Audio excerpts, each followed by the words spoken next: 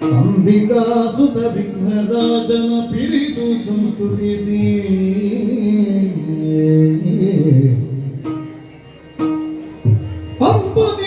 ಅಂಬುನಿಧಿಯಾತ್ಮಜಿಗೆ ಕೈ ಮುಗಿದು ಅಂಬುಜಾಸನವಾಣಿಯರ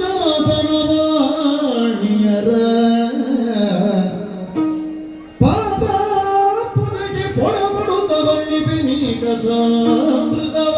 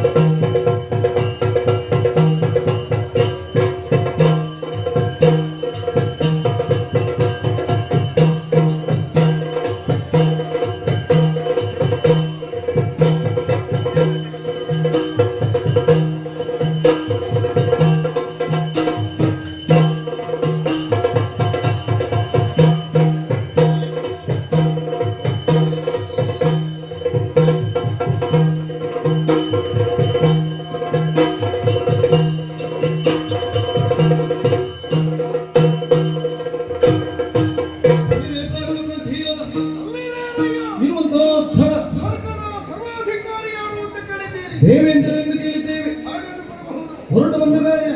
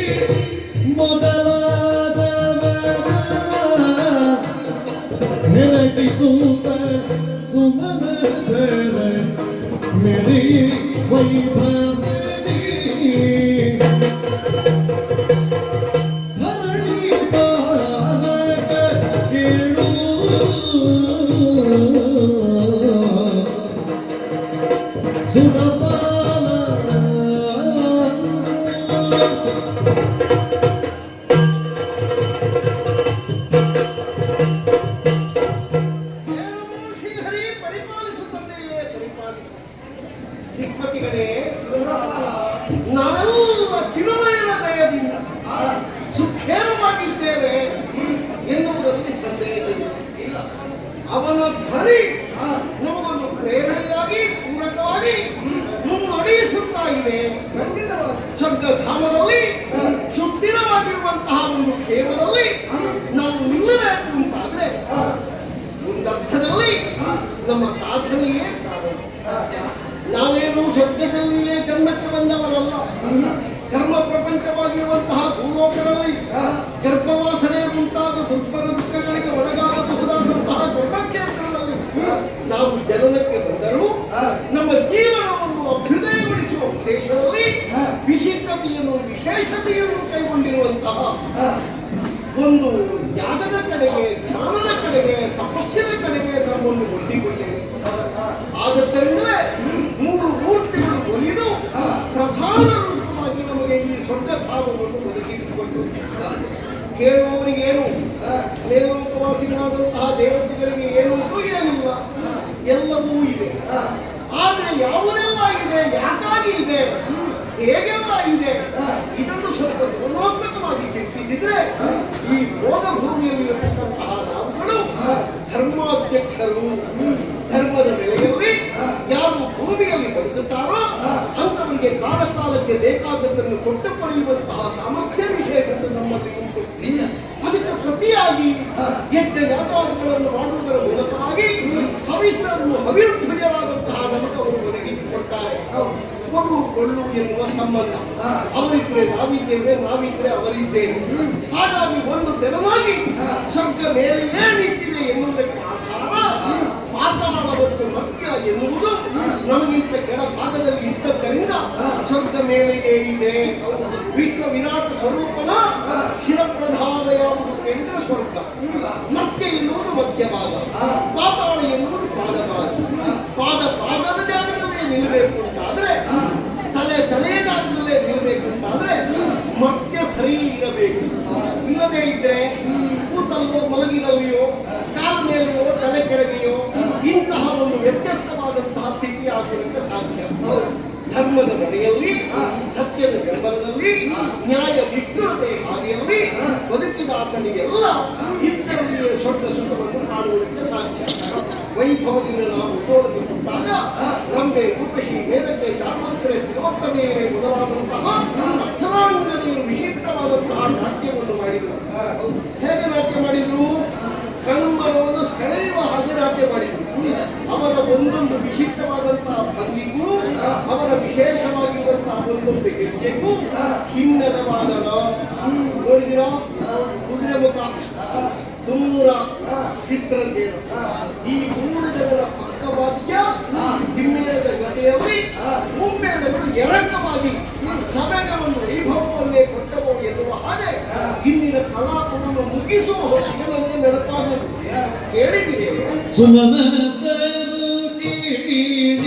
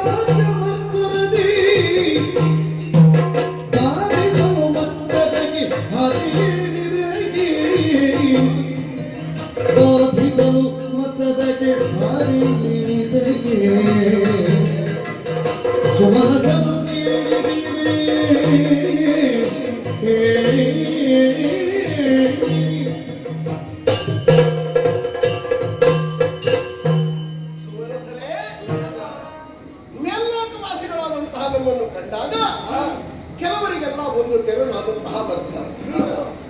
ಯಾಕವರು ಮೇಲೆ ಇರಬೇಕು, ನಮಗೇನು ಅಲ್ಲಿರುವುದಕ್ಕಾಗುವುದಿಲ್ವೋ, ಒಂದು ಸ್ವಲ್ಪ ಸಮಯ ನಾವಲ್ಲಿ ಕೂತ್ಕೊಂಡ್ರೇನು, ಹೀಗೆಲ್ಲ ಕೆಲವರಿಗೆ ಒಂದೊಂದು ಯೋಚನೆಗಳು ಬರುವುದು ಇದ್ದಂತೆ. ಯಾಕಂದ್ರೆ ಮರ್ತ್ಯ, ಹುಟ್ಟು ಸಾವು ಎನ್ನುವಂತಹ ಒಂದೊಂದು ನರಕದಲ್ಲಿ ಬಿದ್ದು ಹೊರನಾಡುವುದು. ಪಾತಾಳ ಲೋಕವಾಸಿಗಳು ಅದನ್ನೇನು ಬಿಟ್ಟಿರುವವರಲ್ಲ. ಇಂಥವರಿಗೆಲ್ಲ ಸ್ವರ್ಗಧಾಮದಲ್ಲಿ ಮರಣ ಇಲ್ಲದೆ, ಸಾವಿಲ್ಲದೆ ಬದುಕಬಹುದಾದ ವಿಶಿಷ್ಟವಾದಂತಹ ಯೋಗ ಭಾಗ್ಯಗಳನ್ನು ಭೋಗವಾಗಿ ಹೊಂದಿದ ಸುರಪನ ಅಧಿಕಾರವನ್ನು ಕೀಳುವುದಕ್ಕೆ ನಾವೇನು ಸಮರ್ಥರಲ್ವೋ ಎನ್ನುವ ಹಾಗೆ ಇಚ್ಛೆ ಎಲ್ಲಿಯಾದರೂ ಮುಂದೊಂದು ದಿನ ಮೂಡಿದ್ರೆ, ಇಷ್ಟರವರೆಗೆ ನಮಗೆ ಬಾಧೆ ಉಂಟು ಅಂತ ಇಲ್ಲ. ಆದರೂ ಸಿಂಹಾವಲೋಕನ ಬದುಕಿನಲ್ಲಿ ಒಳಿತನ್ನೇ ಯೋಚಿಸುತ್ತಾ ಇರುವುದಲ್ಲ. ಕೆಲವು ಸಲ ಕೆಟ್ಟದ್ದಾದ್ರೆ ಏನು ತಾವು ಚಿಂತಿಸಬೇಕು. ಉಪಮಾಲಂಕಾರವಾಗಿ ಹೇಳುವುದಿದ್ರೆ ದಿನೋ ಒಬ್ಬ ದುಡಿತಾನೆ. ಯಾಕೆ? ನಾಳಿನ ಧೈರ್ಯ ಅವನಿಗೆ ಇಲ್ಲ. ನಾಳೆ ಏನಾದರೂ ಆದ್ರೆ ಸ್ವಲ್ಪ ತೆಗೆದಿಡುವ. ಹಾಗಾದ್ರೆ ಯಾವುದರ ಬಗ್ಗೆ ಯಾರೆಲ್ಲ ಚಿಂತಿಸ್ತಾರೋ ಅಂಥದ್ದರ ಬಗ್ಗೆ ನಾವು ಚಿಂತಿಸುವುದು ಬೇಡವೇ? ಇಷ್ಟೆಲ್ಲ ಇದ್ದದ್ದನ್ನು ಕಬಳಿಸುವುದಕ್ಕೆ ಯಾವುದೋ ಒಂದು ಶಕ್ತಿ ಬೆಳೆದು ನಿಂತು ನಮ್ಮ ತಲೆ ಹತ್ತಿ ನಿಂತಿತ್ತು ಅಂತಾದ್ರೆ ನಮಗೆ ನಿಲ್ಲುವುದಕ್ಕೆ ಜಾಗ ಆದ್ರೂ ಎಲ್ಲಿ? ಈ ಬಗ್ಗೆ ಯೋಚಿಸುವಾಗ ಸ್ವಲ್ಪ ನಮ್ಮನ್ನು ನಾವು ತಿದ್ದಿಕೊಳ್ಬೇಕಾಗಿದೆ. ಹೊರೆಯ ಕಡಕವನ್ನು ತೆಗೆದು ಹರಿತ ಮಾಡಿ ಮತ್ತೊಮ್ಮೆ ಹೊರೆಯಲ್ಲಿ ಇಟ್ಟ ಹಾಗೆ, ವಿಷಯ ಮಂಥನದ ಮೂಲಕವಾಗಿ ಸ್ಪಷ್ಟೀಕರಣವನ್ನು ನಾವು ನೋಡಿಕೊಂಡ ಹಾಗೆ, ನಮ್ಮನ್ನು ನಾವು ನೇರ್ಪುಗೊಳಿಸಿದ ಹಾಗೆ, ಒಂದು ಧೈರ್ಯ ತೆಗೆದಿಟ್ಟ ಆಸ್ತಿಯ ಹಾಗೆ, ವಿಶಿಷ್ಟವಾದಂತಹ ಧೈರ್ಯದ ಕ್ರೋಢೀಕರಣದ ಹಾಗೆ, ವಿಷಯ ಸಂಪತ್ತನ್ನು ನಾವು ಅಲ್ಲಿ ಇಲ್ಲಿ ನಮಗೆ ಬೇಕಾದಂತೆ ಜೋಡಿಸಿಟ್ಟ ಹಾಗೆ, ನಾವು ಒಂದು ವಿಚಾರ ಮಂಥನವನ್ನು ಮಾಡಿದ್ರೇನು? ದುಷ್ಟರು, ಕೆಟ್ಟವರು, ದುರ್ಬುದ್ಧಿಗಳು, ಅನ್ಯಾಯಗಾರರು, ಮತ್ತೊಬ್ಬರದ್ದು ನಮಗೆ ಬೇಕು ಎನ್ನುವಂತಹ ಒಂದು ತೆರನಾದ ಸ್ವಾರ್ಥ ಲಾಲಸೆಯುಳ್ಳವರು ಎಲ್ಲಿಯಾದರೂ ನಮ್ಮ ಸ್ವರ್ಗದ ಮೇಲೆ ಮುಂದೊಂದು ದಿನ ಎರಗಿದ್ರು ಅಂತಾದ್ರೆ ಅಂತವರ ಬಗ್ಗೆ ಏನು ಅಭಿಪ್ರಾಯ? ಎಂದ ವೈಚಾರವು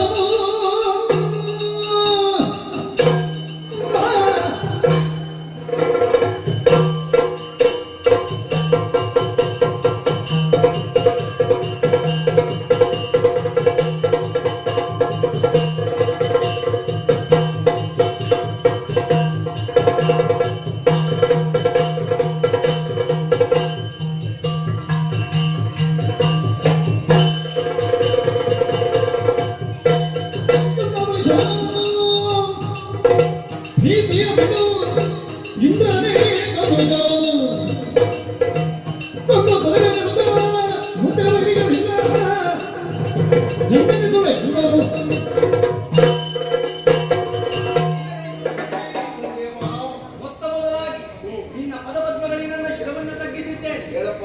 ನಾಗಪಾಲ, ದ್ವಂದ್ವಮಯವಾದಂತಹ ಮಧ್ಯಲೋಕದಲ್ಲಿ ಶಿಷ್ಟರು ಹೇಗೆ ಹಾಗೆ ದುಷ್ಟರು ಇರ್ತಾರೆ.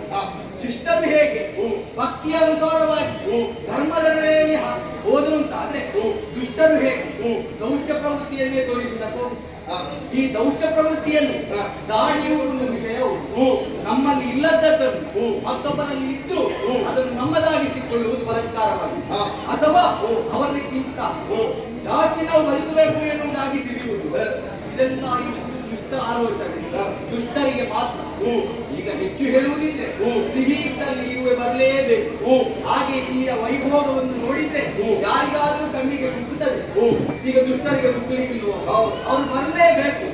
ಒಂದು ವೇಳೆ ಬಂದರು ಅಂತಾದ್ರೆ ಅವರನ್ನು ಕೊಲ್ಲುವ ಕಾರ್ಯಪ್ರವೃತ್ತರಾಗಿ ನಾನು ಮುಂದಾಗುತ್ತೇನೆ.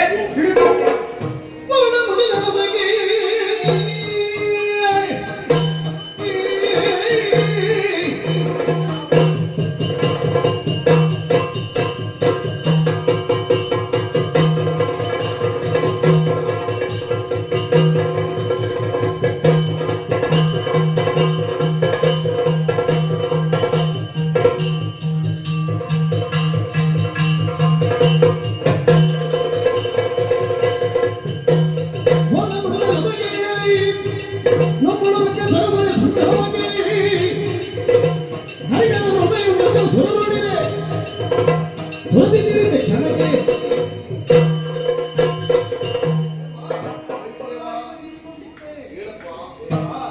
ಸ್ವರ್ಗಲೋಕಕ್ಕೆ ದಾನವರು ಬಾಡಿಯನ್ನು ಮಾಡಿದರೆಂದಾದರೆ ಅವರನ್ನು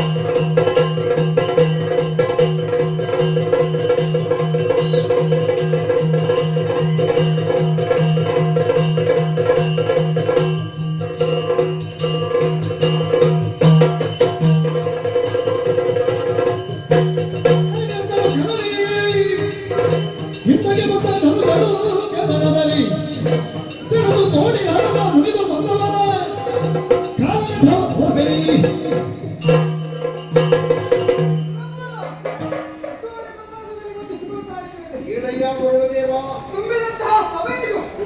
ಈ ಸಭೆಯಲ್ಲಿ ನೀವು ಕೇಳಿದಂತಹ ಪ್ರಶ್ನೆ, ನಮ್ಮಲ್ಲಿರುವಂತಹ ಸಂಪತ್ತು ನಾಶಿಸಿ ಯಾರಾದರೂ ಬಂದರೆ ಎನ್ನುವ ಹಾಗೆ ಸುಲಭವಲ್ಲ. ಚಿಂತೆಯನ್ನು ಮಾಡಬೇಕಾದಂತ ಅಗತ್ಯವಿಲ್ಲ. ಚಿವುಟೋದಕ್ಕೆ ಕೊಡಲಿಯ ಅಗತ್ಯವಿಲ್ಲ. ಹಾಗಾಗಿ ಯಾರಾದರೂ ನಮ್ಮ ಸಂಪತ್ತು ನಾಶಿಸಿ ಬಂದರೆ ಅವರನ್ನು ಬಿಡುವವರು ಕಾಣಲ್ಲ, ಅವರ ಶಿರವನ್ನು ನಿಮ್ಮ ಮಾತಿನಿಂದ ನಾನು ಸಂತೋಷಗೊಂಡೆ. ಆದ್ರೆ ಇವತ್ತಿನ ಸಭೆಯಲ್ಲಿ ಒಂದು ವಿಶೇಷವಾದ ವಿಷಯವನ್ನು ನಿಮಗೆ ತಿಳಿಸಬೇಕಾಗುತ್ತದೆ. ಗುರು ಭಜನವನಾದರಿದೆ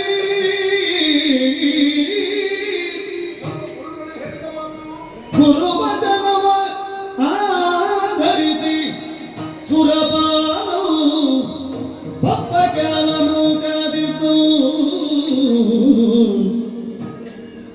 ಸುರ ಸಂಪದನವ ನಿಧಿಗಳಿಗರ ಸಾದಂಬಳಿಕ ವೈಷ್ಣವನನ ಕೇಶು ಸುರಪ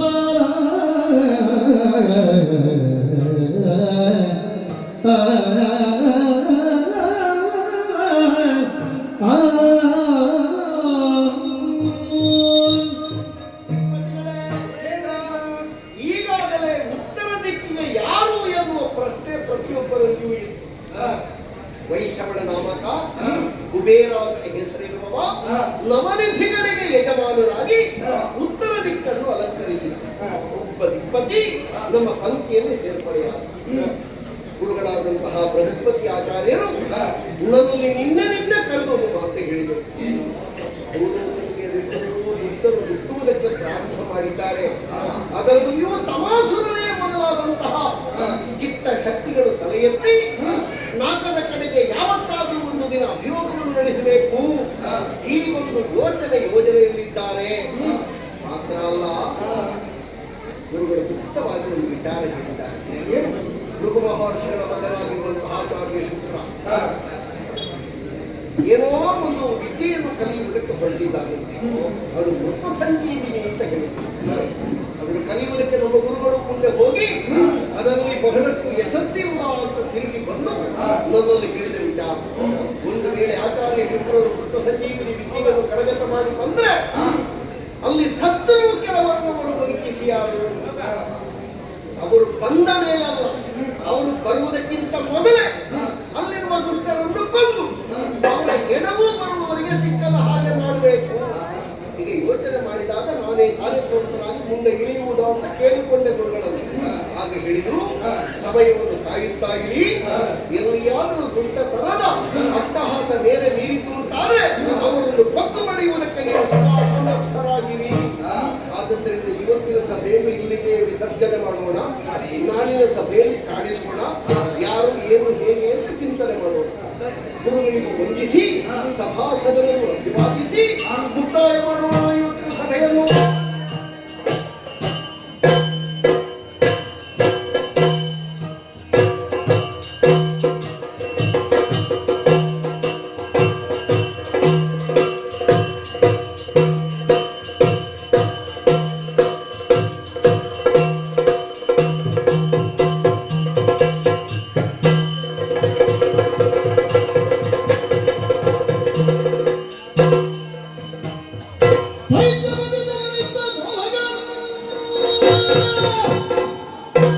ಸತ್ವಮಯುತ ವೀರದ ಕೂಡುತ್ತ ಹಿರಣ್ಯಗಮತ್ತನದಲ್ಲಿ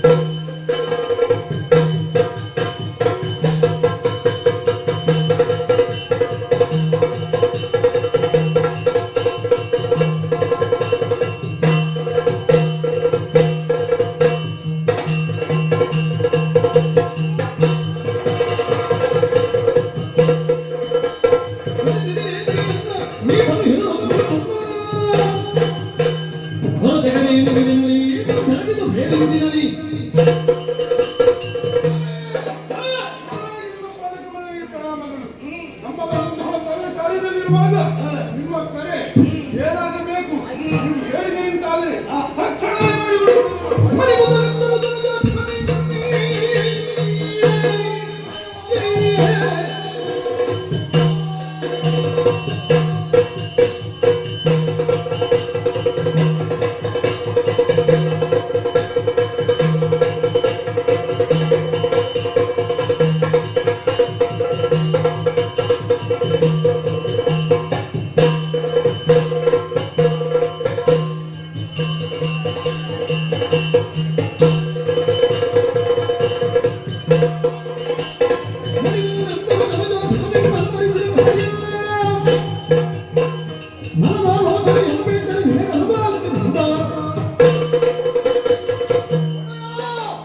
ಮೊದಲಾಗಿ ವಂದನೆಗಳು ಸಲ್ಲಿಸುತ್ತಾ ಇದ್ದೇನೆ. ಅನಿರೀಕ್ಷಿತವಾದಂತಹ ಕಡೆಗೆ ಹೋಗ್ಬಿಟ್ಟು ಓಡೋಡಿಕೊಂಡು ಬಂದಿದ್ದೇವೆ. ಏನಾಗಬೇಕು ನಮ್ಮಿಂದ?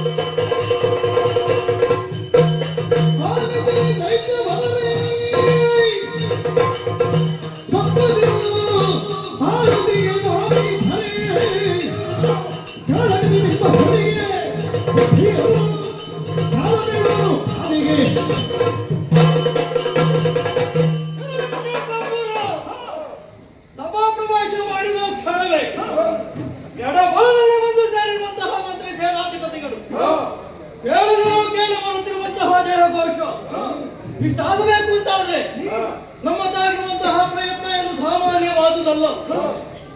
ಇವರನ್ನೇ ಸಾಧನೆಯನ್ನು ಮಾಡಬೇಕು.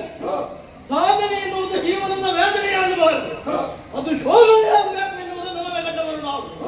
ಅದಕ್ಕೆ ಬೇಕಾಗಿ ಗುರುಗಳಾಗಿರುವಂತಹ ಶುಕ್ರಾಚಾರ್ಯರ ಮಾರ್ಗದರ್ಶನದಂತೆ ಸಾಧನೆಯನ್ನು ಮಾಡುವುದಕ್ಕಾಗಿ ಹಿರಣ್ಯ ಕಪುರವನ್ನು ಕಟ್ಟಿದವರು ನಾವು. ಎಲ್ಲೆಲ್ಲ ಎದುರು ಹೋಗಿದ್ದಂತಹ ಸುರರನ್ನೆಲ್ಲ ಒಗ್ಗೂಡಿಸಿ ಅವರಿಗೆಲ್ಲ ಸಮರ್ಥ ನೇತಾರ ಅಂತ ಎನಿಸಿಕೊಂಡವನಿದ್ದೇನೆ. ಆದ್ರೆ ಇಷ್ಟೇ ಇದ್ದರೆ ಸಾಕಾಗುವುದಿಲ್ಲ. ಅದಕ್ಕೆ ಬೇಕಾಗಿ ತ್ಯಾಗವನ್ನೇ ಕೂಡ ಸ್ವಾಧೀನಪಡಿಸಿಕೊಂಡವರು ಮಾತ್ರ ಅಲ್ಲ, ಪಾತಾಳ ವಾಸಿಗರನ್ನು ಸದಮಡಿದು ಅಲ್ಲಿಯೂ ಕೂಡ ನಮ್ಮ ಪ್ರಭುತ್ವವನ್ನು ಸ್ಥಾಪಿಸಿದ್ದೇವೆ. ಇಷ್ಟೇ ಸಾಕೆ ಅಲ್ಲ, ಮೇಲ್ಲೋಕ ಸ್ವರ್ಗಲೋಕ ಅದನ್ನು ಪಡೆಯಬೇಕು ಎನ್ನುವಂತಹ ಉದ್ದೇಶ, ಅಲ್ಲಿ ಅಧಿಕಾರ ಸ್ಥಾಪಿಸಬೇಕು ಎನ್ನುವಂತಹ ಬಯಕೆ, ಸ್ವರ್ಗವನ್ನು ಪಡೆಯುವಲ್ಲೇ ನನ್ನ ಅಭಿಪ್ರಾಯ.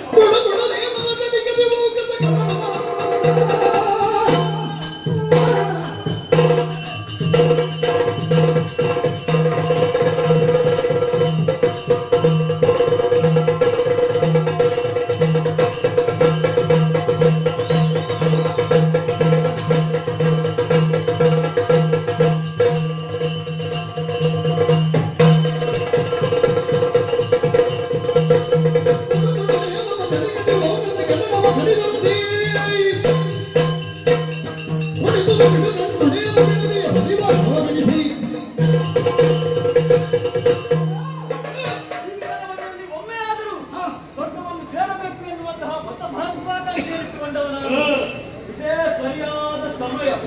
ನೀವು ಹೋಗುತ್ತೀರಿ ಅಂತಾದ್ರೆ ನಿಮ್ಮ ಜೊತೆಗೆ ಖಂಡಿತವಾಗಿ ನಾವು ಬರುತ್ತೇವೆ.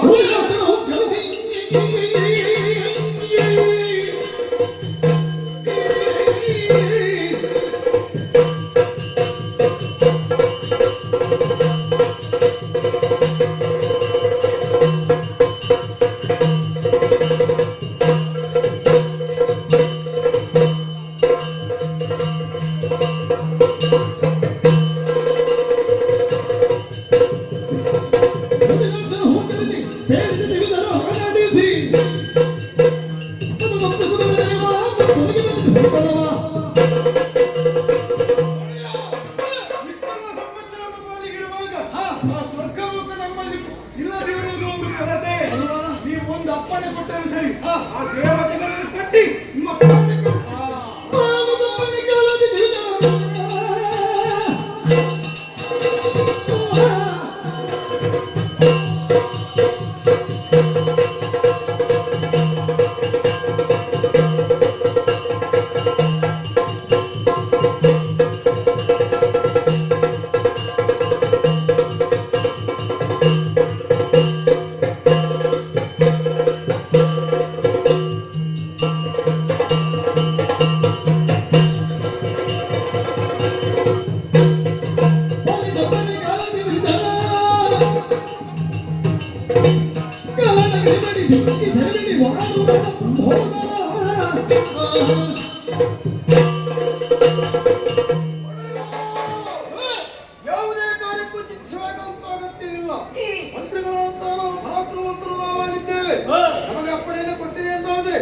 ಸ್ವರ್ಗವನ್ನು ಮುತ್ತಿ ನಮ್ಮ ಪಾಲಿಗೆ ಸಿಂಹಾಸನ ಕೊಡಿಸ್ತೇವೆ. ಫಲವೇ ಬಹುಫಲವೇ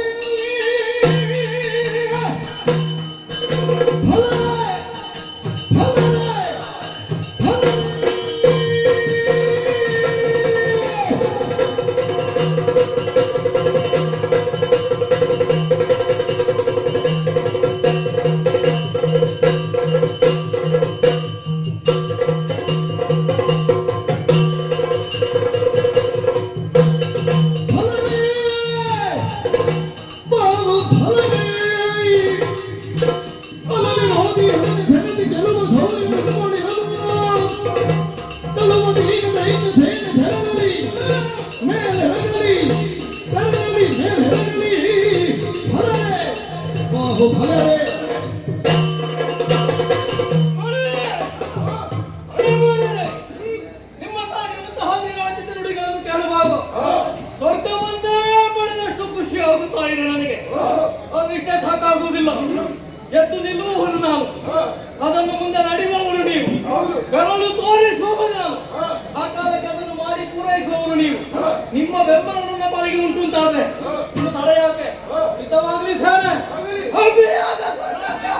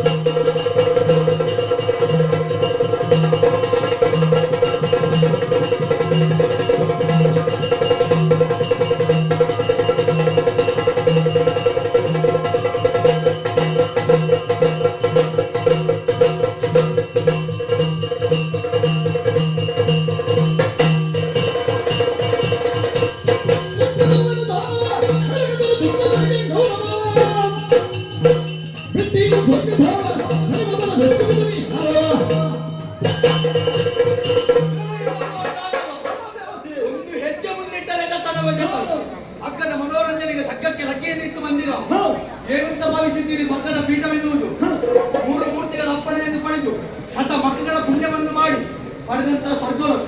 ಹಾದಿಯಲ್ಲಿ ಹೋಗುವವರಿಗೆ ಬರುವುದಕ್ಕೆ ಕೊಡುವುದಕ್ಕೆ ಅದೇನು ಸಾರ್ವಜನಿಕ ಪೂಜೆಯ ಪ್ರಸಾದ ಅಂತ ಭಾವಿಸಿದ್ದ.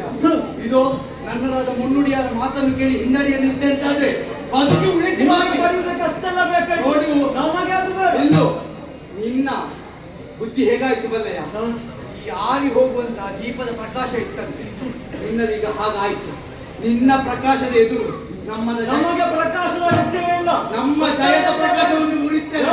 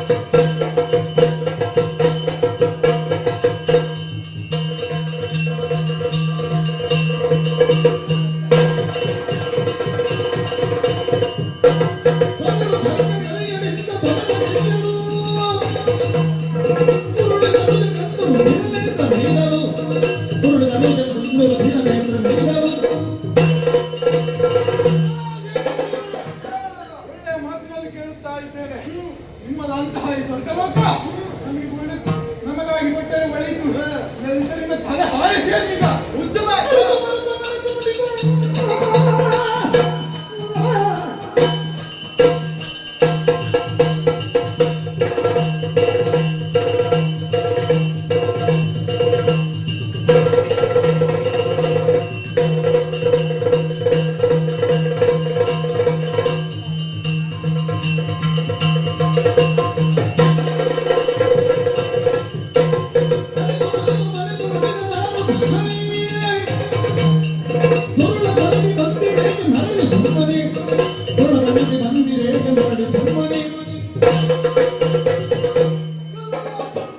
ಏನು ಸ್ವರ್ಗಲೋಕದ ಆಸೆಯಿಂದಾಗಿ ಬಂದಿಯಾ? ಹಾ.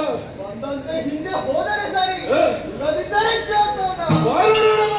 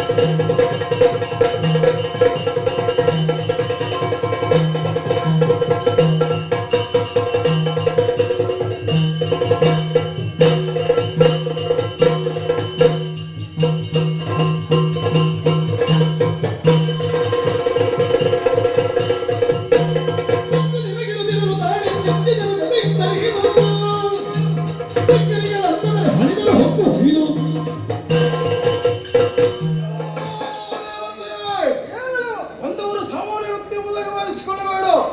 ಹಿರಿಯ ಮಕ್ಕಳು ನಾವಾಗಿದ್ದೇವೆ. ಹಿರಿದೇವಿಯ ಮಕ್ಕಳು ಸತ್ಯದ ಗತಿಯನ್ನು ಹೇಳೋದಕ್ಕೆ ಬಂದಿದ್ದೇವೆ. ನಮ್ಮೊಡೆಯರಾದಂತಹ ಪ್ರವಾಸಿಗರಿಗೆ ಸ್ವರ್ಗವನ್ನು ಕೊಟ್ಟರೆ ವೇಸು, ಇಲ್ಲವಾದರೂ ಓಡಿಸ್ತಾನೆ ಬಂದು.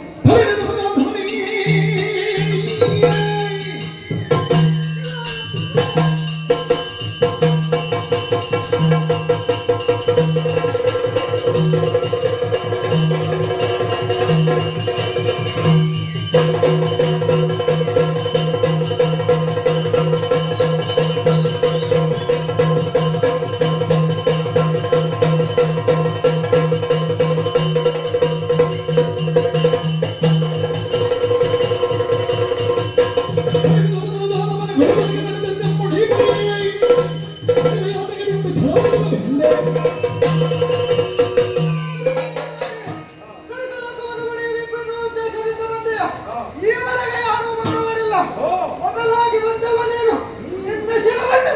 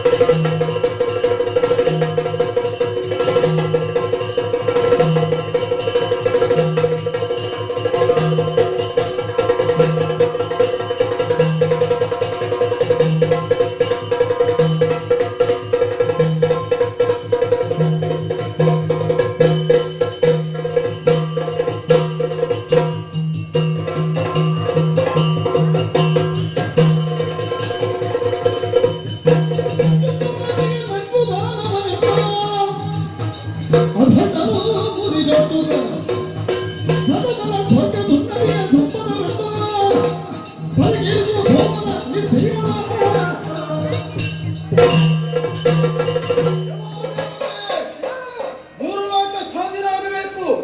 ಒಮ್ಮನೆ ಅವರಿಂದ ವಿಶೇಷವಾದಂತಹ ವರವನ್ನು ಪಡೆದವರು ನಾವಾಗಿದ್ದೇವೆ. ಎರಡು ಲೋಕ ನಮ್ಮ ಸ್ವಾಧೀನಾಗಿದೆ. ಈ ದೇವಲೋಕ ಸ್ವಾಧೀನ ಆಗಬೇಕೆಂಬ ಉದ್ದೇಶ ಬಂದಿದ್ದೇವೆ. ನಿನ್ನ ಪರಾಕ್ರಮ ಏನಿದ್ರು ಕೂಡ ನನ್ನೊಡನೆ ನಡೆಯಲಾರದು. ಬಂದ ಹಾಗೆ ನಡೆಯ ನೀನು. ಒಳ್ಳೆಯ ಉದ್ದೇಶವನ್ನು ಇರಿಸಿ ಬಂದಿದ್ದೀರಿ.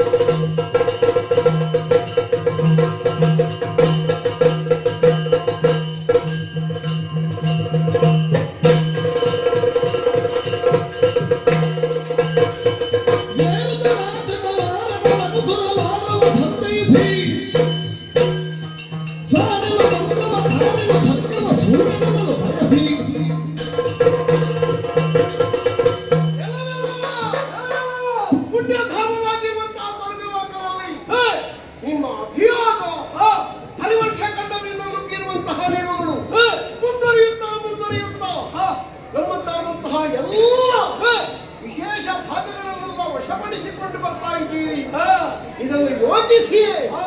ವಾರಣವನ್ನಡರಿ ಹಾ. ನಿನ್ನ ಸಮ್ಮುಖದಲ್ಲಿ ಅಭಿವ್ಯಕ್ತನಾಗಿದ್ದೇನೆ. ಯಾರು ನೀನು? ಹಾ. ಎಲ್ಲಿಯವ? ಹಾ. ಏನು ಉದ್ದೇಶ? ಹೇಳು.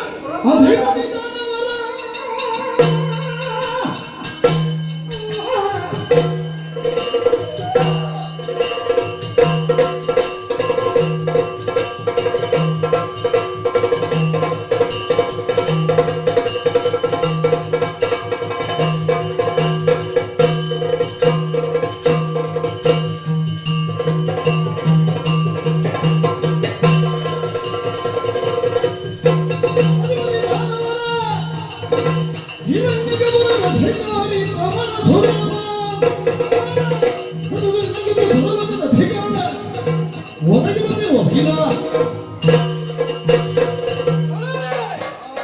ಚಿತ್ರವನ್ನು ಮಾಡುವ ಮೂಲಕವಾಗಿ ಇದರಾಗಿ ಬಂದವ ನೀನು ಬರೀ ಗಮನ ಆನೆಯನ್ನು ಗೆಲ್ತಾ ಬಂದವ ನೀನು ಅರ್ಥವಿಸಿಕೊಂಡೆ. ಆನೆ ಈ ಊರಿನ ಲೋಕದಲ್ಲಿ ನಾನೇ ಸುರರಿಗೆಲ್ಲ ನಾಯಕ ಸುರಪತಿ ಬಂದವ ಸಾಮಾನ್ಯ ಅಂತ ಭಾವಿಸಬೇಡ. ಯಾರ ಸಾಮಾನ್ಯ? ಭೂಲೋಕದಲ್ಲಿ ವರ್ತಮಾನ ಕಾಲದಲ್ಲಿ ಬೆರೆತಾರುವಂತಹ ಪಟ್ಟಣ ಹಿರಣ್ಯ ಕಪೂರ. ಎಂತದು? ಹಿರಣ್ಯ ಕಪೂರ ಅದು ಯಾವಾಗದ್ದು? ನಾನೇ ನಿರ್ಮಿಸಿದ್ದು. ಹಿರಣ್ಯ ಕಪುರ. ಅಲ್ಲಿಯ ಸರ್ವಾಧಿಕಾರಿ ಕಮಾಸುರ ನಾಮಕ. ಬೇರೆ ಯಾರಿಲ್ಲ ಅಂತ ಕಾಣ್ತದೆ. ಇಲ್ಲಿಗೆ ಬರುವುದಕ್ಕೆ ಬಲವಾದ ಕಾರಣ ಇದೆ. ಏನು? ಭೂಲೋಕವನ್ನು ಸ್ವಾಧೀನಪಡಿಸಿಕೊಂಡಿದ್ದೇವೆ. ಮಾತಾಡಲಾದವನ್ನು ನಮ್ಮ ವಶಪಡಿಸಿಕೊಂಡಿದ್ದೇವೆ. ಉಳಿದಿರುವಂತಹ ನಾಗನ ಪದ ಅದನ್ನು ಏರುವಂತಹ ಕಾರಣಕ್ಕಾಗಿ ಬಂದಿದ್ದೇವೆ. ಬಿಟ್ಟು ಕೊಡ್ತೀಯಾ ಹೊಡ್ತೀಯಾ? ತಾಮಸ ಗುಣದ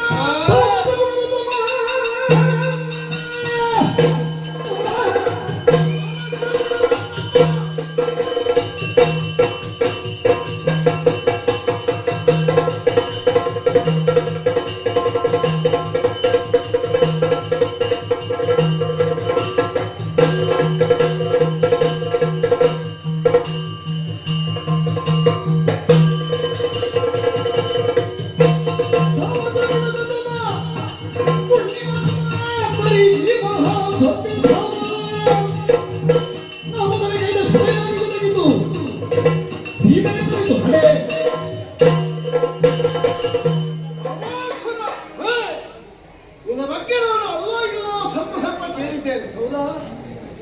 ಒಬ್ಬ ಇದ್ದಾನೆ, ಪ್ರವರ್ತಮಾನಕ್ಕೆ ಬರ್ತಿದ್ದಾನೆ. ಉಳಿದ್ರೆ ಒಂದು ಜಾಗ ಕಾದಿತ್ತು ಅಂತ ಕೆಲವರೆಲ್ಲ ಹೇಳ್ತಿದ್ರು. ಓಹೋ. ಆಗ್ಲಿ ಆಗ್ಲಿ, ತಯಾರಾಗುತ್ತಿದ್ರೆ ನಮ್ಮಿಂದ ಏನು ಆಕ್ಷೇಪ ಇಲ್ಲ, ಅಭ್ಯಂತರ ಇಲ್ಲ. ಮತ್ತೆ ನಾವು ಸುಮ್ಮನೆ ಕೂತ್ರೆ ಈಗ ನಮ್ಮ ಎದುರಿಗೆ ಕಿರೀಟ ಕಟ್ಟಿ ನಾನು ಅಂತ ಇದ್ದ ಮಂಡಿಯಲ್ಲಿ ಬರ್ತಿದ್ದ. ಕೆಳಗಿನ ಜಾಗ ಆಗುದಿಲ್ಲ, ಮೇಲಿನ ಜಾಗ ಬೇಕು. ಬಿಟ್ಟ ಮಂಡೆಯಲ್ಲಿ ಮೊನ್ನೆ ತನಕ ತಿರುಗುತ್ತಿದ್ದವ ನಮ್ಮ ಹಾಗೆ ಕಿರೀಟ ಕಟ್ಟಿ. ಏನೋ ನಿನ್ನ ವಂಶಸ್ಥರ ನಾಳೆ ಹೇಳಿಕ ಏನಂತ? ಒಬ್ಬ ಹುಟ್ಟಿ ನಮ್ಮ ವಂಶಕ್ಕೆ ಅವಮರ್ಯಾದೆ ತಂದ, ಕುಲ ಹಲಳಾಗಿ ಹೋದ ಅಂತ ಹೇಳಿಸ್ಲಿಕ್ಕ ಅಹಂಕಾರವೇ ನಿಮಗೆ. ತಾಮಸ ಗುಣದ ತಮ ಸ್ವರ್ಗಧಾಮ ಎನ್ನುವುದು ನಮ್ಮಂತಹ ಪುಣ್ಯಾತ್ಮರಿಗೆ. ಯಾವನು ಮೃಗಮಯತ್ವವನ್ನು ಬಿಟ್ಟು ಚರ್ಮಯತ್ವವನ್ನು ಸಂಪಾದಿಸ್ತಾನೋ, ಯಾವನು ಭೂಮಿಯಿಂದ ದೂರವಾಗಿ ಸ್ವರ್ಗದ ಕಡೆಗೆ ಹತ್ತಿರನಾಗ್ತಾರೋ ಅಂತವನಿಗೆ ಮಾತ್ರವೇ ಲೋಕ ಎನ್ನುವುದು ಮೀಸಲು. ನಿನ್ನಂತವ ನೀನ್ ಇಲ್ಲಿ ಕೂತ್ರೆ ಎಂತದ್ದು ಮಾಡ್ತಿ? ಏನ್ ಮಾಡ್ತಿ? ನಿನಗೆ ಹವಿಸ್ಸು ಆಜ್ಞಾನಿಸುವುದಕ್ಕೆ ಬರ್ತಲ್ಲ. ನೀ ಸತ್ಯ ಹೇಳಿ, ನೀ ಎಂತದ್ದು ಪ್ರಯತ್ನಿಸು. ನಿನ್ನ ಶರೀರ ಅದಕ್ಕೆ ಒಬ್ಬಂತದ್ದಲ್ಲ. ಎಂತದ್ದು ಒಗ್ಗಿಸುವುದು? ನೀವು ಒಗ್ಗಿಸಬೇಕಂತೆ. ನಿನ್ನನ್ನು ಇಲ್ಲಿಂದ ದೂಡಿದ್ರೆ ಜಾಗಕ್ಕೆ ಒಳಿತನ್ನು ಬಯಸುವ ನೀನು ಎನ್ನುವಂತಹ ಪ್ರಕಾರಕ್ಕೆ ಬಂದವು. ಆದ್ರೆ ನಾನು ಅದಕ್ಕೆ ಬಂದದ್ದಲ್ಲ. ಲೋಕಕ್ಕೆ ನೀನು ಬೆಳಕನ್ನು ಕೊಟ್ಟಿದ್ದಾದ್ರೆ ಲೋಕಕ್ಕೆ ಕತ್ತಲನ್ನು ಕೊಡುವುದಕ್ಕೆ ಬಂದವ. ಕೈಯಲ್ಲಿ ಹಿಡಿದ ಪುರುಷ ನಿನ್ನ ಕಾಲ ಗಂಟಿಗೆ ನೋಡಿ ಹೊಡೆದಿಲ್ಲ. ನಾನು ಹಿಡಿದದ್ದು ಯಾಕೆ? ಇದು ಚಂದಕ್ಕಲ್ಲ, ಬಾರಿಸುವುದಕ್ಕೆ.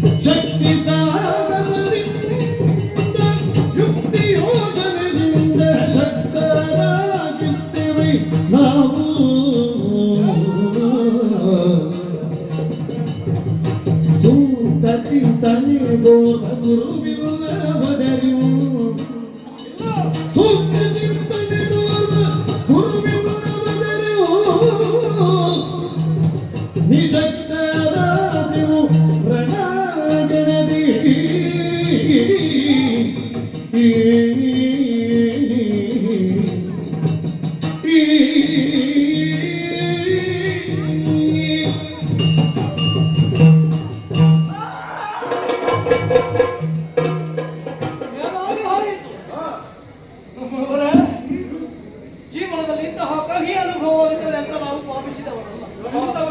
ಎಲ್ಲರೂ ಕೂಡ ಬಹಳ ಉತ್ಸಾಹದಿಂದಾನೆ ಸ್ವರ್ಗಲೋಕದಲ್ಲಿ ಅಧಿಕಾರವನ್ನು ಸ್ಥಾಪಿಸಬೇಕು ಎನ್ನುವಂತಹ ಕಾರಣಕ್ಕಾಗಿ ನಾವು ಹೋರಾಟ ಮಾಡಿದೆವು ಅಂತಾದ್ರೆ ದೇವತೆಗಳ ಮುಂದೆ ಯುದ್ಧದಲ್ಲಿ ನಾವು ಕೈ ಸೋತಬಹುದು.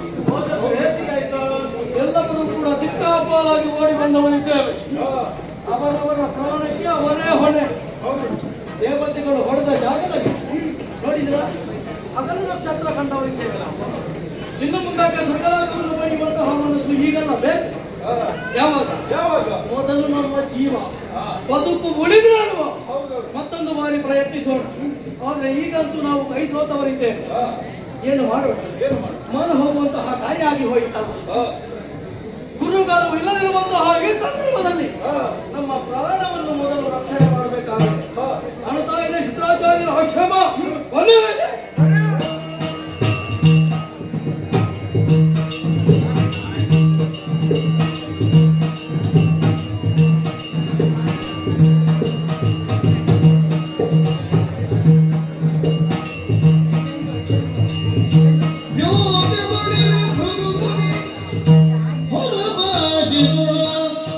ವನದ ಸೊಬಗುಗಳ ನೋಡುವುದು ನಾಗಗಮನಿಗಿರಲಿಗೆ ಬಾಗುತ್ತನುಜರು ನಾಗಗಮನಿಗಿರಲಿಗೆ ಬಾಗುದಯತನುಜರು ಪದಾರ್ಥಕ್ಕೆ ರಗುತ್ತೆಂದರು.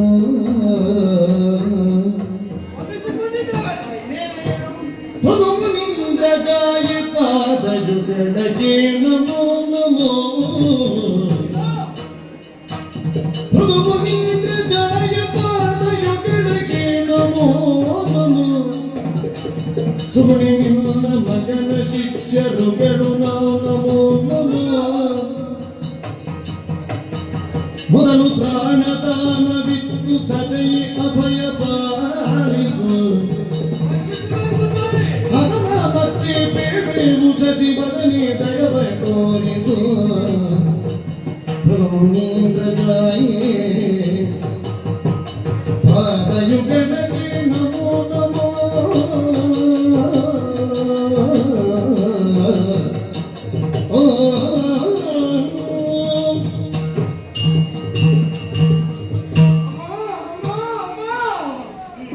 ಪವಿತ್ರವಾಗಿರುವಂತಹ ಪದಾರ್ಥಗಳಿಗೆ ಪ್ರಣಾಮ ಸಲ್ಲಿಸ್ತಾ ಇದ್ದೇವೆ ತಾಯಿ. ಶುಭವಾಗಲಿ ಮೇಲೆ. ನಾನು ಅರುಣೇವ. ನನ್ನನ್ನು ಹಿಂಬಾಲಿಸಿಕೊಂಡು ಬಂದವರು ಅದೆಷ್ಟೋ ಮಂದಿಗಳಿದ್ದಾರೆ. ಆ ಕಡೆಯಲ್ಲಿ ನೋಡುತ್ತಾ ಇದ್ದಾರೆ. ಹೌದಮ್ಮ, ಆ ಪರಿಸ್ಥಿತಿ ಬಂದೊದಗಿದೆ ನಮಗೆ. ಪ್ರಾಣದ ಭೀತಿ. ಯಾವ ಕಡೆಯಿಂದ ಬರ್ತಾನೆ ಎಲ್ಲಿಂದ ಹೊಡಿತಾರೆ ಅಂತ ಗೊತ್ತಾಗುವುದಿಲ್ಲ. ಎಲ್ಲಾ ಕಡೆಯಿಂದ ನೋಡುತ್ತಾ ಇದ್ದಾರೆ. ಹೌದಮ್ಮ, ಓಡುವುದಕ್ಕಾಗುವುದಿಲ್ಲ, ನಿಲ್ಲುವುದಕ್ಕಾಗುವುದಿಲ್ಲ, ಕುಳಿತುಕೊಳ್ಳುವುದಕ್ಕಾಗುವುದಿಲ್ಲ. ಸಾಷ್ಟಾಂಗ ಪ್ರಣಾಮ ಮಾಡಬೇಕು ಅಂತ ಮನಸ್ಸು ಆಗುದಿಲ್ಲ ನನಗೆ. ಅಮ್ಮ, ಆದ್ರೆ ಒಂದು ಪ್ರಾಣ ಭೀತಿಯಿಂದ ನಿಮ್ಮ ಬಳಿಗೆ ಓಡಾಡಿಕೊಂಡು ಬಂದವರು. ಪ್ರಾಣದ ರಕ್ಷಣೆಯ ಹೊಣೆ ನಿಮ್ಮ. ನಮ್ಮ ಪ್ರಾಣಕ್ಕೆ ಯಾವುದೇ ತೊಂದರೆ ಆಗದ ರೀತಿಯಲ್ಲಿ ರಕ್ಷಣೆ ಮಾಡಿದ್ರಿ ಅಂತಾದ್ರೆ ನಮ್ಮ ಸ್ವಂತ ವಿಚಾರವನ್ನು ಹೇಳ್ಬೋದು. ಧೈರ್ಯವ ತಾಳಿವೆಲ್ಲ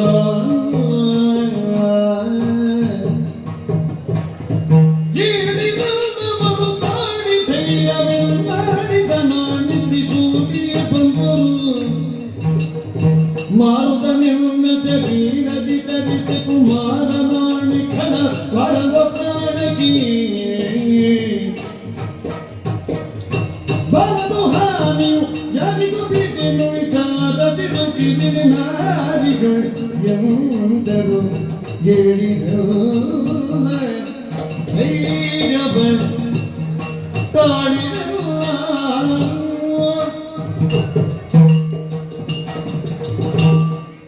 ಪ್ರಾಣಭೀತಿಯಿಂದ ಕಂಗೆಟ್ಟಿರುವಂತ ನೀನು ಅವರಿಲ್ಲವರು ಅಮ್ಮ ಎಂದು ಓಡೋಡಿ ಆಶ್ರಮಕ್ಕೆ ಬಂದು ಮಾತನಾಂತರಾಗಿದ್ದೀರಿ. ಹೌದು ತಾಯಿ. ಜೀವ ರಕ್ಷಣೆಯಾಗಬೇಕು, ಪ್ರಾಣವನ್ನು ಉಳಿಸಮ್ಮ. ಯಾರೇ ಆಗಲಿ ತಾಯಿಯಾದವಳಿಗೆ ಬಂದು ಅಮ್ಮ ಎಂದು ಕರೆದಾಕ್ಷಣ ಅವಳಲ್ಲಿ ಮಾತೃತ್ವ ಎಂದು ಜಾಗೃತವಾಗುತ್ತದೆ. ಹಾಗೆ ಮಕ್ಕಳಾಗಿ ನಿಮ್ಮನ್ನು ಕಾಣುತ್ತಾ ಇದ್ದೇನೆ, ನಿಮಗೆ ಸಂರಕ್ಷಣೆಯನ್ನು ಕೊಡುತ್ತಾ ಇದ್ದೇನೆ.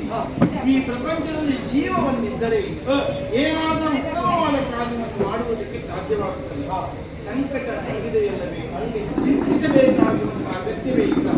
ನಿಮ್ಮ ಸಂರಕ್ಷಣೆಯನ್ನು ಮಾಡುತ್ತೇನೆ, ನಿಮಗೆ ಜೀವದಾನವನ್ನು ಕೊಡುತ್ತಾ ಇದ್ದೇನೆ.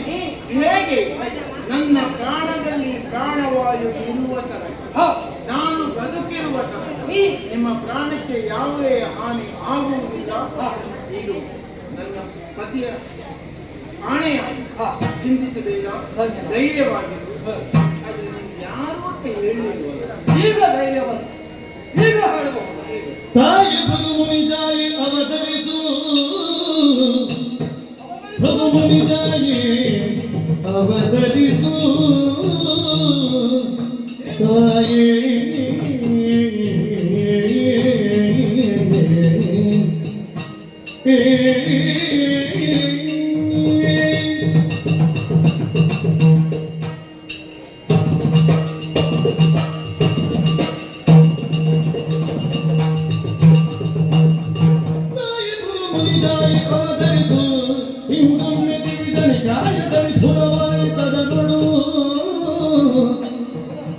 ಹಸು ಉಪಾಯದಿಂಗುಡಿಸುತ್ತ ಬಂದೆವು ಶ್ರೀರಂತನು ನಿನ್ನ ಸುತ. ಉಪಾಯದಿಂಗುಡಿಸುತ್ತ ಬಂದೆವು ಶ್ರೇಯವಂತನು ನಿನ್ನ ಸುತನ. ಸರಾಯದಿಂದ ಯತಿಗಳಾಗುತ್ತ ಧೈರ್ಯದಿಂದ ಶಿವ ಧ್ಯಾನದಿಂದಿರಿ. ತಾಯ ಭೃಗುಮುನಿ ಜಾಯಿ ಅವಧರಿಸು, ಹಿಂದೊಮ್ಮೆ ದಿವಿಜನಿಕಾಯದಲ್ಲಿ ದುರವಾಯಿತು ತಾಯೇ. ಭೃಗುಮುನಿ ಜಾಯಿ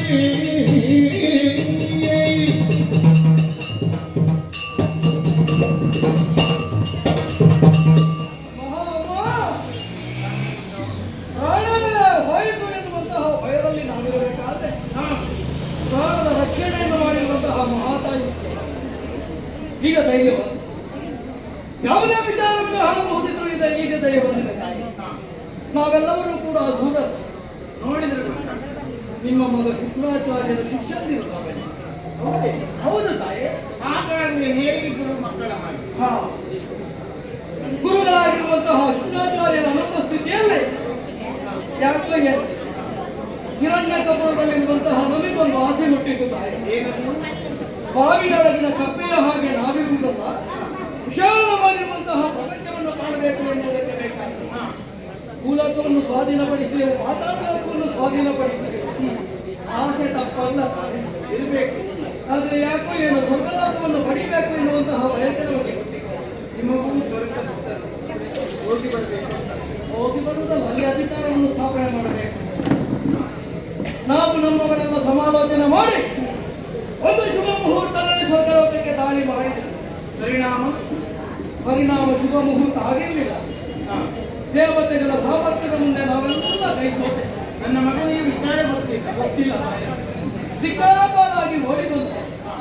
ಆದರೂ ಕೂಡ ಬಿಡದಂತಹ ದೇವೇಂದ್ರ ಬೆನ್ನತ್ತಿಕೊಂಡು ಬರ್ತಾ ಇದ್ದಾನೆ. ಅವನಿಂದ ಬದುಕುವುದಕ್ಕೆ ಬೇಕಾಗಿ ರೂಪವನ್ನು ಮರೆಮಾಚುವ ಮೂಲಕವಾಗಿ ಈ ಆಶ್ರಮವನ್ನು ಪ್ರವೇಶ ಮಾಡಿ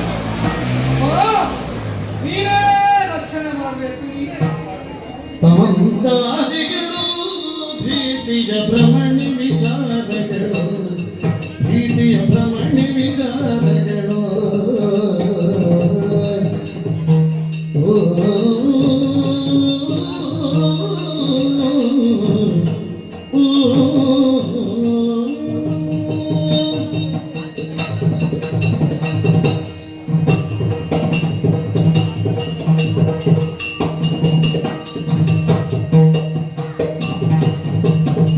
ತಮಂತಾದಿಗಳು ಭೀತಿಯ ಭ್ರಮಣಿ ವಿಚಾರಗಳು, ಭೀತಿಯ ಭ್ರಮಣಿ ವಿಚಾರಗಳು.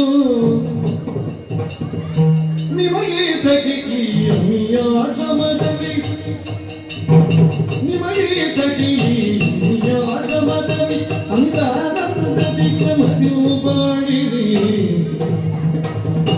ತಮಂತಾದಿಗಳು ಭೀತಿಯ ಭ್ರಮಣಿ ವಿಚಾರಗಳು ನಿಮಗೆ ತಗೆ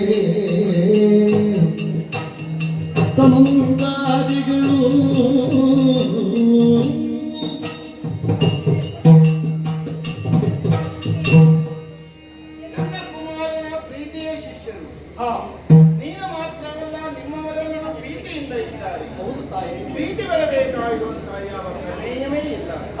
ನಿಮಗೆ ಯಾವ ಸಂಕಷ್ಟವೂ ಈ ಆಶ್ರಮದಲ್ಲಿ ಬರುವುದಕ್ಕೆ ಸಾಧ್ಯವೇ ಇಲ್ಲ. ಹೇಗೂ ನಾನು ಅಭಯವನ್ನು ನೀಡುತ್ತೇನಲ್ಲ. ನಮ್ಮ ಆಶ್ರಮ ಎನ್ನುವುದು ವಿಶಾಲವಾಗಿದೆ.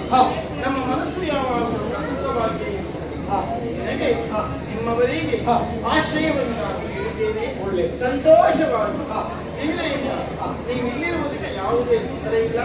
ಆಶ್ರಮದಲ್ಲಿ ಇರಬಹುದಿಲ್ಲ. ನೀವೇನು ಆಜ್ಞೆ ಮಾಡುತ್ತೀರೋ ಆ ಕೆಲಸವನ್ನು ಮಾಡ್ತಾ ಇದ್ದೀರ. ಹೀಗೆ ಇರುವುದಾ? ಹೀಗೆ ಅಲ್ಲ. ನೋಡಿದೆಯಾ ಆಶ್ರಮವಾಸಿಗಳಲ್ಲಿ ಎಲ್ಲರೂ ಕಾವಿ ವಸ್ತ್ರವನ್ನು ಧರಿಸಿದ್ದಾರೆ. ಇದರರ್ಥ ಏನು? ಗುರುಕುಲವನ್ನು ಪ್ರವೇಶ ಮಾಡಿರುವಂತಹ ಎಲ್ಲ ವಿದ್ಯಾರ್ಥಿಗಳು ಸಮವಸ್ತ್ರವನ್ನೇ ಧರಿಸಬೇಕು, ಸಮಾನತೆಯನ್ನು ಕಾಪಾಡಬೇಕು. ಯಾರು ಬದುಕಿನಲ್ಲಿ ಗುರುಕುಲದಲ್ಲಿ ಸಮವಸ್ತ್ರವನ್ನು ಧರಿಸಿ ಸಮಾನ ಮನಸ್ಕರಾಗಿ ವಿದ್ಯೆಯನ್ನು ಅಭ್ಯಾಸವನ್ನು ಮಾಡುತ್ತಾರೋ ಅವರು ಜೀವನದಲ್ಲಿ ಸಮವಸ್ತ್ರವನ್ನೇ ಧರಿಸುತ್ತಾರೆ. ಇದು ಇಲ್ಲಿಯ ಮೂಲ ಉದ್ದೇಶ. ಇಲ್ಲಿ ಎಲ್ಲ ವ್ಯವಸ್ಥೆ ಇದೆ, ಅದನ್ನೆಲ್ಲ ಹಾಕಿಕೊಂಡು ನೀವು ಇರಬೇಕು. ಮತ್ತೆ ಪೂಜೆಗಾಗಿ ಸಮಿತಿಗಳನ್ನು ತರಬೇಕು. ಮತ್ತೆ ಕೆಟ್ಟದ್ದನ್ನೆಲ್ಲ ಇನ್ನು ಮೇಲೆ ಕುಡಿಯಬಾರದು. ಕುಡಿದರೆ ಒಳ್ಳೆಯದಾಗಬೇಕು.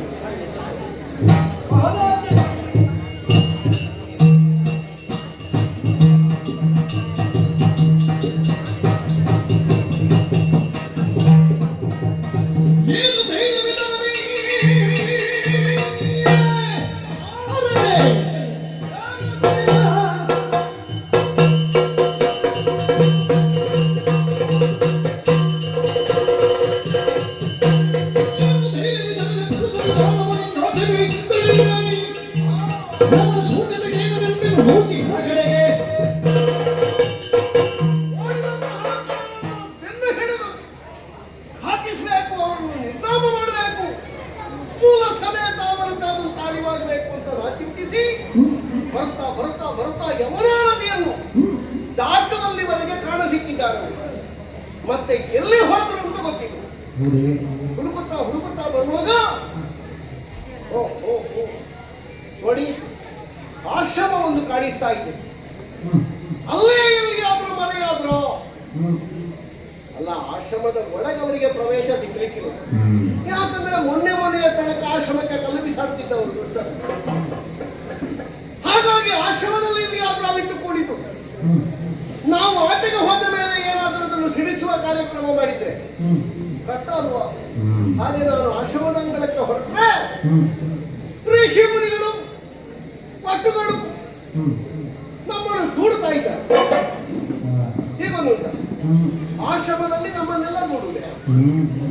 ದೇವತೆಗಳು ಬರಬೇಕು ಅಂತ ನಿತ್ಯ ಮಂತ್ರ ಹೇಳುವಂತಹ ಜಾಗ, ರಕ್ಕಸರು ದೂರವೇ ಉಳಿಯಲಿ ಅಂತ ಮಂತ್ರ ಹೇಳಬೇಕಾದ ಜಾಗ, ಇಲ್ಲಿ ದೇವತೆಗಳಿಗೆ ಪ್ರವೇಶ ಇಲ್ಲ ಅಂತಾದ್ರೆ ಬಹಳ ಕಷ್ಟ ಆಯ್ತಲ್ಲ. ಅಲ್ಲಿ ಇಲ್ಲಿ ಕಾಷಾಯ ವಸ್ತ್ರ ಕಾಣಿಸ್ತಾ ಇದೆ, ಆದ್ರೆ ನಮಗೆ ಪ್ರವೇಶ ಇಲ್ಲ. ನಾವೇನು ಕಾಷಾಯ ವಿರೋಧಿಗಳು? ಅದನ್ನು ಬೆಂಬಲಿಸುವವರು, ಪೂರೈಸುವವರು, ಹಾರೈಸುವವರು. ಇದೇನೋ ಒಂದು ನಡೆದಿದೆ. ಏನೇ ಇಲ್ಲ, ತಡೆದ ಮುನಿಮಣಿಗಳ ಕಿವಿ ಹಿಡಿದು ತಿರುಗಿಸಿ ತೆಗೆದು ಬಿಸಾಡಿದ್ದೇವೆ. ಒಳಗಿರುವವರು ಯಾರೋ ನಿಯಂತ್ರಣ ಕೊಟ್ಟದಲ್ವ ಇವರಿಗೆ. ಇವರಿಗೆ ನಾಲ್ಕು ಹೊಡೆದಾಗ ಯಾರಲ್ಲಿ ಬಂದರು ನೋಡೋಣ.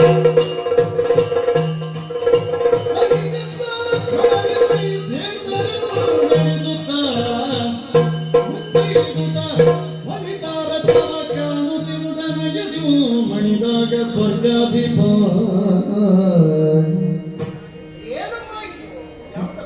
ಮುನಿರಮಣಿ ಗುಣವಂತಿ ಕುಚನನ ಜನನಿ ಛಲವಂತಿ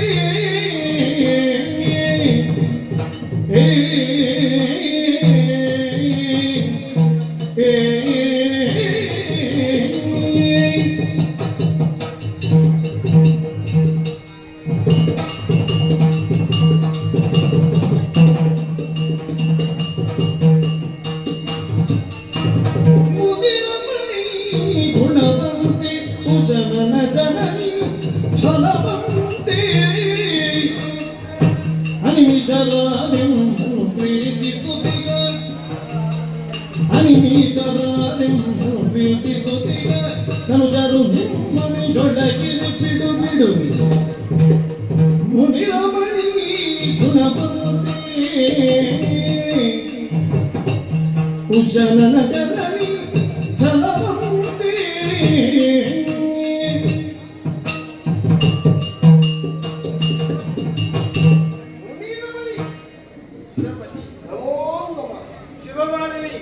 ಗುಣವಂತೆ ಉಷಾನನ ಜನನಿ ಎಲ್ಲ ಮಟ್ಟದಲ್ಲಿ ನೋಡಿದ್ರು ಕುಲೀನತೆಗೆ ಸಂಬಂಧಪಟ್ಟು ಆಚಾರ ಸಂಸ್ಕಾರಗಳಿಗೆ ತನ್ನನ್ನು ತಾನು ಒಪ್ಪಿಸಿಕೊಂಡು ಒಂದು ಶ್ವೇತಶುಭ್ರವಾಗಿರುವಂತಹ ಬಟ್ಟೆ ಮಾತ್ರ ಅಲ್ಲ, ಜೀವನದ ಬಟ್ಟೆಯೂ ಹಾಗೆ ಇರಬೇಕು ಎನ್ನುವಂತಹ ಕಾಂಕ್ಷೆಯಲ್ಲಿ ಬದುಕುತ್ತಿರುವ ಒಂದು ಸಂಸಾರ, ಕರ್ತಮ ದೇಹೋಹುತಿಯರ ಮಗಳು ಗುಣವಂತೆ ನೀನು. ಶಾಂತಿದೇವಿ, ಏನು ಸುರಪತಿ? ನನಗೆ ಬಹಳ ಆಶ್ಚರ್ಯ ಆಯ್ತಮ್ಮ. ಯಾರು ದೇವ ವಿರೋಧಿಗಳು ಅಂತ ಎನ್ನಿಸಲ್ಪಟ್ಟಿದ್ದಾರೋ ಅಂತವರು ನಿಮಗೂ ವಿರೋಧಿಗಳು. ಸದಾ ಕಾಲ ದೇವತೆಗಳನ್ನು ವೃದ್ಧಿಯಾಗುವಂತೆ ಆಶೀರ್ವಾದ ಮಾಡುವುದು, ಯಜ್ಞಯಾಗಾದಿಗಳ ಮೂಲಕವಾಗಿ ದೇವತೆಗಳು ದುಷ್ಟಮಾನಸರಾದರೆ ನಮ್ಮ ಇಷ್ಟಸಿದ್ಧಿಯನ್ನು ಮಾಡಬಯಸುವವರು ದಿಕ್ಪತಿಗಳು ಎನ್ನುವಂತಹ ಭಾವವನ್ನು ನೀವು ಖಂಡಿತವಾಗಿಯೂ ತಿಳಿದವರು, ಕಂಡವರು. ಅಂತಹ ನಿಮ್ಮಲ್ಲಿ ನಮಗೆ ಯಾವ ತೆರನಾದಂತಹ ಮನಕಷಾಯವೂ ಇಲ್ಲ. ನಾನೇ ಸ್ವತಃ ನಿಮ್ಮ ಆಶ್ರಮದ ಕಡೆಗೆ ಮುಖ ಮಾಡಿದೆ. ಬರಬರ್ತಾ ಒಳ ಪ್ರವೇಶಿಸೋಣ ಅಂತ ಯೋಚನೆ ಮಾಡುವಾಗ ಇಲ್ಲಿದ್ದ ಮುನಿವಟುಗಳೆಲ್ಲ ನನ್ನನ್ನು ನಿರ್ಬಂಧ ಪಡಿತಾ ಇದ್ದಾರೆ. ಯಾಕೆ? ಒಳ ಹೋಗಕೂಡದು, ಅಮ್ಮನ ಅಪ್ಪಣೆ ಇದೆ, ಕೇಳದೆ ಹೋಗಬಾರ್ದಂತೆ, ಗೃಹಸ್ವಾಮಿನಿಯ ಅಪ್ಪಣೆ ವಿನಃ ಒಳ ಪ್ರವೇಶಿಸಕೂಡದು. ಗೊತ್ತಾಯ್ತಲ್ಲ? ಆಯಿತು, ಆದರೂ ಬಂದೆ ಯಾಕೆ ಅಂತ ಕೇಳಿದ್ರೆ, ಯಾಕಪ್ಪ ಹೀಗೊಂದು ನಿರ್ಬಂಧ, ಯಾಕಪ್ಪ ಹೀಗೊಂದು ಧೋರಣೆ, ಒಳಗೆ ರಕ್ಕಸರಿದ್ದಾರೆ, ಅದು ನಾ ಕಂಡ ಸತ್ಯ. ಯಾಕಂದ್ರೆ ನಾನು ಬಹಳ ದೂರದಿಂದ ಅವರನ್ನು ಓಡಿಸಿಕೊಂಡು ಬರುವಾಗ ಇಲ್ಲಲ್ಲಿಯೋ ಕಣ್ಮರೆಯಾಗಿ ಹೋಗಿದ್ದಾರೆ. ಅವರ ಹೆಜ್ಜೆ ಗುರುತುಗಳನ್ನು, ಅವರ ಬೆವರಿನ ವಾಸನೆಯನ್ನು, ಅವರದ್ದಾದಂತಹ ಚಲನವಲನಗಳನ್ನು, ಅವರದ್ದಾದಂತಹ ಸ್ವರಗಳನ್ನು ನಾನು ಬಹಳ ಬೇಗನೆ ಕಂಡು ಹಿಡಿಯಬಲ್ಲೆ. ಯಾಕಂದ್ರೆ ನಮಗೆ ನಿದ್ದೆಯಲ್ಲಿಯೂ ಅವರ ಯೋಚನೆ ಇರ್ತದೆ. ಹಾಗಾಗಿ ಎಚ್ಚರ ಮಾಡಿ ಅವರು ಯಾರು ಅಂತ ಕೇಳಿದರೂ ಪಕ್ಕದ ವಿಳಾಸ ಹೇಳಬಹುದಾದಷ್ಟು. ಮತ್ತೆ ನೀನಿರುವುದು ಮೇಲಲ್ಲೂ, ಹೌದು, ಮೇಲಿದ್ದವರಿಗೆ ಕೆಳಗಿನವರ ಸ್ಥಿತಿ ಗೊತ್ತಾಗ್ತದೆ. ಕೆಳಗಿನವರು ಸ್ವಲ್ಪ ಆಲೋಚನೆ ಮಾಡಿ ಮೇಲೆ ನೋಡಿದ್ರೆ ಮೇಲಿನವರು ಗೊತ್ತಾಗ್ತಾರೆ. ಕತ್ತೆತ್ತಬೇಕಂತೆ, ಕತ್ತೆತ್ತುವುದಕ್ಕೆ ಪ್ರಯತ್ನ ಪಡದೇ ಇದ್ರೆ ಬಹಳ ಕಷ್ಟ. ನಿಮ್ಮಲ್ಲಿ ಒಂದು ಮಾತು ಹೇಳ್ತಿರಬಹುದು, ನಾವೇನು ನಿಮಗೆ ದ್ವೇಷಿಗರಲ್ಲ, ಇಲ್ಲ, ನಮ್ಮ ಬಗ್ಗೆ ನಿಮಗೆ ದ್ವೇಷ ಸಾಧಿಸಬೇಕಾದ ಅನಿವಾರ್ಯತೆ ಇಲ್ಲ. ನಮ್ಮ ವಿರೋಧಿಗಳಾದಂತಹ ರಕ್ಕಸರಿಗೆ ಒಂದು ತೆರನಾದಂತಹ ಆಶ್ರಯವನ್ನು ಕೊಟ್ಟು ನಮ್ಮ ಪ್ರದೇಶವನ್ನು ನಿರ್ಬಂಧಗೊಳಿಸಿ ಋಷಿ ಮುನಿಗಳ ಒಡ್ಡುಗಳ ಮೂಲಕವಾಗಿ ನಮ್ಮನ್ನು ಒಂದು ತೆರನಾಗಿ ಹೊರಗೆ ನಿಲ್ಲಬೇಕು ಎನ್ನುವಂತಹ ಅಪ್ಪಣೆಯನ್ನು ಪಡಿಸಿ ಅಂತಾದ್ರೆ ಆಶ್ರಮದಲ್ಲಿ ನಿನಗೆ ಗೌರವ ಪ್ರವೇಶ ಇಲ್ಲ. ಮುನಿರಮಣಿಯಾದ ನೀನು, ಗುಣವಂತೆಯಾದ ನೀನು, ಸಚ್ಚಾರಿತ್ರ್ಯವುಳ್ಳ ನೀನು, ನಿನ್ನ ನಡವಳಿಕೆಯಲ್ಲಿ ವ್ಯತ್ಯಾಸವನ್ನು ಕಾಣುವುದಕ್ಕೆ ಏನು ಕಾರಣ? ಸುರಪರ ಕೀಡು ಎನ್ನ ಸಮತುಡ ಜಗದಿ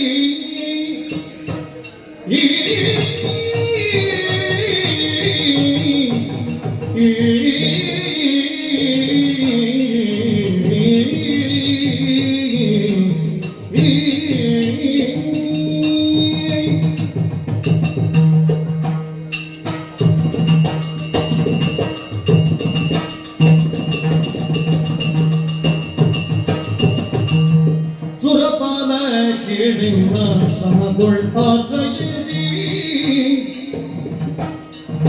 ತರುಣಗ ಭಜ ಬಿಟ್ಟು ಕೊರೆವಿನ ದಯದಿ ತರುಣಗ ಭಜ ಬಿಟ್ಟು ಕೊರೆವಿನ ದಯದಿ ಹರಣ ಶುಕ್ರನು ಬಂದಮಿಗೆ ಬಿಟ್ಟು ಕೊಡುವೆ ತರಣ ಶುಕ್ರನು ಬಂದಮಿಗೆ ಬಿಟ್ಟು ಕೊಡುವೆ ಹರಡದೆ ಹೋಗಿ ಬರಿದೆಗೆ ತಡವೆ ಓ ಸುರಬಲ ಗೀರಿಲ್ಲ ಸಮದೊಡ್ಡ ಜಗದಿ ತುರುಣಗೆ ಭಯ ಬಿಟ್ಟು ಪೊರೆಬೇನ ದಯದಿ ಸುರಬ ಕೀಳು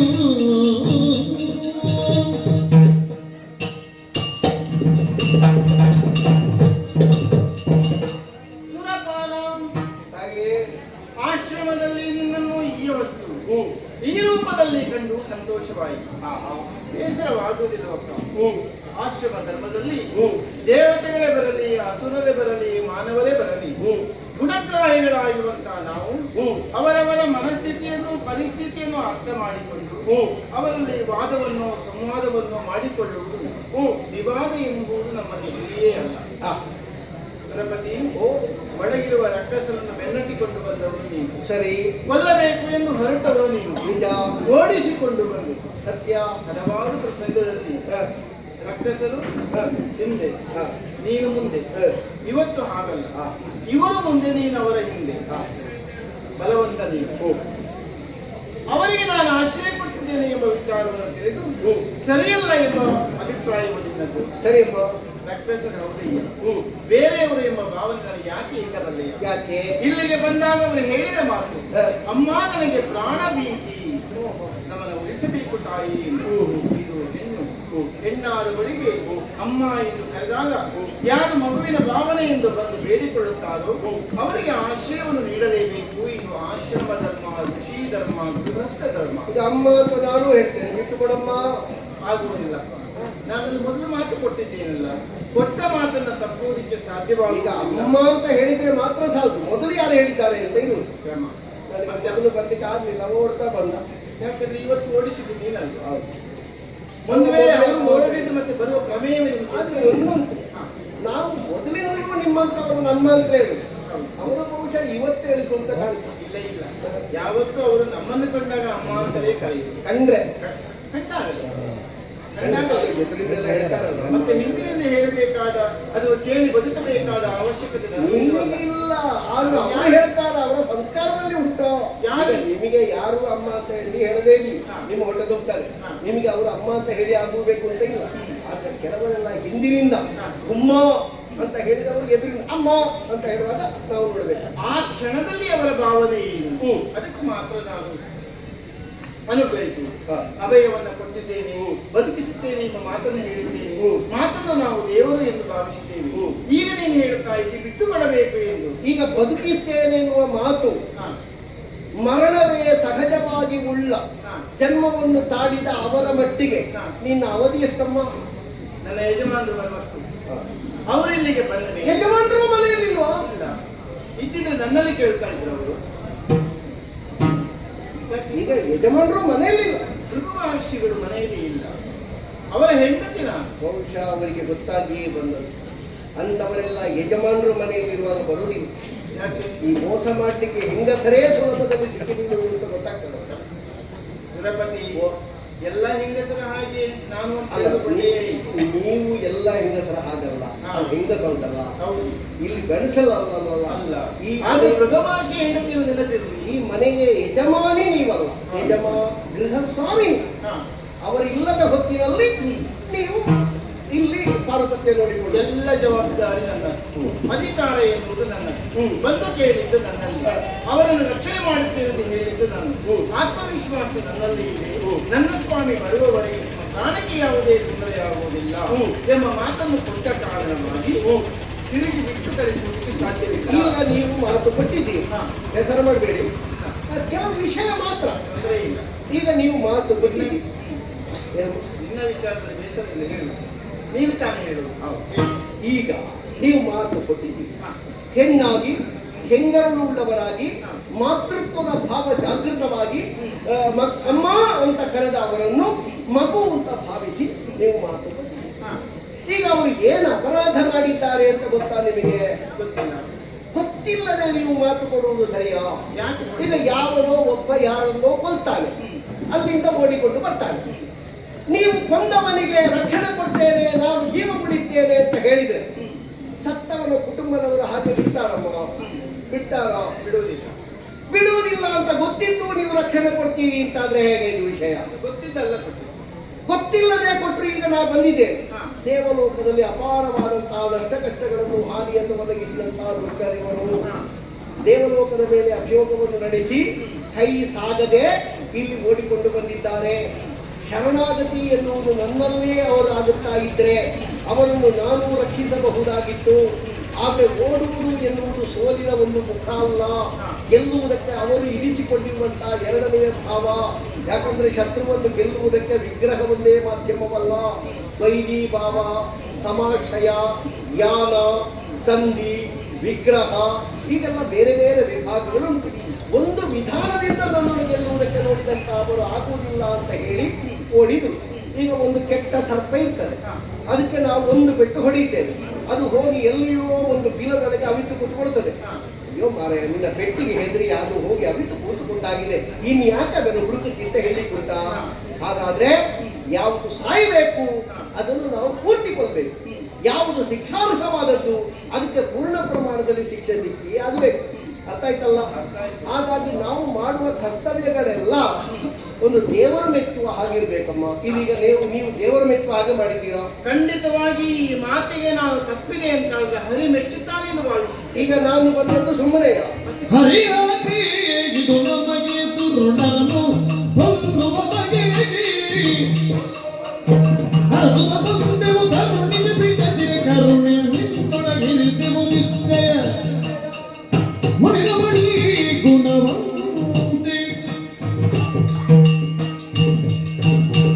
ಅಮ್ಮ, ಮೂರು ಮೂರ್ತಿಗಳ ಆಣತಿಯಂತೆ ಸ್ವರ್ಗಲೋಕವಾಸಿಯಾದ ಇಂದ್ರ ಅಧಿಕಾರವನ್ನು ನಡೆಸ್ತಾ ಇದ್ದಾನೆ ಎನ್ನುವುದು ನಿಮಗೆ ಹೊತ್ತಾಗಿರೋನು ಹೇಳಿ ತಿಳಿಯಬೇಕು ಅಂತ ಇಲ್ಲ. ಬೇಡ.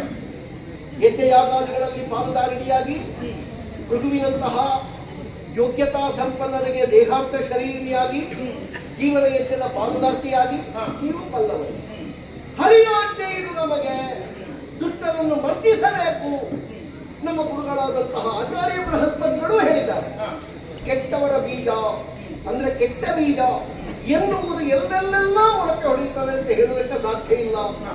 ಇಲ್ಲದೇ ಇದ್ದ ಜಾಗದಲ್ಲೆಲ್ಲ ಹೆಚ್ಚಾಗಿ ಬೆಳೆಯಿತು ಅಂತಾದ್ರೆ ಬೇಕಾದದ್ದು ಬೆಳೆಯುವುದಕ್ಕೆ ಕಟ್ಟಾಗ್ತದೆ. ಹಾಗಾಗಿ ಅಂತಹ ದುಷ್ಟರನ್ನು ಹುಡುಕಿಕೊಳ್ಳಬೇಕು. ಈ ಕಾಯಕದಲ್ಲಿ ನಾವು ಕೈ ಹಚ್ಚಿದೆವು ಅಂತಾದ್ರೆ ನಿಮ್ಮಂತವರು ನಮಗೆ ಪೂರಕರಾಗಿ ನಕ್ಕಸರಿ ಎಲ್ಲಿ ಹೋದ್ರಮ್ಮ ಅಂತ ಕೇಳುವಾಗ ಅಲ್ಲಿದ್ದಾರೆ ಹೊಡಿ, ಇಲ್ಲಿದ್ದಾರೆ ಎಲ್ಲಿ, ಅಲ್ಲಿದ್ದಾರೆ ಕೊಲ್ಲಿ ಅಂತ ಕೇಳಬೇಕಾದ ಜಾಗದಲ್ಲಿದ್ದವರು ನೀವು. ಮೊನ್ನೆವರೆಗೆ ನಿಮ್ಮ ಆಶ್ರಮಕ್ಕೆ ಕಲ್ಲು ಬಿಸಾಡಿ ಸಿಕ್ಕಿದ ಎಂಜಲೆಲೆಗಳನ್ನೆಲ್ಲ ಬಿಸಾಡಿ ನಿಮ್ಮಂತವರ ಗೊಬ್ಬಿನವನ್ನು ಎಸೆದು ಎಲ್ಲಿಗೆಲ್ಲ ಗಾಯಗೊಳಿಸಿ ಸಿಕ್ಕವರ ಕಡೆಗೆಲ್ಲ ನೀವು ದೂರು ಕೊಡುವ ಪ್ರಮಾಣ ಇತ್ತು, ಪ್ರಮೇಯ ಇತ್ತು.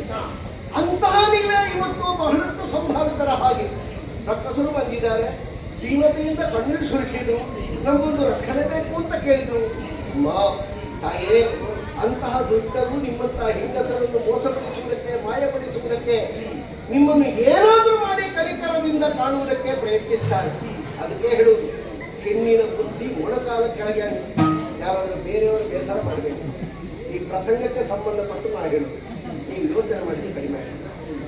ಈಗ ನಿಮ್ಮ ಮಗ ಅಥವಾ ನಿಮ್ಮ ಗಂಡ ಬರುವಲ್ಲಿವರೆಗೆ ಇವರಿಗೆ ರಕ್ಷಣೆ ಕೊಡ್ತೇನೆ ಅಷ್ಟೇ. ಬರುವಲ್ಲಿವರೆಗೆ ಎನ್ನುವುದರ ಅರ್ಥ ಏನು? ಈಗ ಅವರು ಅಲ್ಲಿವರೆಗೆ ಬದುಕಿದ್ರೆ ಮತ್ತೆ ಅವರನ್ನು ಬದುಕಿಸುವುದಕ್ಕೆ ನಿಮ್ಮ ಗಂಡನೋ ನಿಮ್ಮ ಮಗನೋ ಸಮರ್ಥರಾಗ್ತಾರೆ ಅಂತಲೋ ಅಲ್ಲ, ಇವರು ಮುಂದೆ ದೌತ್ಯತನವನ್ನು ಮಾಡದೇ ಇರುವ ಹಾಗೆ ಅವರೊಂದು ಶಿಕ್ಷಣವನ್ನು ಕೊಟ್ಟವರನ್ನು ಸುಶಿಕ್ಷಿತರನ್ನಾಗಿದ್ದಾರೆ ಅಂತಲೋ, ಅಥವಾ ಈಗ ನನ್ನ ಹೊಣೆಗಾರಿಕೆಯನ್ನು ಮುಗಿಸಿದ್ರೆ ಸಾಕು, ಮತ್ತೆ ನನ್ನ ಗಂಡನ ಎದುರು ಅಥವಾ ಮಗನ ಎದುರು ಅವರನ್ನು ಬಡಿಸಬೇಕಾದ್ರೆ ಕೊಲ್ಲಿ, ನನಗೆ ತೊಂದರೆ ಇಲ್ಲ ಅಂತಲೋ, ಇವರ ಬಗ್ಗೆ ಜೀವಕಾರುಣ್ಯವನ್ನು ನೀವು ಇರಿಸಿದ ಮಟ್ಟ ಅದೇನು ಅಂತ ನಮಗೆ ತಿಳಿಬೇಕು. ಅನುಕಂಪದಿಂದಲೇ ಕೊಟ್ಟದ್ದು ಹೌದು ಅಂತ ಇದ್ದರೆ ಎಷ್ಟರ ಮಟ್ಟಿಗೂ ಅವರನ್ನು ಬಿಡಬಾರದು. ಕೇವಲ ಒಂದು ಅವಧಿವಾದಕವಾಗಿ ಅವರು ನನ್ನಲ್ಲಿ ಕೇಳಿದ್ದಾರೆ, ನನ್ನ ಗಂಡನನ್ನೋ ಮಗನನ್ನೋ ಉದ್ದೇಶಿಸಿ ಬಂದವರು, ಅವರು ಬರುವಲ್ಲಿವರೆಗೆ ನಮಗೆ ರಕ್ಷಣೆ ಉಂಟು ಅಂತಾದ್ರೆ ಇದೆಂಥದ್ದು ಅಂತ ನನಗೆ ಗೊತ್ತಾಗುವುದಿಲ್ಲ. ನಿಮ್ಮದು ಕಾಲಮಿತಿಯೋ ಅಥವಾ ಇಡಿಯೋ ಒಂದು ಯಥಾರ್ಥ ಹೇಳಿ. ಈಗ ಎಲ್ಲಿವರೆಗೆ ಅವರ ಪ್ರಾಣಕ್ಕೆ ನೀವು ಹೊಣೆ, ಈಗ ದೇವರ ಮೆಚ್ಚುವ ಹಾಗೆ ನೀವು ಕೆಲಸ ಮಾಡಿದ್ದು ಹೌದು ಅಂತ ಇದ್ದರೆ ದೇವರ ಅಪ್ಪಣೆಯನ್ನು ಪಡೆದು ದೇವರ ಶಿಷ್ಯರಾಗಿ ದೇವರ ದೂತರಾಗಿ ನಾವು ಬಂದವರು, ನಾವು ಪಡೆದವರನ್ನು ಕೊಲ್ಲುವುದೇ. ನಿಮಗೆ ಆಗದೆ ಇದ್ರೆ ಕಣ್ಣು ಮುಚ್ಚಿಕೊಳ್ಳಿ, ನಮಗೇನು ಕಟ್ಟಾಗುವುದಿಲ್ಲ. ನೀವು ಬದಿಯಲ್ಲಿ ನಿಂತರೆ ಅವರನ್ನು ಹೆಗ್ಗಣಗಳನ್ನು ಹಿಡಿದು ಎಳೆದ ಹಾಗೆ ಪಡೆದುಕೊಂಡೇವೆ ನಾವು. ಅದನ್ನು ಸ್ವರ್ಗದಲ್ಲೇ ಮಾಡಬಹುದಿಲ್ಲ. ಸ್ವರ್ಗದಿಂದ ಓಡಿಕೊಂಡು ಇಲ್ಲಿಗೆ ಬಂದಿದ್ದಾರಲ್ಲಮ್ಮ, ಕೈಗೆ ಸಿಕ್ಕಿದ್ದವರು ಇಲ್ಲಿ ಸಿಗ್ತಾರೆ ಅಂತ ವಿಶ್ವಾಸವನ್ನು ಇಲ್ಲಿಗ ಅವಿತು ಕುಳಿತಿದ್ದಾರಲ್ಲ, ಜಾಗ ನಮಗೆ ಗೊತ್ತಾಗಿದೆ ಎಲ್ಲಿ ಉಂಟು ಅಂತ. ಈ ಬಿಳಿ ಬಟ್ಟೆ ಹಿಂದೆ ಉಂಟು ಅಂತ ಹೇಳುವಾಗ ಬಿಳಿಯು ಕಾಷಾಯವು ಒಂದು ಸಂಬಂಧವುಳ್ಳದು, ಹೌದಾ? ಮಲಿನ ಬಟ್ಟೆ ಉಟ್ಟವರಿಗೆ ವಿರುದ್ಧವಾದದ್ದು, ರಕ್ತದ ಕಲೆಯನ್ನು ತೋರಿಸುವವರಿಗೆ ಬೇಡ ಅಂತ ಹೇಳುವ ಭಾವ ಉಳ್ಳದು ಆಗತ್ತೆ ಅಂತ ಹೇಳ್ತೇನೆ. ಸ್ವರ್ಗದಲ್ಲಿ ಆಗದಿದ್ದು ಆಶ್ರಮದಲ್ಲಿ ಆಗುತ್ತದೆ ಇದು ನಿನ್ನ ಭಾವನೆ. ಆಗುತ್ತದೆ ಅಂತಲ್ಲ, ಆಗಬೇಕು. ನಮ್ಮದು ಕಾಲವಿದೆ. ಒಪ್ಪಿದೆ ನದಗೆನ ಮಾತಿದ್ದ ಮನವು ಅಪ್ಪವು ಹರಿಯಾಜ್ಞೆ ನಿಮಗೆ ಮುಂದೇನು ಸಪ್ಪ ಜಯನರಿ ಕೇಳಿದರು ಬಿಡಿನವರ ದಪ್ಪಕ್ಕೆ ಬೆದರಿ ಭೋಗತ್ತ ಸುರವರ ಭೋಗತ್ತ ಸುರವರ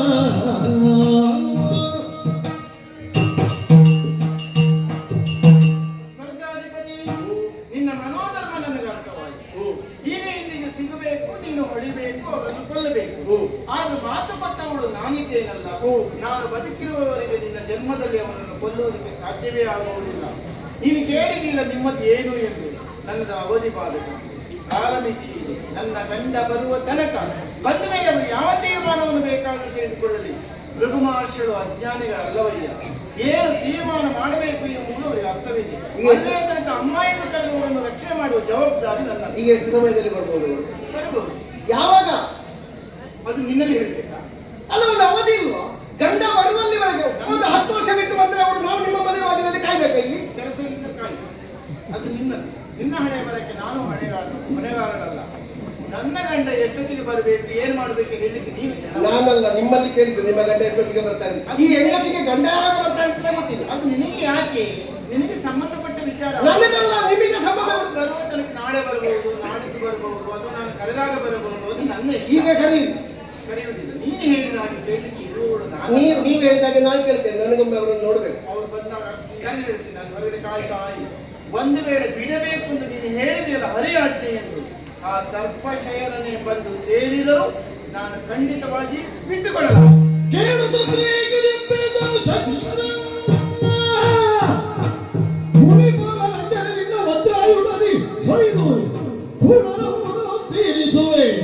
ಎನ್ನುವುದೆಲ್ಲವರು ತಮ್ಮ ಕಲಿದವರ ಛಳ ಬಿಸಿದರು.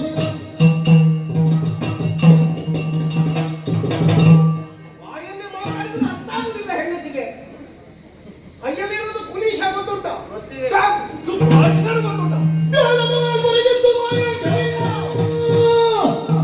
ನಿಮ್ಮ ತೋಳುಗಳು ಶವವಾಗಿವೆಂದು ಶಾಪವನಿತ್ತು ಆಲಯದೊಳು ಇರುದಿರಲು ದಿನಿತರಂದಿದ್ದ ಶ್ರೀರಾಮನ ಮೃತಿಗೈದರು.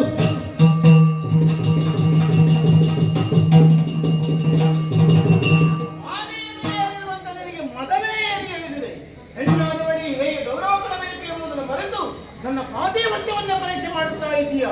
ಎತ್ತಿದ ನಿನ್ನ ಕರ ಶವವೇ ಆಗಬಹುದು.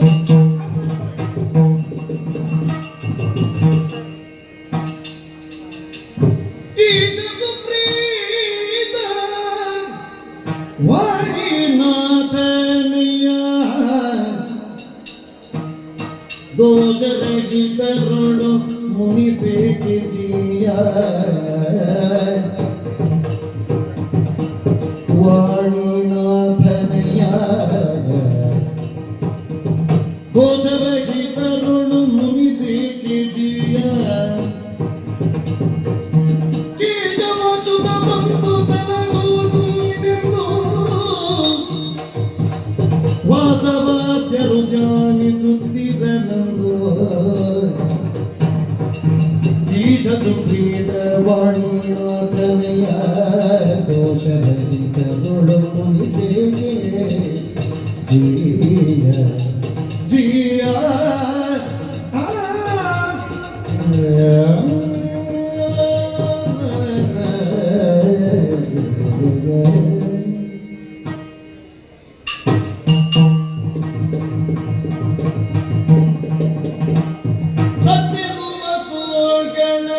ತಡವರಿಸುತ್ತ ತಗಿಸಿ ಶ್ರೀವರನ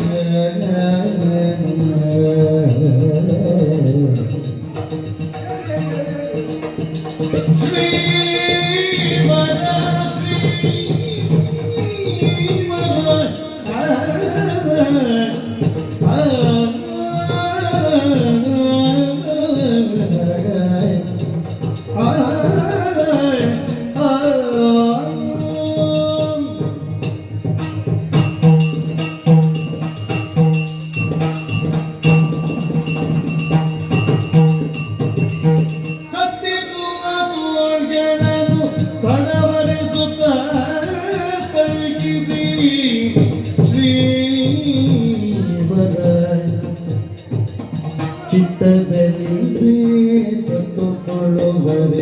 ವಾರ್ತೆಯೇನು ಚಿತ್ತದಲ್ಲಿ ಸತ್ತು ಕೊಡುವರಿ ವಾರ್ತೆಯೇನು ಚಿತ್ತದಲ್ಲಿ ಸತ್ತು ಕೊಡುವರಿ ವಾರ್ತೆಯೇನು ತಲುಪಿಸಿ ಶ್ರೀವರ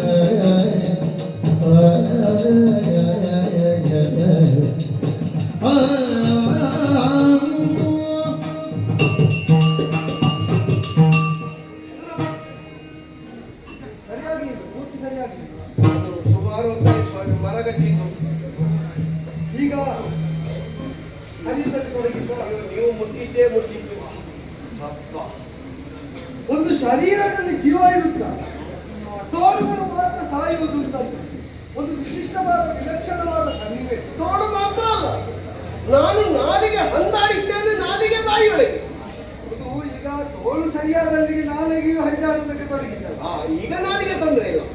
ಬೃಹಸ್ಪತಿಯ ಮೊದಲಾದವರೆಲ್ಲ ಒಕ್ಕರುಳಿನಿಂದ ತ್ರಯತ್ರಿಂಶತ್ ಕೋಟಿ ದೇವತೆಗಳ ಪ್ರಾತಿನಿಧ್ಯವನ್ನು ಹೊಂದಿ ನನ್ನನ್ನೇ ಪ್ರಾರ್ಥಿಸುವುದಕ್ಕೆ ತೊಡಗಿದ ಮುಂದೆ ಏನುಂಟೋ ಕಾಲ ಕರ್ಮ ಗತಿ ಸ್ಥಿತಿ ಇದನ್ನೆಲ್ಲ ಯೋಚಿಸ್ತಾ ಇಲ್ಲಿಯ ತನಕ ಬಂದರೆ ನಿಶ್ಚೇಷ್ಟಿತರಾದ ನಿನ್ನನ್ನು ಕಂಡೆ. ಕ್ಷಣದಲ್ಲಿ ಅದನ್ನು ಸರಿಪಡಿಸಬೇಕಾದ ಪ್ರಥಮಾದ್ಯತೆಯ ಕರ್ತವ್ಯ ಅಂತ ತಿಳಿದೆ ನಿಶ್ಚೇಷ್ಟಿತವಾದದನ್ನು ಸಚೇತನವಾಗಿಸಿ. ನೀವು ಸ್ವಲ್ಪ ಮಾತಾಡಿ ಮತ್ತೆ ಕೈಗೆ ಎಲ್ಲಿಯಾದ್ರೂ ಕೈ ಕೊಡ್ತಿದ್ರೆ ಕಷ್ಟ ಇತ್ತು ಸ್ವಾಮಿ. ಮಾತಾಡ್ತಿದ್ರೆ ಯಾರಲ್ಲಿ ಇಷ್ಟಬೇಡ ಯಾರಲ್ಲಿ? ಅದೇ ಅದೇ ನೀನು ನಾಟಕ ಹೊರಡೋದಕ್ಕೆ ನಾನೀಗ ನೋಡುದು ಗೊತ್ತಾಯ್ತು.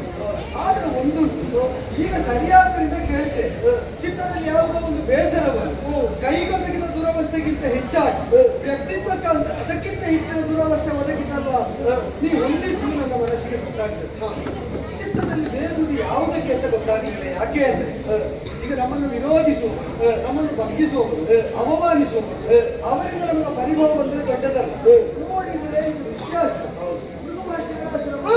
ಆಶ್ರಮದ ಹೊರಬಾಹಿ ಸದಾಮಾನ್ಯರಾದಂತಹ ನೀನು ಈ ವಿಧದಿಂದ ದುರವಸ್ಥೆಗೆ ಈಡಾಗಿ ಆಶ್ರಮದ ಯಾರು ಸ್ಪಂದಿಸ್ತಾ ಇಲ್ಲ. ನೀನು ಹೀಗಿದ್ದಂತೆ ಎರಗೊತನು ತಿಸಿದ ನಾರಾಯಣ ನಿನ್ನ ಕರುಣೆಯು ತುಳಿದುದೀ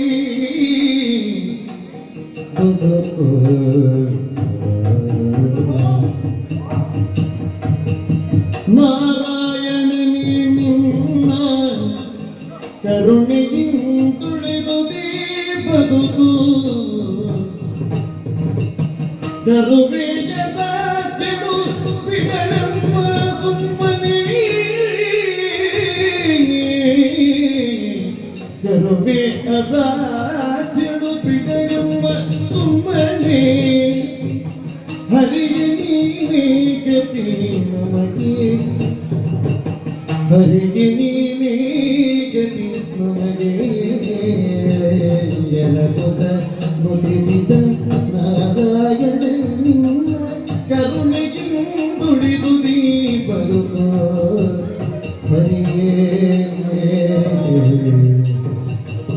ನಾರಾಯಣ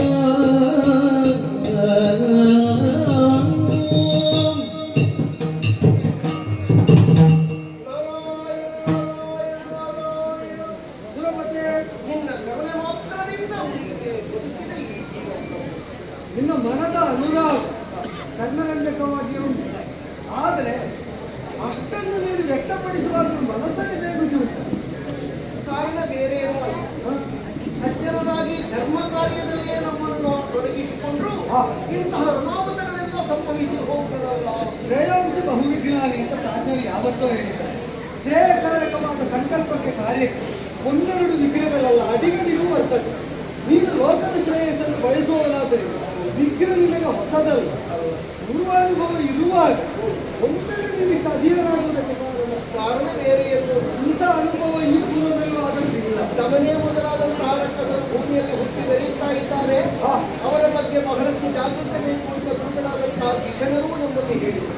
ಮುನ್ನೆಚ್ಚರಿಕೆ ಅಂತ ನಾನು ಪರಿಭಾವಿಸುವುದು. ನಿನ್ನ ಸಂಕಲ್ಪವೂ ಕಾರಣವಾಗಿ ನಿನ್ನ ಅನುಗ್ರಹವೂ ಅಭಯವೂ ಮುಖ್ಯವಾಗಿ ನಾವು ಜಾಗೃತಾವಸ್ಥೆಯಲ್ಲಿರುವಾಗ ಹಿರಣ್ಯಕಪುರದವ ತಪದಾರವ ಸೋಮಕ ತಾರಕಾಸುರ ಅಂತ ಅವರಿಗೊಂದು ಹೆಸರುಂಟಂತೆ, ಹಯಗ್ರೀವಾಸುರ ಅಂತಲೂ ಕೆಲವರು ಹೇಳ್ತಾರಂತೆ.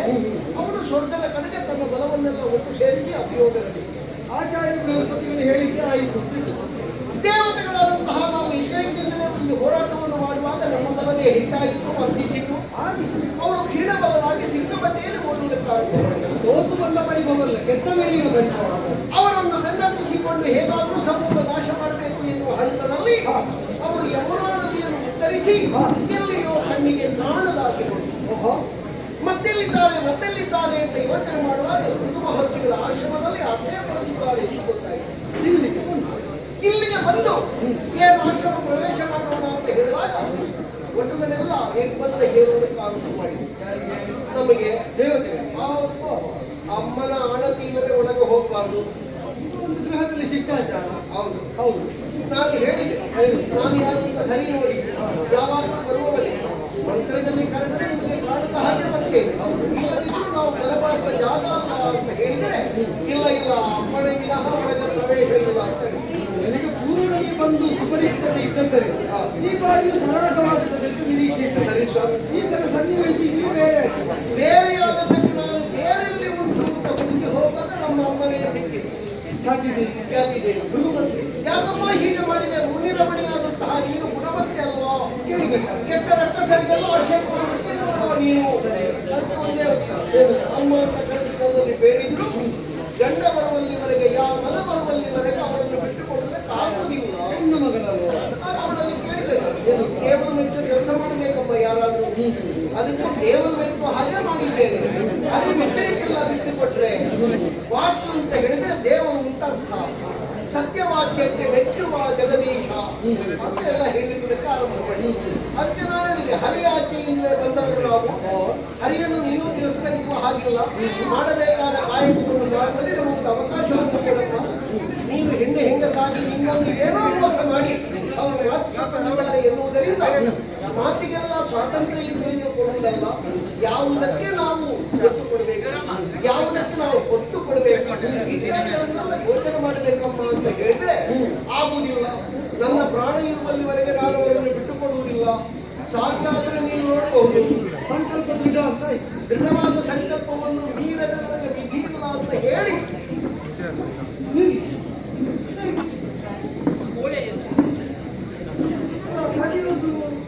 ಭೃಗುಪತ್ನಿ ಖ್ಯಾತಿ ದೇವಿ ಅಂದ್ರೆ ಅವರು ಚಾಮಿ ದೇವಿ ಹೇಳಿದ್ರು, ನನ್ನ ಪ್ರಾಣ ಇರುವಲ್ಲಿವರೆಗೆ ಅವರನ್ನು ಮುಟ್ಟು ನೋಡೋಣ. ಅದು ಸರಿ, ಮಾನವನ್ನು ಪ್ರಾಣವಾದರೂ ಕೊಟ್ಟು ಉಳಿಸಿಕೊಳ್ಳುವುದು ಹಿತ. ಮಾನವ ತಂದ ಅಳತೆ ಅಂತ ಸಂಕಲ್ಪದ ಬದ್ಧತೆಯನ್ನು ತನ್ನೊಳಗೆ ಕೊಟ್ಟವು, ಪ್ರಾಣವನ್ನಾದರೂ ಅದಕ್ಕೆ ತೆರುವುದು ಅವಳ ದೃಷ್ಟಿಯಿಂದ ಸರಿ. ನೀನು ಹಾಗೆ ನಾನು ಹಾಗೆ ಈಗ ಕಳವನ್ನು ಒದಗಿಸಬೇಕಾದ್ರೆ ಅವರ ಪ್ರಾಣ ಅಡ್ಡ ಉಂಟು, ಅದನ್ನು ತೆಗೆದು ಮುಂದುವರಿಯುವ ಅಂತ ಹೇಳಿ ಈ ಪುರುಷವನ್ನು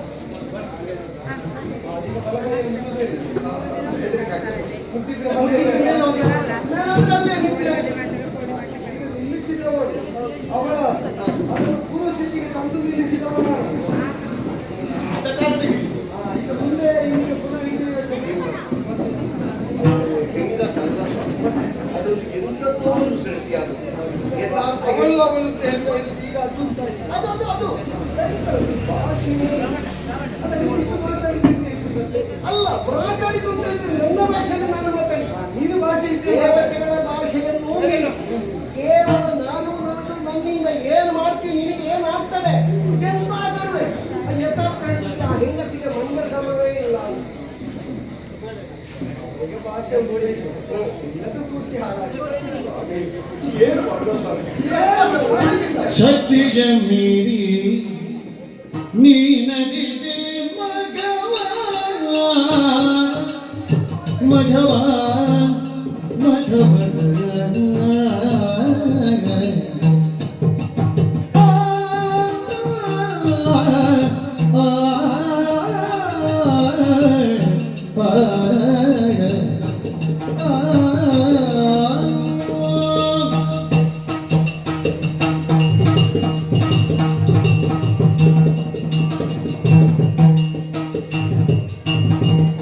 ಶಕ್ತಿಗೆ ಮೀರಿ ನೀ ನಡೆದಿ ಮಘವ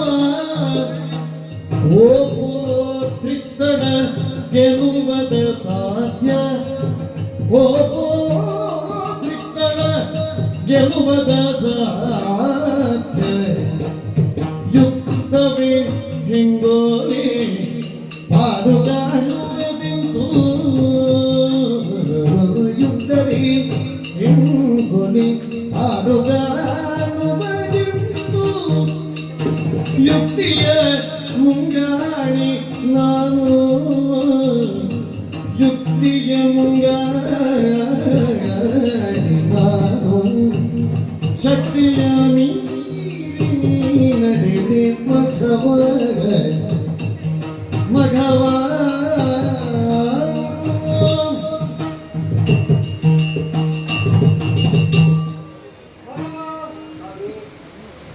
ನೀನು ಅತ್ಯಂತ ಶ್ರೇಷ್ಠ ಬಲಿಷ್ಠ ಬಲಿಷ್ಠರಲ್ಲಿ ನೀನು ಅತ್ಯಂತ ಶ್ರೇಷ್ಠ ಹಾಗೆ ಅದಕ್ಕೊಂದು ಮಿತಿ ಇಲ್ವ ಉಂಟು. ಅಮಿತವಾದ ಬಲವೇ ಹೌದಾಗಿದ್ದರೆ ನೀನು ಇನ್ನೊಬ್ಬರಿಗೆ ಅಧೀನರಾಗಿದ್ದೆ ತ್ರಿಮೂರ್ತಿಗಳಿಗೆ ಅಧೀನನಾಗಿದ್ದರೆ ನಿನ್ನ ಬಲಕ್ಕೊಂದು ಪರಿಮಿತಿ ಉಂಟು ಅಂತ ಇರ್ತಾರೆ ಹೀಗೆ ನೀನು ಮಾಡುವುದಕ್ಕೆ ಹೊರಟತೆ ಅವರನ್ನು ಮೀರ್ತೇನೆ. ಅವನನ್ನು ಮೀರುವುದಕ್ಕೆ ನೀನು ಜನರು ಅಥವಾ ಯಾರಾದರೂ ಜನ ಇದ್ದಾರೆ ಈ ಲೋಕದಲ್ಲಿ ಒಂದು ಮರ್ಯಾದೆ ಇದೆ ಈಗ ತಮಾಸುರ ಖಂಡನೀಯ ಅಥವಾ ದಂಡನೀಯ ಅಂತ ಆಗುವುದು ಯಾವಾಗ 100 ಯಾಗಗಳನ್ನು ಮಾಡಿದ ನಿನಗೆ ಅಂತ ಸ್ವರ್ಗವನ್ನು ನಾವು ವಹಿಸಿಕೊಂಡಿದ್ದೇವೆ ಅದನ್ನು ಅತಿಕ್ರಮಿಸುವುದಕ್ಕೆ ಬಂತು ಅಂದ್ರೆ ನಾವು ಮಾಡಿದ ನಿರ್ಣಯವನ್ನು ಅತಿಕ್ರಮಿಸಿದ್ದರಿಂದ ಅವ ನಿನಗೆ ದಂಡಿ ಅಂತ ಆಯ್ತು ಸರಿ ನಿನಗೆ ಹಾಗೊಂದು ನಿಯಮ ಮಾಡಿದ ಹಾಗೆ ಸ್ತ್ರೀವತೆ ಎಂಬುದು ಈ ಲೋಕದಲ್ಲಿ ನಿಷಿದ್ಧ ಕಾರ್ಯ ನಾವೇ ಅಲ್ವೋ ಶಾಸ್ತ್ರ ಮುಖೇರವಾಗಿ ವೇದ ಮುಖೇರವಾಗಿ ಅದನ್ನು ತಪ್ಪಿದವರನ್ನು ದಂಡಿಸುತ್ತಾ ಪಾಲಿಸಿದವರನ್ನು ಪ್ರೋತ್ಸಾಹಿಸುತ್ತಾ ಒಂದು ಶಾಸನ ಮಾಡಿದ್ದೀವಿ ಸ್ತ್ರೀ ಎನ್ನುವವಳು ಅಬಲೆಯಾಗಿ ಹೌದು ತನ್ನನ್ನು ಮತ್ತೊಬ್ಬರು ರಕ್ಷಿಸಬೇಕಾದ ಸ್ಥಿತಿಯಲ್ಲಿದ್ದೆ ಅವಳನ್ನು ಕೊಂದದ್ದು ಹೌದು ರಕ್ಕಸರಂತಹ ಕ್ರೂರ ಕರ್ಮಿಗೆ ನಾನು ಬಲವಾಗಿ ನಿಲ್ತೇನೆ. ನನ್ನ ಪ್ರಾಣ ಇರುವವರೆಗೆ ಅವರನ್ನು ಬಿಟ್ಟುಕೊಡುವುದಿಲ್ಲ. ಹಾಗಾಗಿ ಅವಳು ಪ್ರಬಲತ್ವವನ್ನು ತೋರಿಸ್ತಾಳೆ ಅಂತಾದ್ರೆ ಲಿಂಗೀಯವಾಗಿ ನಮಗೆ ಗುರುತಿಸುವುದಕ್ಕೆ ಬರ್ತದೆ. ಈಗ ರಾಕ್ಷಸರಾದರು ನಿಮಗೆ ಖಂಡ್ಯ ದಂಡ್ಯ ಅವರಿಗೆ ನೀವು ಕೆಲವೊಮ್ಮೆ ಸೋಲುತ್ತೀರಿ ಅವರು ಪಡೆದ ವರ ಯಾರ ವರ ದೇವರಿಂದ ಈಶ್ವರನಿಗೆ ಬ್ರಹ್ಮದೇವರು ಕೊಡ್ತಾರೆ ಈಗ ನೀವು ಸೋಲುವುದು ಯಾವುದಕ್ಕೆ ಹಾಗಾದರೆ ವರದ ಬಲಕ್ಕೆ ರಾಕ್ಷಸರು ಪ್ರಬಲರಾದರೂ ಕೂಡ ಅವರೊಳಗಿರುವ ಬಲದ ಸ್ವರೂಪ ಯಾವುದು ವರ ಈಗ ಇವರಲ್ಲಿರುವ ಬಲದ ಸ್ವರೂಪ ಯಾವುದು ಪತಿಭಕ್ತಿ ಪರಾಯಣೆಯಾದಂತಹ ಪಾತಿವ್ರತೆಯಾದ ಜಾತಿ ದೇವಿಯೊಳಗೆ ಇರುವ ಬಲಕ್ಕೆ ಪಾತಿವ್ರತ್ಯ ಅಂತ ಹೆಸರು ಅದು ಬರುವುದು ಪತಿ ಬ್ರಹ್ಮನಿಂದ ರಾಕ್ಷಸರಿಗೆ ಬಲ ಬರುವ ಹಾಗೆ ಒಂದು ಉದಾಹರಣೆಗೆ ಹೌದು ಪತಿಯಿಂದಾಗಿ ಪತಿವ್ರತೆಯಾದ ಹಿಂದಿಗೆ ಬರ್ತದೆ ಅವರ ಬಲಿ ರಾಕ್ಷಸರ ದುರ್ಬಲ ಬ್ರಹ್ಮನ ಬಲ ಸಿಕ್ಕಿದ್ರೆ ಅವರು ಪ್ರಬಲ ಪತಿಯ ಬಲ ಸಿಕ್ಕಿದ್ರೆ ಸತಿಯು ಪ್ರಬಲ ಆದ್ದರಿಂದ ರಾಕ್ಷಸರಿಗೆ ವರಬಲ ಇರುವಾಗ ನೀವು ಸೋಲುವಂತೆ ಪತಿವ್ರತೆಗೆ ಪತಿಬಲ ಇರುವಾಗ ನೀವು ಸೋಲಬೇಕು ಈಗ ಶಕ್ತಿಯ ಮೀರಿ ನೀನದೆ ಕೆಲವು ವಿಷಯದಲ್ಲಿ ಸೋಲ್ತದೆ ಅಂತ ಗೊತ್ತಿದ್ದು ಆದಷ್ಟು ಒಂದು ಹೊಡೆಚಾಡುವುದು ಉಂಟೇನು. ಅದೀಗ ಬ್ರಹ್ಮನ ವರ ಪಡೆದು ಬಂದವರಲ್ಲಿ ನೀವು ಹೊಡಿಚಾಡಿ ಮತ್ತೆ ಎಷ್ಟೋ ಸಲ ಯುದ್ಧ ಮಾಡಿ ಪೆಟ್ಟು ತಿಂತೇವೆ ಅಂತ ಗೊತ್ತಿದ್ದು ಹೌದು ಓಡುವಾಗ ಕೆಲವೊಂದು ಕಳ್ಳೆಲ್ಲ ಆದ್ರೆ ಈ ಸಲ ಸ್ವಲ್ಪ ಹೆಚ್ಚು ಕಡಿಮೆ ಆದದ್ದು ಏನು ಗೊತ್ತಾ ಬ್ರಹ್ಮಕ್ಕೆ ಹೊಡೆಯುವ ಮೊದಲು ಹೊರಬಲ ಇದ್ದವರು ಎದುರಾದ್ರೆ ನೀವು ಮೆಲ್ಲನೆ ಅವರ ಕಣ್ತಪ್ಪಿಸಿ ಬಿಡುಗಣ್ಣರಾದ ನೀವು ಕಾಲ್ ತೆಗೀತಿ ಈ ಸಲ ಕೈ ಸ್ತಬ್ಧ ಆಗುವಲ್ಲಿ ಅಂತಾರೆ ನಿನಗದು ಮೊದಲೇ ಊಹೆ ಇಲ್ಲದ್ರಿಂದ ಇಲ್ಲೇ ಉಳಿದು ಬಿಟ್ಟು ಇದನ್ನೆಲ್ಲ ಕಾಲ್ ತೆಗಿತೀವಿ ಅದು ಮೊದಲೇ ಊಹೆ ಮಾಡ್ಲಿಕ್ಕೆ ಆಗಿಲ್ಲ ಕೆಲವು ಸಲ ಏನಾಗ್ತದೆ ಕೇಳಿದ್ರೆ ಏನಾಗ್ತದೆ ನಾವು ಕೈ ಹಚ್ಚುವಾಗ ನಮ್ಮ ಕೈ ಎಷ್ಟು ಬಲ ಅಂತ ತಿಳಿಯದೆ ಬಲ ಪ್ರಯೋಗ ಮಾಡಿದ್ರೆ ಎಲ್ಲ ಕೈ ನಿನಗೆ ಗೊತ್ತುಂಟು ಅವಳ ಕೈಯಲ್ಲಿದ್ದ ಬಲದ ಮೂಲವನ್ನು ನೀವು ತಿಳಿಯದೇ ಇದ್ದದ್ದು ಈಗ ಯೋಚನೆ ಮಾಡಿ ಸಾಮಾನ್ಯವಾಗಿ ಕೋಪೋದ್ರಿಕ್ತರಾದವರು ಅವರ ಬಲವನ್ನು ಅವರು ಎಷ್ಟು ಪ್ರಯೋಗಿಸ್ತಾರೆ ಅಂತ ಗೊತ್ತಿರುವುದಿಲ್ಲ ಅಂತವರನ್ನೇ ಗೆಲ್ಲುವುದಕ್ಕೆ ಅಸಾಧ್ಯ ಈಗ ಅದರಲ್ಲಿ ಇವನು ಹೆಣ್ಣು ಈಗ ಅವನೇನೇ ಮಾಡಬಹುದು ನಾವು ತಪ್ಪಿದರೆ ನಮ್ಮನ್ನೇ ಅನುಸರಿಸುವ ಆರಾಧಿಸುವ ಯಾರು ಉತ್ತರ ಹೇಳುವುದು ಯುಕ್ತವೇ ಹೊಂದಿದೆ ಈ ಲೋಕದಲ್ಲಿ ದೇವತೆಗಳಾದಂತಹ ನಾವು ಅಕಾರಣವಾಗಿ ನಾವೇ ಕೈ ಮುಂದೆ ಮಾಡಿ ಅವಳ ತಲೆ ಕಡಿದು ಕೊಂದ ಮೇಲೆ ಮತ್ತೆ ನಮ್ಮನ್ನು ಪೂಜಿಸಿ ಅಂತ ಹೇಳಿದರೆ ಅವರ ಮನದಲ್ಲಿ ತಾನಾಗಿ ಹುಟ್ಟಿದ ಸದ್ಭಾವವನ್ನು ನಾವಾಗಿ ತೊಡೆದು ಹಾಕಿದಾಗ ಆಗುವುದಿಲ್ಲ ಇದು ಒಂದು ವಿಷಯ ಸ್ವಾಮಿ. ಅವಳ ಗಂಡ ಯಾವಾಗ ಬರ್ತಾನೆ ಅಥವಾ ಬರ್ತಾರೆ ಎನ್ನುವುದು ಅವಳಿಗೆ ಖಚಿತ ಇಲ್ಲ. ಖಚಿತ ಇಲ್ಲ ಬರುವಲ್ಲಿ ಬರಗೆ ನನ್ನ ರಕ್ಷಣೆ ಹೌದು ಬಿಟ್ಟುಕೊಡಬೇಕು ಅಂತ ಇದ್ರೆ ನನ್ನ ಜೀವ ಇರುವಲ್ಲಿವರೆಗೆ ಸಾಧ್ಯ ಇಲ್ಲ. ಹೌದು ಹೀಗೆ ಹೇಳಿದ್ರು ಆ ಪುಣ್ಯಾತ್ಮ ಬಾರದೇ ಇದ್ದೆ ಹೌದು ಇವಳ ಜೀವನವೂ ಹೋಗದೇ ಇದ್ದೆ ರಕ್ಕಸರು ಬದುಕುದೇ ಅಲ್ವಾ. ಈಗ ಅದಕ್ಕಿಂತ ಬೇರೊಂದು ಮಾರ್ಗ ನಿಮಗೆ ಸಿಕ್ಕಿತ್ತಲ್ಲ ಹೇಗೆ ಈಗ ಅವಳ ಮೇಲೆ ಕೈ ಮಾಡ್ಲಿಕ್ಕೆ ಹೋದಾಗ ಅವಳೇನು ಮಾಡಿದ್ರು ಶಾಪ ಕೊಟ್ಟದ್ರಿಂದ ಏನಾಯ್ತು ನನ್ನ ಕೈ ಸ್ತಂಭನ ತಮ್ಮನಾದಾಗ ಏನಾಯ್ತು ನೀನು ಬಂದೆ ನಾನು ಬರಬೇಕು ಅಂತ ಆದ್ರೆ ಏನು ಮಾಡಿದ್ರಿ ಸ್ತೋತ್ರ ಮಾಡಿದೆ. ಈಗ ಅದನ್ನೇ ಮೊದಲು ಮಾಡಿದ್ರೆ ನಾನು ಆಗಲೇ ಬರ್ತೀನಿ ಗಂಡ ಬರುವ ಮೊದಲು ನಾನೇ ಬರ್ತೀನಿ ಕೆಲವು ಜನ ಏನಾಗ್ತದೆ ಕೇಳಿದ್ರೆ ನಮ್ಮಲ್ಲಿ ಇಲ್ಲದಿದ್ದರೂ ಖರ್ಚಾಗದೇ ಇದ್ರೆ ಬೇರೆಯವರಲ್ಲಿ ಕೇಳಲಿಕ್ಕೆ ಮನಸ್ಸು ಬರುವುದಿಲ್ಲ. ಆದ್ರಿಂದ ನಮ್ಮಲ್ಲಿ ಇದ್ದು ನಾವು ಕೇಳಿದ್ರೆ ಹೇಳ್ತಾರೆ ಆ ಮಗನಲ್ಲಿ ಬೇಕಾದಷ್ಟು ಉಂಟು ಸುಮ್ಮನೆ ಕೇಳಿದವ ಕೆಲವೊಮ್ಮೆ ಮುಗಿದ್ರೆ ಕೇಳ್ತಾರೆ ಕೆಲವೊಮ್ಮೆ ಇದ್ದವರಲ್ಲಿ ಕೆಲವರು ಕಸೀತಾರೆ, ಅದು ಅವರಿಗೆ ಬೇಕು ಅಂತಲ್ಲ. ಎಲ್ಲ ಕಳ್ಕೊಂಡಾಗ ಇವ ಏನು ಮಾಡ್ತಾನೆ ಅಂತ ನೋಡಿ. ಈಗ ಅವಳು ಕಸಿದಂತ ಹಾಗಾಯ್ತು. ನಿಜವಾಗಿ ಅಂತರಂಗದಲ್ಲಿ ನಾವು ಶಕ್ತಿ ವಿಹೀನರಾದಾಗ ಯಾರು ಬಲ ತುಂಬುವವರೆಂಬ ಅರಿವು ಬಂದು ಗುರುಮುಖದಿಂದಲೇ ನನ್ನನ್ನು ಸ್ತುತಿಸಿ ಬರ ಮಾಡಿಕೊಂಡು ಇಷ್ಟಕ್ಕೂ ಬಂದು ನಿನ್ನ ಸ್ತಂಭನವನ್ನು ನಿರಸನಗೊಳಿಸಿತು. ಅವಳಿಗೆ ನನಗೂ ಪ್ರತಿಕೂಲವಾಗಿ ವರ್ತಿಸಿ ಅನುಕೂಲಕರವಲ್ಲದ ಮಾತುಗಳನ್ನು ಹೇಳಿದೆ. ನಾನಾದರೂ ಪಾಲ್ಗಾಡುವುದು ಹೇಗೆ? ನಾನಾದ್ರೂ ಮುಂದೆ ಹೊಡೆಯುವಾಗಿಲ್ಲ. ಈಗ ಹೊಡೆದರೆ ನನಗಾದ್ರೂ ಭಂಗ ಬಾರದೇ ಇಲ್ಲ. ಈಗ ಆದ್ರೂ ಒಂದುಂಟು, ನಿನಗಿಂತ ನನ್ನ ತಾಳುವ ಸಾಮರ್ಥ್ಯ ಆದ್ರೂ ಒಂದುಂಟು, ಅವಳಲ್ಲಿ ಇದ್ದದ್ದೀಗ ಪೂರ್ತಿ ಹೋಗಿ ನನಗೆ ಸಾಕಬಹುದು. ಆಗ್ಲಿಲ್ಲಪ್ಪ. ಈಗ ನಿನ್ನನ್ನೇ ಶಾಶ್ವತವಾಗಿ ಸ್ತಂಭನ ಮಾಡಿದ್ರೆ ಹೇಳ್ಬೋದು. ಅದು ಹಾಗಾಗಿ ಅವಳಲ್ಲಿ ಇರುವುದೇ ಅಂತ ನೀನು ಭಾವಿಸಿದ್ದು. ಅದಕ್ಕೆ ನೀನು ಮೊದಲು ಭಾವಿಸಿದ ಅವಳಲ್ಲಿ ಇಷ್ಟು ಇಲ್ಲ ಅಂತ.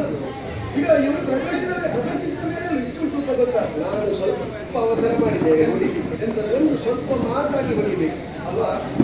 ಈಗ ಸ್ವಲ್ಪ ಮಾತಾಡಿದ್ದೀನಿ, ಸ್ವಲ್ಪ ಮಾತಾಡಿದೆ. ಒಂದು ತಿಳಿ ಹೇಳುದೆ ಅವಳು ತೊಂದೆ ನನ್ನ ಆಶ್ರಮದಲ್ಲಿ ನೀನೆಂತದ್ದು ಅಂತ ಕೇಳ್ಕೊಂಡು ಈ ಸಲ ಅವಳು ಇಂಥದ್ದು ನಿನ್ನಂಥವರನ್ನೇ ದಂಡಿಸುವುದು ಹೌದಾ?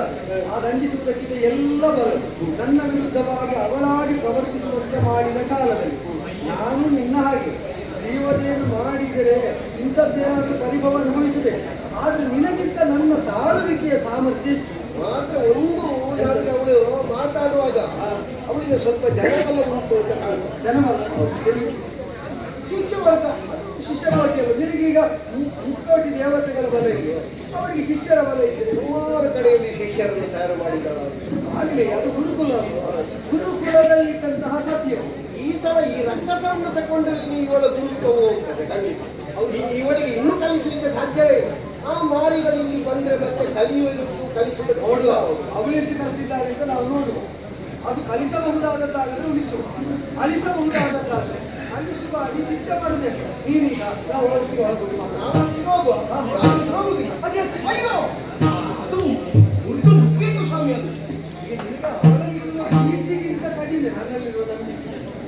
ನನ್ನ ನಂಬಿಕೆ ಹೆಚ್ಚು ಅಂತಾದ್ರೆ ನಿನಗೆ ನನ್ನ ಮುಂಭಾಗದಲ್ಲಿ ಬರಲಿಕ್ಕೆ ಹಿಂದಿನಿಂದ ನೀಡಿದ್ದೀರಲ್ಲ, ಬೇಡ. ಈ ಹಿಂದೆ ನಿನ್ನ ಮನಸ್ಸಿಗೆ ಡವಗುಟ್ಟುವಂತೆ ಮಾಡುವುದಕ್ಕೆ, ಅಭಯ ಪ್ರದಾನ ಮಾಡುವುದಕ್ಕೆ ಬಂದವು ಮತ್ತೆ ಭಯ ಹುಟ್ಟಿಸುವ ವಿಷಯ ಮಾಡಿದ್ರು. ಈ ಹಿಂದಿನಿಂದಲೇ ಒಂದು ಈ ಪ್ರಸಂಗದಲ್ಲಿ ತಮಾಸುರ ಸಾಯದೆ ನಿಮ್ಮನ್ನು ನಾನು ಕಾಣಲಿಕ್ಕೆ ಸಿಕ್ಕುತ್ತಿಲ್ಲ. ನನಗೆ ಸಾಕಾಯ್ತು. ಆಮೇಲೆ ಸಿಕ್ಕ ಮತ್ತೆ ಸಿಗ್ತೇನೆ. ಎಲ್ಲಿ ಈಗ ಇವರಿಗೆ ನಾನು ಮಾಡ್ತೇನೆ. ನೋಡು, ಹೋಗುವ.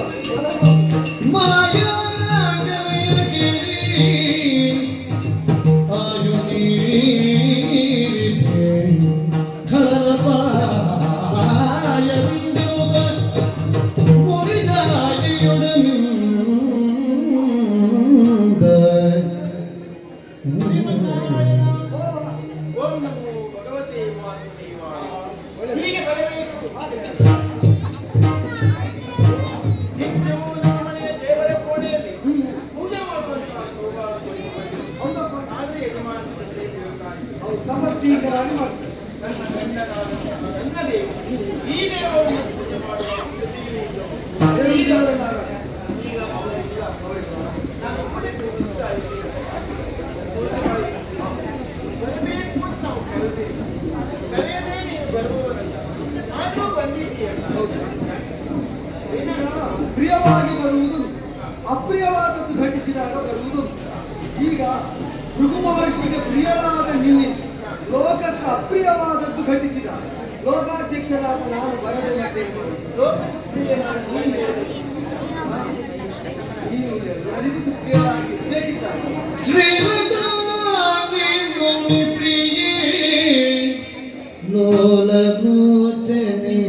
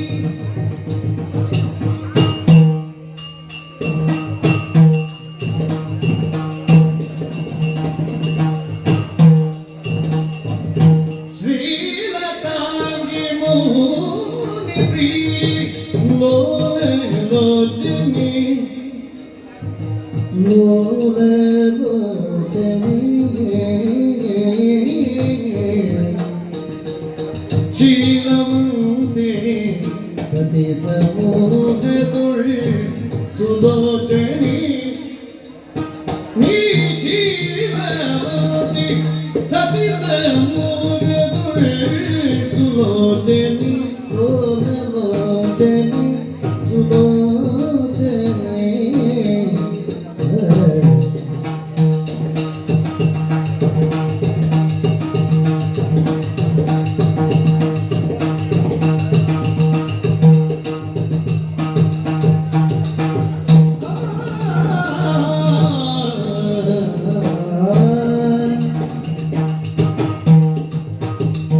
ಖಂಡಲಾದಿ ದಿವಿಜನನ್ನು ದಂಡಿಸಿರುವೆಯ ಖಂಡಲಾದಿ ದಿವಿಜನನ್ನು ದಂಡಿಸಿರುವೆಯ ಹಿಂಡು ಖಳರ ವಜದೊಳಿರಿಸಿಕೊಂಡು ಮೆರವೆಯ ಹಿಂಡು ಖಳರ ವಜದೊಳಿರಿಸಿಕೊಂಡು ಮೆರವೆಯ ಇರಿಸಿಕೊಂಡು ಮೆರವೆಯ ಮೆರವೆಯ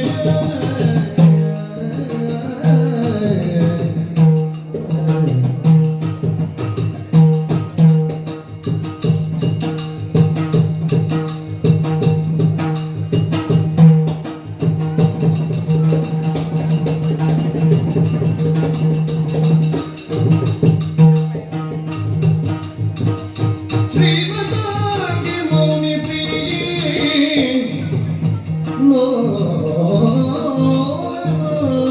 ಲೋಚನಿ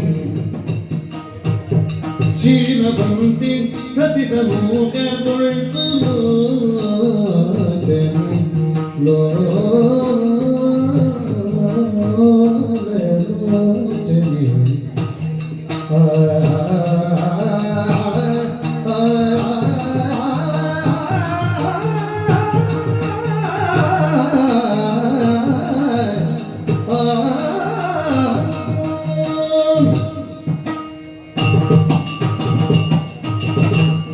ಶ್ರೀಲತಾಂಗಿ ನಾರಾಯಣ ಸ್ವಾಮಿ.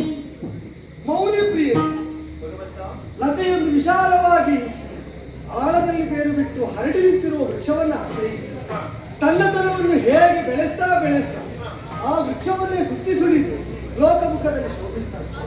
ಸಫಲತೆಯನ್ನು ತನ್ನ ಬದುಕಿನಲ್ಲಿ ಕಾಣುತ್ತದೆ.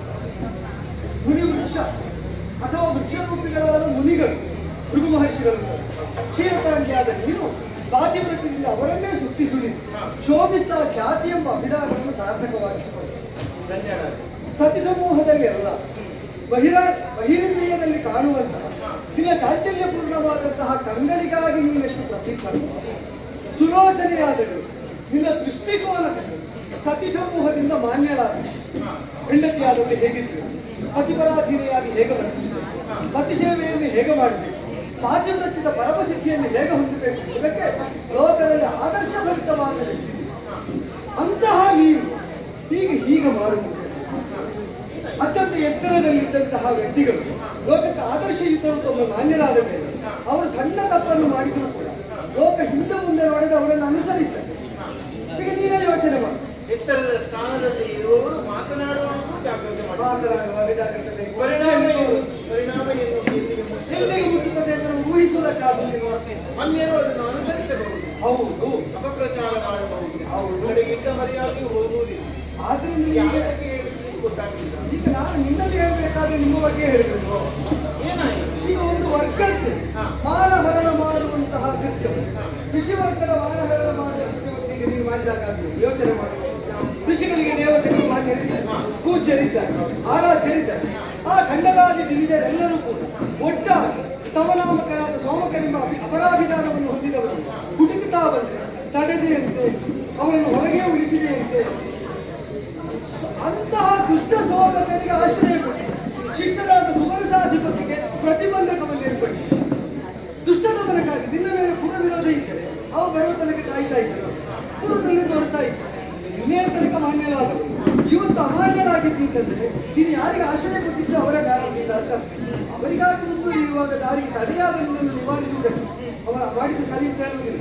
ಹೆಣ್ಣಾದವರಿಗೆ ಕೈ ಮಾಡಿದ್ದು ಸ್ವಲ್ಪ ಹೆಚ್ಚಾಯಿತು, ಅದಕ್ಕೆ ತಕ್ಕುದಾದ ಶಾಸ್ತ್ರಿಯನ್ನು ನಿನ್ನಿಂದ ಅನುಭವಿಸಿದ್ರಲ್ಲ, ಸ್ತಬ್ಧತೆಯನ್ನು ಹೊಂದಿ ಅನಾಥರ ಆಶ್ರಮದ ಅಂಗಳದಲ್ಲಿ ಅನೇಕ ಗಳಿಗೆಗಳ ಕಾಲ ನಿಂತದ್ದು ಹೋಗುತ್ತಾರೆ.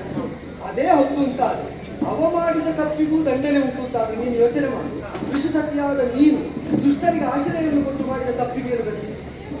ಆದ್ದರಿಂದ ಅವರನ್ನೆಲ್ಲ ನೀನು ವಶದಲ್ಲಿಟ್ಟುಕೊಂಡು ನಿಮ್ಮ ಮುನಿತ್ವಕ್ಕೆ ಆ ಋಷಿಗಳ ಶ್ರೇಷ್ಠತೆಗೆ ಎಲ್ಲದಕ್ಕೂ ಕೂಡ ಕಳಂಕ ಬರುವುದರಿಂದ ಈಗ ಅವ ಹೇಳಿದಾಗ ನಿಮಗೆ ಅರ್ಥ ಆಗ್ತದೆ. ನೀವು ಪರಸ್ಪರ ಭಾವನೆಯಿಂದ ದೇವತೆಗಳಿಗಾಗಿ ನೀವು ಕರ್ಮ ಮಾಡುವುದು, ನಿಮಗಾಗಿ ದೇವತೆಗಳ ಅನುಗ್ರಹ ಮಾಡುವುದು ದೇವಧರ್ಮ ಋಷಿ ಧರ್ಮ ಹೌದು. ಅದು ಒಂದು ಹಂತದಲ್ಲಿ ಸಮಾನ ಧರ್ಮ ಅಂತ ಮಾನಿಸಿದ್ದು ನಿಮಗೆ ಎರಡೂ ಪಂಗಡದವರಿಗೆ ಅತೀತನಾದಂತಹ ನಾನು ಈಗ ಬಂದು ನಿಂತು ಅವರನ್ನು ನಿನ್ನ ವಶದಿಂದ ಬಿಟ್ಟುಕೊಡು ಅಂತ ಹೇಳಿದೆ.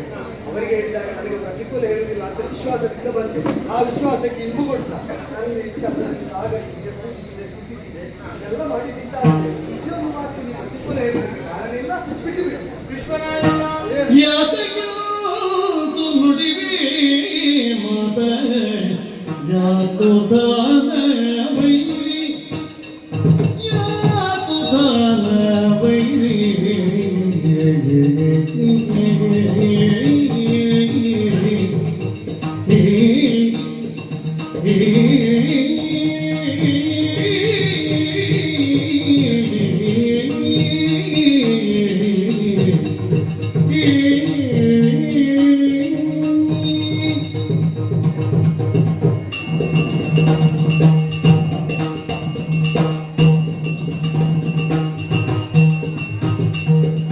ಯಾತಕ್ಕಿಂತು ನುಡಿವಿ ಮಾತ ಯಾತು ದಾನ ವೈರಿ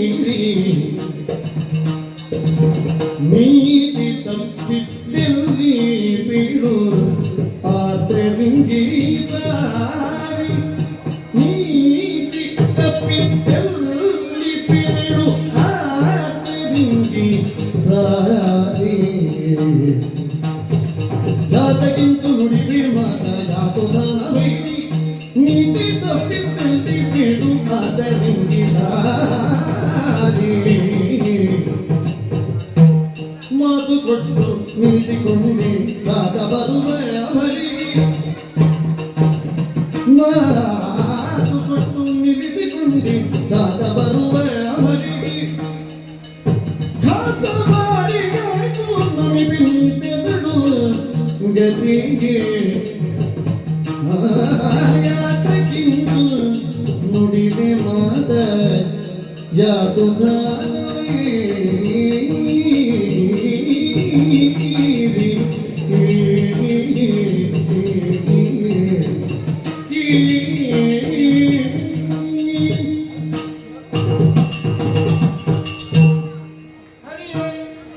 ಹೇಳಿ. ಸಂತೋಷವಾಯಿತು. ನಮ್ಮ ಋಷಿಯ ಆಶ್ರಮದಲ್ಲಿ ಎಷ್ಟೋ ಜನ ಶಿಷ್ಯರೆಲ್ಲ ಸೇರಿ ನಿತ್ಯವೂ ಭಜನೆಯನ್ನು ಮಾಡುತ್ತಾರೆ. ತಂಡವಾಗಿ ಭಜನೆಯನ್ನು ಮಾಡಿ ಗೋವಿಂದ ನಿನ್ನ ವಿಚಾರವಾಗಿ ಜೊತೆಯಲ್ಲಿ ಹೇಳ್ತಾರೆ ಕೂಡ ಹರಿಭಜನೆ ಮಾಡೋ ನಿರಂತರ. ಹಾಗೆ ಅವರೆಲ್ಲರೂ ಹರಿಕಥೆಯನ್ನು ಮಾಡುತ್ತಾರೆ. ಈಗ ಹರಿಯೇ ಬಂದು ಮಾತನಾಡುವಾಗ ಹರಿಯೇ ಬಂದು ಸುರರ ಕಥೆಯನ್ನು ಹೇಳುವಾಗ ಇದು ಹರಿಯ ಕಥೆ ಅಲ್ಲ, ಹರಿಯಿಂದ ಕಥೆ. ಹರಿಯಿಂದ ಕಥೆ. ಆದ್ದರಿಂದಲೇ ಅದನ್ನು ಕೇಳುವಾಗ ಸಂತೋಷವೇ ಆಗುತ್ತದೆ. ಸಂತೋಷದಿಂದ ಒಳ್ಳೆಯದನ್ನೇ ಮಾಡಲಿಕ್ಕೆ ನಿರೀಕ್ಷೆ ಹುಟ್ಟುತ್ತದೆ. ನಿನ್ನ ಮಾತುಗಳಲ್ಲೂ ಸಂತೋಷವನ್ನೇ ಕಾಣುವುದು. ಹಾಗೆ ನಾವು ಆಡುವ ಮಾತುಗಳನ್ನು ನಾವು ಹರಿಯಂತೆ ಭಾವಿಸುತ್ತೇವೆ. ಹಾಗೆ ಅಷ್ಟು ವಿಶ್ವಾಸ ಓಹೋ. ಭಗವಂತ ಓ. ದಂಡಿಸಿದ್ದು ಯಾಕೆ? ಹ್ಮ್. ಅವನಿಗೆ ಇತ್ತೀಚೆಗೆ ಸ್ವಲ್ಪ ಅವನು ಆಶ್ರಮಕ್ಕೆ ಬಂದ ಮೇಲೆ ಹ್ಮ್. ಸುರಪತಿ ಹ್ಮ್. ಅವನು ತನ್ನ ಯೋಗ್ಯತೆಯನ್ನು ಮರೆತು ಹ್ಮ್.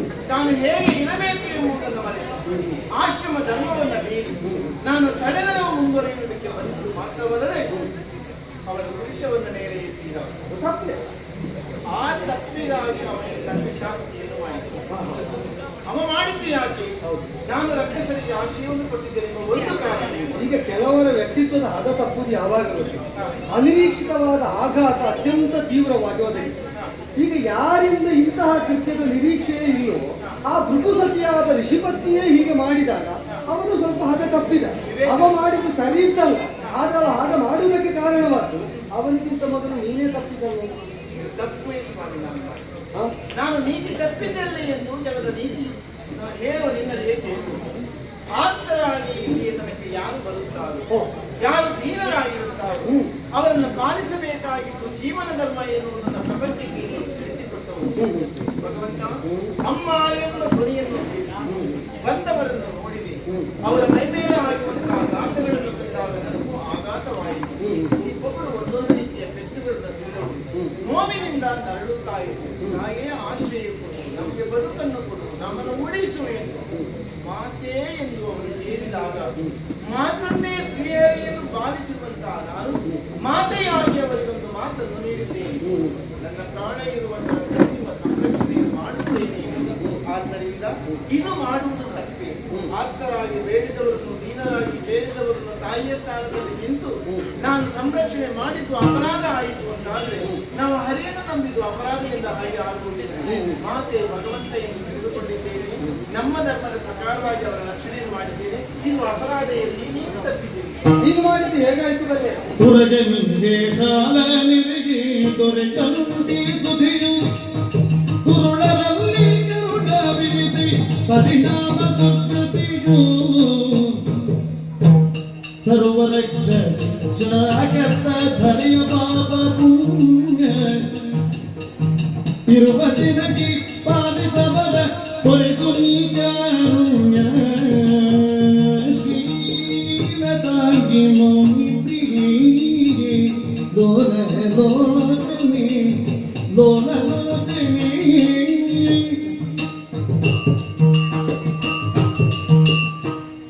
ಮರಣಕ್ಕೆ ಕಾರಣವಾಗಬಹುದಾದ ವಿಷವನ್ನು ತನ್ನ ನಾಲಗೆಯಲ್ಲೇ ಹೊಂದಿದಂತಹ ಉರಗನಿಗೆ ಹಾಲೆರೆದದ್ದರಿಂದ ಮರಣವನ್ನು ದೂರೀಕರಿಸುವ ಯಾವುದಾದ್ರೂ ದ್ರವ್ಯ ಸಿಕ್ಕುವುದರಿಂದ ವಿಷವನ್ನು ಹೊರತುಪಡಿಸಿ ಈಗ ತಮಾದಿಗಳಿಗೆ ನೀನು ಆಶ್ರಯವನ್ನು ಕೊಟ್ಟೆ.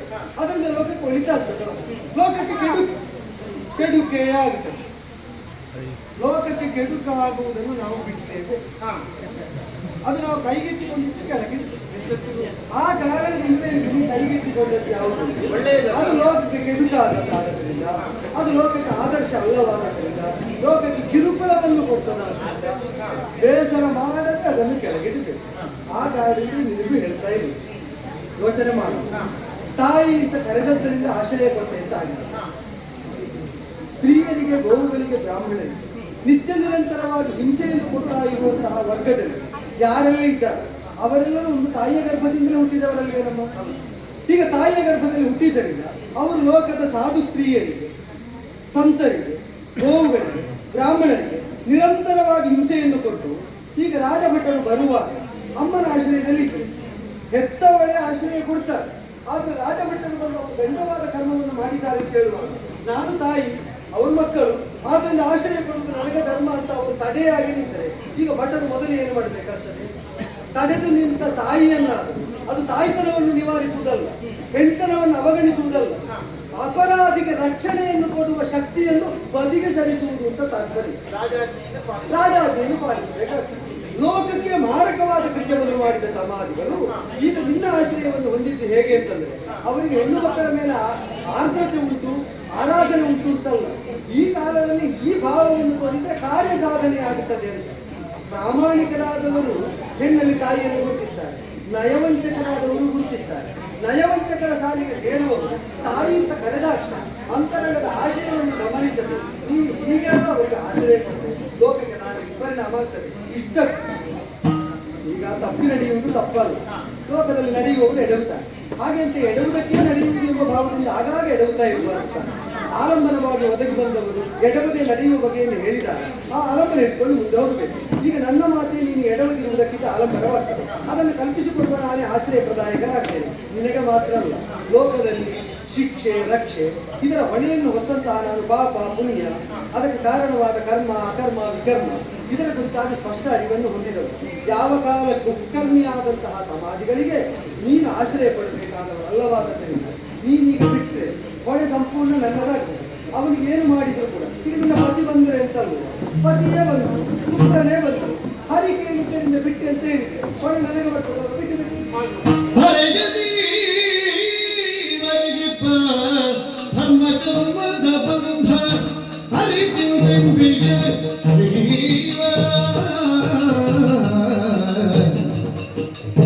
ಹೊರೆದ ಮಾತನ್ನು ತಪ್ಪಿ ನಡೆಯ ನಿಮಗೆ ಮುಂದೆ ಪರಮ ಪಾತಕ ಬಂದವೇ ಶ್ರೀವರ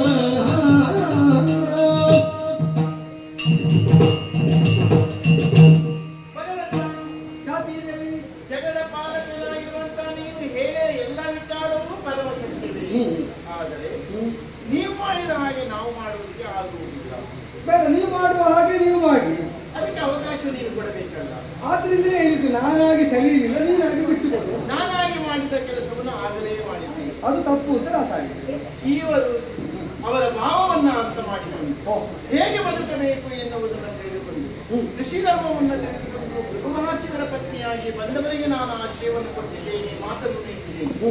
ಹೇಗೆಂದು ಹೇಗೆಂದು? ನನ್ನ ಪ್ರಾಣ ನನ್ನ ದೇಹದಲ್ಲಿ ಉಸಿರು ಇರುವ ತನಕ ನಿಮ್ಮ ಸಂರಕ್ಷಣೆಯನ್ನು ಮಾಡುತ್ತೇನೆ. ನನ್ನ ಗಂಡ ಬಂದ ಮೇಲೆ ಮತ್ತೆ ಅವರು ಹೇಗಾದ್ರೂ ತೀರ್ಮಾನ ಮಾಡ್ತಾರೆ. ಲೋಕಜ್ಞಾನ ನನ್ನ ಗಂಡನಿಗೆ ಏನು ಕಡಿಮೆ ಇಲ್ಲ, ಅವರು ಪರಮ ಜ್ಞಾನಿಗಳಾಗಿದ್ದಾರೆ. ಈ ಆತ್ಮವಿಶ್ವಾಸ ನನಗಿದೆ.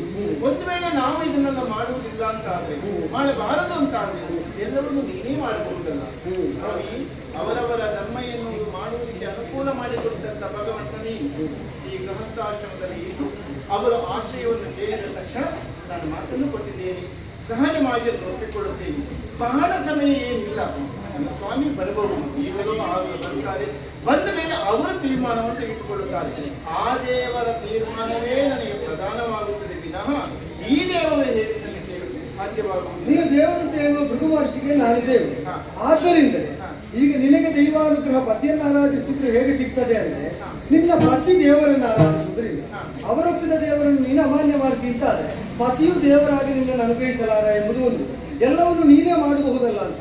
ಹಾಗಿಲ್ವಮ್ಮ, ಪಥಿಕನಾದವನು ಪಥದಲ್ಲಿ ನಡೆದು ಹೋಗ್ತಾ ಇರುವ ಕಾಲದಲ್ಲಿ ಹೊನ್ನ ನಾಣ್ಯವೊಂದು ಬಿದ್ದಿರ್ತದೆ. ತನ್ನದವು ಬಿದ್ದಿದ್ದ ನಾಣ್ಯವನ್ನು ತಾನು ಎತ್ತಿಕೊಂಡಾಗ ಆ ಬೀಳಿಸಿದ್ದು ದೇವರು ಅಂತ ಒಪ್ಪಿದೆ. ಒಳಗಿಂದ ಎರಡು ಬುದ್ಧಿಯನ್ನು ಒಪ್ಪಿಸುವುದು ದೇವರು. ತನ್ನದಲ್ಲದನ್ನು ತಾನು ಅನುಭವಿಸುವುದಕ್ಕಿಲ್ಲ. ಅನಾಥವಾದದ್ದು ರಾಜನಿಗೆ ಸೇರಿದ್ದು ಅಂತ ರಾಜಸ್ವ ಅಂತ ಒಪ್ಪಿಸುವುದು ಒಂದು ವಿವೇಕದ ಬುದ್ಧಿ.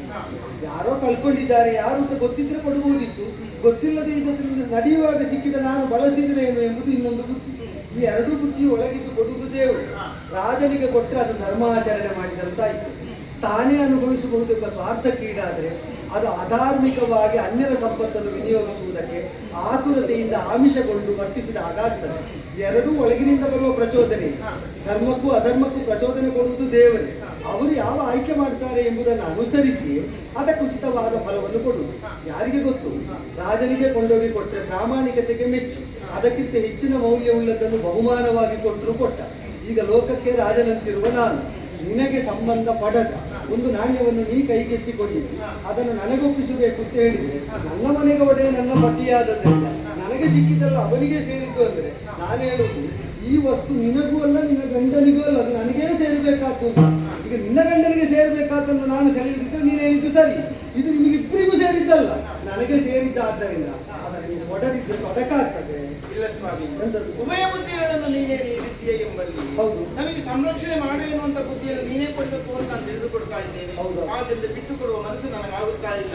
ಉರಗನಿಗೆ ನಾವು ಹಾಲೆರೆದಿರಲಿಲ್ಲ, ಅದು ನಿನ್ನ ಶೇಷ ಎಂಬ ಭಾವನೆಯಿಂದ ಹಾಲನ್ನು ಎರೆದಿದ್ದೇವೆ. ಹೌದು. ನಾವು ದೇವರಿಗೆ ಸಮರ್ಪಿಸಿದ್ದೇವೆ. ಹೌದು. ಆದ್ದರಿಂದ ಅವನಿಗೆ ಸಂರಕ್ಷಣೆ ಮಾಡು, ದೇವರ ವಾಕ್ಯ ಎಂದೇ ನಾನು ಪಾಲಿಸುತ್ತೇನೆ. ಈಗ ಶೇಷನಿಗೆ ನಾನು ಹಾಲು ಕೊಟ್ಟು ನಾನು ಹಾಲಿನ ಸಮುದ್ರದಲ್ಲಿ ಹಾಕಿದ್ರು ಅವನು ನನಗೇನು ಮಾಡುವುದಿಲ್ಲ. ಆದರೆ ಶೇಷ ಯಾರಿಗೂ ಏನು ಮಾಡುವುದಿಲ್ಲ ಅಂತ ನೀನು ಅತುರದ ನಿರ್ಣಯ ಮಾಡುವುದು ಬೇಡ. ಅದು ಕೆಲವೊಮ್ಮೆ ಲೋಕಮಾರಕರಾದವರನ್ನು ಹಿಡಿದು ನಲುಗಿಸುವುದಕ್ಕೂ ಪರ್ಯಾಪ್ತ. ಅದು ಶೇಷನೇ ಆಗಬೇಕು ಅಂತಿಲ್ಲ. ಶಂಖಚಕ್ರ ಗದಾ ಪದ್ಮಹಸ್ತನಾದಂತಹ ನಾನು ನೀನು ಹೇಳಿದ್ದನ್ನು ಒಲಿದು ಮಾಡಲಿಲ್ಲ ಅಂತ ಆದರೆ ಇದು ಆಭರಣ.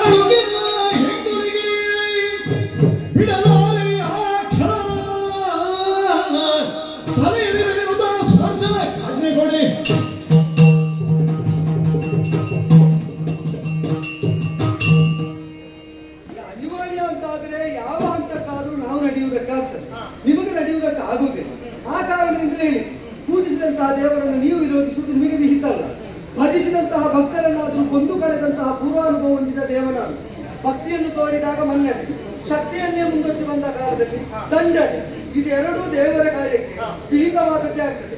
ಶಂಖಚಕ್ರ ಗದಾ ಪದ್ಮಹಸ್ತರಾದಂತಹ ನಾನು ಅಭಯಕ್ಕಾಗಿ ಅದನ್ನು ಬಳಸ್ತೇನೆ, ಭಯ ಹುಟ್ಟಿಸುವುದಕ್ಕೂ ಬಳಸ್ತೇನೆ. ಭಕ್ತರಾದವರಿಗೆ ಅದರಿಂದ ಅಭಯ, ಅಧಮರಾದವರಿಗೆ ದುಷ್ಟ ಸಂರಕ್ಷಕರಾದವರಿಗೆ ಅದರಿಂದ ಭಯ. ಸಹಸ್ರಾರಾತ್ರಿ ಇದಕ್ಕೆ ಹೆಸರು. ಈಗ ನಿನಗೆ ಪತಿಯನ್ನು ಅನುಸರಿಸಿ ಅವನಿಗೆ ಹಿತವನ್ನು ಸಾಧಿಸುವುದೇ ಹೌದು ಅಂತಾದ್ರೆ ಈ ಸುದರ್ಶನವೂ ಕೂಡ ಸ್ವತಂತ್ರವಾಗಿ ಆರಾಧನೆಯನ್ನು ಕೈಗೊಳ್ಳುವಂತಹ ಒಂದು ಆಯುಧ. ಅದರ ಶಕ್ತಿಗೂ ಅಭಿಮಾನಿ ದೇವತೆ ಇದ್ದಾರೆ. ಅವನಿಗೆ ನಾನು ಪತಿಗೆ ವಿಹಿತವಾದದನ್ನು ಮಾಡುವುದು ಅವನಿಗೆ ವ್ರತ. ಅದೇ ಹೌದು ಅಂತಾದ್ರೆ ಪಾತಿವ್ರತ್ಯ ನಿನಗುಂಟು ಅಂತ ಆದ್ರೆ ಪಾತಿವ್ರತ್ಯ ಇದಕ್ಕೂ ಉಂಟು. ಚಕ್ರಪತಿಯಾದ ನಾನು ಈಗ ಅದು ಪಾತಿವ್ರತ್ಯ ಬಂದು ತೋರಿದ್ರೆ ಅದರ ಪಾತಿವ್ರತ್ಯ ತಂದದ್ದು ನಿನ್ನದೊಂದು ಪರೀಕ್ಷೆ ಆಗಿ ಅನಾಹುತ ಆಗಿದ್ದು ಬೇಡ. ಯಾವುದು ಏನೂ ಆಗುವುದಿಲ್ಲ. ನನ್ನಲ್ಲಿ ಪಾತಿವ್ರತ್ಯ ಇದೆ. ಭೃಗು ಮಹಾಶ್ವರ ಸತಿ ನಾನು ಅವರು ಬರುವ ತನಕ ಯಾರನ್ನು ಬಿಟ್ಟು ಕೊಡುವುದಿಲ್ಲ. ಇಲ್ಲ ನನ್ನ ಪ್ರಾಣ ಹೋಗುವ ತನಕ ರಕ್ಷಕ ಸಂರಕ್ಷಣೆ ಮಾಡ್ತೇನೆ. ದೇವರು ಹೇಳಿದ ಆಗುವುದಿಲ್ಲ. ನೀನು ಮಾಡಿದ ಕೃತ್ಯ ಹೇಗುಂಟು ಅಂದರೆ ನಿನ್ನನ್ನು ಕಡಿದು ಬಂದರೆ ಆಗ ಮಾಡಿದ ಅವಳನ್ನು ಕೊಂದದ್ದು ಸರಿ ಇದ್ದ ಕೊನೆಗೆ ನಿನ್ನ ಗಂಡನೇ ಒಪ್ಪುವಷ್ಟು ದೊಡ್ಡ ಕೃತ್ಯ ಪಾಪ ಕೃತ್ಯ. ಗಂಡನ ದಂಡಿಸುವ ಕೃತ್ಯ. ಗಂಡನಿಗೆ ಹೊಡೆಯಲಾದ ಯಾವುದನ್ನು ಬಿಟ್ಟುಕೊಡಲಾರೆ. ಮಾತು ಬಿಟ್ಟುಕೊಡಲ್ಲ. ಈಗ ನೀ ಅದನ್ನು ಬಿಟ್ಟುಕೊಡುವುದಿಲ್ಲ ಅಂತ ಹೇಳಿ ಇನ್ನೊಂದನ್ನು ಬಿಟ್ಟುಕೊಟ್ಟಿಯಲ್ಲ ನಿನ್ನ ಕೊರಳನ್ನು ತೆಗೆದುಕೋ. ಹೌದು ಕೊರಳನ್ನು ತೆಗಿಬಹುದು ಖಂಡಿತವಾಗಿ. ನೀನು ಪ್ರಾಣ ಇರುವ ತನಕ ಬಿಟ್ಟುಕೊಡುವುದಿಲ್ಲ. ನಿನ್ನ ಪ್ರಾಣ ತೆಗೆದಾದರೂ ಹೊಂದಬೇಕಾದನು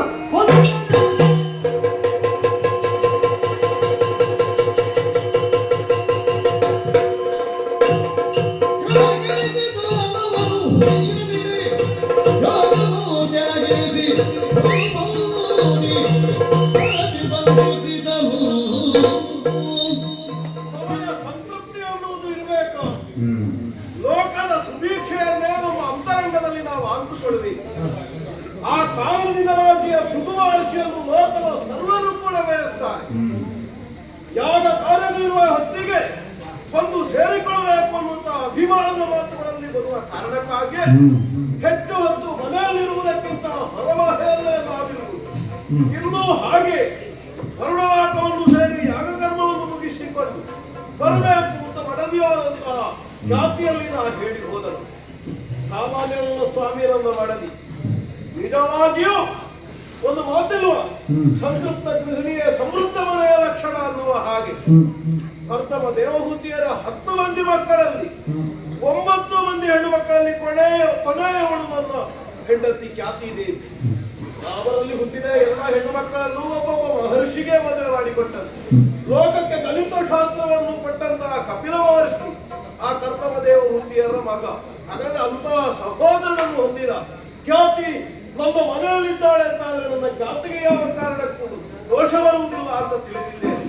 ಅಗ್ನಿಯ ಮೂಲಕವಾಗಿ ಯಜ್ಞನಾರಾಯಣನು ಸದಾಕಾಲ ಆರಾಧಿಸುವ ಮನೋಭಾವ ಹೊಂದಿದ ನಮ್ಮ ಮನೆಯಲ್ಲಿ ಅಗ್ನಿ ಆರದಂತೆ ಸದಾಕಾಲ ಕಾಪಿಡುವವಳು ಅವಳಿದ್ದಾಳೆ ಎನ್ನುವುದರಿಂದಲೇ ಆ ನಂಬಿಕೆಯಿಂದ ನಾನು ಹೊರಟವನು.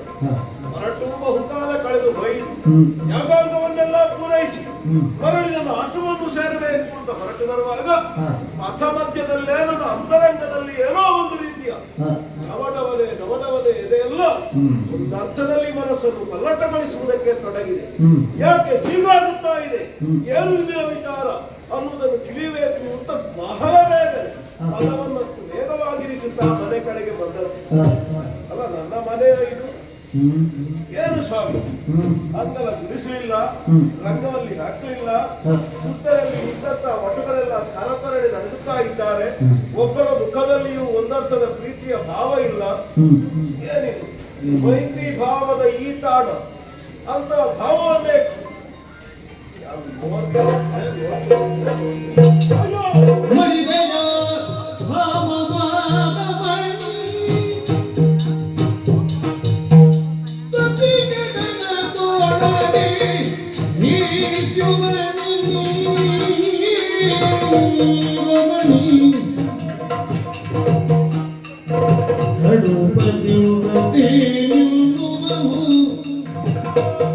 ತಲೆ ಕಡಿದ ಭಾವಿ ಯಾರವನು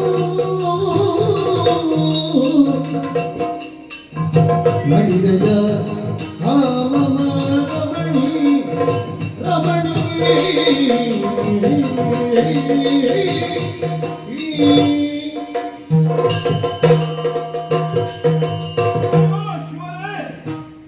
ನನ್ನ ಖಂಡತೆ ನನಗೆ ನಂಬಲಾಗದಂತಹ ಸ್ಥಿತಿಯಾಗಿ ಹೋಯಿತಲ್ಲ. ರಕ್ತದ ಮಡುವಿನಲ್ಲಿ ಶಿರವರಿದ ತೆರದಲ್ಲಿ ಬಿದ್ದಿರುವ ಕಳೆಯವರ ಯಾರದ್ದು? ನನ್ನ ಮನದಿ ಖ್ಯಾತಿ ದೇವಿಯದ್ದು. ಎಲ್ಲಿಯೋ ಹೇಗೋ ಯಾವುದೋ ಮನೆಯಲ್ಲಿ ಯಾರೋ ಒಬ್ಬರಿಂದ ಸುದ್ದಿ ಮಾಡಿದ್ರೆ ಹೇಳುವುದಕ್ಕೆ ಕೇಳುವುದಕ್ಕೆ ಇದ್ದದಲ್ಲ. ಲೋಕ ಸಮಸ್ತಕ್ಕೂ ಸುಭೀಕ್ಷವಾಗಿರಬೇಕು ಅಂತ ಬಯಸಿದ ಭೃಗುವಿನ ಮನೆಯಲ್ಲಿ ಅಲ್ಲ ಸಾವಿರ ಸಾವಿರ ಮಂದಿ ಶಿಷ್ಯವರ್ಗ ಬಂದ ಕಾಲಕ್ಕೆ ಅಶನ ವಸತ ವಸತಿಯನ್ನು ಒದಗಿಸಿಕೊಟ್ಟು ಮಡಿಲ ಮಕ್ಕಳ ಹಾಗೆ ಪರಿಪಾಲಿಸಿದ ಯಾರೊಬ್ಬರಲ್ಲಿಯೂ ದ್ವೇಷವನ್ನು ಕಾಣದೇ ಇರುವ ಸಮಭಾವದಿಂದಲೇ ಕಂಡುಕೊಂಡಂತಹ ನನ್ನ ವರದಿ ಈ ದೇವಿಗೆ ಅಸ್ಮರಣೆ ಬಿಡಬೇಕಾದ ನಿನಗಿಂತ ದುರ್ಗತಿ ಬಂದು ಹೋಯಿತೆ. ನನ್ನ ಪ್ರಾಣದ ಅರ್ಧವಾಗಿ ನನ್ನ ದೇಹದ ಅರ್ಧ ಶರೀರಿಯಾಗಿ ಯಜ್ಞ ಸಂಯೋಗದಿಂದ ಒದಗಿ ಬಂದಂತಹ ಪತ್ನಿಯಾಗಿ ಈ ಕಾಲಕ್ಕೆ ನನ್ನಿಂದ ದೂರವಾಗಿ ಹೋದೆಯ ಬಡದಿ ಇದನ್ನು ಕಾಣುವುದಕ್ಕೆ ನನಗೆ ಕಂದರು ಉಳಿದು ಹೋಯಿತೆ. ಯಾರು ಮಾಡಿದವರು?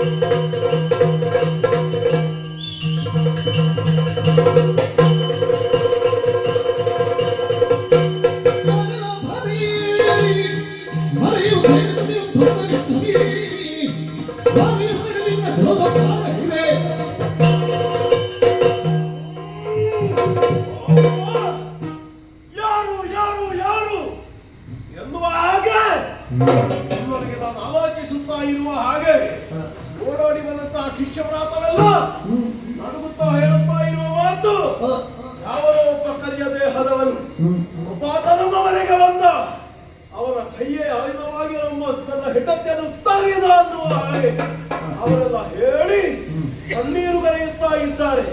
ಯಾರೆಲ್ಲ ಪಾತಕಿ ನನ್ನ ಮಡದಿಯ ಮೈಯನ್ನು ಮುಟ್ಟುವಂತ ಆ ಅಹಂಕಾರ ಆ ಭವನಿನಗೆ ಹೇಗೆ ಬಂದು ಹೋಯಿತು? ಅಲ್ಲ, ಇದು ಇಂತಹ ಪರಿಸ್ಥಿತಿಯನ್ನು ಒದಗಿಸಿ ಬಂತು. ಅರಿಯನ್ನು ಕಂಡಂತಹ ಒಂದು ಪುರಿಮರಿ ಅರಿಯನ್ನಾದರೂ ನಾನು ವಿರೋಧಿಸಿರುತ್ತೇನೆ ಎನ್ನುವಂತಹ ಹುಚ್ಚು ಹುಮ್ಮಸ್ಸಿನಿಂದ ಹೋದ ಹಾಗೆ ಮೃಗು ಮಹರ್ಷಿ ಅಂತ ಹೇಳಿದ್ರೆ ಏನು, ಲೋಕವಿಖ್ಯಾತಿಯಾಗಿ ಗಳಿಸಿದ ಬಗೆ ಹೇಗೆ, ಶಾಪದರನಾಗಿ ನಾನು ಕಾಣಿಸಿಕೊಂಡಂತಹ ಬಗೆ ಹೇಗೆ ಅನ್ನುವುದನ್ನು ಅವರು ಯೋಚಿಸದೆ ಇಂತಹ ಪಾತಕ ಕೃತ್ಯವನ್ನು ಮಾಡಿದವನು ಕರಿಯನಿರಲಿ ಯಾರೇ ಇರಲಿ ಅವನನ್ನು ತಿಳಿಯಬೇಕು ಅಂತಾದ್ರೆ, ಅವ ಹೊರ ಬರಬೇಕು ಅಂತಾದ್ರೆ ಮಾಡಬೇಕಾದ್ದು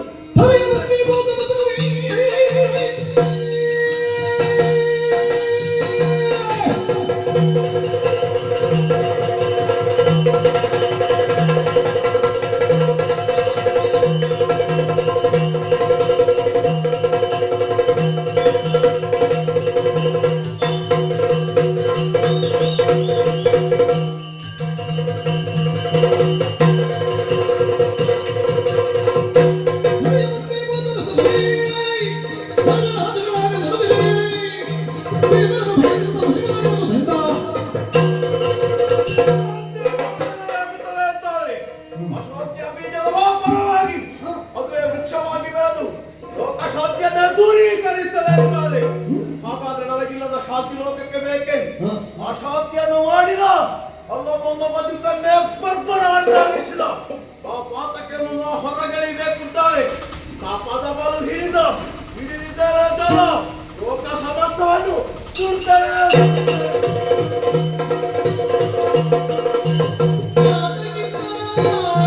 ಮನಗಿ ಮುನಿರಾಯ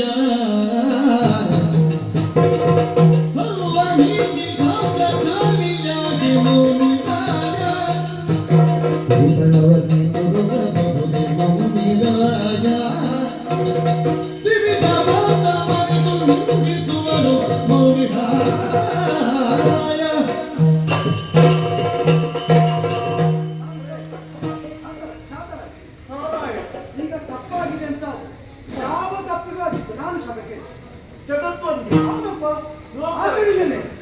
ಯಾರದೋ ತಪ್ಪಿಗೆ ನೀವು ಕ್ಷೋಭೆಗೊಂಡು ಜಗತ್ತನ್ನೇ ಉರಿಸುವಂತಹ ಒಂದು ನಿಕೃಷ್ಟ ಕರ್ಮಕ್ಕೆ ಮುಂದಾಗ್ತೀರಿದ್ದಾರೆ. ಯಾವ ತಪ್ಪಿಗಾದಿತ್ತು ನಾನು ಕ್ಷಮೆ ಕೇಳ್ತೇನೆ. ಶಾಂತರಾಗಬೇಕು. ಲೋಕವನ್ನೇ ಉರುಹುವಂತಹ ದುಷ್ಟ ನಿರ್ಣಯವನ್ನು ಮಾಡಿದ್ದರಿಂದ ವಿವಿಧ ವ್ರಾತ ದೇವತತಿ ನಿಮ್ಮನ್ನು ನಿಂದಿಸುವಂತಹ ದುರ್ಗತಿ ನಮ್ಮ ಭೃಗು ಮಹರ್ಷಿಗೆ ಕಾರ್ಯಗಳಿಗೆ ಬರಕೂಡದು. ತಪಸ್ಸಿಂದ ಆರ್ಜಿಸಿದ ಯೋಗ್ಯತೆ ಎಂತದ್ದು, ಸಂಪಾದಿಸಿದ ಅರ್ಹತೆ ಎಂತದ್ದು, ಅದನ್ನೆಲ್ಲ ಕ್ಷಣ ಮಾತ್ರದ ಕೋಪದಿಂದ ಸರ್ವನಾಶ ಇನ್ನು ಮಾಡುವುದು. ಉಳಿಬೇಕು ಅಂತ ಕ್ಷಮೆ ಕೇಳುವವನಿಗೆ ಹೌದು, ನಮ್ಮ ಹೆಂಡತಿಯನ್ನು ಕಡಿದುಕೊಳ್ಳುವವನನ್ನು ತಡಿಬೇಕು ಅಂತ ಮನಸ್ಸಾಗ್ಲಿಲ್ವ? ನಿಜವಾಗಿ ಯಾರು ಕಡ್ದದ್ದು ಅಂತ ಹ. ನನಗೆ ಗೊತ್ತಾದರೆ ಹ. ತಡೆದು ನಾವೇನಾದ್ರೂ ಮಾಡಬಹುದಿತ್ತು. ಹ್ಮ್. ಇದು ಈಗ ನಾನು ತಡೆಯುವುದಕ್ಕೆ ಆಗದಿದ್ದವರೇ ಕಡಿದರೆ. ಅಲ್ಲ, ನಿನ್ನನ್ನು ನಾವೆಲ್ಲ ಹೇಳುವುದು ಸರ್ವಶಕ್ತ ಅನ್ನುವ ಹಾಗೆ. ಹೌದು ಲೋಕವನ್ನೇ ನಿನ್ನೊಳಗೆ ಅಂತುಕೊಂಡವನು ಅಂತ ಹೇಳಿದ ಹಾಗೆ. ಹೌದು, ಲೋಕ ನಿಯಾಮಕ ಅಂತ ನಾವೆಲ್ಲ ಗುರುತಿಸಿದ್ದು ಹಾಗೆ. ನಿನ್ನನ್ನು ತಡೆದು ನಿಲ್ಲುವವರು ಯಾರಪ್ಪ ಇದು? ನಾನೇ. ಹ? ನನ್ನನ್ನು ನನಗೆ ಮೀರ್ಲಿಕ್ಕಾಗುವುದಿಲ್ಲ, ಉಳಿದವರನ್ನು ನನಗೆ ಮೀರ್ಲಿಕ್ಕಾಗ್ತದೆ. ನನ್ನನ್ನೇ ನಾನು ಹೇಗೆ ಮುಗಿಸ್ತೇನೆ? ಎಂತ ದ್ವಂದ್ವ ಮಾತಾಡ್ತೀನಿ, ನನಗೆ ಒಂದು ಅರ್ಥ ಆಗಲಿಲ್ಲ. ನೇರ ಮಾತು. ಈಗ ನೀವು ಕೇಳಿದ ಪ್ರಶ್ನೆಯನ್ನು ಇಟ್ಟುಕೊಂಡು ಮತ್ತೆ ಉತ್ತರದತ್ತ ಮುನ್ನಡೆಯುತ್ತಾ ಹೌದು. ಹೌದಪ್ಪ, ನಾನು ಕೇಳಿದ ಪ್ರಶ್ನೆ ಏನು ಅನ್ನುವ ಹಾಗೆ. ಹೌದು. ಏನು ಕ್ಷೋಭೆ ಹೊಂದಿದ್ದರಿಂದ ಮಾತು ತಡವರಿಸ್ತದೆ ಅಂತ ತಿಳಿಯಬೇಡ. ಹಾ. ಮನಕ್ಕಾದ ಕ್ಷೋಭೆ. ಈಗ ಹಾ, ಸಾಗರಕ್ಕೆ ಯಾವುದು ಉಪಮೆ ಅಂತ ಕೇಳಿದ್ರೆ ಸಾಗರ ಹೌದು ಅಲ್ವಾ? ಹೌದು. ಆಕಾಶಕ್ಕೆ ಯಾವುದು ಉಪಮೆ ಅಂತ ಕೇಳಿದ್ರೆ ಆಕಾಶ. ಹಾ, ವಿಷ್ಣುವಿಗೆ ಯಾರು ಪ್ರತಿಫಲ ಅಂತ ಕೇಳಿದ್ರೆ ವಿಷ್ಣು. ನಿನಗೆ ನೀನೇ ಸರಿ. ಅದನ್ನೇ ನಾನು ಹೇಳಿದ್ದೀಗ. ಹ. ಉಳಿದವರಾದ್ರೆ ನಾನು ತಡೀತಿದ್ದೆ, ನಾನೇ ಮಾಡಬೇಕಾಗಿ ಬಂದದ್ರಿಂದ ನನ್ನಿಂದ ತಡೀಲಿಕ್ಕೆ ಆಗಲಿಲ್ಲ. ನೀನು ಮಾಡುವುದು. ಹೌದು, ನೀನು ಮಾಡುವುದು. ಈಗ ಕರಿಯ ಅಂತ ಹೇಳಿದ್ರಲ್ಲ, ಹ. ಆ ಕರಿಯನ ಕಡಿದು ಕೊಂದದ್ದು ಅಂತ ಹೇಳಿದ್ರಲ್ಲ, ಕೊಂದದ್ದು ಸುದರ್ಶನ. ಹಾಗಾದ್ರೆ ತಮದ ಗುಣ ಇರುವ ನೀನು ಕೊಂದದ್ದಲ್ವ? ಯಾವುದು ತಮದ ಗುಣ? ತಮದ ಗುಣ ನನಗ ಅಂದ್ರೆ ನಿನ್ನನ್ನು ಆರಾಧಿಸುವವರು ನಿನ್ನ ಕುರಿತಾಗಿ ಯಾವುದು ನಿನ್ನನ್ನು ದೊಡ್ಡದು ಅಂತ ಹೇಳ್ತಾ ಇತ್ತು, ಅದೇ ಒಟ್ಟುಗಳು ನಿನ್ನನ್ನು ಕರಿಯ ಅಂತ ಆರೋಪಿಸಬೇಕು ಅಂತಾರೆ. ನೀನು ಎಷ್ಟು ಕಪ್ಪಾಗಿ ಬಂದಿದ್ದಿ, ಎಷ್ಟು ತಮೋ ಗುಣವನ್ನು ಹೊಂದಿ ಬಂದಿದ್ದಿ ಅನ್ನುವುದು ಅವರ ಮಾತಿನಿಂದ ಸ್ಪಷ್ಟ ಆಯ್ತಾ ಇಲ್ವಾ? ಈಗ ಎಲ್ಲಾ ಬಣ್ಣ ಮಸಿ ನುಂಗುತ್ತದೆ. ಹ. ನುಂಗಿದ ಮೇಲೆ ಮಸಿ ಹೇಗೆ ಕಾಣ್ತದೆ? ಕಪ್ಪಾಗಿ ಕಾಣ್ತದೆ. ಕಪ್ಪಾಗೆ ಕಾಣ್ತದೆ. ಹಾಗೆ ಅಂತ ಅದರೊಳಗೆ ನುಂಗಿದ ಬಣ್ಣ ಇಲ್ಲ ಅಂತ ತಾತ್ಪರ್ಯ. ಈಗ ನುಂಗಿದ್ದರಿಂದ ಆ ಬಣ್ಣ ಈಗ ನಿಮಗೆ ಕಾಣುವ ಲೋಕಕ್ಕೆ ಕಪ್ಪು ಕಾಣ್ತದೆ ಬಿಟ್ಟರೆ ಹ. ಎಲ್ಲ ಬಣ್ಣವನ್ನು ನುಂಗಿದ್ದು ಅದರೊಳಗೆ ಇಲ್ಲ ಅಂತ ತಾತ್ಪರ್ಯ ಆಗ್ತದೆ. ಈಗ ಅದೇ ಕಪ್ಪಿನಿಂದ ಹೊರಗೆ ಬಂದದ್ದು ಬೇರೆ ಬಣ್ಣ ಆಗ್ತದೆ ಅಂತ ನಮಗೆ ತಿಳಿಲಿಕ್ಕೆ ಆಗ್ತದೆ. ಅದೇ ಹೌದು ಅಂತ ಆದರೆ ಹ. ಈಗ ಲೋಕದಲ್ಲಿ ಹ. ಕಪ್ಪಾಗಿ ಕಂಡದ್ದು ತಮವೇ ಆಗಬೇಕಾಗಿಲ್ಲ. ಹ. ಕಪ್ಪಾಗಿ ಕಂಡವರ ಯಾರಿಗೂ ಹ. ಅವರೊಳಗೆ ತಮ ಇದ್ದರು, ಹ. ದೇವರು ಕಪ್ಪಾಗಿ ಈಗ ಆ ಬಣ್ಣವನ್ನು ನುಂಗಿರುವ ಅಥವಾ ಮೊದಲೇ ಆ ಬಣ್ಣವಾಗಿರುವ ಆ ಬಣ್ಣದಿಂದ ಹೊರಗೊಂದು ಬಣ್ಣ ಬಂದಿದೆ ಅಂತ ಆದ್ರೆ ಆ ಬಣ್ಣ ಲೋಕಕ್ಕೆ ಬೇಕು ಅಂತ ಇರಬೇಕಾದ್ರೆ, ಹೌದು. ಈಗ ಬೇಕು ಅಂತ ಇರುವ ಬಣ್ಣವನ್ನು ಏಕಾಏಕಿಯಾಗಿ ಒಂದೇ ನಿರ್ಧಾರದಿಂದ ಹೊರಗೆ ಒಳಗೆ ಎಳೆದುಕೊಳ್ಳುವುದೇ ಹೌದಾದ್ರೆ ಆ ಬಣ್ಣ ಹೊರಗೆ ಬಂದದ್ದು ಯಾಕೆ ಅಂತ ನಾನು ಪ್ರಶ್ನೆ ಕೇಳುವುದಿಲ್ಲ. ಇರಬಹುದು, ಅಲ್ಲಿಯ ತನಕ ಇರುವುದಕ್ಕೆ ಅಂತ ಉತ್ತರ. ಈಗ ಒಳಗೆ ಎಳೆಯುವ ತನಕ ಹೊರಗಿರುವುದಕ್ಕೆ ಅಂತ ಉತ್ತರ. ಈಗ ಹೊರಗೆ ಕೊಡುವುದು ಹೌದಪ್ಪ. ಈಗ ಎಲ್ಲ ಜೀವರು ಕೂಡ ಹ. ಸಾಯುವುದಾದ್ರೆ ಹುಟ್ಟುವುದು ಯಾಕೆ ಎಂಬ ಪ್ರಶ್ನೆ ಹಾಗೆ ಅಲ್ವ? ಹ. ಈಗ ಯಾಕೆ ಹುಟ್ಟುವುದು ಅಂತ ಕೇಳಿದ್ರೆ ಹ್ಮ್. ಸಾಯುವ ತನಕ ಬದುಕುವುದಕ್ಕೆ ಎಂಬುದೇ ಉತ್ತರ.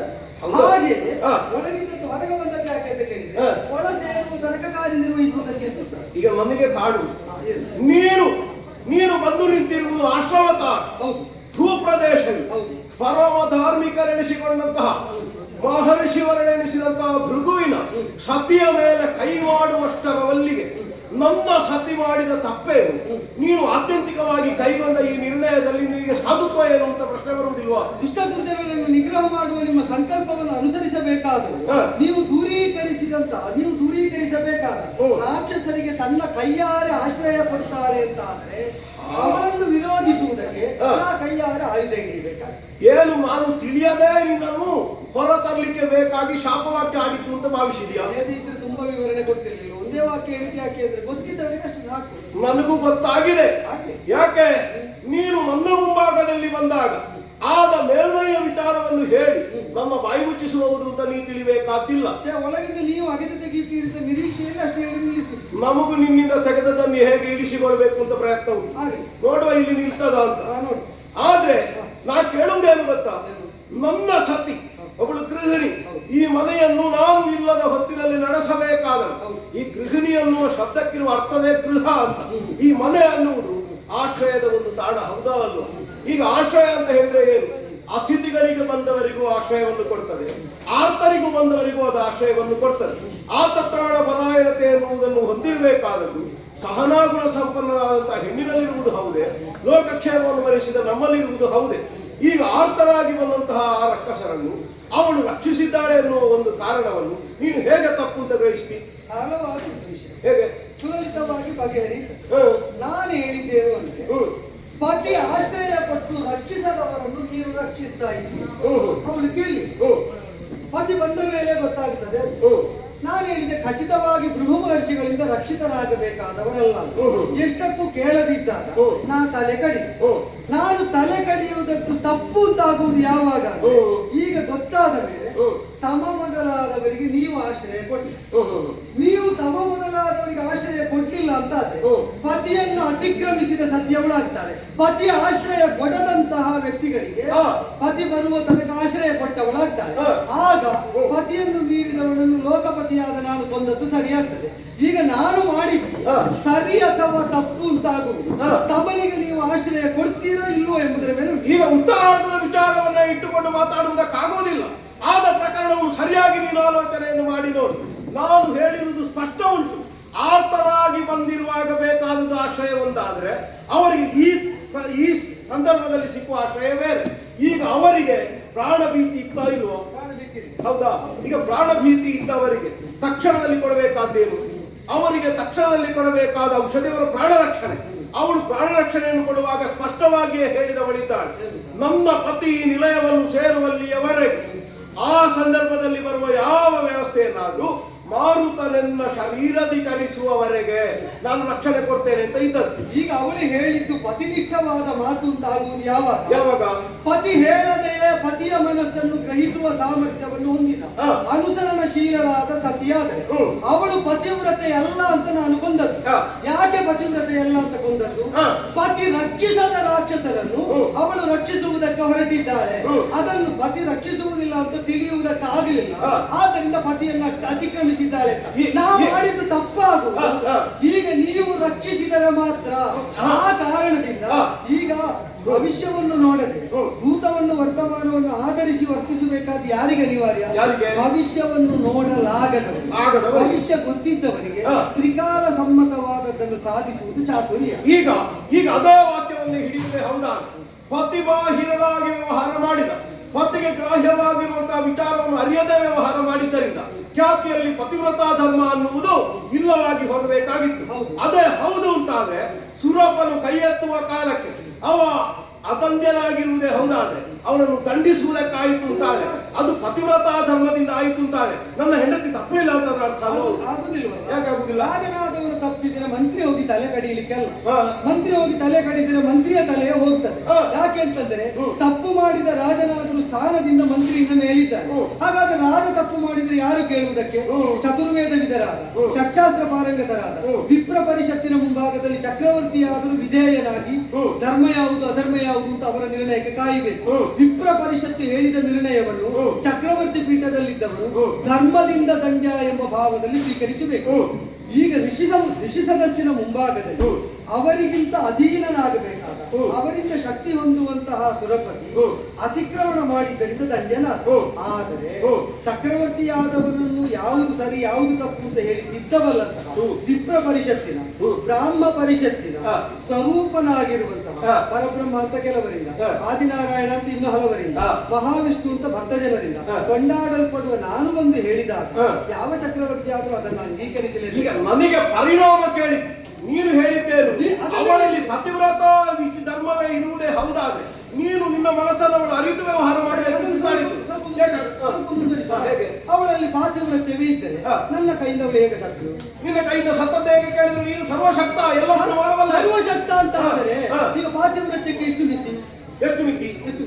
ಅದು ಈಗ ನಾನು ಎಲ್ಲ ನಿಮ್ಮನ್ನೇ ಕೇಳುತ್ತಾ, ಈಗ ಪತಿವ್ರತೆಯನ್ನು ಮೀರುವಷ್ಟು ಸರ್ವಶಕ್ತನಿಗೆ ಸಾಮರ್ಥ್ಯ ಉಂಟು ಅಂತಾದ್ರೆ ನಾನು ಹೇಳಿದ್ದನ್ನು ಪತಿವ್ರತೆ ಕೇಳಬೇಕು. ನಾನು ಹೇಳಿದ್ದನ್ನು ಅವಳು ಯಾವಾಗ ಧಿಕ್ಕರಿಸಬಹುದು ಅಂದ್ರೆ ಪಾತಿವ್ರತ್ಯಕ್ಕೆ ನನ್ನನ್ನು ಧಿಕ್ಕರಿಸುವ ಸಾಮರ್ಥ್ಯ ಇದ್ದರೆ. ಈಗ ನೀವು ಆಲೋಚನೆ ಮಾಡಿ ನೋಡಿ, ನಿಮ್ಮ ಹೆಂಡತಿ ನನ್ನನ್ನು ಧಿಕ್ಕರಿಸುವುದಕ್ಕೆ ಹೊರಟು ನನ್ನಿಂದ ಸತ್ತಿದ್ದಾಳೆ ಅಂತಾದ್ರೆ ಒಂದೋ ನನ್ನ ಸರ್ವಶಕ್ತಿಯನ್ನು ಒಪ್ಪಬೇಕು, ಅದು ಒಪ್ಪಿದ್ರೆ ಅವಳು ಅತಿಕ್ರಮಣ ಮಾಡಿದ್ದು ಅಂತ ಒಪ್ಪಬೇಕಾಗ್ತದೆ. ಅವಳು ಪಾತಿವ್ರತ್ಯದಿಂದಲೇ ನನ್ನನ್ನು ಮೀರಬಲ್ಲಳು ಅಂತ ನೀವು ಒಪ್ಪಿದ್ರೆ ಹಾಗಿದ್ರೆ ಅವಳು ಸತ್ತದ್ದು ಪಾತಿವ್ರತ್ಯದ ಸ್ಖಲನದಿಂದ ಅಂತ ನೀವು ಒಪ್ಪಬೇಕಾಗ್ತದೆ. ಈಗ ಮಾಡಿದ್ರು ಹಾಗೆ ಮಾಡಿದ್ರು ತಪ್ಪು ಅವಳದ್ದೇ ಅಂತ. ಈಗ ತಪ್ಪೇ ಹೌದು ಅಂತ ಸ್ತ್ರೀ ಆದವಳು ವದಾರ್ಹಳೋ ಶಿಕ್ಷಾರ್ಹಳೋ ಎಂತದ್ದು ಅಲ್ಲ? ಋಷಿಯಾದವಳು ಶಿಕ್ಷಾರ್ಹಳು ಹೌದು, ಹೇಗೆ ವದಾರ್ಹಳೆ ಹೇಗೆ ಅಂದ್ರೆ ಈಗ ಗೊತ್ತದ ನೋಡು. ಯುದ್ಧವೇ ಹೌದಾದ್ರು ಒಬ್ಬ ಕೈಯಲ್ಲಿ ದರ್ಭೆ ಹಿಡಿಯುವಂತಹ ಬ್ರಾಹ್ಮಣನಾದ್ರು ಅಶ್ವರೋಹಿಯಾಗಿಯೋ ರಥರೋಹಿಯಾಗಿಯೋ ಕರದಲ್ಲಿ ಆಯುಧ ಹಿಡಿದ ಕಾಲಕ್ಕೆ ಮಾತ್ರ ಅವರಲ್ಲಿ ಯುದ್ಧ ಮಾಡಬಹುದೇ ಹೊರತು ಅದಕ್ಕೆ ಹೊರತಾಗಿ ಒಬ್ಬಾತ ಬ್ರಾಹ್ಮಣನನ್ನು ದಂಡಿಸುವುದಕ್ಕೆ ಹೋಗುವಾಗ ಅವನನ್ನು ವಧೆ ಮಾಡಕೂಡದು ಅಂತ ಹೇಗೆ ಶಾಸ್ತ್ರವೋ ಹಾಗೆ ನಮ್ಮ ಮಡದಿ ಕೈಯಲ್ಲಿ ಆಯುಧ ಹಿಡಿದು ಬಂದದ್ದಲ್ಲ. ಅವಳು ಇದ್ದದ್ದು ತಾನು ರಕ್ಷಣೆ ಮಾಡುವುದು ಹೇಗೆ ಕೇಳಿದ್ರೆ ಪತಿಧರ್ಮದ ಮೂಲಕವಾಗಿ ರಕ್ಷಣೆ ಮಾಡ್ತೇನೆ ಅಂತ ಹೇಳಿದ್ದು. ಈಗ ಅವಳನ್ನು ಹೇಗೆ ನೀನು ಕೊಂದೆ ಅಂತ. ನರಭಕ್ಷಕಿಯಾದ ರಾಕ್ಷಸಿ ವಧಾರ್ಹಳ ಶಿಕ್ಷಾ. ನರಭಕ್ಷಕ್ಕೆ ಆದ ಉದಾಹರಣೆ ಅಲ್ಲ ಹೌದು ಹೌದು.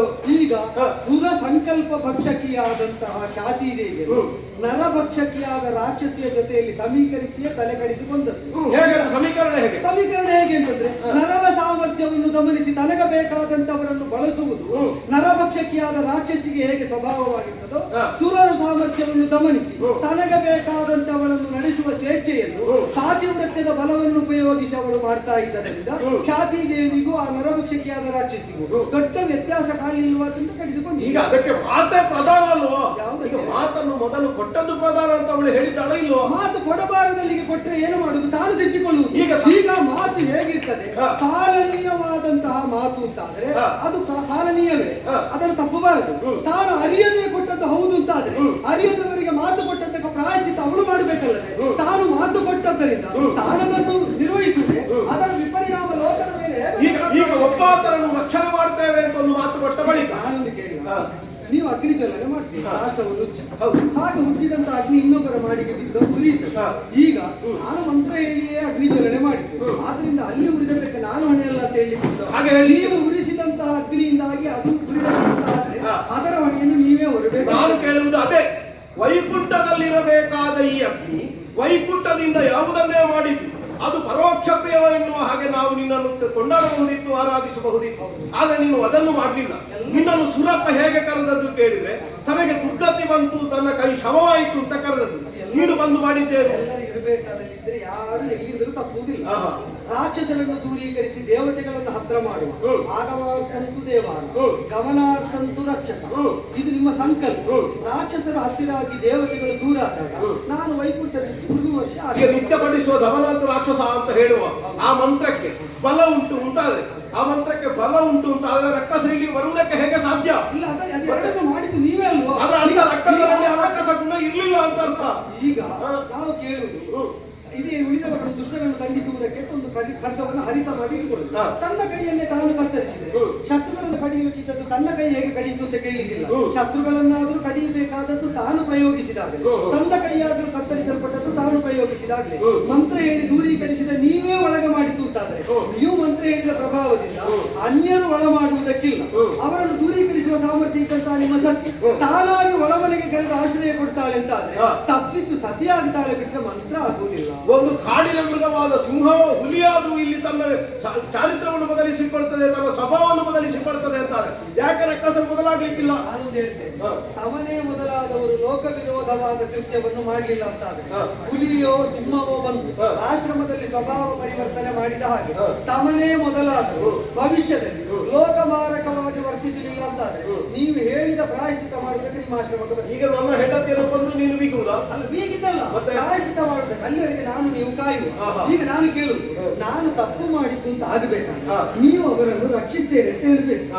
ನೀವು ರಕ್ಷಿಸ್ತೀರಿ, ಈಗ ನಾನು ರಕ್ಷಿಸ್ತೇನೆ ಅದರಲ್ಲಿ ಈಗ ನೀವು ರಕ್ಷಿಸ್ತೀರಿ, ನಾವು ಮಾಡಿದ್ದು ತಪ್ಪು. ಈಗ ಲೋಕ ರಕ್ಷಕನೇ ರಕ್ಷಣೆ ಮಾಡಬೇಕಾದ ಆಶ್ರಮವಾಸಿನಿಯಾದಂತವಳನ್ನು ಕೊಲ್ಲುತ್ತಾನೆ ಅಂತ ಆಗಿಲ್ಲ. ಈಗ ಯಾಕೆ ಅಂದ್ರೆ ಈಗ ನಿಮ್ಮನ್ನು ರಕ್ಷಿಸುವಾಗ ಲೆಕ್ಕ ತಪ್ಪಿ ಬೆಳೆದ ಉಗುರು ಕತ್ತರಿಸುವುದಿಲ್ಲ, ಬಾಯಿಯಿಂದ ಹೊರಗೆ ಬಂದಂತಹ ದಂತಕ್ಕೆ ಚಿಕಿತ್ಸೆ ಮಾಡುವುದಿಲ್ಲ, ಮುಖದ ಅಂದ ಹೋಗ್ತದೆ. ಆದ್ದರಿಂದಲೇ ಲೆಕ್ಕ ತಪ್ಪಿ ಬೆಳೆದದ್ದನ್ನು ಕತ್ತರಿಸಿದ್ರೆ ಆಯಾ ಆಕಾರ ನಡೆಯುವುದಿಲ್ಲ ಅಂತ ಆಶ್ರಮದ ಲೆಕ್ಕ ತಪ್ಪಿ ಬೆಳೆದದ್ದನ್ನು ಅಲ್ಲಿಗೆ ಕತ್ತರಿಸಿ. ಲೆಕ್ಕಶಾಸ್ತ್ರ ಕೊಟ್ಟವನ ಭಾವ ಗೊತ್ತುಂಟ ನಿಮಗೆ? ಭಾವ ಕೊಟ್ಟರು ಈಗ ಭಾವನಿಗೆ ಗೊತ್ತಾಗುವ ಮೊದಲು ಲೆಕ್ಕ ಇದ್ದಲ್ಲ. ನಿನ್ನ ಲೆಕ್ಕ ಈಗ ಶಾಸ್ತ್ರ ಹೇಗೆ ಅಂತ ಭಾವನಿಗೆ ಗೊತ್ತಾದ, ಈಗ ಲೆಕ್ಕದ್ರ ಮೊದಲೇ ಗೊತ್ತಾದ ಉಂಟೆ. ಆದ್ದರಿಂದಲೇ ಹೇಳ್ತೀನಿ. ಈಗ ಈಗ ನಮ್ಮ ಲೆಕ್ಕ ನಿಮ್ಮ ಭಾವನೆ ಕಪಿಲರೆಲ್ಲೋ ಅದೇ ಈಗ ಕಪಿಲನಿಗಿಂತ ಮೊದಲು ಅಲ್ಲ, ಕಪಿಲನಿಗಿಂತ ಮೊದಲು ಬಿಡು. ಆಗ ಬ್ರಹ್ಮನ ಅಪ್ಪನಾದ ನಿನ್ನನ್ನು ನನಗೆ ಗೊತ್ತುಂಟು. ಹಾಗಲ್ಲ, ಈಗ ನಾನು ಈಗ ಹಾಗೆ ಕೇಳಿದ್ದು ಬ್ರಹ್ಮನ ಅಪ್ಪನಾದ ನನ್ನನ್ನು ಗೊತ್ತುಂಟು ಅಂತಲ್ಲ, ಏಕಮೇವ ಸದ್ವಸ್ತು ಒಂದೇ ಇದ್ದದ್ದು ಅಂತ. ಈಗ ಒಂದೇ ಅಂತ ಹೇಳಿದ್ದು ಯಾವಾಗ ಹೇಳಿದ್ದು ಅಂದ್ರೆ ವೇದ ಹೇಳಿದ್ದು ಕಪಿಲನ ಅಪ್ಪನ ಅಪ್ಪ ಹುಟ್ಟುವುದಕ್ಕೆ ಮೊದಲು. ಆ ಒಂದು ಅಂತ ಹೇಳಿದ್ದು ಯಾವ ಲೆಕ್ಕ? ಈಗ ನೀನು ಲೆಕ್ಕ ಕಂಡಿದ್ದದ್ದು ಕಪಿಲ ಅಂತ ಹೇಳಿದ್ಯಲ್ಲ, ಒಂದೇ ಇದ್ದದ್ದು ಅಲ್ವೋ? ಏಕಂ ಸತ್ತು ವಿಪ್ರಾಹ ಬಹುದಾಹ ವದಂತಿ, ಇದಿದ್ದದ್ದು ಈ ಒಂದು ಅಂತ ಇದ್ದದ್ದು ಕಪಿಲನ ಅಪ್ಪ ಹುಟ್ಟುವ ಮೊದಲು. ಈಗ ನಾನು ಕೇಳುದು ಕಪಿಲ ಲೆಕ್ಕ ಕಂಡು ಹಿಡಿದದ್ದಾದ್ರೆ ಅವನಿಗಿಂತ ಮೊದಲ ಒಂದೇ ಇದ್ದದ್ದು ಅಂತ ಲೆಕ್ಕಲಿ ಒಂದು ನಿನ್ನ ಸತ್ಯ ಹೇಳ್ಬೇಕಾ? ಅಲ್ಲ ನೀನು ಇಷ್ಟ ಸುಳ್ಳಲ್ಲ ಸುಳ್ಳಲ್ಲ. ಮತ್ತೆ ಒಂದು ಹೇಳ್ಬೇಕು, ನಿನ್ನಲ್ಲಿ ಎಷ್ಟು ಉಂಟು ಹೊರಗೆ ತೆಗಿಬೇಕಾ ನಮ್ಮಂತವ್ರು? ಅಲ್ಲ ಈಗ ನಾನು ಕೇಳಿ ಅದೇನು ಗೊತ್ತುಂಟಾ, ನಿನಗೆ ಸಿಟ್ಟು ಎಷ್ಟು ಬರ್ತದೆ ಅಂತ ನೋಡುವುದಕ್ಕೆ ಎದುರಿಂದ ಬಂದು ಹೊಡೆಯುವುದಲ್ಲ. ಮತ್ತೆ ಅದಕ್ಕೆ ಹೇಗೆಂದ್ರೆ ಹೊರಗೆ ತೆಗೆಯುವುದಕ್ಕೆ ಈಗ ನಾನು ಕೇಳ್ತೇನೆ, ನಿಮಗೆ ನಿಮ್ಮಲ್ಲಿದ್ದ ಜ್ಞಾನವನ್ನು ಹೇಳುವುದಕ್ಕೆ ಎದುರು ತರ ಕೊಟ್ಟು ಗಡ್ಡಕ್ಕೆ ಕೈ ಹಾಕಿ ಆಗ್ಬೇಕು. ನಿಮ್ಮನ್ನು ಶಿಷ್ಯ ಅಂತ ಕರೆದ್ರೆ ಆಗುದಿಲ್ಲ, ಆಗ್ತದೆ. ನೀವು ಭಕ್ತ ಅಂತ ಕೇಳಿದ್ರೆ ನಾನು ಹೇಳುವುದಿಲ್ಲ ಅಂತ ಹೇಳಿ ಹಠ ಇಟ್ಟಿಲ್ಲ. ಹಾಗಾದ್ರೆ ವಿರೋಧ ಮಾಡಿ ಹೊಂದಬೇಕು ಅಂತ ಯಾಕೆ? ನಿಮಗೆ ಈ ಪೂಜಾತರಾದವರು ಈ ಕೆಲವು ಏನು ಗೊತ್ತುಂಟು, ಅದು ನಿಮಗೆ ಹೇಗೆ ಬಂದಿದೆ ಅಂದ್ರೆ ಸ್ವಲ್ಪ ಈ ರಜೋಗುಣ, ಈ ರಜಸ್ಸು, ಪಾದ ರಜ ಅಂದ್ರೆ ಭೂಮಿಯಲ್ಲಿದ್ದ ಧೂಳು ಉಂಟು, ಅದರ ಗುಣದಿಂದ ನಮಗೆ ಸೇವಿಸಿ ಹೊಂದುವುದಕ್ಕಿಂತ ತಾಗಿ ಹೊಂದಿದರೆ ಆದೀತು ಅಂತ ಕೆಲವರಿಗೆ ಬಂದಾಗ ಈ ಕೆಲವೊಮ್ಮೆ ಈ ಲಾಲಸೆ ಜಾಗೃತವಾಗ್ತದೆ. ಆದ್ರೆ ಏನುಂಟು ಗೊತ್ತುಂಟು, ತಾಗಬಹುದು ಯಾರಿಗೆ ಹೇಗೆ ಅಂದ್ರೆ ತನ್ನನ್ನು ತಾನು ಉಳಿಸಿಕೊಂಡು ತಾನು ತಾಗಿದ್ದರಿಂದ ಎದುರಿದ್ದದ್ದು ಹೊರಗೆ ಬರುವುದಿದ್ರೆ ತಾನೇ ಕರಗಿ ಹೋಗುವಂತೆ. ಈಗ ಸಮುದ್ರಕ್ಕೆ ತಾಗುತ್ತೇನೆ ಅಂತ ಉಪ್ಪು ಹೋಗಿ ಬಿದ್ದರೆ ಈಗ ಸಮುದ್ರಕ್ಕೆ ಏನಾದ್ರೂ ಆಗ್ತದ? ಉಪ್ಪೆಲ್ಲಿ ಸೇರ್ತದೆ? ಉಪ್ಪು ಕರಗುತ್ತದೆ. ಭೃಗು ಮಹರ್ಷಿಗಳೇ, ಕ್ಷೀರ ಸಮುದ್ರದಿಂದ ಎದ್ದು ಬಂದಿದ್ದೇವೆ, ನೀವು ಎಷ್ಟು ತಪಸ್ಸನ್ನು ಬಿಲಿದಾಗಿಸಿಕೊಂಡು ಇಲ್ಲಿಗೆ ಒಳಗೆ ಸೇರಿ ಹೋಗ್ತದೆ. ನಾನು ಹೇಳ್ತೇನೆ, ಈಗ ಉಪ್ಪು ಸಮುದ್ರದ ನೀರಿನಲ್ಲಿ ಕರಗಿದ್ದು ಬಂದದ್ದು ಅಲ್ಲಿಂದಲೇ ಅಂತ ಒಂದು ಉಂಟ ಇಲ್ವಾ? ಅದೇ ಸಮುದ್ರದಿಂದ ಬಂದದ್ದು. ಈಗ ನಾನು ಕೇಳುದು, ಈಗ ಉಪ್ಪಿನಿಂದಾಗಿ ಸಮುದ್ರ ಲವಣಾಂಬುದಿ ಆದದ್ದು, ಸಮುದ್ರದಿಂದಲಾಗಿ ನಾನು ಕೇಳುದು, ಉಪ್ಪಿನಿಂದ ಸಮುದ್ರ ಲವಣಾಂಬುದಿ ಅಂತ ಆಗುದು, ಸಮುದ್ರದಿಂದಲಾಗಿ ಉಪ್ಪು ಲೋಕಕ್ಕೆ ಸಿಕ್ಕುದು. ಸಮುದ್ರದಿಂದಲೇ ಉಪ್ಪು ಸಿಕ್ಕುವುದು. ಈಗ ನಮ್ಮ ಉದ್ದೇಶ ಇದೇನು ಗೊತ್ತುಂಟು, ಹಾಗೆ ಅಂತ ಪ್ರತ್ಯೇಕವಾದ ಉಪ್ಪು ಬಂದು ನೀರಿಗೆ ಬಿದ್ದರೆ, ಸಮುದ್ರಕ್ಕೆ ಬಿದ್ದರೆ ಅದು ಕರಗಿ ಹೋಗುವುದಿಲ್ಲ. ಕರಗಿ ಹೋಗ್ತದೆ. ಉಪ್ಪೇ ಬಿದ್ದು ಸಮುದ್ರದಲ್ಲಿ ಕರಗಿ ಹೋದ್ರು ಲೋಕ ಹೇಳುವುದು ಸಮುದ್ರದಿಂದಲೇ ಉಪ್ಪು ಸಿಕ್ಕಿತ್ತು ಅಂತ. ಆದ್ದರಿಂದ ಉಪ್ಪು ಪ್ರತ್ಯೇಕವಾಗಿ ಬಂದು ಸಮುದ್ರಕ್ಕೆ ಬಿದ್ದರು ಲೋಕ ಹೇಳುವುದು ಸಮುದ್ರದಿಂದಲೇ ಉಪ್ಪು ಹೊರಗೆ ಬಂತು. ನೋಡು, ಅರಣ್ಯ ತಿಕ್ಕಾಟದಿಂದ ಹೇಗೆ ಬೆಂಕಿ ಬರ್ತದೆ ಅಂತ ನೀನು ಹೇಳಿದ್ದೀಯ.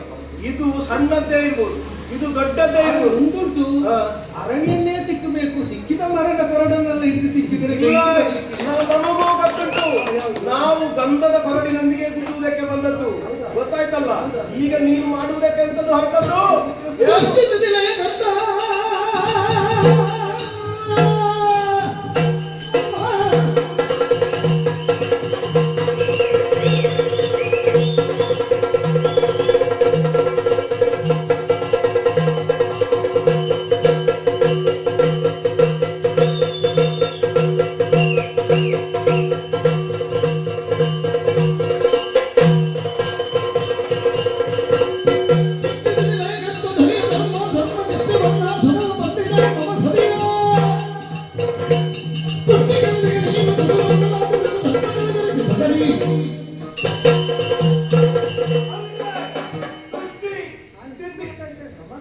ನನಗೆ ಸಮಾಧಾನ ಆದದ್ದಲ್ಲ. ನಿನ್ನ ಮಾತು ನನ್ನನ್ನು ಏರಿಸಿದ್ದು. ಋಷಿಗಳಿಗೆ ಕೋಪ ಚಾಂಡಾಲತ್ವವನ್ನು ತಂದ್ರೆ ಯಾರೋ ನಿಮ್ಮ ಗುರುಗಳು ಹೇಳ್ತಾ ಇಲ್ಲ. ಹೌದೌದು, ನೀನು ಹೇಳಲಿಕ್ಕೆ ಹೇಳುವೆ. ಹೌದು, ಈಗ ನಾನೇನು ತಪ್ಪ? ಋಷಿಗಳಿಗೆ ಚಾಂಡಾಲತ್ವವನ್ನು ಕೋಪ ತರ್ತದೆ ಅಂತ ಹೇಳ್ತಿದ್ರು. ಆ ಮಾತು ಇಲ್ಲದ ಬಂದದ್ದಕ್ಕಲ್ಲ, ಸುಮ್ಮನೆ ಕೋಪವನ್ನು ಚಾಂಡಾಲತ್ವ ಬರ್ತದೆ ಅಂತ ಹೇಳಿದ್ರು. ಸುಮ್ಮನೆ ಇದು ಸುಮ್ಮನೆ ಬಂದದ್ದಲ್ಲ. ಇಲ್ಲಿ ಇರುವಾಗ ಹಿಂದೆ ಮುಂದೆ ಒಳ್ಳೆ ಕೋಪ ಕೆಟ್ಟ ಕೋಪ ಅಂತಿಲ್ಲ. ಋಷಿಗಳಿಗೆ ಕ್ರೋಧವೆಂಬುದು ಚಾಂಡಾಲತ್ವ ಅಂತ ಮಾತಿಲ್ಲ. ನಮ್ಮದು ಗೃಹಸ್ಥ ಧರ್ಮ ಹೌದು ಅಂತಾದ್ರೆ, ನಾನು ಸತಿಯನ್ನು ಹೊಂದದ್ದು ಹೌದು ಅಂತಾದ್ರೆ, ಯಜ್ಞ ಸಂಯೋಗದಿಂದ ಅವಳು ನನಗೆ ಒದಗಿ ಬಂದವಳು ಅಂತಾದ್ರೆ, ನನ್ನ ಜೀವನ ಯಜ್ಞ ಸುಖವಾಗಬೇಕು ಅಂತಾದ್ರೆ ಅವಳನ್ನು ಕೊಂದವನಿಗೆ ಶಿಕ್ಷೆ ಪಡೆದ ನಾವು ಬಿಡುವುದಲ್ಲ. ಪತ್ಯುರ್ನು ಯಜ್ಞ ಸಂಯೋಗ. ಹೌದಾ? ಪತಿ ಪತ್ನಿ ಸಂಬಂಧ ಯಜ್ಞಕ್ಕಾಗಿ ಒಟ್ಟಾಗು, ಯಜ್ಞ ರೂಪದ ಬದುಕಿನಲ್ಲಿ ಒಟ್ಟಾಗು. ಈಗ ಸತಿಯಾದವಳು ಸೂತಕದ ಹೊರೆಯನ್ನು ಹೊತ್ತದ್ದೇ ಹೌದಾದ್ರೆ, ಪತಿಗಿಲ್ಲದ ಸೂತಕವನ್ನು ತಾನು ಭರಿಸಿಕೊಂಡದ್ದಾದ್ರೆ ಮತ್ತೆ ನಿಮ್ಮ ಯಜ್ಞಕ್ಕಾದ್ರೂ ವಾಮ ಭಾಗದಲ್ಲಿ ಕುಳ್ಳಿರುವುದಕ್ಕಾಗುವುದಿಲ್ಲ. ತಾನಾಗಿ ರಾಕ್ಷಸರ ಮಾಲಿನ್ಯವನ್ನು ಸೂತಕವಾಗಿ ಹೊಂದಿದವಳನ್ನು ಹೇಗೂ ನಿಮ್ಮ ಯಜ್ಞಕ್ಕೆ ಉಪಯೋಗಕ್ಕೆ ಬರುವುದಿಲ್ಲ ಅಂತ ತಲೆ ಕಡಿದು. ನಿಮಗೆ ಹೋಮ ಇಲ್ಲ, ಹವನ ಇಲ್ಲ, ಅದಿಲ್ಲ ಇದಿಲ್ಲ ಅಂತ ಹೇಳ್ತೀರಿ. ನನಗೆ ಹೋಮ ಹವನ ಮಾಡ್ಲಿಕ್ಕೆ ಬೇಕಾದ ಹೆಂಡತಿಯನ್ನೇ ತೆಗಿ. ಮತ್ತೆ ಯಜ್ಞ ಅಂತ ನನ್ನನ್ನು ಕರೆಯುವುದು, ಯಜ್ಞ ಕರ್ತಾರ ಅಂತ ನನ್ನನ್ನೇ ಕರೆಯುವುದು, ಹೌದು. ಯಜ್ಞ ಭೋಕ್ತಾರ ಅಂತ ನನ್ನನ್ನು ಕರೆಯುವುದು, ಯಜಮಾನ ಅಂತ ನನ್ನನ್ನು ಕರೆಯುವುದು. ಆದ್ದರಿಂದ ಯಜ್ಞವಾಗಿ ಯಜ್ಞ ಕರ್ತಾರನಾಗಿ ಯಜ್ಞ ಭೋಕ್ತಾರನಾಗಿ ಯಜಮಾನನಾಗಿ ಯಜ್ಞೋಪಕರಣಗಳಾಗಿ ಯಜ್ಞ ಸ್ವರೂಪನಾದಂತಹ ನಾನಿರುವಾಗ ನಾನು ಹೋಮ ಹವನ ಇಲ್ಲ ಅಂತ ಯಾವಾಗ ಹೇಳಿ? ಹೋಮ ಹವನ ಇಲ್ಲ ಅಂತ ಹೇಳಿದ್ದಲ್ಲ, ಸತಿ ಸಂಯೋಗದಿಂದ ನಡೆಯುವುದು ಅಂತ ಹೇಳಿದ್ದಕ್ಕೆ. ಸತಿ ಸಂಯೋಗದಿಂದ ನಡೆಸುವುದಕ್ಕೆ ಈಗ ಬಾಹಿರ ಅಂತ ನಾನು ನಿರ್ಣಯ ಮಾಡಲಿಲ್ಲವ ನನಗೆ. ಯಾಕೆ ಅಂತಂದ್ರೆ ನಾವು ಹೇಳಿದ ಮಂತ್ರ ಅದರಿಂದ ದೇವತೆಗಳು ಅನುಗ್ರಹಿಸಬೇಕು ಅಂತಿಲ್ಲ. ಮತ್ತೆ? ಹೇಳಿದ ಮಂತ್ರ ಸರಿಯಾಗಿದ್ರೆ ದೇವತೆಗಳು ಅನುಗ್ರಹಿಸ. ಮಂತ್ರ ಸರಿಯಾಗುಂಟ ಅಂತ ನೋಡಿ ಫಲಾಫಲಗಳನ್ನು ಕೊಡುವವಳೆ ಅದನ್ನಾದ್ರೂ ದೇವತೆಗಳಿಗೆ ಎಲ್ಲ ನಿಮ್ಮದೇ. ದೇವತೆಗಳಿಗೆ ಸರಿ ಇಲ್ಲ ಅಂತ ಹೇಳಿದ್ರು ನಾನು. ಯಾಕೆ ಗೊತ್ತಾ, ಇಳಿಯುವಾಗ ನಾವು ಬಂದದ್ದು ಭೂಮಿಗೆ ಅಂತ ಅವರಿಗೆ ಪ್ರಜ್ಞೆ ಇಲ್ಲ. ಭೂಮಿಯಲ್ಲಿರುವ ಕ್ರಮ ಏನು ಅಂತ ಅವರಿಗೆ ಗೊತ್ತಿಲ್ಲದ ವ್ಯವಹಾರ ಮಾಡ್ತಾರೆ. ಈಗ ನೀವು ದೇವತೆಗಳಿಗೆ ಸಮಯ ಇಲ್ಲ ಅಂತ ಸಿದ್ಧಾಂತ ಮಾಡಿ ನಾಳೆ ಈಗ ಇಂದ್ರಾಯ ಸ್ವಾಹ ಅಂತ ಹವಿಸು ಕೊಡ್ಬೇಕಾದ್ರೆ ಇಲ್ಲಿಗೆ ಯಾರಿಗೆ ಕೊಡು? ನಾವು ಸರಿ ಮಾಡಿ ಕೊಡುವ. ಯಾರಿಗೆ ಸರಿ ಮಾಡಿ? ಇಂದ್ರನನ್ನೇ ಸರಿ ಮಾಡಿ ಕೊಡುವ. ಇಂದ್ರನನ್ನು ಸರಿ ಮಾಡಿ ಕೊಡುವುದಕ್ಕಿಂತ ಸರಿಯಾದ ಬೇರೆ ಇಂದ್ರನ್ನು ಮಾಡಲಿಕ್ಕೆ ಬೇರೆ ಇಂದ್ರ ಬೇಕು ಅಂತ ಇಲ್ಲ. ಬೇರೆ ಇಂದ್ರ ಮಾಡಿ ನಮ್ಮ ದೊಡ್ಡ ಸಿಕ್ಕಾಗುದಿಲ್ಲ. ಅದೇ ಇಂದ್ರನನ್ನು ಬೇರೆ ಮಾಡಿಲ್ಲ. ಅದನ್ನೇ ನಾನು ಹೇಳಿದ್ದೆ. ಈಗ ಇಂದ್ರನನ್ನು ಸ್ತಬ್ಧ ಮಾಡಿದ್ರು. ಇಂದ್ರನನ್ನು ಸರಿ ಮಾಡುವುದಾದ್ರೆ ಇಂದ್ರನನ್ನು ನಿಷ್ಕ್ರಿಯ ಮಾಡುವುದು ಅಂತ ಅರ್ಥ ಅಲ್ಲ. ಇಂದ್ರನನ್ನು ಸರಿ ಮಾಡಿದ್ದು ನಾನು. ಸರಿ ಮಾಡಿದ ಮೇಲೆ ಇಂದ್ರನನ್ನೇ ಆರಾಧಿಸಬೇಕು ಅಂತ ನೀವು ಒಪ್ಪುವುದಾದ್ರೆ ತಪ್ಪು ಮಾಡಿ ಇಂದ್ರನನ್ನು ಸ್ತಬ್ಧಳಾಗಿಸಿದ ನಿಮ್ಮ ಹೆಂಡತಿಯ ಕೃತ್ಯವರು ಸರಿ ಮಾಡಿದ ನನ್ನ ಮೇಲೆ ಯಾಕೆ ಕೋಪ? ತಪ್ಪು ಮಾಡಿದ ಇಂದ್ರನಲ್ಲಿ ಒಳ್ಳೆಯತನವನ್ನು ನೀನು ಕಾಣುವವನೇ ಹೌದು ಅಂತಾರೆ. ನೀನು ಹೀಗೆ ಇದ್ರೆ ಸರಿ ಕಾಣುವುದಿಲ್ಲ. ನೀನು ಧರೆಯೊಳಗೆ 10 ಅವತಾರವನ್ನು ಎತ್ತಬೇಕು. ಆ 10 ಹೇಗೆ ಅಂತ ಕೇಳಿದ್ರೆ ಹೀಗಲ್ಲ, ಚಶವೇ ಮೊದಲಾದ 10 ಅವತಾರ. ಹೌದಾ? ನೀರಿನಲ್ಲಿ ಸಂಚರಿಸುವುದರೊಂದಿಗೆ ನಿನ್ನ ಸಂಚಾರದಲ್ಲಿ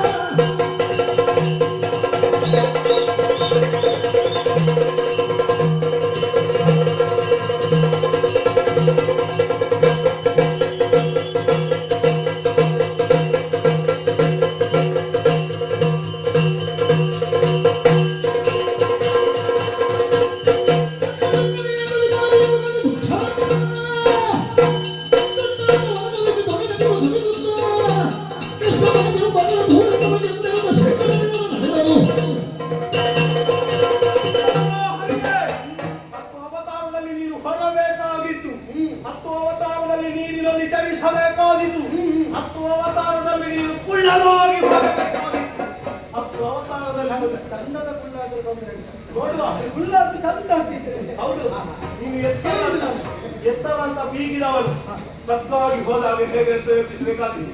ಹೆಚ್ಚಲ್ಲ ನೀನು ಜಾತನಾಗುವುದರೊಂದಿಗೆ ಜಾತ ಜೀವನ ಜನ್ಮದಲ್ಲಿ ಬರುವ ಬವನೆಯಲ್ಲಿ ಒಂದು ಬವನೆ ಸತಿವಿಯೋಗ ಕೊಟ್ಟೆ ಅಲ್ಲ. ನನಗೆ ಸತಿವಿಯೋಗ ಕೊಟ್ಟೆ ಅಲ್ವಾ? ನೀನು ಕೂಡ ಒಂದು ಅವತಾರದಲ್ಲಿ ಸತಿವಿಯೋಗದಿಂದ ಕಣ್ಣೀರು ಒಂದು ತಾರಾಗಿ ನೀರಾಗಿ ಶಾಪವಿದನು ಚಿರಗುಣಾಂತೆ ತಾಪಸೋತ್ತಮ. ಶಾಪವಿದನು ಚಿರಗುಣಾಂತೆ ತಾಪಸೋತ್ತಮ. ಶಾಪದರ ನಿಗ್ರಹಣದ ಕಲಾಪದುಪಕ್ರಮ. ಒಬಗಿತ್ತು ಮನವ ಕೊಲನು ಪಾಪ ಕಾರ್ಯವು.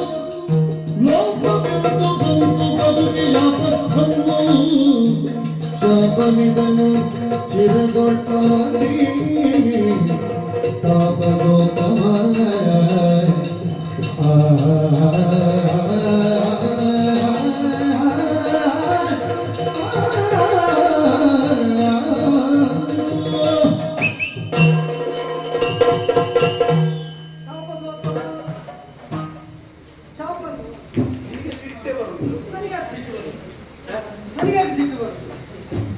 ಹೆಂಡತಿ ಇಲ್ಲದೆ ನಿಮಗೆ ಬದುಕಲಿಕ್ಕಾಗ್ತದೆ, ಆದ್ರೂ ನಿಮಗೆ ಸಿಟ್ಟು ಬಂತು. ಶಾಪ ಹೊಂದಿಯು ನನಗೆ ಏನು ತೊಡಕಾಗುವುದಿಲ್ಲ, ಆದ್ರೂ ನನಗೆ ಸಿಟ್ಟು ಬರಲಿಲ್ಲ. ಹೆಂಡತಿ ಇಲ್ಲದೆ ನಿಮಗೆ ಬದುಕಲಿಕ್ಕಾಗುದಿಲ್ಲ. ಅಲ್ಲ, ನನಗೆ ನಿನ್ನ ಒಂದು ಅರ್ಥ ಮಾಡಿಕೊಳ್ಳಿಕ್ಕೆ ಆಗುದಿಲ್ಲ. ನನಗೆ ಪಕ್ಕ ಅರ್ಥ ಆಗುದಿಲ್ಲ. ಅಲ್ಲ ಹೌದು, ಆಯ್ತಪ್ಪ. ಈಗ ನಿನಗೆ ಅರ್ಥ ಆಗದಿದ್ದದೇನು ಅಂತೇಳಿ ಸ್ವಲ್ಪ ಅರ್ಥ ಮಾಡಿಸಿ. ಅಲ್ಲ, ನಿನಗೆ ನಾನು ಶಾಪ ಕೊಟ್ಟದ್ದು. ಹೌದು, ನಾನು ಶಾಪ ಕೊಟ್ಟಿಗೆ ತೆಗೆದುಕೊಂಡ ಉಸಿರೆಂತದ್ದು. ಹೌದು, ಹಾಗೆ ಸ್ವರವೇ ಬರಲಿ. ಹೌದು. ನಿನಗೆಂತದ್ದು ಇಲ್ಲ. ಉಸಿರು ಬಿಡುವಾಗಿ ತೆಗೆಯುವಾಗ ಸಾರ್ಥಕ ಆದ ಕರ್ಮಕ್ಕೆ ತೆಗೆದರೆ ಉಸಿರು ಸಾರ್ಥಕ ಆಗ್ತದೆ. ನಿರರ್ಥಕ ಆದ ಕರ್ಮಕ್ಕೆ ಉಸಿರು ನಾವು ಬಿಟ್ಟರೆ ಆ ಉಸಿರೇ ನಿರರ್ಥಕ ಆಗ್ತದೆ. ಈಗ ನೀವು ಮಾಡಿದ್ದೇನು? ನಾನು ಅಷ್ಟು ಮಾಡಿದ್ದಷ್ಟೇ. ದಶಮೇ ಮೊದಲಾದ ದಶರೂಪಗಳನ್ನು ಧರಿಸಬೇಕು. ಹೌದು. ಅಣೋರಣೀಯ ಮಹತೋ ಮಹೀಯ ಇದು ಯಾರಿಗಿರುವುದು ಸ್ವಾಮಿ ಅಲ್ವೋ? ಅಣುವಿಗಿಂತ ಅಣುವಾಗಿ ಮಹತ್ತಿಗಿಂತ ಮಹತ್ತರವಾಗಿ ಇರಬಲ್ಲವನು ಅಂತ 10 ರೂಪ ತಳೆಯುವ ಮೊದಲೇ ಯಾರಿಗೆ ಹೆಸರುಂಟು ಅವನಿಗೆ 10 ಹೆಚ್ಚು. ನೀವು 100 ಕೊಟ್ಟರೆ ಹೆಚ್ಚಲ್ಲ. ಎಲ್ಲದರ ಒಳಗೂ ಇದ್ದು ಮಿಕ್ಕಿ ಮೀರಿ ನಿಲ್ಲುವಂತಹ ನಾನು ಇದು ತನಕ ಒಳಗಿದ್ದೆ, ಸ್ವಲ್ಪ ಹೊರಗೆ ಕಾಣಿಸುತ್ತೆ ಹೇಳಿದ್ರಿಂದ ನನಗೆ ಒಳ ಹೊರಗುಂತಿಲ್ಲ. ಈಗ ಒಳ ಹೊರಗುಂತ ಯಾರಿಗಿರುವುದು? ಮಾತ್ರ ಇರಬಲ್ಲ, ಒಳಗೋ ಹೊರಗೋ ಇರಬಲ್ಲವರಿಗೆ, ಒಳಗೂ ಹೊರಗೂ ಇದ್ದು ಮಿಕ್ಕಿ ಮೀರಬಲ್ಲವರಿಗೆ ಒಳಗೆ ಯಾವುದು ಹೊರಗೆ ಯಾವುದು. ಸರ್ವವ್ಯಾಪಕನಾದದ್ದರಿಂದ ನನಗೆ ವಿಷ್ಣು ಅಂತ ಹೆಸರು, ಸರ್ವಜೀವಾಶ್ರಯ ಸ್ವರೂಪನಾದದ್ದರಿಂದ ನನಗೆ ನಾರಾಯಣ ಅಂತ ಹೆಸರು, ಪಾಪಾಪಹಾರಿ ಆದದ್ರಿಂದ ನನಗೆ ಹರಿ ಅಂತ ಹೆಸರು. ಇದೆಲ್ಲ ಇರುವಾಗ ಎಲ್ಲರಿಗೂ ಆಶ್ರಯವಾಗಿ ಎಲ್ಲದರೊಳಗೂ ಇದ್ದು ಸರ್ವ ಪ್ರಪಂಚವನ್ನು ವ್ಯಾಪಿಸಿ ನಿಂತ ನನಗೆ ಬಾ ಅಂತಂದ್ರೆ ಹೊಸದು. ನಿಮಗೆ ಕಾಣಬೇಕು ಅಂತ ಹೇಳಿದಾಗ ಆಯ್ತು, ಸರಿ ನಾನು ಇಲ್ಲಿದ್ದವ ನಿಮಗೆ ಕಾಣಿಸಿಕೊಳ್ತೇನೆ ಅಂತಂದೆ. ಶಾಪವಿದನು ಶಿರದಳ ಅಂತ ತಾಪಸೋತ್ತಮ. ನಾನು ಈಗ ನೀವು ಏನು ಮಾಡಿದಾಗ ಆಯ್ತು ಗೊತ್ತು, ನಿಮ್ಮ ಹೆಸರು ಮಾಡಬೇಕು ನನಗೆ ಇನ್ನೂ ಎಂತ ಅಲ್ಲ, ನಿಮ್ಮ ಹೆಂಡತಿಯನ್ನು ಕೊಂದದ್ದು ಸರಿ ಅಂತ ನೀವು ಹೇಳಿದಾಗ ಆಯ್ತು. ಯಾಕೆ ಕೇಳಿ, ಯಾಕೆ ಕೇಳಿ, ತಮಾಸುರಾದಿಗಳು ವದ್ಯರು ಅಂತ ನಾನು ಹೇಳಿದೆ. ನನ್ನ ಗಂಡ ಅವ ಹೇಳಿದ್ರೆ ನಾನು ಒಪ್ಪುವುದಿಲ್ಲ, ಬಿಡುವುದಿಲ್ಲ. ನಿನ್ನ ಗಂಡನೇ ಅವ ವದ್ಯ ಅಂತ ನಿರ್ಣಯಿಸ್ತಾನೆ. ಆದ್ದರಿಂದಲೇ ನಾನು ಅವರ ದೇವರಾದ್ರಿಂದ ಹೇಳುವುದು ಬಿಡು ಅಂದ್ರೆ ಕೇಳಲಿಲ್ಲ. ಗಂಡನನ್ನು ಅತಿಕ್ರಮಿಸಿದವನು ಅಂತ ಕೊಂದೆ. ಈಗ ನೀವು 10 ಅವತಾರ ತಾಳಿ ಅಂತ ಶಾಪ ಕೊಟ್ಟರು, ಒಂದಲ್ಲ 10 ಜನ ತಮಾಸುರಾದಿಗಳಿದ್ದರು. ನಿಮ್ಮ ಶಾಪದ ಬಲದಿಂದ ಅಂದ್ರೆ ನಿಮ್ಮ ತಪಸ್ಸಿನ ಬಲವನ್ನೇ ಉಪಯೋಗಿಸಿ ಅವರ ತಲೆ ಕಡಿಯುವುದಕ್ಕಾಗ್ತದೆ. ಹೆಂಡತಿ ರಕ್ಷಣೆ ಕೊಡುವುದು, ಗಂಡ ತಲೆ ಕಡಿಯುವುದಕ್ಕಿಂತ ಶಕ್ತಿ ಕೊಡುವುದು. ಈಗ ಹೇಳಿ, ನಾನು ನಿಮ್ಮ ಹೆಂಡತಿಯನ್ನು ಅತಿಕ್ರಮಿಸಿದ್ದು, ನಿಮ್ಮ ಹೆಂಡತಿ ನಿಮ್ಮನ್ನೇ ಅತಿಕ್ರಮಿಸಿದ್ದು. ಈಗ ನಾನು ಹೇಳಿದ್ದು, ಈಗ ನಿಮ್ಮನ್ನೇ ಅತಿಕ್ರಮಿಸಿದಾಗ ಆಯ್ತು ಸ್ವಾಮಿ. ಅವಳ ಹತ್ರ ಹೇಳಿದ್ರೆ ಅವಳಿಗೆ ಅರ್ಥ ಆಗಲಿಲ್ಲ, ನಿಮ್ಮ ಹತ್ರ ಹೇಳಿದ್ರೆ ಮೊದಲು ನಿಮಗೂ ಅರ್ಥ ಆಗ್ತದೆ. ದಯಮಾಡಿ ಒಂದು ಕೈ ಮುಗಿದು ನನಗೆ ಉತ್ತರ ಕೊಡ್ಲಿಕ್ಕೆ ಆಗುವಂತ ಪ್ರಶ್ನೆ ಕೇಳಿದ್ದು ಒಳ್ಳೆಯದು. ಅದಕ್ಕೆ ಏನು ಗೊತ್ತುಂಟಾ, ಪ್ರಶ್ನೆ ಕೇಳುವವರು ಅನುಸರಿಸಿ. ಈಗ ನಿಮ್ಮ ಗುರುಗಳು ನಿಮಗೆ ಹೇಗೆ ಪಾಠ ಮಾಡಿದ್ದಾರೆ ಅಂತ ನಾನು ಹೇಳುತ್ತೇನೆ. ಈಗ ನನ್ನನ್ನು ಗುರು ತಪ್ಪಬೇಕು ಅಂತ ನಾನು ಹೇಳುವುದಲ್ಲ, ಆದರೆ ಒಂದು ಹಿತೋಕ್ತಿ ಲೋಕಾನುಭವದಿಂದ ಹೇಳುದು. ನಾವು ಒಂದು ಪ್ರಶ್ನೆ ಕೇಳುವಾಗ ಯಾರಿಗೆ ಗೊತ್ತಿಲ್ಲದಿದ್ರೂ ಆ ಪ್ರಶ್ನೆಗೆ ನಮಗೆ ಉತ್ತರ ಗೊತ್ತಿರಬೇಕು. ನಮಗೆ ಉತ್ತರ ಗೊತ್ತಿಲ್ಲದ ಪ್ರಶ್ನೆ ಕೇಳಿದರೆ ಆ ಕೇಳುವವರ ದಾಟಿ ಏನಾಗ್ತದೆ ಗೊತ್ತೋ, ಪ್ರಶ್ನೆ ಉಳಿಸುವುದಕ್ಕಾಗಿ ಕೇಳುವ ಪ್ರಶ್ನೆ ಆಗ್ತದೆ ಬಿಟ್ರೆ ಉತ್ತರಕ್ಕಾಗಿ ಕೇಳುವ ಪ್ರಶ್ನೆ ಆಗುವುದಿಲ್ಲ. ಈಗ ಯಾರು ಉತ್ತರ ಕೊಡ್ಲಿಲ್ಲ, ಆ ಪ್ರಶ್ನೆಗೆ ಉತ್ತರವೇ ಇಲ್ಲ ಅಂತ ಆಗುದಿಲ್ವೋ. ಅದಕ್ಕೆ ನಾವೇನು ಮಾಡಬೇಕು, ಮೊದಲು ಪ್ರಶ್ನೆ ಹುಟ್ಟಿದಾಗ ಉತ್ತರ ನಾವೇ ಕಂಡುಕೊಳ್ಬೇಕು, ಯಾರಿಗೆ ಗೊತ್ತಿಲ್ಲದಿದ್ದು.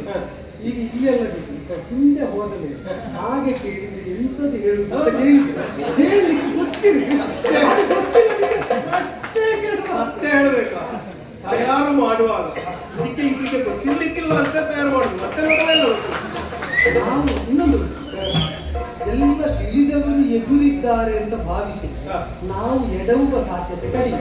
ಎದುರಿದ್ದವರಿಗೆ ಏನೂ ಗೊತ್ತಿಲ್ಲ ಅಂತಲೇ ನಾವು ಸಿದ್ಧ ಆದರೆ ನಮಗೆ ಗೊತ್ತಾದದ್ದು ಏನು ಅಂತ ಅವರಿಗೆ ಗೊತ್ತಾದಾಗ ನಾವು ಬಿದ್ದಾಗಿರ್ತದೆ. ಆದ್ರಿಂದ ಎದುರಿದ್ದವರನ್ನು ನಾವು ಮಾನಿಸಬೇಕು. ನನ್ನನ್ನುಂಟಲ್ಲ, ಯಾರೇ ಆಗಲಿ ಪ್ರಪಂಚದಲ್ಲಿ ಹಿರಿಯರ ಹಿರಿತನವನ್ನು ಮಾನಿಸಿದರೆ ನಾವು ಕಳೆದು ಹೋಗುವುದಿಲ್ಲ, ಕಿರಿಯರು ಆಗುವುದಿಲ್ಲ. ಮಾನಿಸಿದಲ್ಲಿ ಅವರ ಹಿರಿತನದ ಆಧಾರದ ಜೊತೆಯಲ್ಲಿ ಆ ಹಿರಿತನದ ಅಂಶವು ನಮ್ಮನ್ನು ಸೇರಿಕೊಳ್ತದೆ. ಶಾಪದ ಈಗ ರಾಕ್ಷಸರ ನಿಗ್ರಹದ ಕಲಾಪಕ್ಕೆ ಉಪಕ್ರಮಿಸುವುದಕ್ಕೆ ನೀವೇ ಶಕ್ತಿ ತುಂಬಿದಾಗ ಆಯಿತು. ನನಗಿದ್ದದ್ದು ಏನು ಗೊತ್ತುಂಟ, ಏನು ಭರ್ತಾಯೇವ ಪರಂ ನಾರ್ಯಂ ಭೂಷಣಂ ಭೂಷಣಾದ, ಸತಿಯಾದವಳಿಗೆ ಪತಿಯೇ ಸರ್ವಾಭರಣ ಅಂತ ಹೇಳಲ್ಪಟ್ಟಿದ್ದು. ಅವದ್ರಿಂದಲೇ ಭೂಷಣವಾಗಿ ಕಾಣಿಸುವುದು. ಸತಿಯಾದವಳು ತಪ್ಪಿ ನಡೆದಿದ್ದಾಳೆ ಎನ್ನುವುದು ಲೋಕಕರ್ತಾರನಾದ ನೀನು ಆಡಿದ್ದೀ. ಆದರೂ ಭರ್ತಾರನಾಗಿ ರಕ್ಷಿಸಬೇಕಾದ ನಾನು ಬರಿಗೈಯಲ್ಲಿ ನಿಂತಿದ್ದೆ. ಒಂದು ಭರ್ತಾಯೇವ ಪರಂ, ಭರ್ತ ಅಂದ್ರೆ ಏನು ಗೊತ್ತುಂಟ ಸ್ವಾಮಿ, ಭರಿಸುವವನು ಧರಿಸುವವನು. ನಿಮ್ಮ ಆಶ್ರಮದ ಪ್ರಕರಣದಲ್ಲಿ ಬೇಸರ ಮಾಡಿಬೇಕು. ಗಂಡ ಹೆತ್ತ ಹೆಣ್ಣ, ಗಂಡ ಹೊತ್ತ ಹೆಣ್ಣ, ಗಂಡ ಹೆರಿಸಿದ ಹೆಣ್ಣಾಗಿ ಅವಳು ಕಾಣಲಿಲ್ಲ, ಗಂಡನನ್ನೇ ಬರುವ ಹೆಣ್ಣಾಗಿ ಕಾಣಿಸಿದರು. ಆದ್ದರಿಂದ ಭರ್ತನಿಗೆ ಪರಳಾದ ನಾರಿಯಾದರು. ಆಗ ಲೋಕ ಭರ್ತ ನೆಲೆಸಿದವರು ಕಡಿದುಕೊಳ್ಳಬೇಕಾಯಿತು. ನಾನು ಇನ್ನೊಂದು ಹೇಳಿದೆ, ನನಗೆ ಅವಳನ್ನು ಕೊಲ್ಲಬೇಕು ಅಂತಲೇ ಇಲ್ಲ. ನನಗೆ ಬೇಕಾದ್ದೇನು, ಲೋಕದಲ್ಲಿ ಕೆಟ್ಟವರಿಗೆ ಗುರುಗಳಾಗಿ ನೀವಲ್ಲದಿದ್ರೆ ಇನ್ನೊಬ್ಬರು ಆಶ್ರಯ ಕೊಡ್ತಾರೆ. ಲೋಕದಲ್ಲಿ ರಾಕ್ಷಸರಿಗೆ ಗುರುತ್ವವನ್ನು ವಹಿಸುವುದಾದರೆ ರಾಕ್ಷಸರನ್ನು ಕೊಲ್ಲುವ ಸಂಕಲ್ಪ ಲೋಕದೊಳಗಿಲ್ವೋ? ಲೋಕದಲ್ಲಿ ಕೆಟ್ಟದ್ದನ್ನು ಬೆಳೆಸುವವರೇ ಇರುವುದು ಅಂತ ಒಂದು ಶಂಕೆ ಇತ್ತು. ಆ ಶಂಕೆಗೆ ಲೋಕದ ಸಂಸ್ಕಾರದ ರೂಪದಲ್ಲಿ ನೀವು ಉತ್ತರ ಕೊಟ್ಟರು. ಅವನಿಗೆ ನಾಳೆ ಯಾರೇ ಗುರುವಾಗಲಿ, ಯಾರೇ ಪೋಷಿಸಲಿ, ಅಂತವರ 10 ಮಂದಿಯನ್ನು ಕೊಲ್ಲುವ ಸಾಮರ್ಥ್ಯ ನನ್ನ ತಪಸ್ಸಿನಿಂದ ಕೊಡ್ತೇನೆ ಅಂತ ನೀವು ಕೊಟ್ಟರೆ ಇಲ್ವೋ?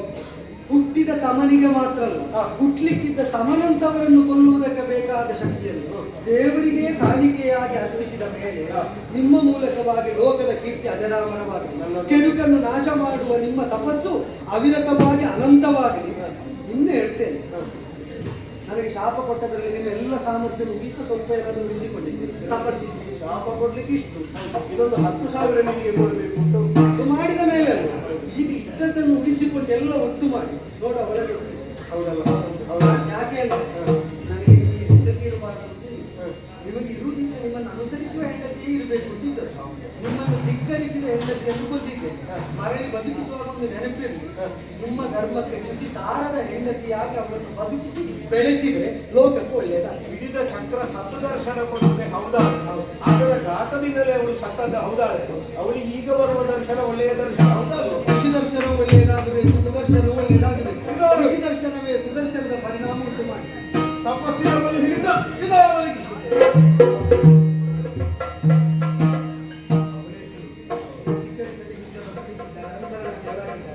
ಪ್ರತಿ ಬಾರಿ ನಾನೇ ಬರುವ ಹಾಗೆ ಮಾಡಬೇಡಿ ಆಶ್ರಮಕ್ಕೆ. ಬಂದ್ರೆ ಮತ್ತೆ ನೀನು ಅಲ್ಲಿ ಬಿಟ್ಟು ಇಲ್ಲಿಗೆ ಬಂದದ್ದು ಯಾಕೆ? ನೀವು ಬಂದ್ರೆ ನಾನು ಕೇಳುದಿಲ್ಲ, ನೀವು ಅಲ್ಲಿ ಬಿಟ್ಟು ಇಲ್ಲಿ ಬಂದದ್ದು ಯಾಕೆ? ಯಾವಾಗ ಬಂದು ಸ್ವಾಗತ ಉಂಟು. ಸ್ವಾಮಿ, ನನ್ನದು ಎಂಥದ್ದಿದ್ರು ನೀವು ಯಾವಾಗ ಬೇಕಾದ್ರೂ ಪಡ್ಕೊಂಡು ಹೋಗುದು ನನ್ನದೊಂದು ವಿಚಾರ. ನಾವು ಸಂಪಾದನೆ ಮಾಡಿದ್ದು ನಮಗೆ ಆದ ಉಳಿದವರಿಗೆ ಕೊಡಿ, ನಮಗೇ ಇಲ್ಲ ಉಳಿದವರಿಗೆ ಅಂತ ಆದರೆ ಮತ್ತೆ ಸಂಪಾದನೆ ಮಾಡುವುದು ನಿರರ್ಥಕ ಅಂತ. ಆದ್ರೆ ಒಂದು ಧೈರ್ಯ ಉಂಟು, ಇಲ್ಲಿಗೆ ಮತ್ತೆ ಬರಬೇಕಾದ್ರೆ ನೀವೇ ಕಲಿಸಿಕೊಡ್ತೀರಿ. ಹೋಗುವ ಮೊದಲು ಪುನಃ ಬರುವುದರ ಯೋಚನೆ ಬರಬೇಕು, ಹೋಗಬೇಕು, ಇಲ್ಲದಿದ್ರೆ ತಪಸ್ಸಿನ ಪ್ರಸಾದ ನಿರಂತರವಾಗಿ ಲೋಕಗೊಳಿಸಲು ಸುಡುವೆಯ ದಾಟವನ್ನು ಸುಡುವೆ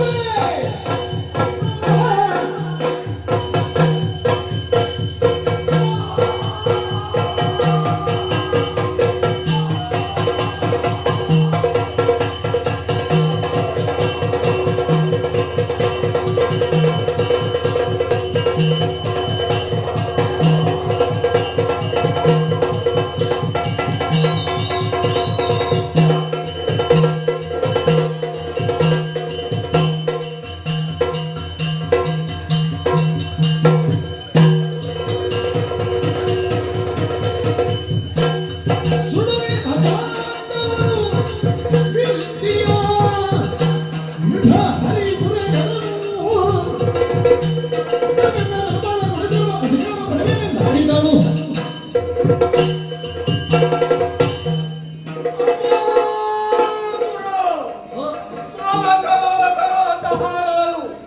ದೇವಲೋಕವನ್ನು ಪಡೆಯಬೇಕು ಎಂಬುದಾಗಿ ಸರ್ಕವಲ್ಲೇರಿದರೆ ಇಂದ್ರಾದಿಗಳ ಜೊತೆಯಲ್ಲಿ ಯುದ್ಧವನ್ನು ಕೈಯುವಂತಹ ಸಮಯದಲ್ಲಿ ಸೋಲು ಪ್ರಾಪ್ತಿಯಾಯಿತು. ಹೇಗೆ ಉಳಿದುಕೊಳ್ಳೋಣ ಎಂಬುದಾಗಿ ಆಲೋಚಿಸಿದೆ. ಗುರುಗಳ ತಾಯಿಯಲ್ಲಿ ಆಶ್ರಯವನ್ನು ಬೇಡಿದೆ. ಆದರೆ ಆಶ್ರಮದಲ್ಲಿರದೆ ಮಾಡುವಂತಹ ಕಾರ್ಯವೇ ನಡೆದು ಹೋಯಿತು. ಅವರೊಬ್ಬರ ಕೊನೆಗೆ ಆ ಹರಿಕಾರಣರಾದ ಆಶ್ರಮದಿಂದ ಹೊರಬಿದ್ದೆ. ಗುರುಗಳ ಬರವಣವನ್ನೇ ಕಾಯುತ್ತಾ ಇದ್ದೆ. ಗುರುಗಳು ಬಂದರು. ಗುರುಗಳಲ್ಲಿ ವಿಚಾರವನ್ನು ಹೇಳಿದೆ. ಆ ಕಾಲಕ್ಕೆ ಸಿದ್ದೇಶ್ವರಿ ಯಾಗವನ್ನು ಮಾಡು, ಆ ಮೂಲಕವಾಗಿ ಶಕ್ತಿಯನ್ನು ಸಂಪಾದಿಸು ಎಂಬ ಹಾಗೆ ಹೇಳಿದಾಗಲೇ ಗುರುಗಳ ಪೌರೋಹಿತ್ಯದಲ್ಲಿ ಸಿದ್ದೇಶ್ವರಿ ಯಾಗವನ್ನು ಮಾಡಿದೆ. ಮೋಹನ, ಆಕರ್ಷಣ ಇತ್ಯಾದಿ ವಿದ್ಯೆಗಳನ್ನೆಲ್ಲ ಆ ಯಾಗದ ಮೂಲಕವಾಗಿ ಸಾಧಿಸಿಕೊಂಡೆ. ಇನ್ನು ಬ್ರಹ್ಮಾಂಡವನ್ನೇ ಸುಡಬೇಕು ಮಾತ್ರವಲ್ಲ, ಈ ಲೋಕಗಳೆಲ್ಲವೂ ನನ್ನ ಅಂಕೆಯಲ್ಲಿರಬೇಕು. ಹಾಗಾಗಬೇಕು ಅಂತಾದ್ರೆ ಮಾಡಬೇಕಾದ ಕಾರ್ಯ ಏನು? ಭವನ ಕಿವಿಯು ಭಕ್ತು ಅಂಬುದು ಭವನ ಕಿವಿಯು ಭಕ್ತು ಮಾಯಗದಿ ಸಂಭವದಿ ಹೃದಯದಲ್ಲಿ ನಿಂತು ಯದು ಸಾಮ ಎಂಬ ಧರ್ಮ ನಿಗಮ ಆಗಮಗಳ ಉಪನಿಷತ್ತಾದಿ ತತ್ವಗಳನ್ನು ತುಂಬಿನಿಯ ಧರ್ಮಾಂತ ಮುಂಬರಿವುದ ಘರ್ಷಣೆಯ ಮಾಡಿ ಸಕಲವು ಜಂಬಾರಿ ಮುಖ್ಯರಿಗೆ ಚಲನ ಮಾತ್ರವನಿತ್ತು ಸ್ಥಿರ ವಿನದ ಮನದೊಳವು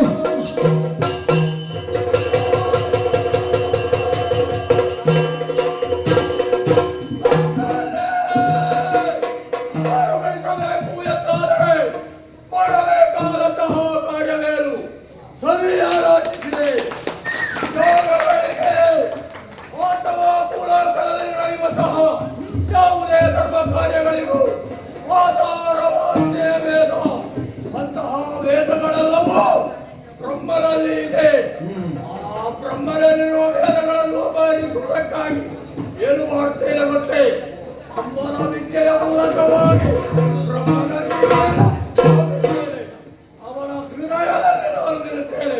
ಮಾತ್ರವಲ್ಲ, ಚತುರ್ವೇದವೇ ಮೊದಲಾದಂತಹ ಆಗಮ ನಿಗಮಾದಿಗಳಿಗೆ ಬೇಕಾದಂತಹ ಆ ಪುರಾಣಗಳನ್ನೆಲ್ಲ ಅಪಹರಿಸಿ ಅಂಕೆಯಲ್ಲಿ ಇಟ್ಟುಕೊಳ್ತೇನೆ. ಆಮೇಲೆ ಇರಬೇಕಾದ್ದು ಎಲ್ಲಿ ಎಂಬುದಾಗಿ ಆಲೋಚಿಸಿದರೆ ಸಾಗರ ಮಧ್ಯದಲ್ಲಿ ನಾನು ಅಡಗಿ ಕುಳಿತುಕೊಳ್ತೇನೆ. ನೋಡೋಣ.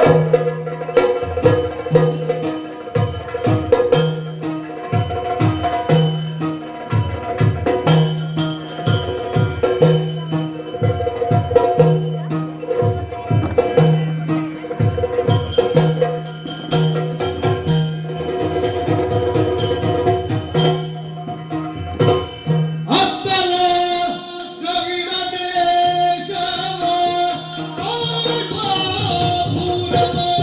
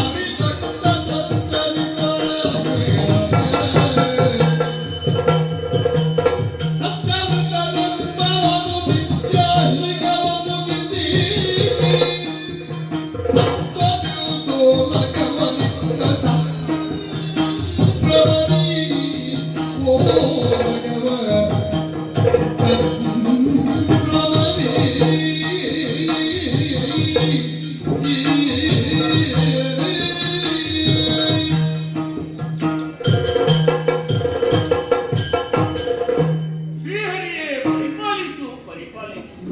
ಹರಿಭಕ್ತರು ನಾವು, ನಮ್ಮ ಪ್ರಜಾವರ್ಗದವರೆಲ್ಲ ದಿನನಿತ್ಯವೂ ಹರಿಯನ್ನೇ ಪೂಜಿಸುವರು. ಸರಿ. ಹರಿಯನ್ನೇ ಕಾಣಬೇಕೆಂಬ ಉದ್ದೇಶದಿಂದ ಸತ್ಯವತ್ತು ನಾಮಾಂಕಿತ ಅಂತ ನಾನು ಅನೇಕ ಯಜ್ಞ ಯಾಗಾದಿಗಳನ್ನು ಪೂರೈಸಿದೆ. ಆದರೆ ಇಷ್ಟಾರ್ಥ ಈಡೇರಲಿಲ್ಲ. ಹರಿ ಮುನಿದನು, ನಾನು ಮಾಡಿದ ಕಾರ್ಯದಲ್ಲಿ ಎಡವಿದನು, ಒಂದು ಮನಸ್ಸಿಗೆ ಅರ್ಥವಾಗುವುದಿಲ್ಲ. ಆದರೂ ಹರಿಪೂಜೆಯನ್ನು ಯಾರೂ ನಿಲ್ಲಿಸಕೂಡದು. ಒಂದಲ್ಲ ಒಂದು ದಿನ ಆ ಕಾರ್ಯ ಈಡೇರುತ್ತದೆ ಎಂದು ಮನಸ್ಸಿನ ಒಳಗೆ ಹೇಳುತ್ತಾವನು. ಹಾಗೆ ಆ ಉದ್ದೇಶದಿಂದಲೇ ಸಭಾಪ್ರವೇಶ ಮಾಡಿದಾಗ ಎಲ್ಲರೂ ಸತ್ಯವತನಿಗೆ ಜಯವಾಗಲಿ ಎಂಬುದಾಗಿ ಹೊಗಳುತ್ತಾ ಇದ್ದಾರೆ. ಅವರ ಹೊಗಳಿಗೆ ತಡವಾಗಿದ್ದೇನೆ. ಎಲ್ಲರ ಸುಖವೇ ನನ್ನ ಸುಖ ಎಂಬ ರೀತಿಯಲ್ಲಿ ರಾಜ್ಯವನ್ನು ಪರಿಪಾಲಿಸ್ತಾ ಇದ್ದೇನೆ. ಪರಿಪಾಲಿಸಿ ಇದ್ದ ಹಾಗೆ ನೆನಪಾಗುತ್ತಾ ಉಂಟು. ಏನು ದಿನನಿತ್ಯವೂ ಸೂರ್ಯನಿಗೆ ಅರ್ಘ್ಯವನ್ನು ಕೊಡುವುದು ರೀತಿ ಮಧ್ಯಾಹ್ನ ಹೊತ್ತು. ಅದಕ್ಕೆ ಬೇಕಾಗಿ ಸೂರ್ಯನಿಗೆ ಅರ್ಘ್ಯವನ್ನು ಕೊಡದೆ ಬರಬೇಕಾಗಿ ನದಿ ಕಡೆಗೆ ತೆರಳುತ್ತೇನೆ.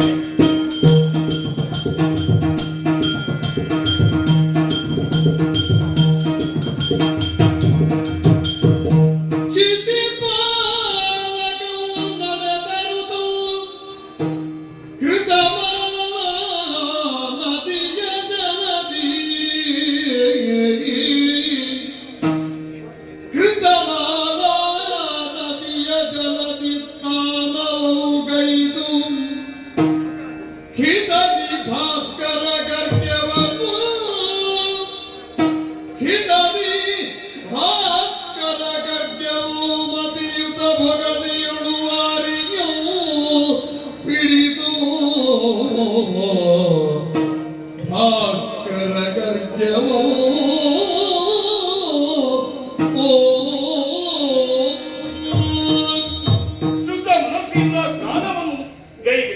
ಸ್ನಾನವನ್ನು ಗೈದ ಬಳಿಕ ಸೂರ್ಯನಿಗೆ ಅರ್ಘ್ಯವನ್ನು ಕೊಡಬೇಕಾದ ಸರಿ. ಅದಕ್ಕೆ ಬೇಕಾಗಿ ಈ ನದಿಯಿಂದ ಜಲವನ್ನು ತೆಗೆಯುತ್ತೇನೆ.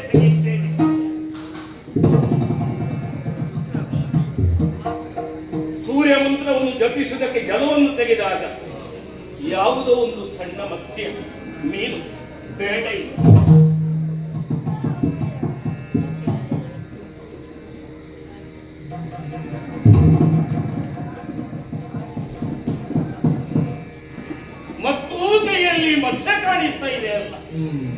ಆಹಾ. ಏನೇ ಆಗಿ ಮೂರನೇ ಬಾರಿ ತೆಗೆಯುತ್ತೇನೆ.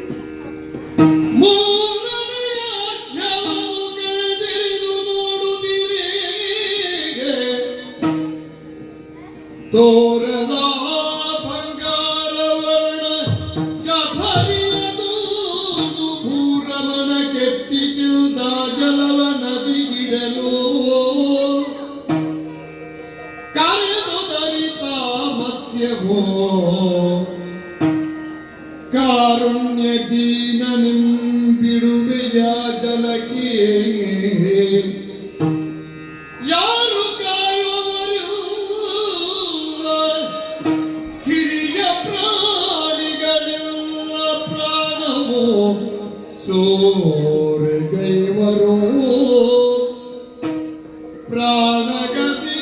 ಪ್ರಾಣಗತಿಗಾನೆ ಸಲವೋ ಸಲಗಿನರು ಕರಗಿತವನವ ಅವನಿಪನ ಮನವೋ ಕಾರುಣ್ಯಕೀನನೆ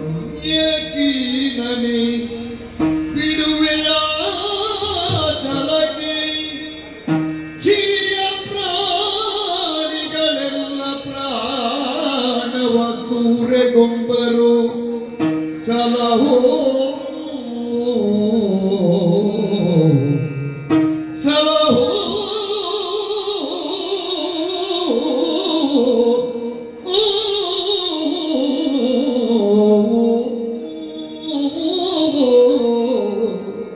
ಸಲಹೋ ಅರಸ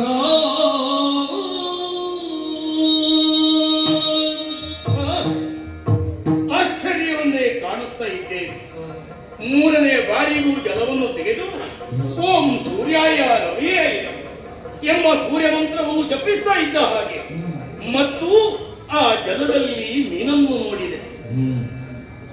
ಮೂರನೇ ಬಾರಿ ಮೀನು ಬೇಡ ಎಂಬುದಾಗಿ ಪುನಃ ಜಲಕ್ಕೆಸೆಯುವ ಧ್ವನಿ ಮೀನು ಮಾತಾಡುತ್ತಾಗುತ್ತಲ್ಲ. ಅರಸ ನನ್ನನ್ನು ಬಿಡುವೆಯ? ಈ ಸರೋವರದಲ್ಲಿ ಇದೋ ಎಂತೆಂತ ದೊಡ್ಡ ಮತ್ಸ್ಯಗಳು ನನ್ನನ್ನು ಭಕ್ಷಿಸಕ್ಕೆ ಸಿದ್ಧವಾಗುತ್ತವೆ. ನನಗೆ ರಕ್ಷಣೆ ಇಲ್ಲ. ನೀನೊಬ್ಬ ಅರಸ, ಪ್ರಜೆಗಳನ್ನು ರಕ್ಷಿಸುವವ. ಆದ್ದರಿಂದ ನಿನ್ನ ರಕ್ಷಣೆ ಒಡಪಟ್ಟು ನಿನ್ನ ಕರದಲ್ಲಿ ಬಂದಿದ್ದೇನೆ, ನಾನು ಬಿಡಬೇಡ ಅಂತ ಹೇಳುತ್ತಾ ಉಂಟು. ಮನ ಕರಗುತ್ತಾ ಉಂಟು. ಮತ್ಸ್ಯವೊಂದು ಮಾತಾಡಿ ನನ್ನಲ್ಲಿ ಈ ರೀತಿ ಕೇಳಬೇಕಂತಾದ್ರೆ ಏನೋ ಒಂದು ಸುದಿನ ಇರಬೇಕು, ದೈವದ ಇಚ್ಛೆಯಿರಬೇಕು. ಏನೇ ಆಗಲಿ ಈ ಮತ್ಸ್ಯವನ್ನು ಅರಮನೆ ತೆಗೆದುಕೊಂಡು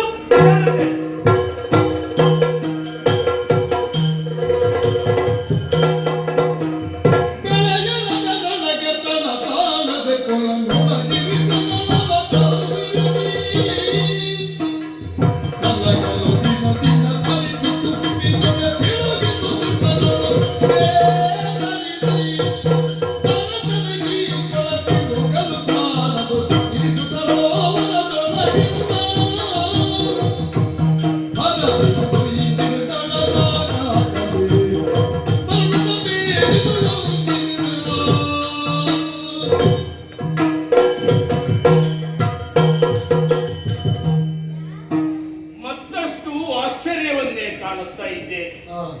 ಮತ್ಸ್ಯವನ್ನು ತೆಗೆದುಕೊಂಡು ಹೋಗಿ ಅರಮನೆಯಲ್ಲಿ ಒಂದು ದೊನ್ನೆಯಲ್ಲಿ ಶೇಖರಿಸಿ ಆ ಮತ್ಸ್ಯ ಬಂದ ಮೇಲೆ ನನ್ನ ರಾಜ್ಯದಲ್ಲಿ ಅಭಿವೃದ್ಧಿಯನ್ನು ಕಾಣುತ್ತಾ ಇದ್ದೇನೆ. ಕೆಲವೇ ದಿನದಲ್ಲಿ ಮತ್ಸ್ಯ ಬೆಳೆಯುತ್ತಾ ಹೇಳಿತು, ನನಗೆ ಸ್ಥಳ ಸಾಕಾಗುವುದಿಲ್ಲ, ಒಳ್ಳೆ ವ್ಯವಸ್ಥೆ ಮಾಡಬೇಕು ಅಂತ ನಮ್ಮವರಲ್ಲಿ ಹೇಳಿ ನಮ್ಮ ಅರಮನೆ ಹೊರಬಾಹೆಯಲ್ಲಿ ಒಂದು ಅದಕ್ಕೆ ಬೇಕಾದ ನೀರಿನ ವ್ಯವಸ್ಥೆ ಮಾಡಿ ಆ ಮತ್ಸ್ಯವನ್ನು ಅದರಲ್ಲಿ ಬಿಟ್ಟೆ. ಮತ್ತೆರಡು ದಿನ ಕಳೆಯಬೇಕಂತಾದ್ರೆ ಮತ್ತು ಹೇಳಿಕಲ್ಲ, ಸ್ಥಳ ಸಾಕಾಗುವುದಿಲ್ಲ. ಏನು ಮಾಡೋಣ? ಹೊರ ಬಾಗಿಯಲ್ಲಿರುವಂತ ನದಿಯಲ್ಲಿ ಬಿಟ್ಟೆ. ನದಿಯಲ್ಲಿ ಬಿಟ್ಟರೂ ಮತ್ತು ಕೆಲ ದಿನದಲ್ಲಿ ಹೇಳಿತು ಇದೂ ಸಾಕಾಗುವುದಿಲ್ಲ ಅಂತ ಮತ್ತು ದೂರಕ್ಕೆ ಹೋಗುವಂತಹ ಸರೋವರದಲ್ಲಿ ವ್ಯವಸ್ಥೆ ಮಾಡಿದೆ. ಅಲ್ಲಿಯೂ ಬೆಳೆಯುತ್ತ ಮತ್ಸ್ಯ ಹೇಳುತ್ತಾ ಉಂಟು, ಸ್ಥಳ ಸಾಕಾಗುವುದಿಲ್ಲ, ನನಗೆ ಬೇಕಾದ ವ್ಯವಸ್ಥೆ ಮಾಡುವಂತ. ಬೇರೆ ದಾರಿ ಕಾಣಿಲ್ಲ. ಮತ್ಸ್ಯಲ್ಲಿ ಕೇಳಿಕೊಂಡು ಸಮುದ್ರದಲ್ಲಿ ಬಿಟ್ಟಿದ್ದೇನೆ, ಏನಾಗ್ತದೆ?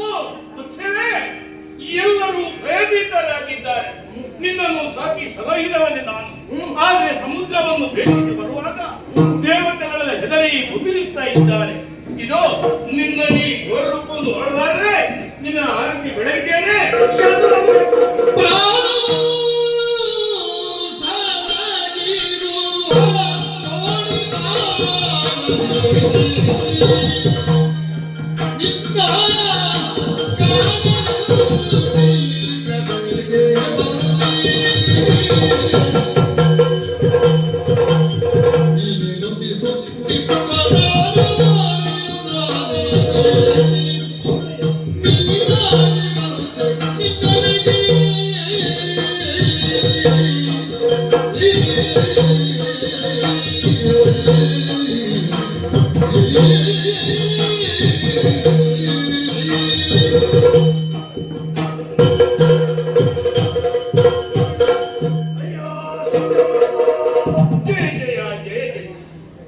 ಮತ್ಸರವಾಗಿ ನಿನ್ನ ಮುಂಭಾಗದಲ್ಲಿ ಕಾಣಿಸಿದ್ದೇನೆ. ಯಾರು ಏನು ಎನ್ನುವ ಹಾಗೆ ನಿನಗೆ ಸರಿಯಾಗಿ ತಿಳಿಯಲಿಲ್ಲ. ಖಂಡಿತ ಇಲ್ಲ. ಅರ್ಘ್ಯವನ್ನು ಕೊಡುವಂತಹ ಸಂದರ್ಭ ನಿನ್ನ ಅಂಗೈಯಲ್ಲಿ ಸಿಕ್ಕಿದವರು ನಾನು ರಕ್ಷಿಸು ಎನ್ನುವ ಹಾಗೆ ಹೇಳಿದೆ. ಖಂಡಿತ ಅರಮನೆಗೆ ಕೊಂಡು ಹೋದೆ, ಕೊನೆಯಲ್ಲಿ ಹಾಕಿದೆ. ಅಲ್ಲಿಯೂ ಸ್ಥಳಾವಕಾಶ ಸಾಕಾಗಲಿಲ್ಲ, ನದಿಗೆ ಬಿಟ್ಟೆ. ಅಲ್ಲಿಯೂ ಕೂಡ ಸ್ಥಳ ಸಾಕಾಗದೆ ಸಾಗರವನ್ನು ಸೇರಿಸಿದೆ. ಸಾಗರ ಗರ್ಭದಿಂದ ಮೇಲೆದ್ದು ಬಂದಿದ್ದೇನೆ. ನೀನು ಮುಗಿಸುತ್ತಿರುವಂತಹ ಆ ದಾನವಾರಿ ಎನ್ನುವ ಹಾಗೆ ಎಣೆಗಳತೆಯನ್ನು ಹೊಂದಿದವರು ನಾನು. ಶ್ರೀಮನ್ನಾರಾಯಣ. ಹೌದಯ್ಯ. ಹರಿ ಜಯ ಜಯ ಜಯ ಜಯ. ಇಲ್ಲಿವರೆಗೆ ಬರಬೇಕು ಅಂತ ಆದ್ರೆ ಬಲವಾದಂತಹ ಕಾರಣ.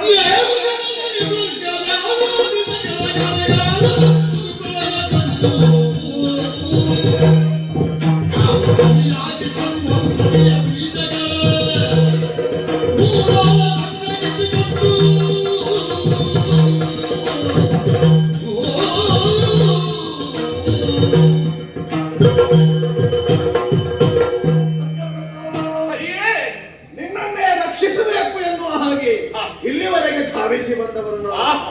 ಕಾರಣವಿದೆ. ಏನು ಕಾರಣ? ಇನ್ನು 7 ದಿನಗಳಲ್ಲಿ ಇಡೀ ಭೂಮಿಯೇ ಪ್ರಳಯಕ್ಕೆ ತುತ್ತಾಡುವುದಕ್ಕಿದೆ. ಹೌದು, ಪ್ರಳಯವಾಗುವುದಕ್ಕಿದೆ. ಸತ್ಯ. ನಾನು ಏನು ಮಾಡಬೇಕು? ನಿನ್ನನ್ನು ರಕ್ಷಿಸುವುದಕ್ಕಾಗಿ ಇಲ್ಲಿವರೆಗೆ ಬಂದವರಿದ್ದೇವೆ. ಅಂದ್ರೆ ನೀನೊಂದು ಕೆಲಸವನ್ನು ಮಾಡಬೇಕು. ಏನು ದೇವರೇ? ನಾವೇ ಒಂದನ್ನು ರಚಿಸಬೇಕು. ನಾವೇನು? ಹೌದು, ಆ ನಾವೆಯಲ್ಲಿ ನೀನು ಕುಳಿರಬೇಕು, ನಿನ್ನ ಹೆಂಡತಿಯನ್ನೂ ಕುಳಿರಿಸಬೇಕು. ಮಾತ್ರವಲ್ಲ, ವಿಧ ವಿಧವಾದಂತಹ ಔಷಧೀಯ ಬೀಜಗಳನ್ನು ಜೊತೆ ಸೇರಿಸಿ ಆ ನಾವೆಯಲ್ಲಿ ಇರಿಸಬೇಕು. ಅಷ್ಟು ಇರಿಸಿದರೆ ಸಾಕಾಗುತ್ತದೆ? ಖಂಡಿತವಾಗಿಯೂ ಸಾಕಾಗುವುದಿಲ್ಲ. ಪ್ರಳಯ ಆಗುವಂತಹ ಹೊತ್ತಿಗೆ ಬಂದು ನಾನೇ ನಿನ್ನನ್ನು ರಕ್ಷಿಸ್ತೇನೆ, ಬೇಕಾದಂತಹ ಸಲಹೆಯನ್ನು ಕೊಡ್ತೇನೆ. ಬೇಗ ನಾವೇನು ಸಿದ್ಧಗೊಳಿಸಯ್ಯ. ಆಗಲಿ ದೇವರೇ.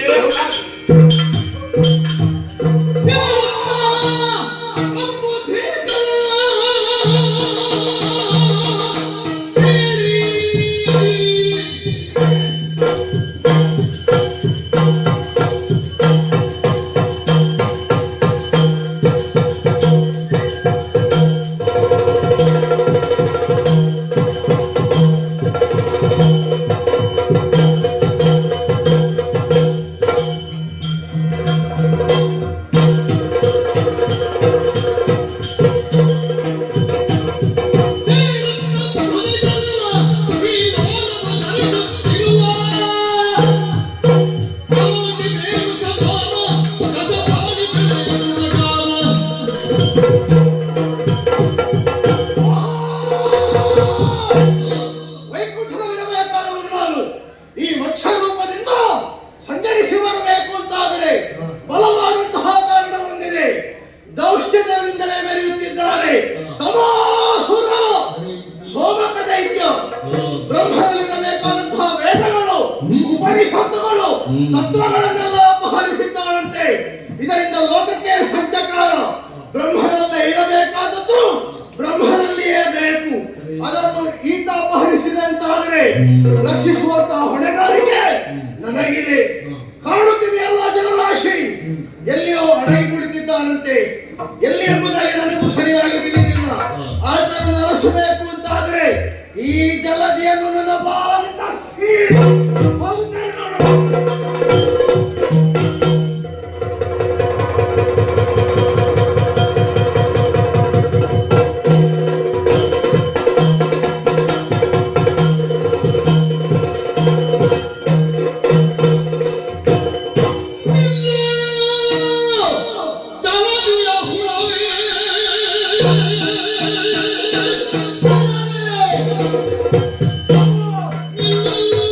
Oh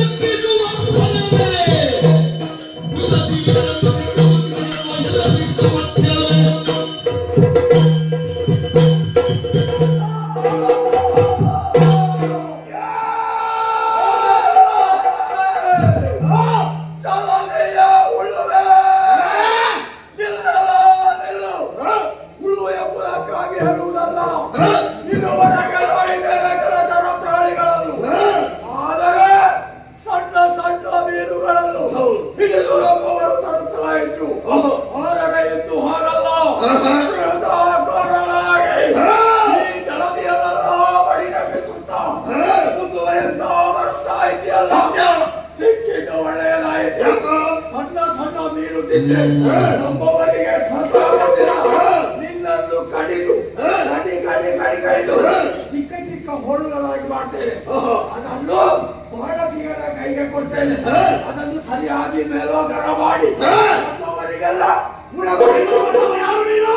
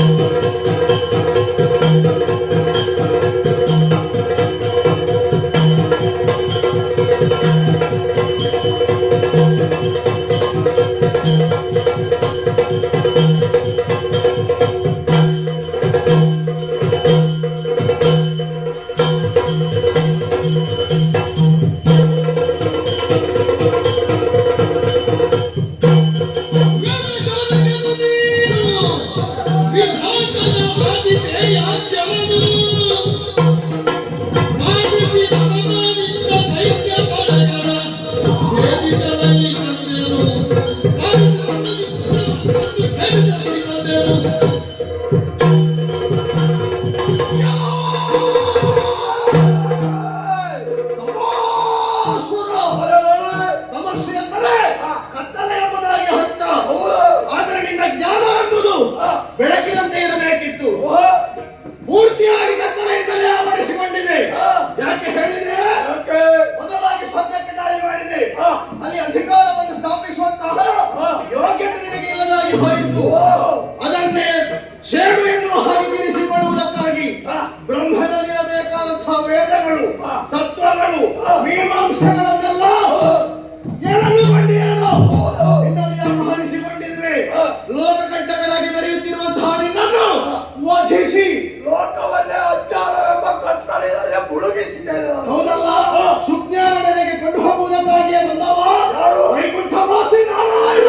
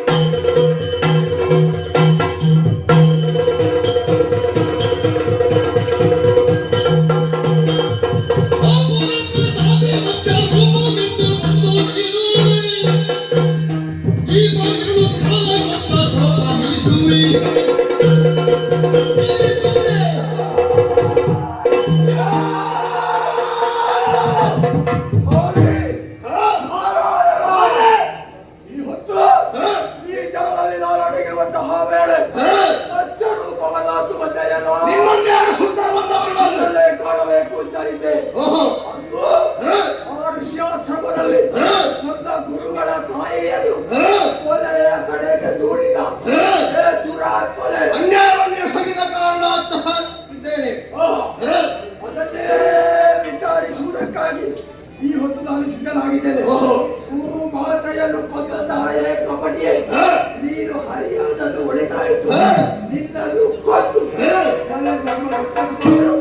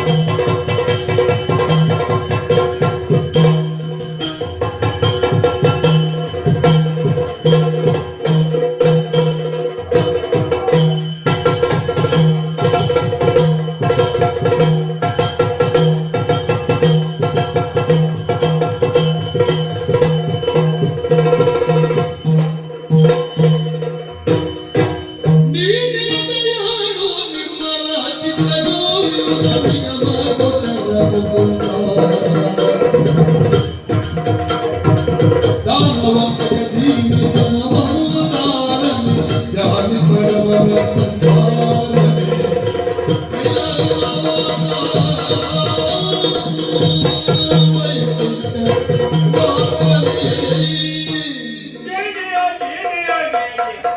ದೇವತೆಗಳೆಲ್ಲ ಹುಮ್ಮಳೆಯನ್ನೇ ಸೃಷ್ಟಿಸ್ತಾ ಇದ್ದಾರೆ. ದುಷ್ಟರ ವಧೆಯಾಗಿದೆ ಎಂಬುದಾಗಿ, ಅರ್ಥಾತ್ ಧರ್ಮದ ಉದ್ಧಾರ ಆಗಿದೆ, ಅಧರ್ಮದ ನಾಶವಾಗಿದೆ. ದೇವರೇ, ಇದೋ ಮತ್ಸ್ಯನಾಗಿ ಅವತರಿಸಿ ಇಂತಹ ಘನ ಕಾರ್ಯವನ್ನು ಮಾಡಿದ ಮೇಲೆ ದೇವರೇ ಇನ್ನು ನನಗೇನು ಎಂಬುದಾಗಿ ತಿಳಿಸಬೇಕು. ದುರುಳನಾದಂತಹ ತಮಾಸುರನನ್ನು ವಧಿಸುವುದಕ್ಕಾಗಿಯೇ ಈ ಮತ್ಸ್ಯ ರೂಪವನ್ನು ಧರಿಸಿ ಬಂದವನು ನಾನು. ಮರಳಿ ವೈಕುಂಠವನ್ನು ಸೇರುವ ಮುನ್ನ ನನ್ನಿಂದ ಮಹತ್ಕಾರ್ಯವನ್ನು ಆಗುವುದಕ್ಕಿದೆ. ಅಂದೇ ನಿನಗೆ ಮಾತನ್ನು ಕೊಟ್ಟಿದ್ದೆ. ಹೌದು ದೇವರೇ. ಪ್ರಳಯವಾಗುವಂತಹ ಸಂದರ್ಭದಲ್ಲಿ ನಿನ್ನನ್ನು ರಕ್ಷಿಸ್ತೇನೆ ಎನ್ನುವ ಹಾಗೆ. ನೋಡಲ್ಲಿ ಉಲ್ಕಾಪಾತಗಳು, ಧೂಮಕೇತುಗಳ ಸಂಚಾರ, ಅಪಶಕುನಗಳು, ಇದೆಲ್ಲ ಏನು ಗೊತ್ತಿದೆಯೋ? ಏನು ದೇವರೇ? ಎಲ್ಲವೂ ಪ್ರಳಯದ ಮುನ್ಸೂಚನೆಯೇ ಸರಿ. ಇಂದಿನ ದಿವಸ ಪ್ರಳಯ ಆರಂಭವಾಗುವುದಕ್ಕಿದೆ. ಇಡೀ ಭೂಮಂಡಲವೇ ಜಲಧಿಗೆ ಭೂಸಮಾಧಿಯಾಗಿ ಹೋಗುತ್ತದೆ. ಆದ್ದರಿಂದ ಅಂದೇ ಹೇಳಿದ್ದೆ, ನಾವೇನು ರಚಿಸು ಎನ್ನುವ ಹಾಗೆ. ರಚಿಸಿದ್ದೀಯೇನೋ? ಖಂಡಿತ ಹೌದು ದೇವರೇ. ಔಷಧಿಯ ಬೀಜಗಳನ್ನಿರಿಸಿದ್ದೀಯೋ? ಸಿದ್ಧವೇ ಆಗಿ ನಿನ್ನ ಹೆಂಡತಿ ಎಲ್ಲ ಇದ್ದಾರೆ. ಹಾಗಾದ್ರೆ ಒಂದು ಕೆಲಸವನ್ನು ಮಾಡಬೇಕು. ನೋಡಲಿ ಹರಿಯುತ್ತಿದ್ದಾನೆ ವಾಸುಕಿ, ಅದರ ಬಾಲವನ್ನು ನಾವೇ ಒಂದು ತುದಿಗೆ ಹಾಗೂ ಇನ್ನೊಂದು ಮುಖವನ್ನು ನನ್ನ ಈ ಕೊಕ್ಕಿಗೆ ಬಿಗಿಯಾಗಿ ಕಟ್ಟಬೇಕು. ಪ್ರಳಯವಾಗುವಂತಹ ಸಂದರ್ಭದಲ್ಲಿ ನೀರಿನಲ್ಲಿ ತೇಲಿ ನಿಮ್ಮನ್ನೆಲ್ಲ ರಕ್ಷಿಸ್ತೇನೆ. ಹೀಗೆ ಬಾ, ಹೀಗೆ ಬಾ.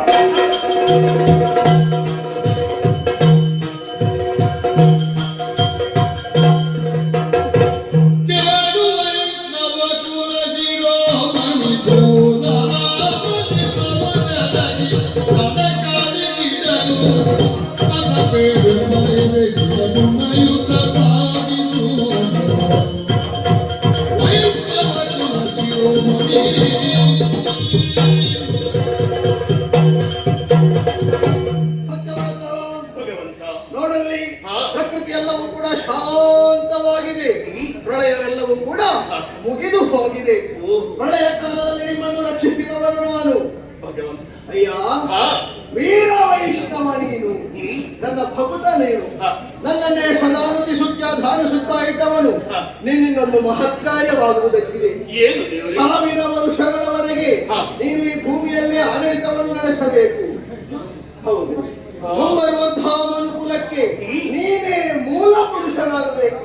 ನಾನು ಮೊದಲು ಹೌದು, ನಿನ್ನಿಂದಾಗಿ ಮನುಕುಲ ವೃದ್ಧಿಯಾಗುತ್ತದೆ, ಲೋಕಕ್ಕೆ ಒಳಿತಾಗಲಿ. ಕಷ್ಟ ಬಂತು ಅಂತ ಆದ್ರೆ ನಾನೇ ಬಂದು ಪರಿಹರಿಸಿಕೊಡ್ತೇನೆ. ಇದು ಸದಾ ಅನುಗ್ರಹ.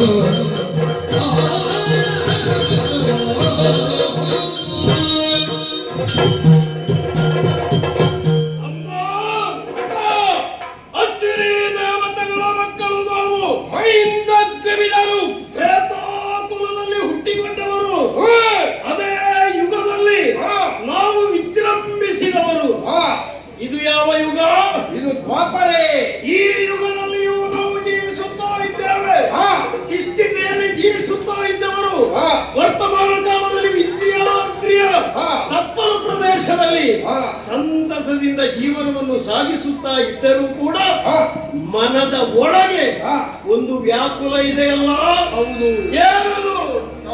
ಮತ್ತೆ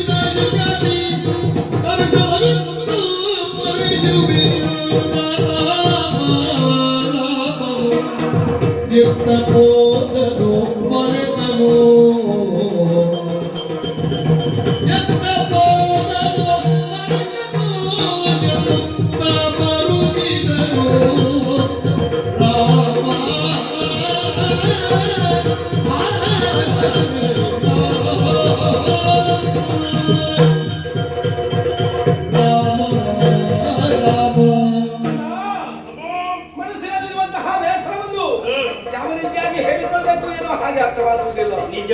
ಈ ಹಿಂದೆ ರಾಮಚಂದ್ರವ ವಾನರಾಧಿಪರಾದಂತಹ ವಾಲಿಯನ್ನು ನಿಪಾತಗೊಳಿಸಿ ಸುಗ್ರೀವನ ಜೊತೆಯಲ್ಲಿ ಸತ್ಯವನ್ನು ಮಾಡಿ 77 ಕೋಟಿ ನಾಯಕರು 18 ಅನುಕೂಲ ಬಾಲನ ಸೇವೆ ವಿಶಾಲವಾದಂತಹ ಜನರಿಗೆ ಸೇತುವನ್ನು ಲಂಘಿಸಿ ಲಂಕಾ ಪ್ರವೇಶವನ್ನು ಮಾಡಿ ರಾವಣಾದಿಗಳ ಮಥನವನ್ನು ಮಾಡಿದೆವು. ನಿಜ. ಕೆಲವರೆಲ್ಲ ಅಳಿದ್ರು. ರಾಮನ ಆ ಅಳಿವು ಆದ ಮೇಲೆ ನಮ್ಮ ಕಪಿಲೀರರು ಕೆಲವರು ಅಳಿದು ಹೋದ್ರು. ನಿಜ. ಕೆಲವು ಚಿರಂಜೀವಿಗಳು ನಾವಿದ್ದೇವೆ. ಯಾರೆಲ್ಲ? ಒಬ್ಬ ಆಂಜನೇಯ, ಮತ್ತೊಬ್ಬ ಜಾಂಬವಂತ, ಅವರೊಂದಿಗೆ ನಾವು ಮೈಂದ ತ್ರಿವಿಧರು. ನಮ್ಮ ಯೋಗ ನೋಡು. ಹನುಮನೊಂದಿಗೆ ಜಾಂಬವನೊಂದಿಗೆ ಹಾ. ಈ ಮೇಯಿಂದನನ್ನು ನಿನ್ನನ್ನು ಗುರುತಿಸಿ ಬಿಟ್ಟಿದ್ದಾರೆ. ಆದರೆ ಸಮಾಧಾನ. ನಮಗೆ ಒಂದು ಬೇಸರ ಏನು ಗೊತ್ತಾ? ಹನುಮಂತನಾಗಲಿ ಜಾಂಬವನಾಗಲಿ ಒಂದೊಂದು ಪ್ರಸಂಗಕ್ಕೆ ಬಂದ್ರು. ಅದೊಂದು ಪ್ರಸಂಗವೇ ಇಲ್ಲ. ಇದುವರೆಗೆ ನಮ್ಮ ಪ್ರಸಂಗ ಆಗಲೇ ಇಲ್ಲ. ಆ ಯುಗದಲ್ಲಿ ಹಾ. ಆ ತ್ರೇತೆಯಲ್ಲಿ ಹಾ. ನಮ್ಮ ಹೆಸರನ್ನು ಯಾರಾದರೂ ಕೇಳಿದ್ದಾರೆ? ಹೇಳಲೇ ಇಲ್ಲ. ನಿಜ. ಆದರೂ ಒಂದು ಬದಿಯಲ್ಲಿ ಇದ್ದೇವು. ರಾಮ ಎನ್ನುವಂತಹ ಎರಡಕ್ಷರದ ಅಭಿಧಾನದಿಂದ ನಮ್ಮ ಸಾಮರ್ಥ್ಯ ಏನು ಎನ್ನುವುದನ್ನು ರಾವಣಾದಿ ದುಷ್ಟರಿಗೆ ತೋರಿಸಿಕೊಟ್ಟಿದ್ದೇವೆ. ಆದ್ರೆ ಯಾರು ಗುರುತಿಸದೇ ಇದ್ದರೂ ಕೂಡ ಬೇಡ. ಆ ದೇವರು ನಮ್ಮನ್ನು ಗುರುತಿಸಿದ್ರಲ್ಲ. ನಾನು ಅದನ್ನೇ ಹೇಳುವುದು. ಯಾರೇ ಕೊಟ್ಟರು ಎಲ್ಲಿಯವರೆಗೆ? ಹಾ. ಮನೆಯವರೆಗೆ. ಹೌದು. ದೇವರು ಕೊಟ್ರೆ ವ್ಯವಹಾರಕ್ಕೆ. ಹೌದು. ಹಾಗಾಗಿ ಆ ರಾಮಚಂದ್ರ ಮನೆ ನಮ್ಮಲ್ಲಿ ಒಂದು ನಿರ್ಯಾಣದ ಹೊತ್ತಿನಲ್ಲಿ ಮಾತನ್ನು ಹೇಳಿದ್ದಾನೆ. ಯುಗದಲ್ಲಿ ನಿಮಗೆ ದರ್ಶನವನ್ನು ಕೊಡ್ತೇನೆ, ನಿಜ. ನಿಮಗೆ ನನ್ನ ಅವತಾರವನ್ನು ಬೇರೆ ಬೇರೆ ರೀತಿಯಲ್ಲಿ ತೋರಿಸ್ತೇನೆ ಅಂತ. ಬಹುಶಃ ರಾಮಚಂದ್ರಮನು ನಮ್ಮನ್ನು ಮಾತ್ರ ಅಂತ ಈಗ ನನಗೆ ಜೀವನವೇ ಬೇಡ ಅಂತ ಕಾಣ್ತಾ ಉಂಟು. ಅಣ್ಣ ಇಲ್ಲ, ಸ್ವಲ್ಪ ಒಂದು ಶಬ್ದ ಕೇಳ್ತಾ ಉಂಟು. ಕಾಪಾಡಿ ಕಾಪಾಡಿ ಎನ್ನುವ ಹಾಗೆ ಒಂದು ಸ್ತ್ರೀಯ ಧ್ವನಿ ಕೇಳಿಸುತ್ತಾ ಇದೆ. ಹೌದು. ಹೆಣ್ಣೋರ್ವಳಾಡುತ್ತಾ ಇದ್ದಾರೆ. ಸಮಸ್ಯೆ ಹೌದು. ಎಲ್ಲಿ ಎನ್ನುವ ಹಾಗೆ ಅರಸುತ್ತಾ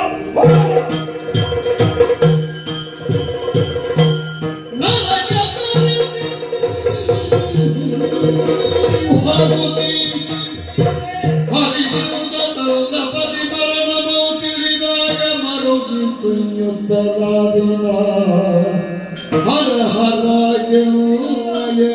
ಪತಿಯು ಗಂಗರದಲ್ಲಿ ಸುರನರೋಗ ಯಕ್ಷ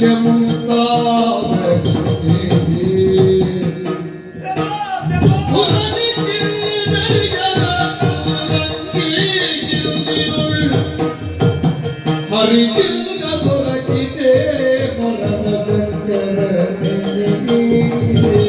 ಮರಣ ಶಂಕರ ಮೂರು ಲೋಕದಿ ನರಕ ಎಂಬ ವಾರ್ತೆಯ ಕೇಳಿ ಮಾರಿದ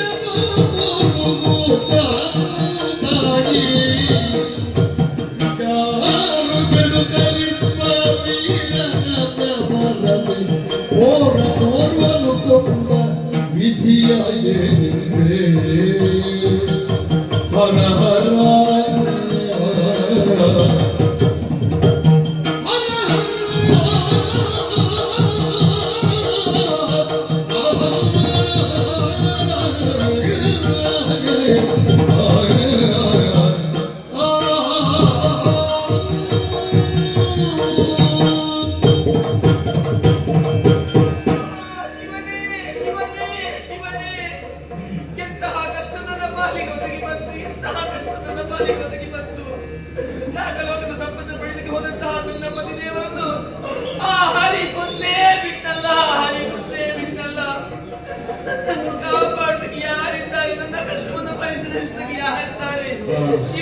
ಮರುಗಿದರೆ ನಮ್ಮದು ಇದಕ್ಕೆ ಬೇರುದುಂಟು ನರಕನಿಗ ತೆಗಿದರು ಇರುವರು ಮೈಕ ಬಿರಿದರೆಂಬ ತರುಗಳವರು ವಿದ್ಯಾದ್ರಿಯೊಳಗೀಗ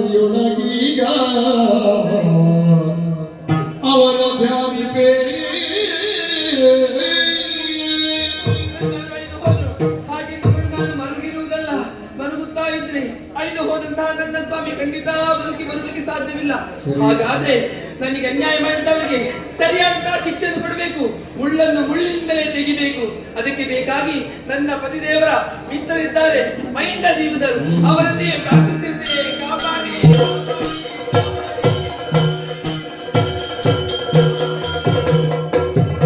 ಹರಗಳು ಹೊರಳಿದು ಕಿರುಗಿ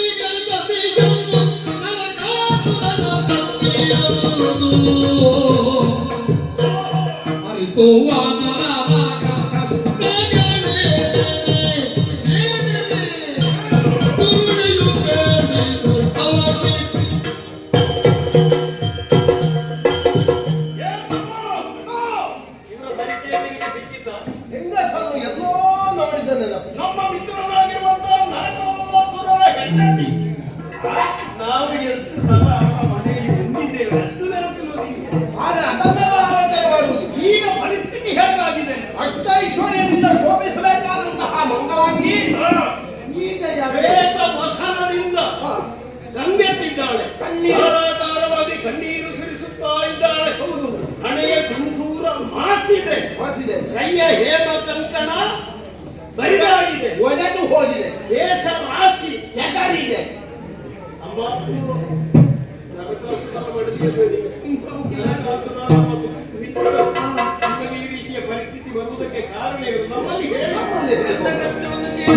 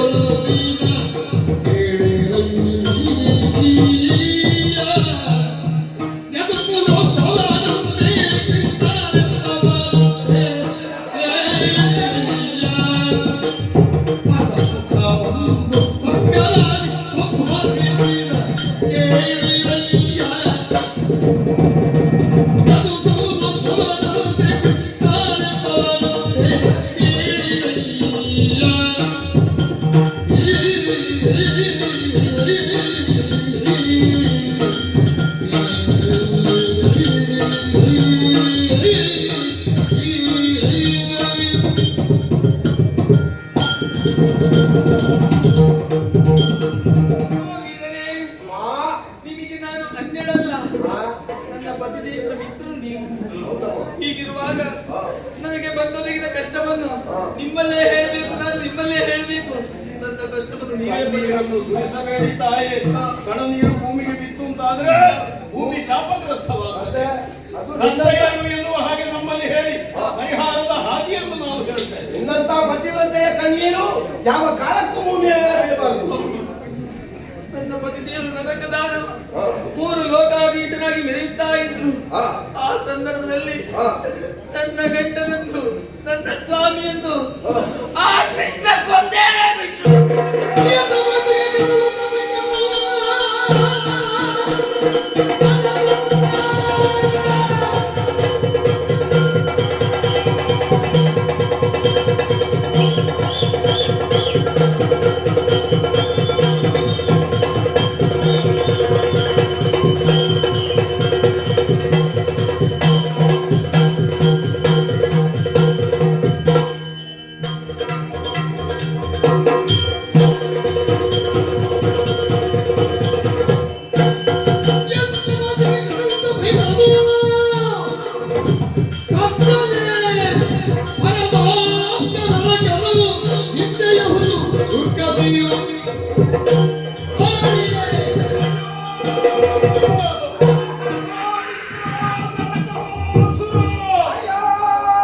ನಮ್ಮನ್ನು ಬಿಟ್ಟು ಹೋದೆಯೋ? ಒಂದು ಮಾತು ಬಿಟ್ಟು ಹೋದೆಯೋ? ಒಂದು ಮಾತು ಹೇಳದೆ ಹೋದೆ ಅಲ್ಲ. ಅಮ್ಮ, ಒಂದವ ಯಾರು? ಆ ಕೃಷ್ಣ ಯದುಕುಲದಲ್ಲಿ ಹುಟ್ಟಿದ ಕೃಷ್ಣ ವಿನವಾರ.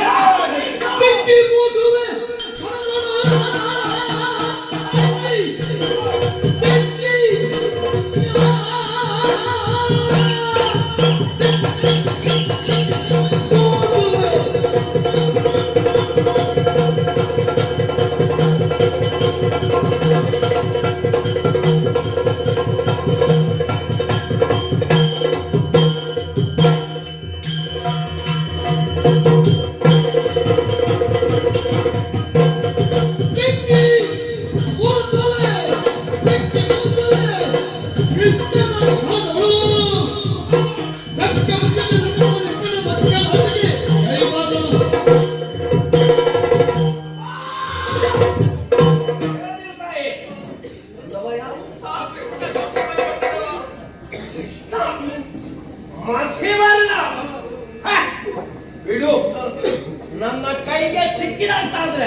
ಮಾಡ್ತಿ ಅವನನ್ನು ದೊಡ್ಡ ಬಂಡೆಗೆ ತಿಕ್ಕಿ ತಿಕ್ಕಿ ತಿಕ್ಕಿ ತಿಕ್ಕಿ ತಿಕ್ಕಿ ನನ್ನ ಹಿಂಭಾಗಕ್ಕೆ ತಿಕ್ಕಿ ಆಮೇಲೆ ಮುಗಿಸ್ತೇನೆ. ಯಾರು ನೀನೇ ಮುಗಿಸು. ಯಾರಿಯಲ್ಲಿ ಮೀಸು ಕೊಡುವ. ನಮ್ಮಲ್ಲಿ ಕಪಿನಾಯಕರು ಅನೇಕ ಮಂದಿ ಇದ್ದಾರೆ, ದೊಡ್ಡ ದೊಡ್ಡ ಮುಗಿಸುವವರು. ಅವರಿಗೆಲ್ಲ ಮುಗಿಸಿ ಕೊಟ್ಟು ಬಿಡುವ. ಅಷ್ಟು ಮಾತ್ರವಲ್ಲ, ಆ ಕೃಷ್ಣ ಎಲ್ಲಿಯವ, ಅವನಿಗೆ ಯಾರೆಲ್ಲ ಸಂಬಂಧಿಕರಿದ್ದಾರೆ, ಅವ ತರುಣನ, ಯುವಕನ, ಮುದುಕನ ಎಲ್ಲ ಹೇಳಬೇಕು. ಪರಾಲಿಸಿ ಕೃಷ್ಣನಿಗ ಪುರವು ಪರಿವಾರವರಸಿ ತಲೆಯೊಳಗೆ ಮಧುರೆಯೊಂದು ಯಮುನೆಯೊಳಗಿರುವುದೈದು ಅವನವನು.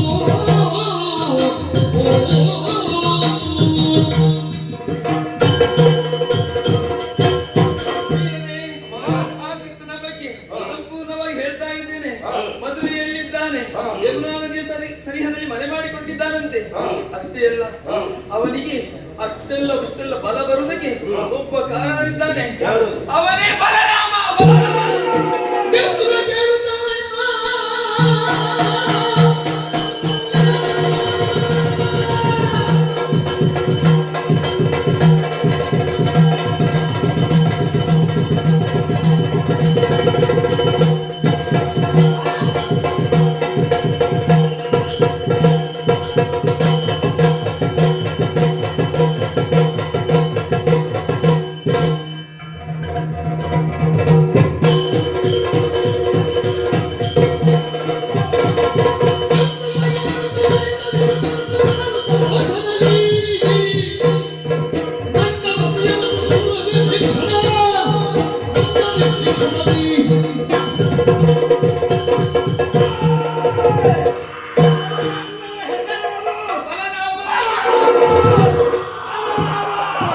ನಮ್ಮ ದೇವರಾದಂತಹ ರಾಮ ಬರೇ ರಾಮನಲ್ಲ, ಹೋದಂಡ ರಾಮ.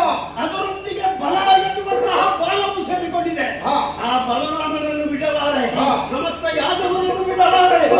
ಯೋಚಿಸುವುದಾಗಲಾರೆ.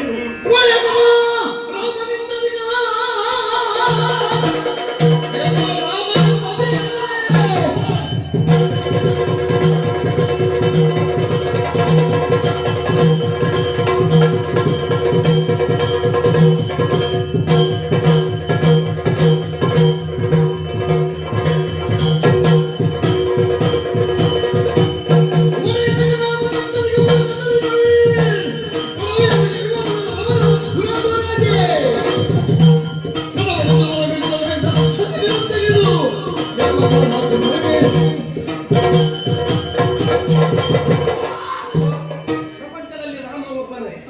ಲೋಕಾಭಿರಾಮ, ಜಗದಾಭಿರಾಮ, ಭುವನಾಭಿರಾಮ, ಕೋದಂಡರಾಮ, ನಯನಾಭಿರಾಮ, ಸೀತಾರಾಮ. ಅವನೊಬ್ಬನಲ್ಲದೆ ಬೇರೆ ರಾಮನಿಲ್ಲ. ಪ್ರಪಂಚದಲ್ಲಿ ಬದುಕುಗಳಿಗೆ ಸಮೂಹವಾದಂತಹ ಎರಡು ಸೇನೆಯನ್ನು ನಿರ್ಮೂಲ ಮಾಡಿದ್ದಾರೆ. ಅವನ ಮನೆ ಇರುವುದಲ್ಲಿ ಕಡಲ ಮಧ್ಯದಲ್ಲಿ. ಕಡಲ ಮಧ್ಯದಲ್ಲಿ ಮನೆ ಆದರೆ ತೊಂದರೆ ಇಲ್ಲ, ಅದು ಕಾಣಲೇಬಾರದು. ಅದನ್ನು ಕಡಲ ಮಧ್ಯದಲ್ಲಿ ಅವನ ಮಧುರೆಯಲ್ಲಿ ಎಲ್ಲೇ ಇರಲಿ ಬಿಡುವುದಿಲ್ಲ. ಅವನ ನಾಶವನ್ನು ಮಾಡಿ ನಿನ್ನ ಕಣ್ಣೀರನ್ನು ಒರೆಸುತ್ತೇನೆ. ಇನ್ನು ಕೂಗಬೇಡ, ಇನ್ನು ಕೂಗಬೇಡ. ಗಂಡ ಇಲ್ಲ ಅಂತ ಇನ್ನು ಬೇಸರ ಮಾಡಬೇಕು. ನಾವಿಬ್ಬರಿದ್ದೇವೆ. ಬೇರೆ ಆಗುತ್ತಲ್ಲ. ಸರಿ ಹೇಳುವಾರೆ. ಅದು ಕೂಡ ನಾವು ಎಷ್ಟಾದ್ರೂ ಮಂಗಗಳು. ಅದು ಪರಮ ಪತಿವ್ರತೆ. ಅಮ್ಮ, ನಿನಗೆ ಸಹೋದರರು ಯಾರಿಲ್ಲ ಎನ್ನುವ ಹಾಗೆ ಭಾವಿಸ್ತೇವೆ. ಅದನ್ನೇ ಹೌದಾ, ಬಿಡಿಸಿ ಹೇಳುವ. ಮಾತಾಡಿ ಅಭ್ಯಾಸ ಇಲ್ಲ ನನಗೆ. ನೀನು ತುಂಡು ತುಂಡು ಮಾಡಿ ಮಾತಾಡಿದ್ರೆ ಇಲ್ಲಿ ಅರ್ಥ ಅರ್ಥ ಆಗ್ತದೆ. ಅಮ್ಮ, ಅವರಿಗೆ ಬೇಸರ ಇಲ್ಲ, ಅವರೇ ಬೇಸರ ಮಾಡಿಲ್ಲ. ನೀವೇ ನಮ್ಮ ಪತಿವ್ರತೆಯ ಬಗ್ಗೆ ಹಾಗೆ ನಾವು ಹೇಳಬಾರ್ದು. ನೀನು ಹೆದರಬೇಡಮ್ಮ, ಬೇರೆ ಎಲ್ಲಿಗೂ ಹೋಗಬೇಡ. ಧೈರ್ಯ ಬಂತು ಮನಸ್ಸಿಗೆ. ನಮ್ಮ ಗುಹೆಯಲ್ಲೇ ಇರು. ಅಲ್ಲೇ ಇರ್ತೇವೆ. ಶೀಘ್ರದಲ್ಲಿ ಶತ್ರುವನ್ನು ನಾಶಪಡಿಸಿ ನಾವು ಬರ್ತೇವೆ. ಹೋಗು.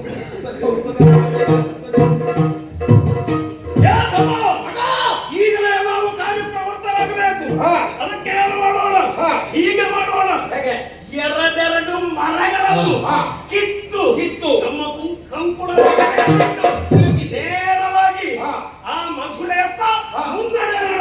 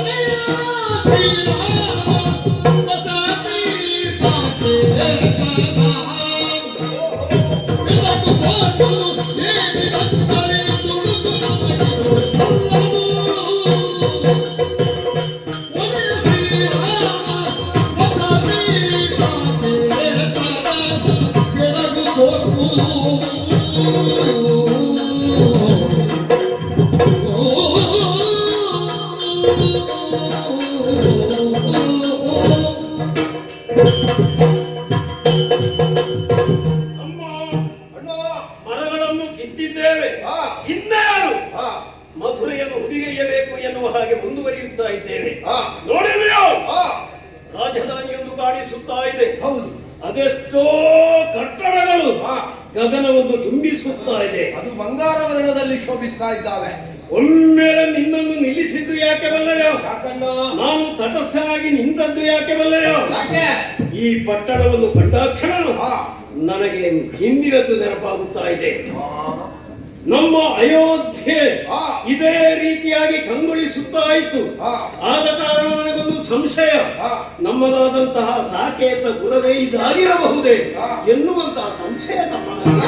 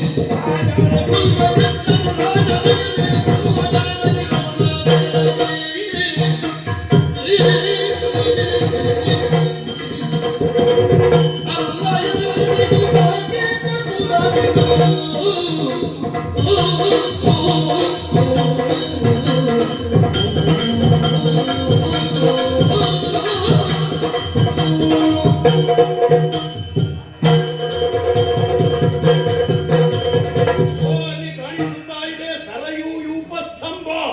ಹಾಗಿದ್ರೆ ಇದು ಅಯೋಧ್ಯೆಯ ಸರಿ. ಆ. ನಾವು ಮುಂದುವರಿಯುವುದು ಬೇಡ, ಆ. ಸ್ವಲ್ಪ ಜಾಗೃತರಾಗಬೇಕು. ಅಣ್ಣ, ಏನು? ಏನು ಭ್ರಮಿತರಾಗಿ ಹೋದೆಯೋ? ಆ, ನಮ್ಮೊಡೆಯನಾದಂತಹ ರಾಮನ ಆರಾಧಕರಾಗಿಯೋ ಆ. ನಿನಗೆ ಈ ರೀತಿಯ ಭ್ರಮೆಯೋ? ಮತ್ತೆ ಇದು ಏನು? ಅಯೋಧ್ಯೆ ಆಗಿರುವುದಕ್ಕೆ ಸಾಧ್ಯವಿಲ್ಲ. ಆ. ಒಂದು ಕ್ಷಣ ನಾನು ಭ್ರಾಂತಿಗೆ ಒಳಗಾದೆ. ಆ ಹೊತ್ತಿಗೆ ಘನ ತಪೋನಿಧಿಗಳೆನಿಸಿಕೊಂಡ ವಾಲಕೀಯರೇ ಬಂದು ಹೇಳ್ತಾ ಇದ್ದಾರೆ. ಓಹೋ, ಹೌದು, ಇಲ್ಲಿಗೆ ಬಂದ್ರಲ್ಲ. ಬಂದ್ರು. ಆ. ಬಂದು ಹೇಳಿದ ಮಾತೇನು?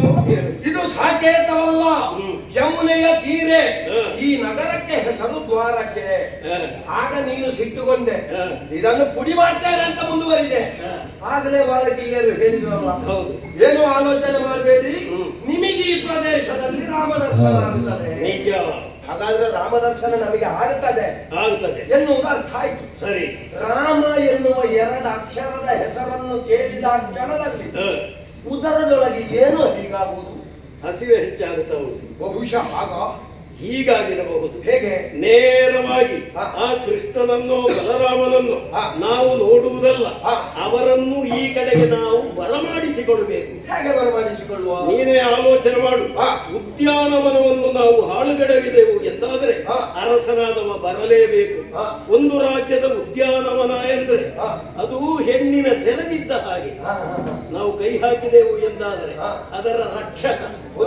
ಒಂದು ರೀತಿ ಒಂದು ದೇಶಕ್ಕೆ ಸಿಂಧೂರ ಇದ್ದ ಹಾಗೆ. ನಾವು ಸಿಂಧೂರ ಮುಟ್ಲಿಕ್ಕೆ ಹೋಗುವ. ಯಾರಾದರೂ ಸಿಂಧೂರಕ್ಕೆ ಕೈ ಹಾಕಿದರೆ ಹಾ. ನಾವು ಬಿಡುವವರ. ಬಿಡುವವರ.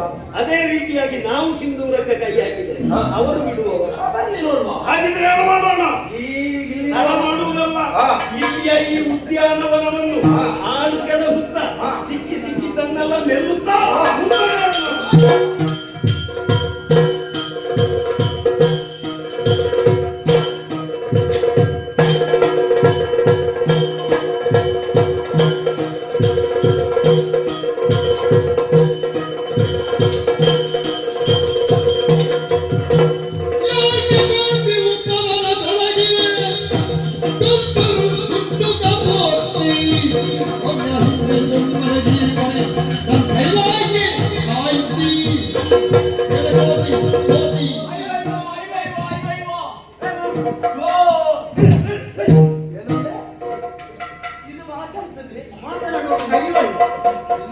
ಅಯ್ಯಯ್ಯೋ.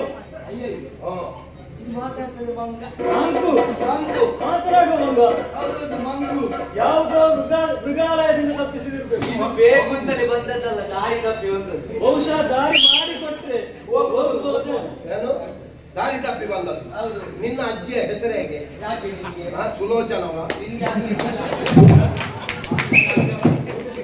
ಇದು ನಿನ್ನ ಅಪ್ಪನ ಮನೆ ಅಂತ ಹೇಳಿದ್ದೀನಿ. ಮತ್ತೆ ನಿನ್ನ ಅಪ್ಪನ ಮನೆಯ? ಇದು ನಮ್ಮ ಕೇಳುವ ಅಪ್ಪನ ಮನೆ. ಯಾರು ನಿನ್ನ ಅಪ್ಪ? ಯಾರು ಇದ್ದಾರೆ ನೀ ಕೇಳುದಕ್ಕೆ? ಯಾರ ಕೇಳುವುದಕ್ಕೆ? ನಿನಗೆ ಅದು ಗೊತ್ತಾ? ನಮ್ಮದೇನು ಹೇಳಿದ್ ನೀನು? ಮಂಗುಗಳು. ಮಂಗ ಅಂತ ಹೇಳಿದ್ದ. ಹಾ. ಇವ ಯಾರು ಗೊತ್ತುಂಟ? ಯಾರು? ಇವ ನಿನ್ನ ಅಜ್ಜ. ಅಜ್ಜ? ನಿನ್ನ ಅಜ್ಜನ ಅಣ್ಣ ನಾನು. ಹಾ. ಹೇಗೆ ಬಲ್ಲಯ್ಯ? ಹಾ. ನಿನಗೆ ವಿಕಾಸವಾದ ಗೊತ್ತುಂಟ? ವಿಕಾಸವಾದ. ವಿಕಾಸವಾದ ಮಂಗನಿಂದ ಮಾನವ, ನಮ್ಮಿಂದಲೇ ನೀವು ಹೌದಾ? ಈ ಪ್ರಪಂಚದಲ್ಲಿರುವ ಎಲ್ಲ ಮಾನವರು ನಮ್ಮ ಸಂತಾನದವರೇ. ವಿಕಾಸವಾದ ಗೊತ್ತಾಗುವುದಿಲ್ಲ, ಮತ್ತೆ ವಿಕಾರ ವೇದ ಗೊತ್ತಾಗ್ತದೆ. ಅದೆಂತ ನಿಮ್ಮನ್ನು ನೋಡುವ ಜಾಗೃತೆಯಿಂದ ಮಾತನಾಡಬೇಕು.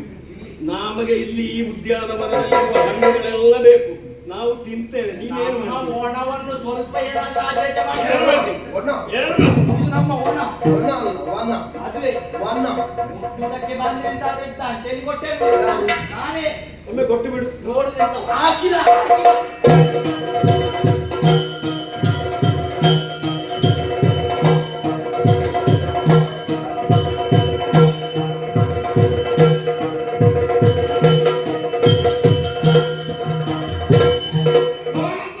ಎಲ್ಲವರನ್ನು ಬೆನ್ನಟ್ಟಿದ್ದೇವೆ. ಖಂಡಿತವಾಗಿ ಅರಸನಿಗೆ ದೂರನ್ನು ಕೊಡುವುದಕ್ಕೆ ಸಾಧ್ಯ. ಯಾರು ಬರ್ತಾರೆ ಎನ್ನುವ ಪ್ರತೀಕ್ಷೆಯಲ್ಲಿ ನಾವು.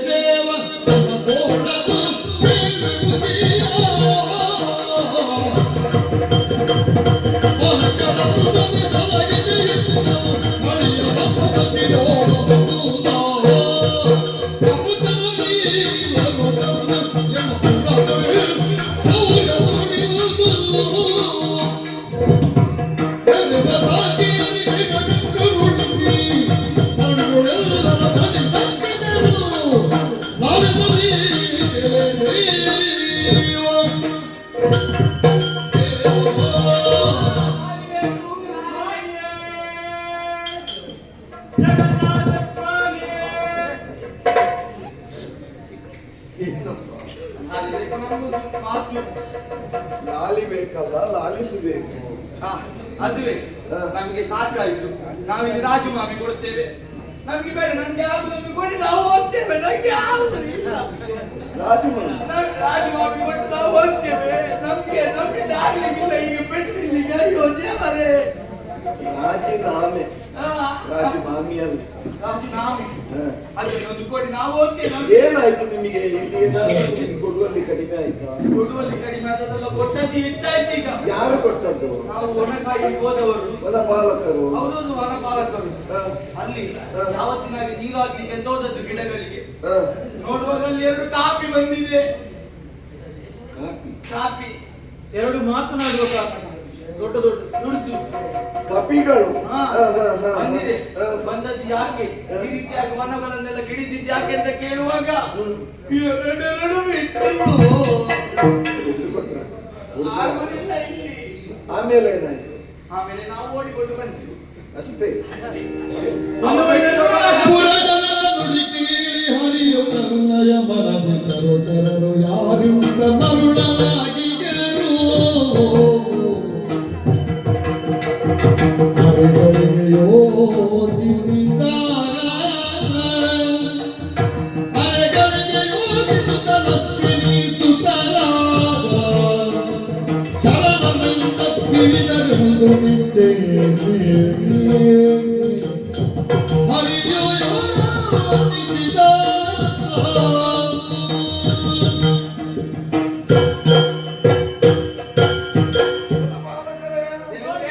ನಿಮಗಾದಂತಹ ಯಾವುದೇ ನೋವುಗಳಿದ್ದರೂ ಕೂಡ ಪ್ರೀತಿಯಿಂದ ಮೈಯನ್ನು ತೊಡವರಿಸಿದ್ದೇನೆ. ಹಾಗೆಂದು ನಿಮಗಾದಂತಹ ಈ ಸ್ಥಿತಿಗೆ ನಾನು ದುಃಖವನ್ನು ಪಡ್ತೇನೆ. ನಮಗೆ ಪರಿಹಾರ ಇಷ್ಟವಾ? ಪರಿಹಾರ ಇಷ್ಟವಾ? ಪರಿಹಾರ ಇಷ್ಟೇ ಸಾಕು. ಸಾಕಾಗುದಿಲ್ಲ. ಏನೆಲ್ಲ ಬೇಕು ಎಲ್ಲವನ್ನು ಪಡೆದುಕೊಳ್ಳಿ. ಬೇಕಿದ್ರೆ ಕರೀತೆ.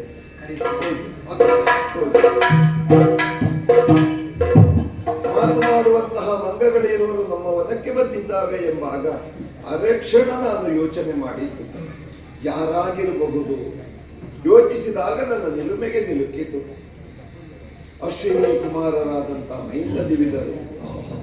ಹಿಂದಳ ಭವದಲ್ಲಿ ನಾನು ರಾಮಾವತಾರದಲ್ಲಿರುವಾಗ ಹನುಮ ಜಾಂಬವರ ಜೊತೆಯಲ್ಲಿ ಅವರಿಗೂ ಒಂದು ಮಾತನ್ನು ಹೇಳಿದ್ದೆ ನಿರ್ಯಾಣದ ಕಾಲದಲ್ಲಿ. ಯುಗ ಯುಗದಲ್ಲೂ ನಿಮಗೆ ದರ್ಶನ ಭಾಗ್ಯವನ್ನು ಕೊಡುತ್ತೇನೆ. ಅದೇ ನಿರೀಕ್ಷೆಯಲ್ಲಿದ್ದಂತಹ ಅವರು ನನ್ನನ್ನು ಕಾಣಲೋಸ್ಕವಾಗಿ ಬಂದದ್ದಲ್ಲ, ನರಕದಾನವನ ಪತ್ನಿಯಾದಂತಹ ಸಿಂಹಮುಖಿ ನೀಡಿದ ದೂರಿನ ಅನ್ವಯ. ಯಾರೋ ಒಬ್ಬ ಕೃಷ್ಣನಿದ್ದಾನೆ, ಅವನನ್ನು ದಂಡಿಸಬೇಕು ಅನ್ನೋ ದೃಷ್ಟಿಯಿಂದ ಅವರು ಬಂದಿದ್ದಾರೆ. ಹಾಗೆಂದು ಅವರಿಗೂ ನಾನು ದರ್ಶನವನ್ನು ನೀಡಬೇಕು, ಮೊದಲಾಗಿ ನಾನೆಲ್ಲರನ್ನು ತಿದ್ದಬೇಕು. ಹಾಗೆ ನೇರವಾಗಿ ನಾನು ಹೋಗಿ ದರ್ಶನವನ್ನು ಕೊಡುವುದಲ್ಲ. ಏನು ಮಾಡೋಣ, ನಮ್ಮಲ್ಲೂ ಈಗ ಕೆಲವರ ಸ್ಥಿತಿ ಹಾಗಾಗಿದೆ. ಏನು ಮಾಡ್ತಾ ಇದ್ದಾರೆ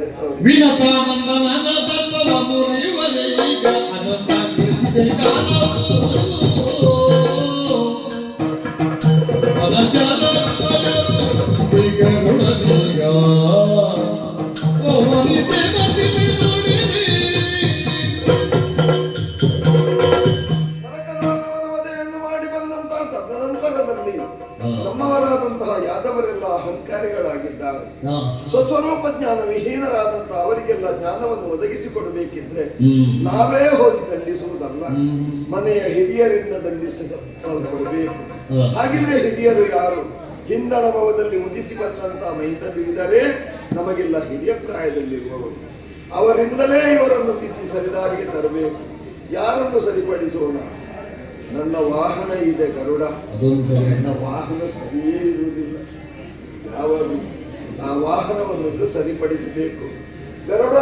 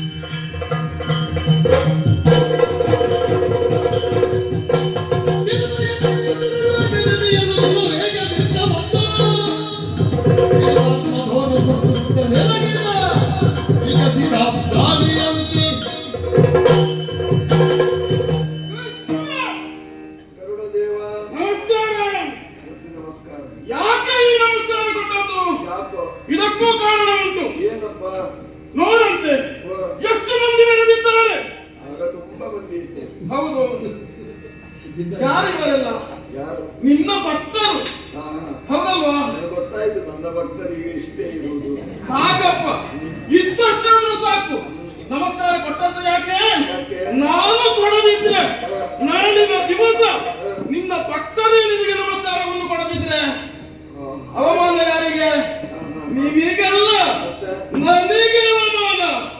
ನನ್ನ ಜೊತೆಗಿರುವವನಲ್ವೇ ನೀನು? ಹೌದು. ಅದಕ್ಕಾಗಿ ಹಾಗಾಗ ಕೂಡದು ಎನ್ನುವ ಕಾರಣಕ್ಕಾಗಿ ನಮಸ್ಕಾರ.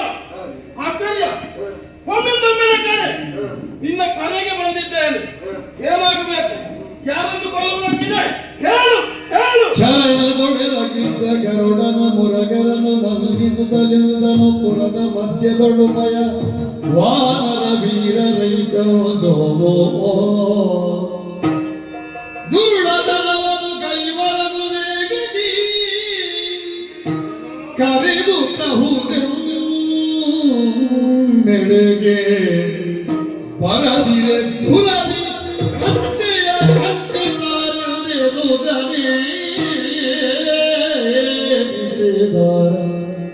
ಧುರದಿ ರಟ್ಟಿಯ ಕಟ್ಟಿತ ಗರುಡ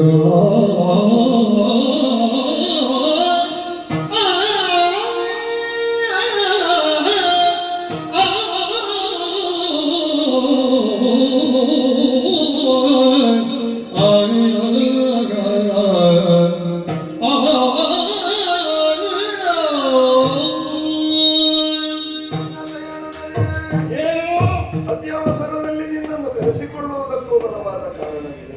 ಏನು ನಮ್ಮವರಾದಂತಹ ವನಪಾಲಕರೆಲ್ಲ ಬಂದು ದೂರಲ್ಲಿದ್ರು. ಏನಂತೆ? ನಮ್ಮದಾದಂತಹ ಉಪವನಕ್ಕೆ 2 ಮಂಗಗಳು ಬಂದಿದೆಯಂತೆ. ಮಂಗಗಳು? ಹೌದು. ಛೆ, ವಿಚಾರಿಸುವುದಕ್ಕೆ ಹೋದಂತಹ ಇವರನ್ನು ಹೊಡೆದು ಬಡಿದು ಬಂಧಿಸಿದೆಯಂತೆ. ಹಾ? ಆದ್ದರಿಂದ ಶೋಷಿತರಾದ ಅವರೆಲ್ಲ ಬಂದು ನನ್ನಲ್ಲಿ ದೂರಲ್ಲಿದ್ರು. ಹಾಗಿದ್ರೆ ಮಂಗಗಳಿಗೆ ನೀತಿಯನ್ನು ಹೇಳುವುದಕ್ಕೋ, ಒಂದು ವೇಳೆ ನೀತಿಯ ಮಾತನ್ನು ಕೇಳಿ ಬಾರದೆ ಇದ್ರೆ ಬಂಧಿಸಿ ಕರೆತರುವುದಕ್ಕೋ ಸಮರ್ಥನಾದಂತಹ ವ್ಯಕ್ತಿಯೊಬ್ಬ ಬೇಕು ಅಂತ ನಾನು ಯೋಚಿಸಿದ್ರೆ ಮಂಗಗಳನ್ನು ಹಿಡಿಯುವಲ್ಲಿ ನಿಸ್ನಾತ ನೀನು ಅಂತ ಯೋಚಿಸಿದೆ. ಆ 2 ಮಂಗಗಳನ್ನು ಹಿಡಿದು ತರುವೆಯ ನೀನು? ನಿಂಬೆ ಮಾವಿನಗೆ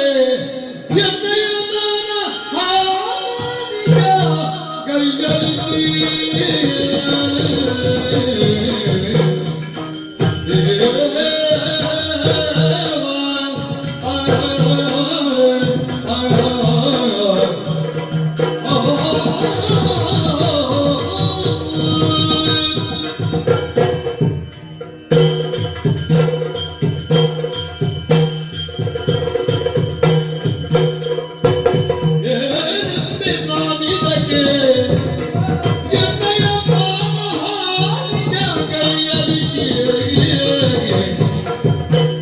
ನೀನು ಸುರುವೆಯ ತೀರುವಾನರ ಬಗೆಯದ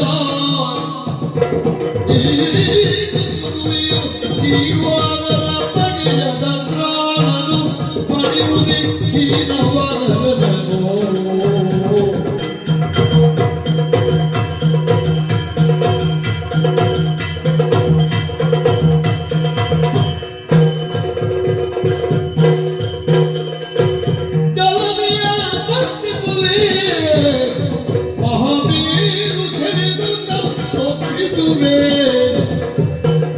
ಸುಲಭದಿ ನಡೆಸುವ ಬಲವಂತನೊಡನಿಂದ ಈ ಬಲವಂತನೊಡನೆ ಇಂಥ ಜನರ ಬೇರುವೆ ತಿಳಿದು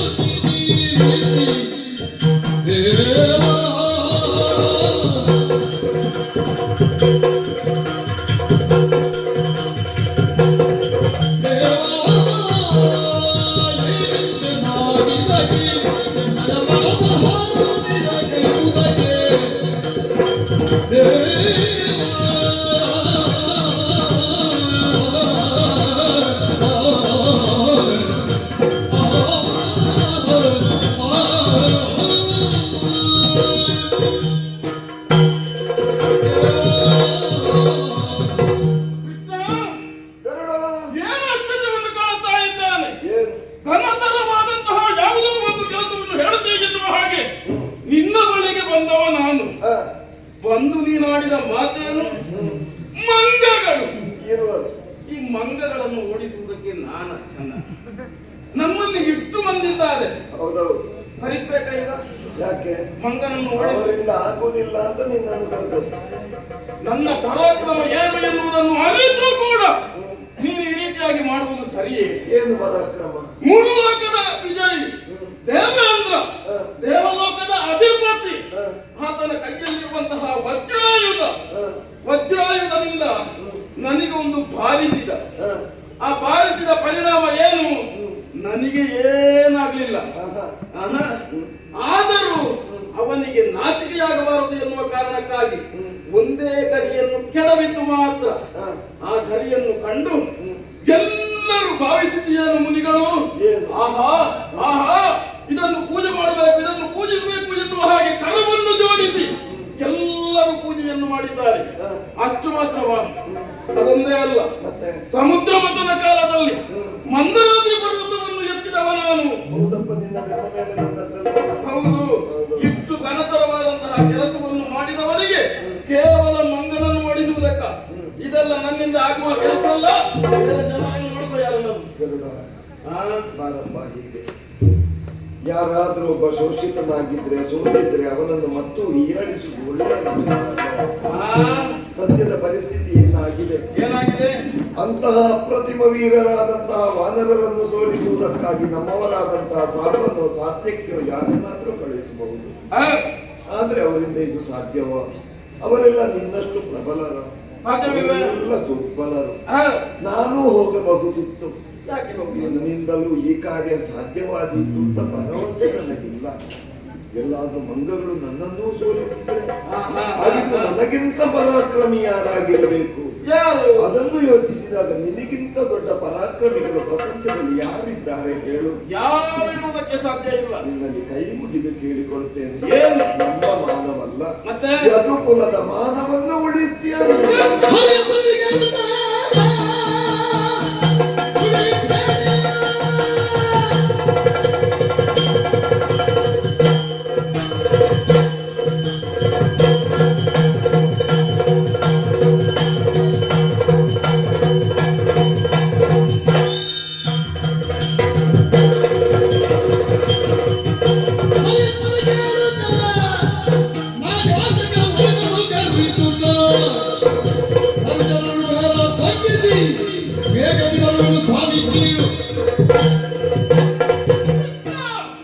ಹೆದರಬೇಡ. ನಿನಗಾಗಿ ಅಲ್ಲ, ನಮ್ಮವರಿಗಾಗಿ ಬಂದಂತಹ ಕಷ್ಟವನ್ನು ದೂರೀಕರಿಸುವುದಕ್ಕಾಗಿ, ಆ ಮಂಗಗಳನ್ನು ಓಡಿಸುವುದಕ್ಕಾಗಿ. ನೋಡು, ಮತ್ತೆ ಹೋಗುವುದು ಗರುಡ ದೇವ.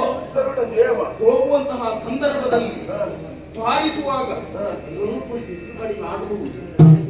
ತೊಂದರೆ ಇಲ್ಲ, ಕಡಿಮೆ ಆಗುವ ಖಂಡಿತ ಇಲ್ಲ, ಪ್ರಾಣವೇ ಹೋಗಬಹುದು.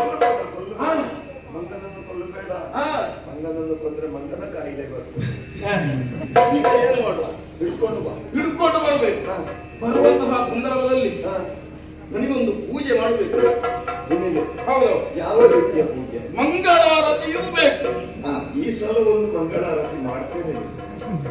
ಅಲ್ಲ, ಒಂದು ಮಂಗಳಾರತಿ ಮಾಡ್ತೇನೆ. ಹೌದಾ? ಜೊತೆಯಲ್ಲಿ ನಿನಗೊಂದು ಸನ್ಮಾನ. ಅದು ಬೇಕೇ ವಿಶೇಷ ರೀತಿಯ ಸನ್ಮಾನ. ಏನು ಮಾಡುವ ಹೇಳು? ಇದುವರೆಗೆ ನಾನು ಮಾಡಿದಂತಹ ಕೆಲಸ ಯಾವುದೋ ಪ್ರಪಂಚದಲ್ಲಿ ಪ್ರಚಾರವಾಗಲಿಲ್ಲ. ಪ್ರಚಾರ ಆಗ್ಲಿಲ್ಲ. ಇದಕ್ಕೆ ಕಾರಣ ಯಾರು? ನಮಗಿಂತ ಮೊದಲು ಪ್ರಚಾರದಲ್ಲಿ ಬಂದಿದ್ದಾರೆ. ಹೌದು. ನಾವು ಪ್ರಚಾರಕ್ಕೆ ಬರ್ತೀವಿ. ಇವತ್ತಾದ್ರೂ ನಾನು ಪ್ರಚಾರಕ್ಕೆ ಬರದಿದ್ರೆ ಇನ್ನಿಂತಹ ಅವಕಾಶ ಸಿಗುವುದು ನನಗೆ ಸಂಶಯ. ನಿನಗೊಂದು ಹೂವಿನ ಮಾಲೆ ಹಾಕಿ ನಿನಗೊಂದು ಸನ್ಮಾನ. ಬಾರಿಯಲ್ಲಿ ಬರುವಾಗ ಬಾಜಾ ಭಜಂತ್ರಿ ಉತ್ಸವ. ಹೌದು. ಬಾಜಾ ಭಜಂತ್ರಿ ಅಂದ್ರೆ ಮುಂದಿನಿಂದ ಊದುವವರು, ಹಿಂದಿನಿಂದ ಬಾರಿಸುವವರು. ಹೇಳುವಾಗ ದ್ವಂದ್ವಾರ್ಥವಾಗಿ ಹೇಳಬಾರ್ದು. ಗೊತ್ತು ಅಲ್ಲ, ಒಂದೇ ಓದುವವರು, ಹಿಂದಿನಿಂದ ಬಾರಿಸುವವರು. ಹೌದಲ್ವಾ? ಜೊತೆಯಲ್ಲಿ ಆದಷ್ಟು ಬೇಗ ಹೋಗಿ ಬರ್ತೇನೆ. ಆಶೀರ್ವಾದ. ನಿನ್ನ ಆಶೀರ್ವಾದ ಯಾರಿಗೆ ಬೇಕು? ನಿನ್ನ ಆಶೀರ್ವಾದವನ್ನು ಪಡೆದುಕೊಂಡು ಹೋದ್ರೆ ನಾಳೆ ಏನು ಭಾವಿಸ್ತಾರೆ? ಆಶೀರ್ವಾದದಿಂದ ನೀನು ಗೆದ್ದೆ. ಅಗತ್ಯವಿಲ್ಲ, ಅವರನ್ನು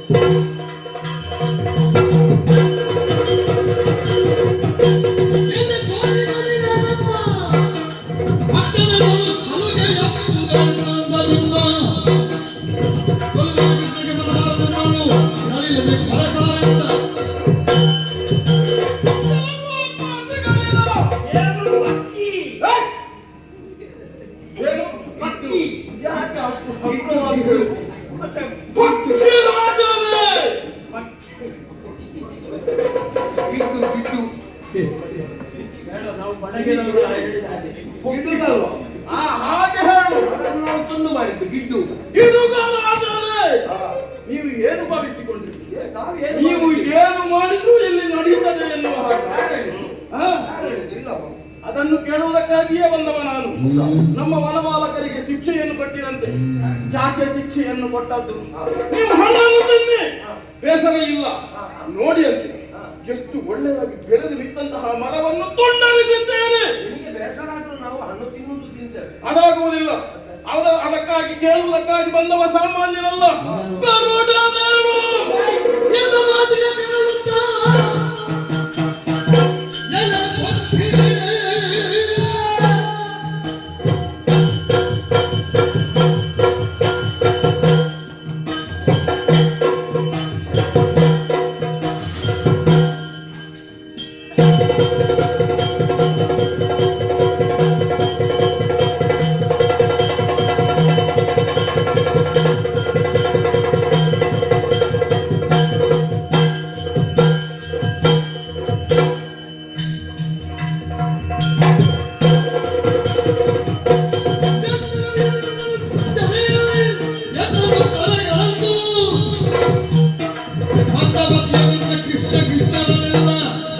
ನಂಬಿಕೆಯ ಸಾಧನೆ ಹೆದರಬೇಡಿ. ಹೆಸರನ್ನು ಕೇಳಿ ಹೆದರಬೇಕಾದ ಅಗತ್ಯ ಇಲ್ಲ. ನಿಧಾನವಾಗಿ ಮಾತಾಡಿ. ಹೆಸರನ್ನು ಹಾ. ಕೇಳಿ ಹಾ. ನಾವು ಹೌದು. ಹೆದರುವುದು ಖಂಡಿತ. ಗುಣಪ ಭಕ್ಷಕನೇ. ಬೇಡ, ಅದು ದೊಡ್ಡಾಯ್ತು ನಿಮಗೆ. ಶಬ್ದ ದೊಡ್ಡಾಯ್ತು. ಗುಣಪ ಭಕ್ಷಕ ಮತ್ತೆ ಹೆಣ ತಿನ್ನುವವನೇ. ಹಣ್ಣು ತಿನ್ನಲಿಯೂ ಕೊಳೆತ ಹೆಣ ತಿನ್ನುವವನೇ. ನೀವು ಸಿಕ್ಕ ಹಣ್ಣನ್ನು ತಿಂದು ಬದುಕುವವರು ನನಗೆ ಹೇಳುವುದು. ಮತ್ತೆ ನಾವು ಮಣ್ಣು ತಿನ್ಬೇಕು ಅಂತ. ನಾವು ಕೊಳೆತ ಹಣ್ಣನ್ನು ತಿಂತೇವೆ. ಹಾ. ನಾವು ಸಸ್ಯಾಹಾರಿಗಳು. ಇನ್ನ ಹಾಗೆ ಮಾಂಸಾಹಾರಿಗಳಲ್ಲ.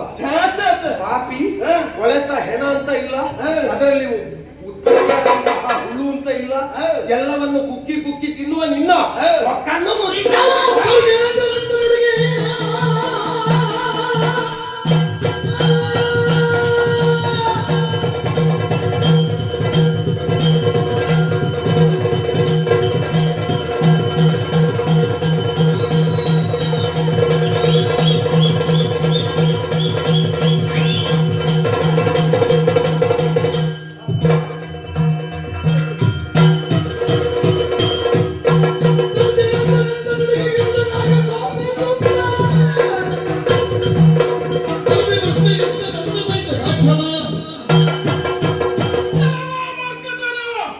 ಏನೊಂದು ಹೇಳಿದ್ರೆ ನಿನ್ನನ್ನು ದೇವ ಮಾಡಿದ್ಯಾರ. ಹಾ?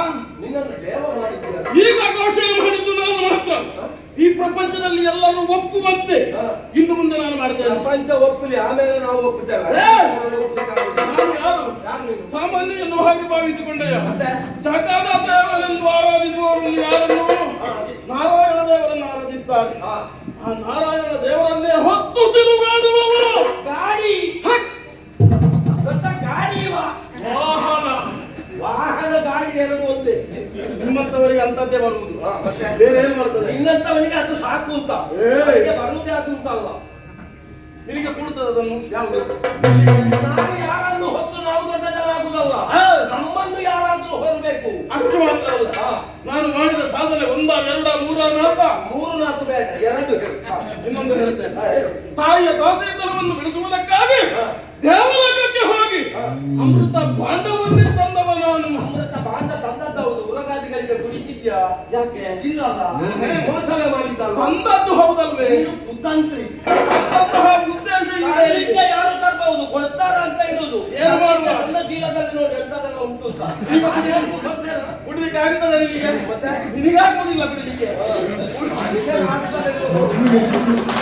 ಇದು ಆಗ್ತದೆ ಇರುವುದು. ಹೌದಾ? ಅಷ್ಟು ಮಾತ್ರವಲ್ಲ, ಮಂದರಾತ್ರಿ ಪರ್ವತ ಎತ್ತಿದಲ್ಲ. ಈ ಎತ್ತಿದವರೆಲ್ಲ ದೊಡ್ಡ ಜನ ಹೌದು ಅಂತ ಆದ್ರೆ ಹಾ. ನೋಡ ಒಮ್ಮೆ ಹಾ. ನಗರವನ್ನು ನೋಡು. ಏನು? ಕಷ್ಟಪುಷ್ಟವಾದಂತಹ ದೃಢಕಾಯ ಯುವಕರೆಲ್ಲ ಇದ್ದಾರೆ. ಹಾ. ಅವರು ನೋಡು ದೊಡ್ಡ ದೊಡ್ಡ ಕಲ್ಲನ್ನು ಎತ್ತುತ್ತಾ ಇದ್ದಾರೆ. ಹಾ. ಅವರೆಲ್ಲ ಯೋಗ್ಯತೆ ಉಳ್ಳವರ. ಆ, ನಾನು ಇಷ್ಟು ಸಾಧನೆಯನ್ನು ಮಾಡಿದ್ದೇನೆ. ಹಾ. ನೀವು ಮಾಡಿದ ಸಾಧನೆಯನ್ನು ನೋಡ ಬಿಚ್ಚಿಡಿ. ಅನ್ನ ಸಾಧನೆ ಕೇಳಬೇಕಂತ. ಸಾಧನೆ ಎಲ್ಲೆಲ್ಲಿ ಮಾಡುವುದಲ್ಲ. ಹಾ. ಈಗ ನಾಲ್ಕು ಏರಿಸಿಯೇ ಮಾಡುವುದು.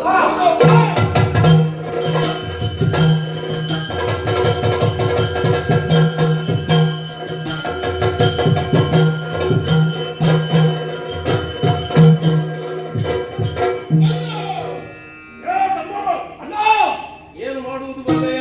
ಇವನನ್ನು ಹೊಡೆದು ತಲೆಗೆ ಉರುಳಿಸಿದ್ದೇವೆ. ಸಾಕಾಗುವುದಿಲ್ಲ. ಇವನ ಕೊಕ್ಕನ್ನು ಬುಡದಿಂದ ತುಂಡರಿಸಬೇಕು. ಅಷ್ಟು ಮಾತ್ರ ಸಾಕಾಗ್ತದ? ಇವನ ಕರಿಯನ್ನೆಲ್ಲ ಕಿತ್ತು ತೆಗಿಬೇಕು. ಅದು ಸಾಕಾಗುವುದಿಲ್ಲ. ಇವನನ್ನು ಸಮುದ್ರದಲ್ಲಿ ಮುಳುಗಿ 3 ಸಲ ಮುಳುಗಿಸಿ ಹೊಯ್ಗೆಯಲ್ಲಿ ಹೊರಳಿಸಿ ಹಾರ್ಲಿಕ್ಕೂ ಆಗಬಾರದು. ಆ ಬೆಟ್ಟದತ್ತ ಬಿಸಾಡುವ. ಸೂರ್ಯಮಂಡಲಕ್ಕೆ ಇವ ವ್ಯಾಪಿಸಬೇಕು. ಆ ರೀತಿಯಾಗಿ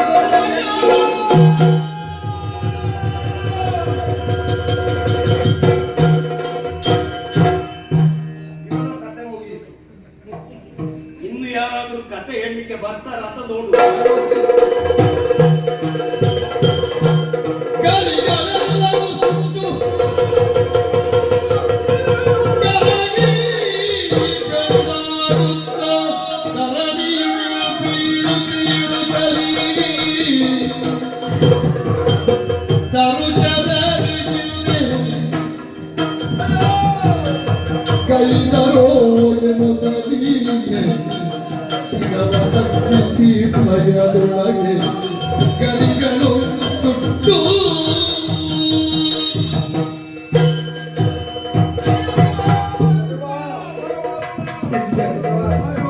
ಮಲಗಿದಲ್ಲಿಗೆ ಮಾಲೆ ಹಾಕ್ಲಿಕ್ಕೆ ಆಗುದಿಲ್ಲ. ಎತ್ತು ಕುಳಿತು ಮಾಲೆ ಹಾಕಿ ಮಲಗಿದ್ರೆ ಒಳ್ಳೇದಾಗ್ತದೆ. ಏನಾಯ್ತು?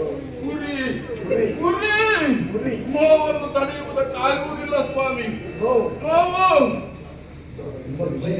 ಪರಿಹಾರ ಮಾಲೆ ಬೇಡುವ. ಮಾಲೆ ನೀನು ಈ ಸಲ ಅದನ್ನು ಮಾಲೆ ಹಾಕ. ಏನು ಸ್ವಾಮಿ? ಮಾಲೆ ಯಾರಿಗೆ ಮಾಲೆ? ಬರ್ಲಿ ಬಾಜಾ ಭಜಂತ್ರಿ ಉತ್ಸವ. ಸ್ವಾಮಿ ಯಾರಿಗೆ ಸ್ವಾಮಿ ಮಾಲೆ? ಹಿಂದಿನಿಂದ ಓದುವವರು, ಹಿಂದಿನಿಂದ ಬಾರಿಸುವವರು.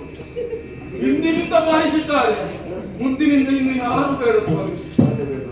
ಮಾಲೆ ಬೇಡ. ಈ ಪ್ರಪಂಚದಲ್ಲಿ ಒಂದು ಹುಲ್ಲುಗಡ್ಡೆಗೆ ಒಳಗಾಡುವಂತಹ ವಿಚಾರವನ್ನು ನೀ ಅರಿತುಕೊಳ್ತೀಯಂತೆ. ಈ ವಿಚಾರವನ್ನು ನೀ ಅರಿಯದವನೇ ಪ್ರಭು. ಏನಾಯ್ತು ಅಲ್ಲಿ ಹೋದಲ್ಲಿ ಪ್ರಕರಣ ಏನಾಯ್ತು? ಮುರಹರಾಲರಿದು ಕಪಿಗಳ್ ಸಾಗರದಿ ಪದವ ವಿಕ್ರಮಾರಿಯ ಇದಿರಿಲ್ಲ ಜಗದಿ ಪುರದೊಳು ಮನೆಯ ಕಿಣಕಿದರಿದ ತರಿತವರದಿ ಕಡೆಯೊಳಗವನು ನಾವಿಗೂ ಪ್ರಭು ಕೇವಲ ಕಪಿಗಳು ಎನ್ನುವ ಹಾಗೆ ಭಾವಿಸಿ ನಿನ್ನಿಂದ ಆಶೀರ್ವಾದವನ್ನು ಪಡೆದು ಹೋದವ ನಾನು. ಹೋದಂತಹ ಸಂದರ್ಭದಲ್ಲಿ ಕೇವಲ ಕಪಿ ಎನ್ನುವ ಹಾಗೆ ಭಾವಿಸಿ ಮುಟ್ಟಿ ಹಿಡಿದು ಬಾರಿಸುವುದಕ್ಕೆ ಮುಂದಾದೆ ಪ್ರಭು. ಪರಿಣಾಮ ಸುಮ್ಮನಿರಲಿಲ್ಲ ಅವರು. ನಾ ಬಾರಿಸುವುದಕ್ಕೆ ಮುಂದಾದದ್ದು ಮಾತ್ರ ಅಲ್ಲಿಂದ ನಾಲ್ಕು ಬೆನ್ನಿಗೆ ಬಿತ್ತು ಸ್ವಾಮಿ. ಅವರೇ ಬಾರಿಸಿದ್ರು. ಮಹಾ ಪರಾಕ್ರಮಿಗಳಿದ್ದಾರೆ, ಅವರನ್ನು ಸೋಲಿಸುವವರು ಈ ಪ್ರಪಂಚದಲ್ಲಿ ಯಾರೂ ಇಲ್ಲ ಸ್ವಾಮಿ. ಸ್ವಾಮಿ ನೀವೇ ರಕ್ಷಣೆ ಮಾಡಬೇಕು.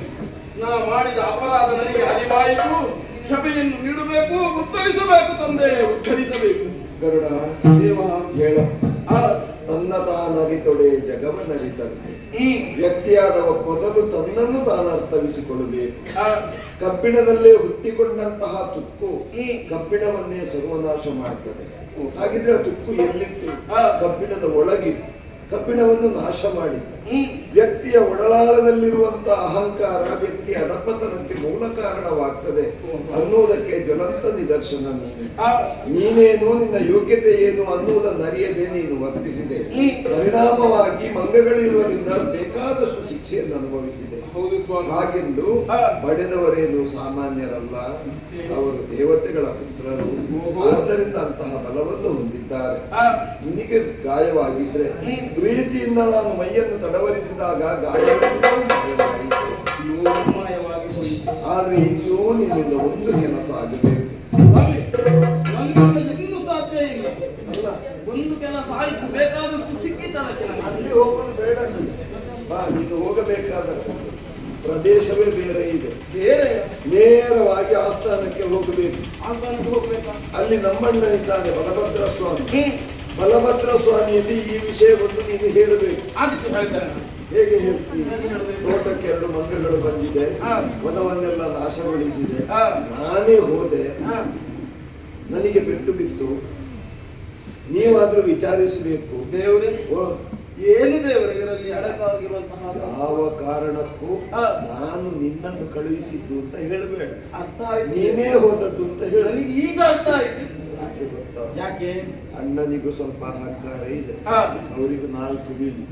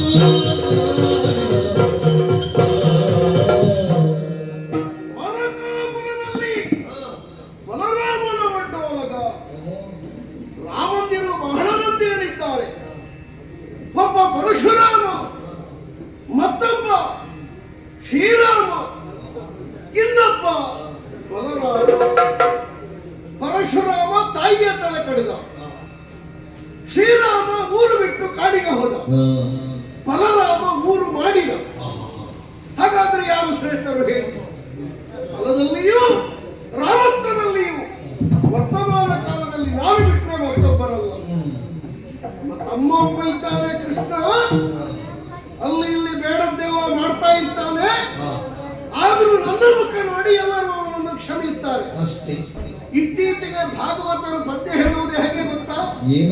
ಬಲರಾಮ ಕೃಷ್ಣರು ಬಂದರು ಬಾಗಿಲ ತೆರೆಯಿರೋ. ಮೊದಲು ಕೃಷ್ಣ ಹೋಗುವಾಗ ಯಾರೂ ಬಾಗಿಲು ತೆರೀತಿರ್ಲಿಲ್ಲ.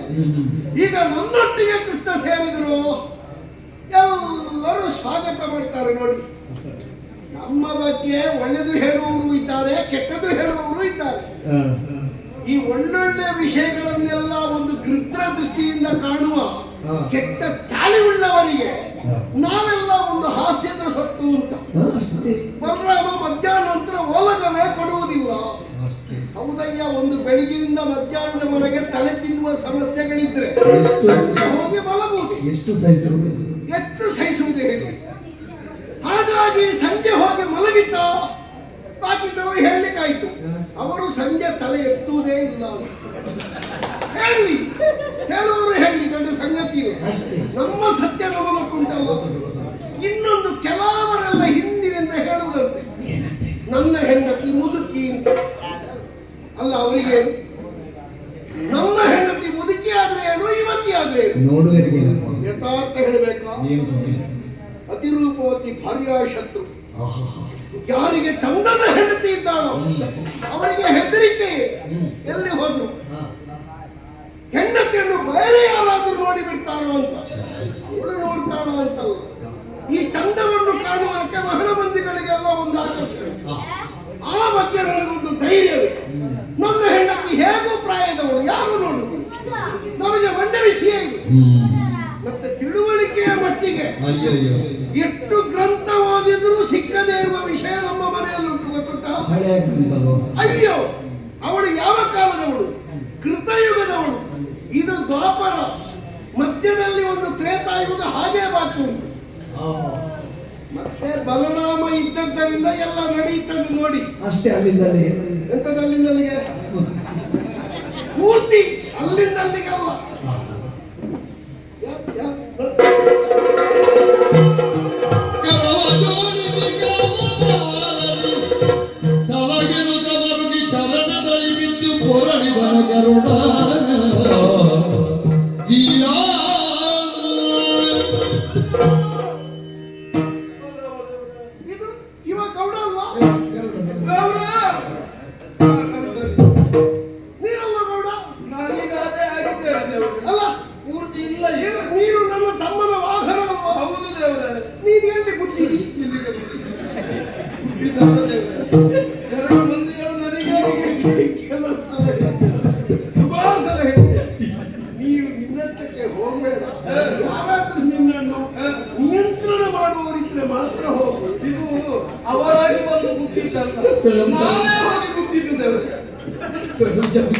ಬಹುಶಃ ಇವನಿಗೆ ಸರಿ ಗೊತ್ತುಂಟು, ಅವನನ್ನು ಸರಿ ಮಾಡಲಿಕ್ಕೆ ಬೇಕಾದಷ್ಟು ಸಿಗ್ತದೆ ಅಂತ.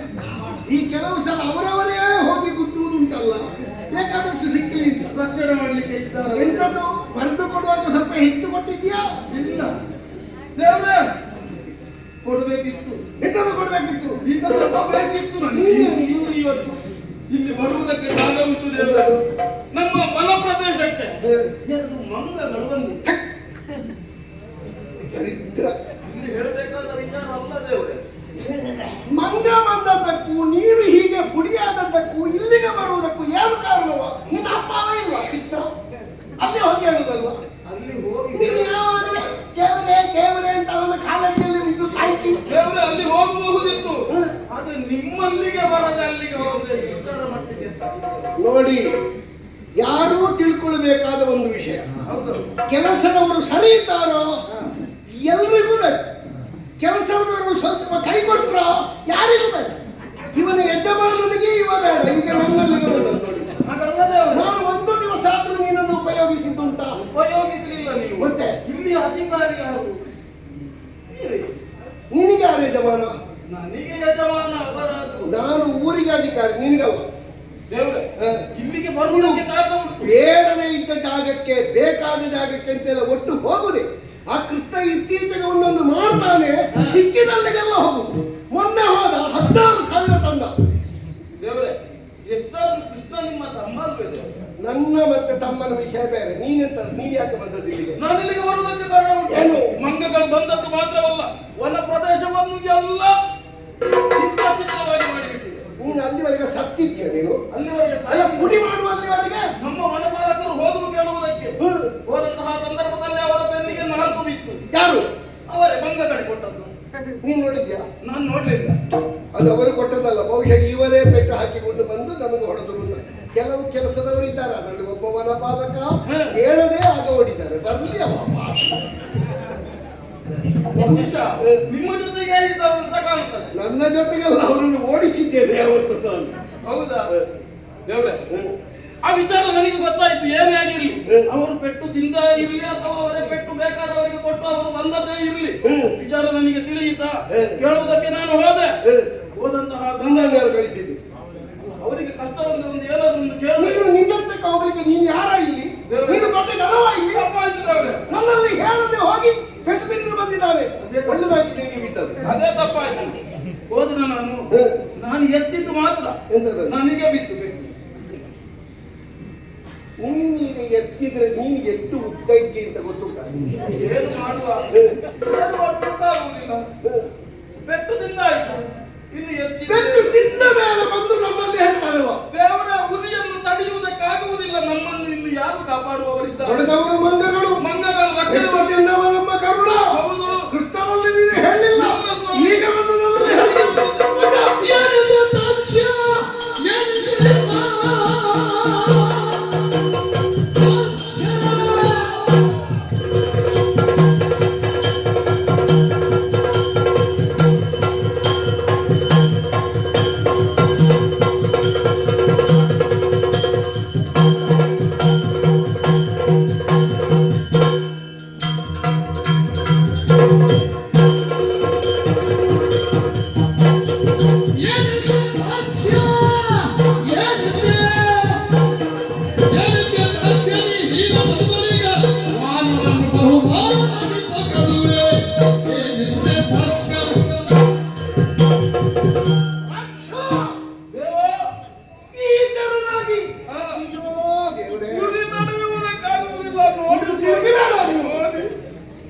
ನಿನ್ನ ಕರಿಯನ್ನು ಪೂರ್ತಿ ಕಿತ್ತಿದ್ದಾರೆ. ನಿನ್ನನ್ನು ಎಂತದ್ದು ಕಾವಲಲ್ಲಿ ಹಾಕಿ ಕಾಯಿಸಿದ ಮೇಲೆ ಬಿಸಾಡಿದ್ರು. ಮೇಲೆ ಎಲ್ಲಿಗೆ? ಅಲ್ಲಿಂದ ಬಿದ್ದದ್ದೇ ಇಲ್ಲಿ. ಎಲ್ಲ ಚರ್ಮ ಸುಲಿದು ಹೋಗಿದೆ, ಅಲ್ಲೆಲ್ಲೂ ಹೊಯ್ಗೆ ಅಂಟಿಸಿದೆ. ಹೌದು. ಈ ಕೆಲವರೆಲ್ಲ ಕೆಲವು ಖಾದ್ಯ ಮಾಡುವುದಕ್ಕೆ ಹೊಯ್ಗೆ ಅಂತದಕ್ಕೆ ಮುಳುಗಿಸಿ ಬಿಡ್ತಾರೆ. ಅದು ಒಳ್ಳೆ ಹಾಗಾಗಿದೆ ನಿಮಗೆ. ಅದು ಒಳ್ಳೆ ರುಚಿ ಇರ್ತದೆ. ಅದು ನಾನು ತಿನ್ನಿಲ್ಲ, ನೋಡಿದ್ದೇನೆ. ಹೌದೇನೋ? ನಿಮಗೆಲ್ಲ ಕೆಟ್ಟ ಮೇಲೆ ಬುದ್ಧಿ ಬರುವುದು. ಏನ್ ಮಾಡುವ ಅಂತ ಒಂದು ಸನ್ನಿವೇಶ ಬರುವಾಗ ನಮ್ಮದು ನೆನಪಾಗಿ ಬಿಡುವ. ಎಕ್ಕಚ್ಚಿತ್ತು ಮಂತ ಅಂತ ನಾನು ಓದದ್ದು. ನೀನು ಈ ಊರಲ್ಲಿ ಪೆಟ್ಟು ತಿನ್ಲಿಕ್ಕೆ ಇರುವವ? ಹಾಗಾದ್ರೆ ನೀವು ಇದ್ದೀವಿ. ಅದರ ಅರ್ಥ ನಾನು ಕೊಡ್ಲಿಕ್ಕೆ ಇರುವವ. ನಾನು ಕೊಡ್ಲಿಕ್ಕೆ ಇರುವವರು ನೀವು. ನಮ್ಮ ಊರಲ್ಲಿ ಯಾರೋ ಬಂದು ಒಬ್ಬರಿಗೆ ಹೊಡೆದ್ರು ಅಂತಂದ್ರೆ ಮಾನ ಯಾರದ್ದು ಹೋಗುದು? ನಿಮ್ಮದ್ದೇ ಹೋಗುವುದು. ನನ್ನದಾಗುದಿಲ್ಲ, ಹೋಗುವ ಮಾನ ಇಲ್ಲ ನನ್ನಲ್ಲಿ. ಹಾಗಿದ್ರೆ ಮಾನವೇ ಇಲ್ವ ನಿಮಗೆ? ಮಾನ ಇಲ್ಲ ಅಂತಲ್ಲ. ಮಾನ ಅಂದ್ರೆ ಏನು? ಅಳತೆ. ಮರ್ಯಾದೆ ಅಂದ್ರೆ ಏನು? ವ್ಯಾಪ್ತಿ. ಅಳತೆ ವ್ಯಾಪ್ತಿಯೆಲ್ಲ ಇರುವುದು ಯಾರಿಗೆ? ಯಾರಿಗೆ? ಸಣ್ಣವರಿಗೆ. ಸಣ್ಣವರು. ನಾವು ಅದನ್ನೆಲ್ಲ ಮೀರಿ ನಿಂತವು. ಅದನ್ನೆಲ್ಲ ಬಿಟ್ಟಿದ್ದೀರಿ ನೀವು. ಬಿಟ್ಟದ್ದಲ್ವ? ಅದು ಇಲ್ಲ ನಮಗೆ. ಇಲ್ವೇ ಇಲ್ಲ. ಇಲ್ಲವೇ ಇಲ್ಲ. ಒಳ್ಳೇದಾಯ್ತು. ಇಲ್ಲದ್ದೇ ಒಳ್ಳೇದಾಯ್ತು. ಹೋಗಿದೆ ಮುಂದಾಗಿದ್ದದ್ರಲ್ಲಿ ಇನ್ನು ಸ್ವಲ್ಪ ದಿವಸ ಏನಿದ್ರು ಒಳಗೆ ಇರಬೇಕಾಗ್ತದೆ. ಆ ರಾಜವೈದ್ಯರಲ್ಲಿ ಸ್ವಲ್ಪ ಹೇಳು, ಸ್ವಲ್ಪ ಮದ್ದು ಮಾಡ್ಲಿಕ್ಕೆ. ಆಯ್ತಾ? ಇನ್ನು ಅಲ್ಲಿ ಇಲ್ಲಿ ತಿರುಗಬೇಡ. ಏನನ್ನು ಮರೆತು ಆ 2 ಮಂಗನನ್ನು ಮರೆತು ನನ್ನ ಬೆನ್ನಿಗೆ 4 ತಿನ್ನೋಗುದಿಲ್ಲ. ನಿಮಗೆ 8 ಕೊಡಬೇಕು ನೀವು. 4 ಬಿದ್ದದಕ್ಕೆ ನನಗೆ 8 ನೆನೆಸ್ಕೊಂಡು ಹಾ. ಎಲ್ಲಿ ಮಂಗಗಳು ನೋಡು.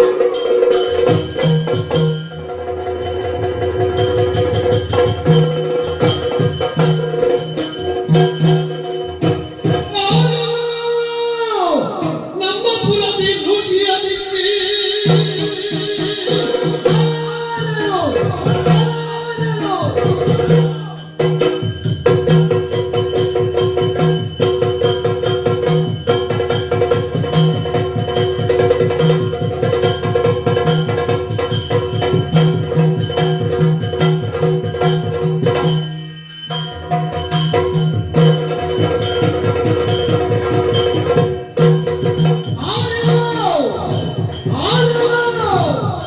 ನಮ್ಮ ಪುರದಿ ಲೂಟಿಯ ದಿಕ್ಕಿ ಕ್ರೂರ ಕರ್ಣವ ದೈವ ಮಾನವ ವೀರ ಇದು ಹಾಗೆ ಎಲ್ಲಗಿ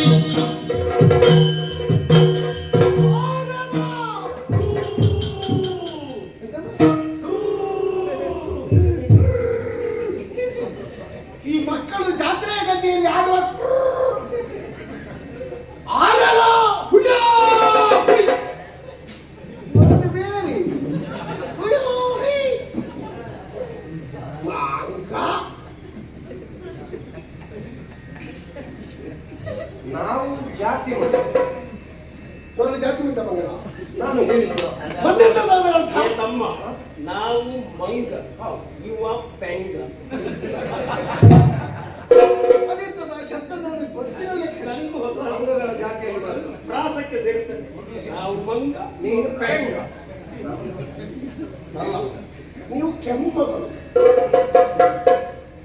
ಈ ಊರು ಈ ಜಾಗದಲ್ಲಿ ಇದನ್ನು ಇಟ್ಟು ಅಭಿವೃದ್ಧಿ ಮಾಡುವುದಕ್ಕೆ ನಾವು ಬಂದ ಕಟ್ಟೆ ಇತ್ತು.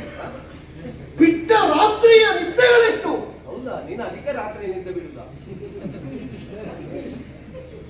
ನಾವು ರಾತ್ರಿ ಒಮ್ಮೆ ನುಡಿಯುವುದ, ಎರಡೆರಡು ಸಲ ನುಡಿಯುವುದ.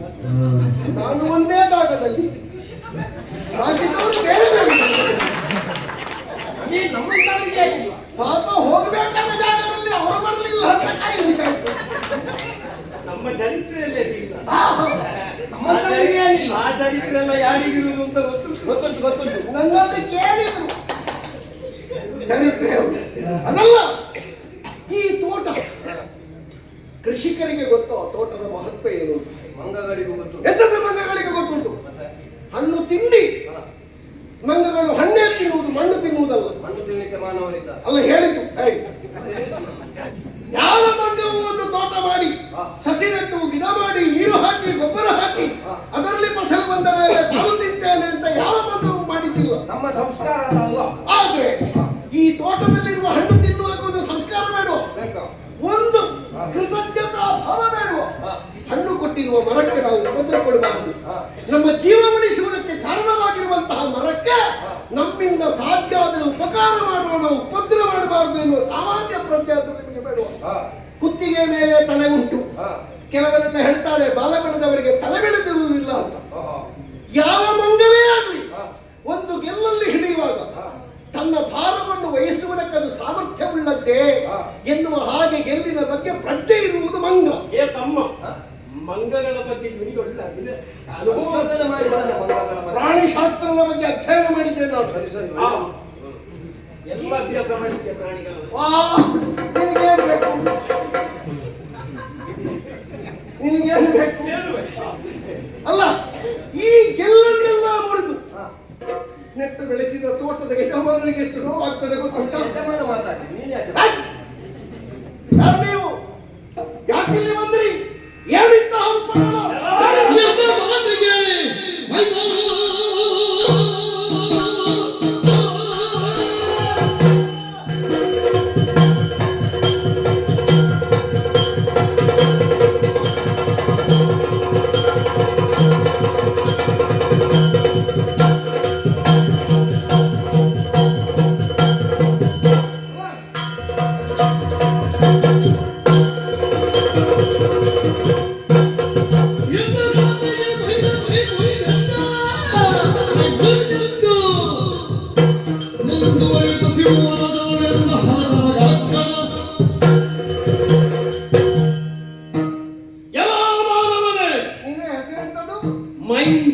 ಮೈಂದ ಮೈದ ಕಿವಿ ದೂರ ಆಗಿದೆ ನಿಮಗೆ. ಎಂತದು ಮೈದ? ಮೈಂದ ಬೇಕಾದ್ರೆ ನೀನು ಮೈಂದಪ್ಪ ಅಂತ ಹೇಳು, ಬೇಸರ ಇಲ್ಲ ನನಗೆ. ಮೈದ ಅಲ್ಲ ಮೈಂದ ಪಣ್ಣ ಅಂತ ಕರಿ, ನನಗೆ ಬೇಸರ ಇಲ್ಲ. ಮೈದ ಇಲ್ಲಿಗೆ ಹೇಳು. ಇನ್ನೊಂದೆಂತದ್ದು? ದ್ವಿವಿಧ. ಎರಡು ಉಂಟಾ? ಏನು ದ್ವಿವಿಧ? ದ್ವಿವಿಧ ದ್ವಿವಿಧ ಅಲ್ವಾ? ಬರ್ಲಿಕ್ಕಿಲ್ಲ ನೀವು ಬನ್ನಿ. ದ್ವಿವಿಧ ದ್ವಿಧ ದ್ವಿವಿಧ ದ್ವಿವಿಧ ಬೆಳಿಗ್ಗೆ ಕುಡಿಬಾರ್ದು.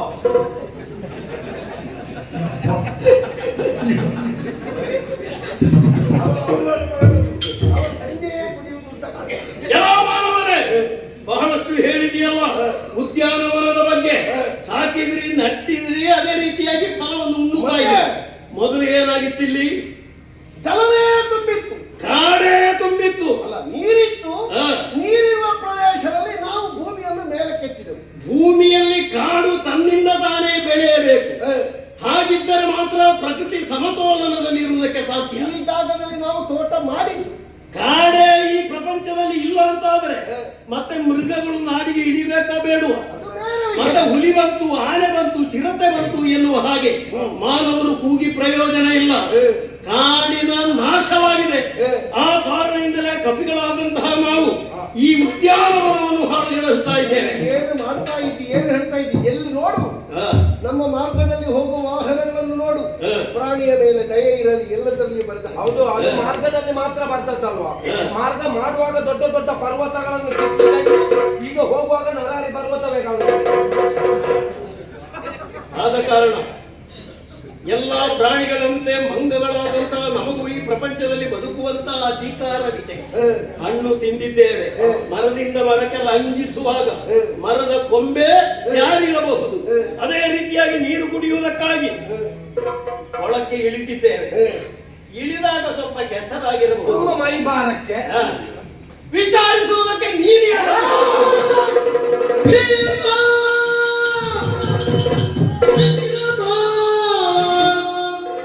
ವಿಕ್ರಮ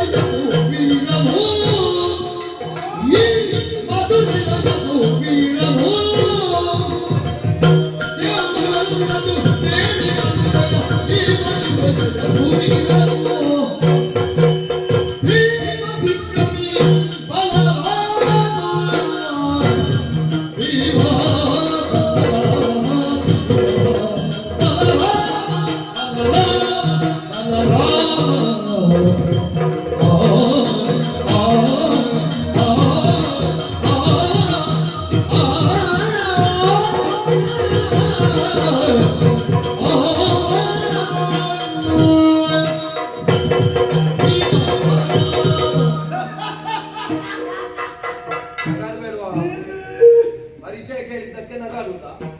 ಅಯ್ಯೋ, ನನ್ನ ಪ್ರಾರಬ್ಧವೇ. ನನ್ನ ಊರಲ್ಲಿಯೇ ನನ್ನ ಹೆಸರನ್ನು ನೀನು ಯಾರು ಅಂತ ಕೇಳುವುದಕ್ಕೆ ಬರ್ತಾನೆ ಅಂತಾದ್ರೆ ಅಪರಿಚಿತನೇ ನಾನು. ಯಾವ ನೀನು? ನೀವು ಬುದ್ಧಿಶೂನ್ಯರು, ಅವಿಚಾರಿಗಳು, ಏನೇನೋ ಜ್ಞಾನಕ್ಕೆ ಸಂಬಂಧಪಟ್ಟ ವಿಷಯ ಇಲ್ಲದೆ ಇರುವವರು. ಸರಿ ಇರ್ಲಿ. ಒಂದು ಊರಿಗೆ ಬರುವಾಗ ಅದು ಯಾವ ಊರು, ಆ ಊರು ಯಾರಿಂದ ಪರಿಪಾಲಿಸಲ್ಪಡ್ತಾ ಇದೆ, ಅದು ಯಾರ ಪ್ರಬಂಧದಲ್ಲಿ ತನ್ನನ್ನು ತಾನು ಸಂಪಾದಿಸಿಕೊಂಡಿದೆ, ಇಷ್ಟಾದ್ರೂ ಗೊತ್ತಿರಬೇಕಾಗ್ತದೆ. ಅದು ಯಾರಿಗೆ? ಯಾರಿಗೆ? ಆ ಊರಿನಲ್ಲಿ ಏನಾದ್ರೂ ಕೆಲಸ ಕಾರ್ಯ ಇರುವವರಿಗೆ. ನಮಗೆ ಅಂತದ್ದೇನಿಲ್ಲ. ನಿನ್ನ ಕರ್ಮ ಮಾಡಿ ಯಾರಲ್ಲಿಯೂ ಸಂಬಂಧ ಕಟ್ಟಿಕೊಳ್ಳುವುದು ಸಂಬಂಧ ಅಲ್ವಾ? ಈ ಊರಲ್ಲಿ ಬಂದು ತಿನ್ಲಿಕ್ಕೆ ಆಗ್ತದ? ತಿನ್ನುವ ಊರು ಯಾರದ್ದು ಅಂತ ಆದ್ರೂ ಬೇಡವಾ? ಅಧಿಕಾರದ ಬಗ್ಗೆ ಮಾತಾಡಿದ್ರಿ ಅಂತ ಆದ್ರೆ ಈ ಮುಸಲದಿಂದ ಹೊಡೆದು ನಿಮ್ಮ ಮುಖ 32 ಮಾಡಿ ಏನು ಕೂಡ ನಾವು ತಿಂತೇವೆ.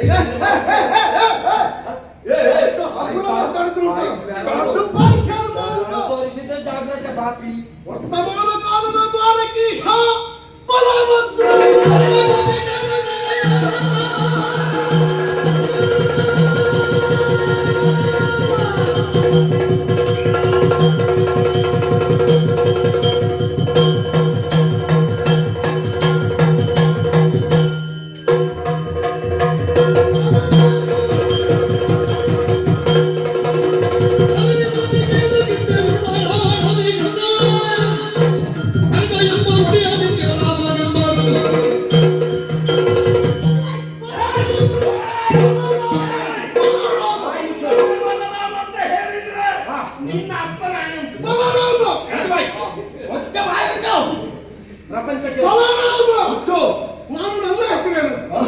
ಪ್ರಪಂಚದಲ್ಲಿ ಒಬ್ಬನೇ ರಾಮ, ಅದು ದಾಶರಥಿ ರಾಮ, ಅದು ಕೋದಂಡ ರಾಮ, ಅದು ರಾವಣ. ಕೇಳುದು ಮಂಗಗಳಿಗೆ ಹಿಡಿದ ಪಟ್ಟನ್ನು ಬಿಡುವುದಕ್ಕೆ ಗೊತ್ತಿಲ್ಲ ಅಂತ. ಸಿಯಾಳದವರಿಗೆ ಕೈ ಹಾಕಿ ಅದರಲ್ಲಿ ಗಂಜಿಯನ್ನು ತೆಗೆದು ಹೀಗೆ ಮುಚ್ಚಿ ಹಿಡಿದ್ರೆ ಮಾಡಿದ ತೂತು ಸಪುರ ಅಂತ ಗೊತ್ತಾಗೋದಿಲ್ಲ. ಅಲ್ಲಿಗೆ ಎನ್ನುವಂತಹ ಬಾಲವನ್ನು ಈಗಲೇ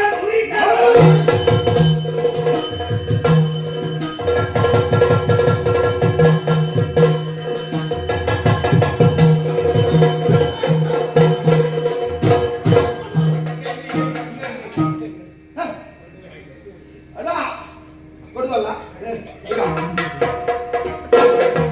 ಅದು ನನ್ನತ್ತ. ಆಯುಧವನ್ನು ನೀವು ಕೈಯಲ್ಲಿ ಹಿಡ್ಕೊಂಡು ದೊಡ್ಡ ಜಮಾಸಬೇಕು. ನಮಗೆ ಯಾರಿಗೂ ಆಗ್ತದೆ, ನಮ್ಮ ಕೈಯಲ್ಲಿ ಸಿಕ್ಕಿದ್ರೆ ಅದು ಕೂಡ ಕೊಡುವುದಿಲ್ವೋ? ಅದು ಕೂಡ ನಿನಗೆ ಬಲ ಇದ್ರಲ್ಲಿ ಇದ್ದದ್ದಲ್ವೋ? ನಿನ್ನ ಬಲ ಮುರಿದಿದ್ದೇನೆ.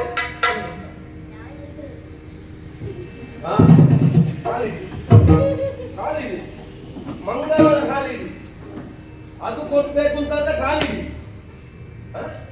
ಬೆಳಿಲಿಕ್ಕೆ ಅದು ನನಗೆ ಬೇಡ, ನನಗೆ ಅರ್ಜೆಂಟಿಲ್ಲ. ಕಾಲಿಡಿ ಮಂತಿ ಬರ್ತದೆ. ಅದು ಕೊಡುತ್ತ ಮಾತಾಡಬೇಡ. ಮಾತಾಡಬೇಡ, ಕಾಲಿಡಿ. ಅಣ್ಣನ ಕಾಲಿಡಿ.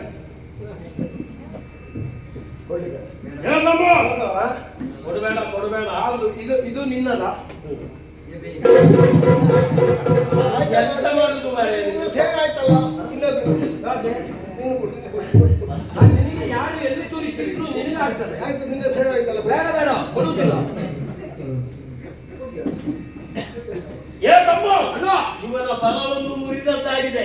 ಇನ್ನು ಯಾರು ಬರ್ತಾರೆ ಅಂತ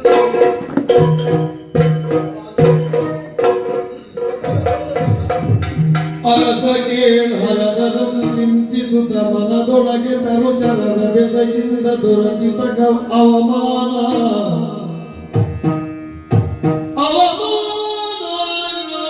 ದೊರಕಿದೆ ನಗೆ ಮರುಳತನದೊಳ್ಪಿಲ್ತಿ ಕೃಷ್ಣ ಗೊರೆಯುವಿನಿರುತ್ತ ಅರವೇ ಗರುಡ ಹೇಳುವಾಗ ತಾತ್ಸಾರ ಮಾಡಿದ್ದೆ ನಾನು. ಇದು ಅದ್ಭುತ ಮಂಗಗಳು ಮಾರಾಯ. ಎಂತ ಜೋಡಿ, ಎಂತ ಜೋಡಿ, ಎಂತ ಜೋಡಿ. ಇಂಥದ್ದೊಂದು 25 ಸಿಕ್ತಿದ್ರೆ ತೋಟಕ್ಕೆ ಕೆಲಸಕ್ಕೆ ಜನ ಬೇರೆ ಬೇಡ. ಎಂತ ಪೆಟ್ಟು ಮಾರಾಯ. ಆ ಮುಸಲ ಒಂದು ಹೇಗೆ ಜಾರಿತು ಅಂತಲೇ ಗೊತ್ತಿಲ್ಲ. ಆ ರೇವತಿಯಲ್ಲಿ ನಾನು ಸುಮಾರು ಸಲ ಹೇಳಿದ್ದೆ, ನಾನು ಎಲ್ಲಿಗಾದ್ರೂ ಹೊರಡುವಾಗ ಗಂಜಿಗೆ ತುಪ್ಪ ಹಾಕಬೇಡ.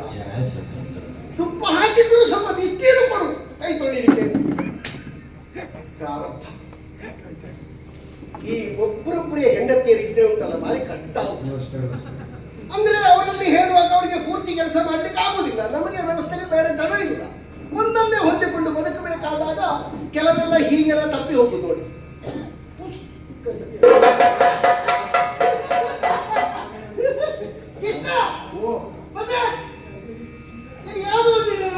ನಾನು ಈಗ ಬಂದೆ.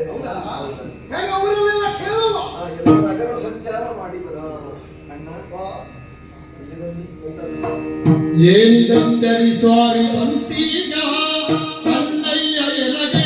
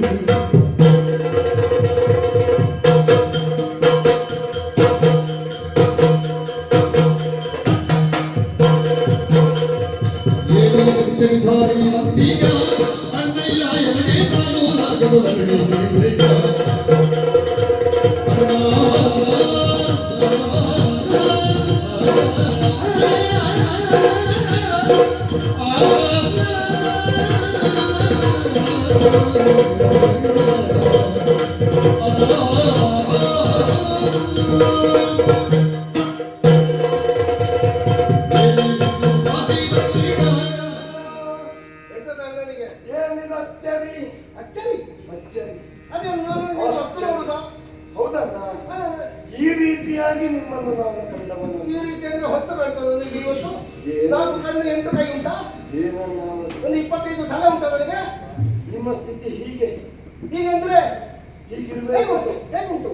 ಹೀಗಿರ್ಬೇಕಾದವರು ಮತ್ತೆ ಹೇಗಿರ್ಬೇಕಲ್ಲ? ಬೇಗ ಬಂದು ಬೇಗ ಮುಗಿಸಿ ಹೋಗುವವರನ್ನು ಮುಗಿಯುವವರೆಗೂ ನಿನಗೆ ಗೊತ್ತಿಲ್ಲ ನನ್ನ ಪ್ರಸಂಗ.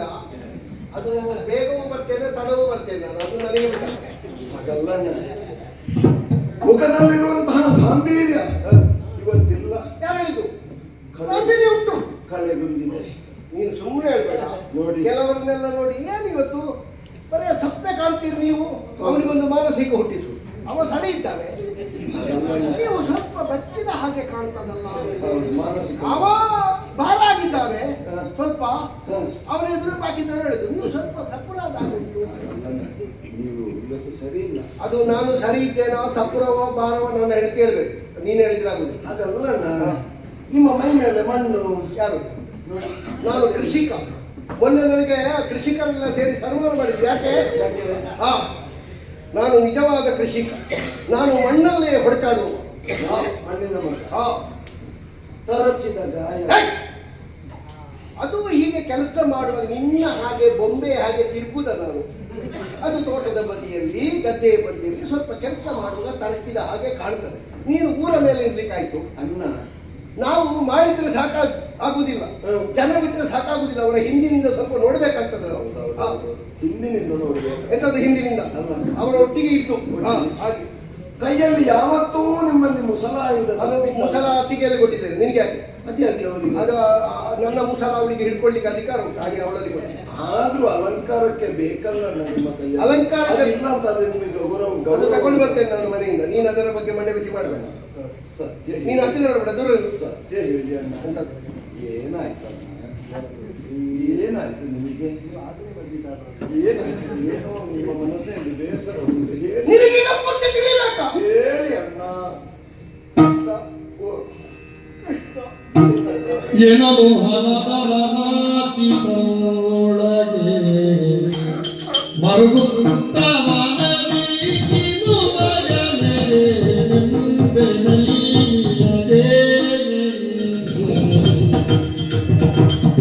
ವಿನದೆಯ ಆತ್ಮಜವನ್ನು ಎತ್ತೊಡುವ ಮದರಂ ಕೆಡು ಎಂಬ ನಗರವ ತಿರುಗಿರುಳು ನುಡಿಯನು ಗೈರವು ಅನುವರದಿದ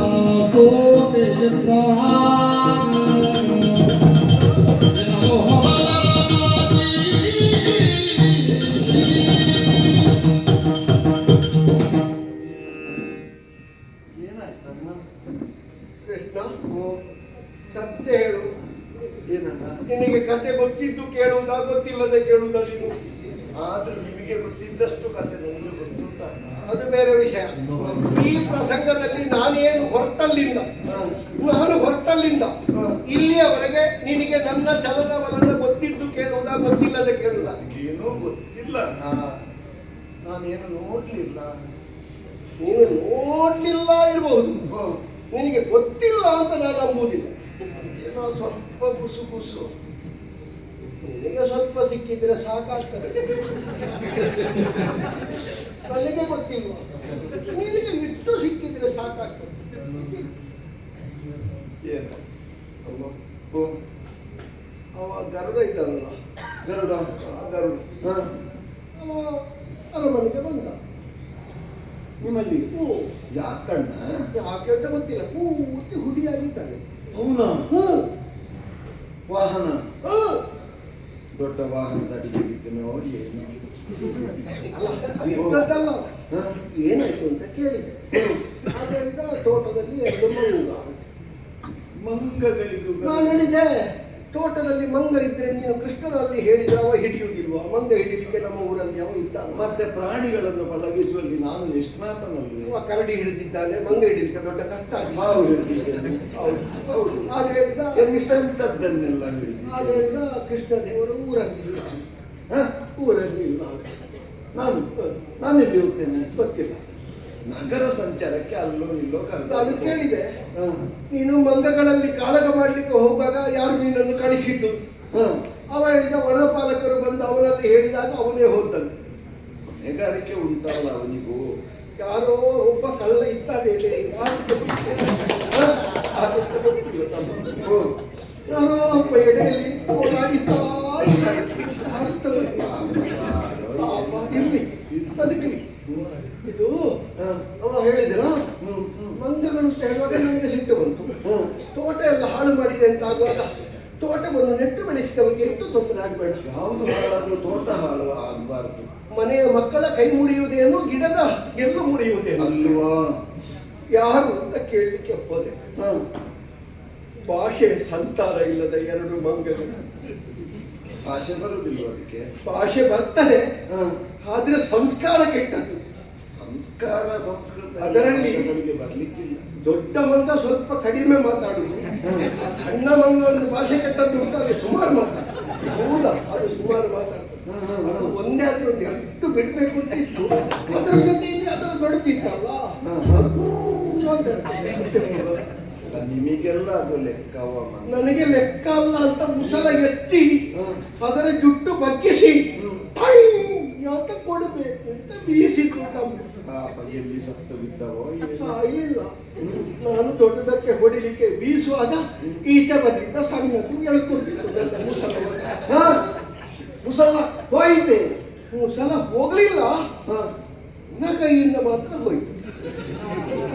ನಿಮ್ಮ ಕೈಯಲ್ಲಿ ಅಷ್ಟು ಬೇಗ ಜಾರುವುದಿಲ್ಲ. ಅದು ನಿನ್ನ ಅತ್ತಿಗೆ ನೀವು ಬೇಗ ಬೇಗ ಹೊರಡುವಾಗ ಸ್ವಲ್ಪ ಗಂಜಿ ಊಟ ಮಾಡಿ ಅಂತ ಹೊರಡುವಾಗ ಬಿಸಿ ಬಿಸಿ ಗಂಜಿ ಬಡಿಸಿಕೊಟ್ರು. ಬಿಸಿ ಗಂಜಿಯಲ್ಲಿ ಏನಿರ್ತದೆ? ಅದಕ್ಕೆ ತುಪ್ಪ ಹಾಕಿದ್ರು. ಇವತ್ತು ತುಪ್ಪ ಹಾಕಿದ್ರು. ಹೌದು, ಎಣ್ಣೆ ಹಾಕಬೇಕಿತ್ತು. ಎಣ್ಣೆ ಹಾಕಬೇಕಿತ್ತು. ಅಷ್ಟು ನಾನು ಮಧ್ಯಾಹ್ನ ನಂತರ ಹಾಕ್ತೇನಲ್ಲ, ತುಪ್ಪ ಹಾಕಿತ್ತು. ಹಾಗೆ ಅದು ಹೇಗೆ ಜಾರಿ ಹೋಗಿ ಆ ಮಂಗಗಳು ಮರದ ಮೇಲೆ ಕೂತ್ಕೊಂಡು ಸಿಕ್ಕಿದ ಜಾಗಕ್ಕೆಲ್ಲ ನನ್ನ ಮುಸಲವನ್ನು ಒರೆಸಿ ಅಯ್ಯೋ ಈಕ ಈಕ ಈಕ ಅಪಹಾಸ್ಯ ಮಾಡಿದ್ದೆ. ಅರಸ ಮಕ್ಕಳು ಮರವ ಏರಲರಿಯರು ಏರಬಹುದೇ? ಏರಬಾರದು. ಅದು ಯಾವ ಅರಸು ಮಕ್ಕಳು ನಾವು ಮರ ಏರಲು ಅರಿಯವು. ಬರಲಾರ ಅರಿಯವು. ಅರಿಯವು ಏರ್ಬಾರ್ದಂತಲ್ಲ, ಅರಿಯವು. ಅಂದ್ರೆ ನಮಗೆಲ್ಲ ಏರ್ಬಾರ್ದು. ಮರದ ತುದಿಯಲ್ಲಿ ಕೂತು ಈಕ ನಿನಗೆ ಬೇಕಾ ಬೇಕಾ? ನಾನು ಹೇಳಿದೆ, ಮರ ಅಲ್ಲ, ನೀವು ಅದಕ್ಕಿಂತ ಆಚೆಗೆ ಹತ್ತಿದ್ರೆ ಹತ್ತುವ ಇದ್ದಾನೆ, ಬರ್ತಾನೆ ಅವ ಅಂತ.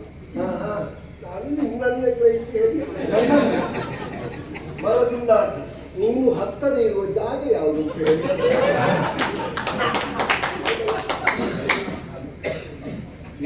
ಏನು ಮಾಡಬೇಕು? ನಮ್ಮಲ್ಲಿ ಬೇರೆಲ್ಲಿಯೂ ನಾನು ಸೋಲುವುದಿಲ್ಲ. ಯಾರಿದ್ರೂ ಮುಖ ಕೊಟ್ಟು ಮಾತಾಡ್ತೇನೆ. ನಿನ್ನ ಹಾಗೆ ನನಗೆ ನನಗೆ ಸುಮಾರಿಲ್ಲ ತಮ್ಮ, ನನಗೆ ಒಬ್ಬಳು ಹೆಂಡತಿ, ಅದೇ ತೊಂದರೆ. ಅವಳೆದುರು ಹೋಗುವಾಗ ಎಲ್ಲಿಂಟು ನಿಮ್ಮ ಮುಸಲ ಅಂತ ಕೇಳಿದ್ರೆ ನಾನು ಏನು ಮಾಡಿದೆ ತಮ್ಮ, ಒಂದು ಮುಸಲ ಇರುವುದು. ಅದಕ್ಕೆ ಅವಳು ಬಗ್ತಾಳೆ. ನಿನಗೆ ಗೊತ್ತುಂಟು ಉದ್ದ ಇದ್ದ ಅವಳ ಹೆಗಲಿಗೆ ನನ್ನ ಹಲವನ್ನು ಹಾಕಿ ಎಳೆದದ್ದು, ಮುಸಲದಿಂದ ಮಂಡೆಗೆ ಕುಟ್ಟಿತು. ಆ ನಂತರ ಅವಳು ಮುಸಲಕ್ಕೊಂದು ಮರ್ಯಾದೆ ಕೊಡ್ತಾಳೆ.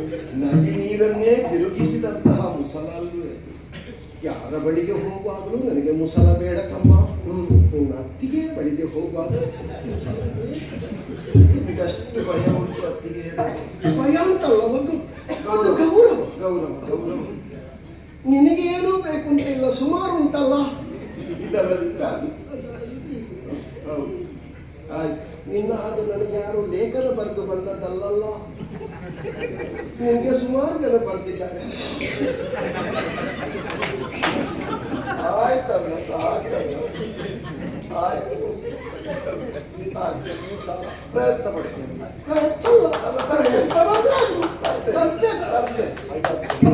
ನೀವು ಊಟ ಮಾಡಿ, ಊಟ ಮಾಡಿ, ಹಾಲು ಕುಡಿಯಿರಿ. ನಾನಿದ್ದೇನಲ್ಲ, ನಾನು ತರಿಸ್ತೇನೆ, ನಾನು ತಂದು ಕೊಡ್ತೇನೆ. ನಾನು ಅರಮನೆಯೊಳಗೆ ಹೋಗುದಿಲ್ಲ, ಹೊರಗೆ ಹೊರಗೆ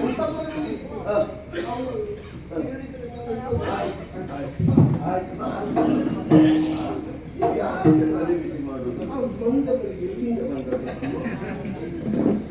ಬಹುಶಃ ಅಂಗಗಳು ಪ್ರಸಿದ್ಧಿಯಲ್ಲಿದ್ದದ್ದು ಹೇಳ್ತಾ ಈಗ ದೇವರೇ, ನಾನು ಒಂದು ಶಬ್ದ ಹೇಳಿದ್ದು ತಮ್ಮ, ನಾನು ಬಲರಾಮ ಇಟ್ಟಿ ಅಡಿಮೆ. ಹೌದಾ? ಅದು ಬಹುಶಃ ನನಗೆ ಈಗ ಅನ್ನಿಸುವುದು ಅದು ರಾಮಚಂದ್ರ ರಾಮಚಂದ್ರ ರಾಮಚಂದ್ರ ಅಂತ ಯಾರೋ ರಾಮಚಂದ್ರ ತರಿಸಿದ ಊರಿನಿಂದ ಎಂತೆಂಥ ರಂಗಗಳನ್ನು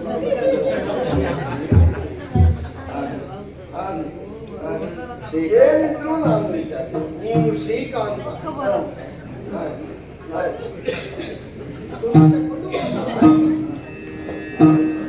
ಎಂದು ಸೌತೈತಿ ರಾಮನನು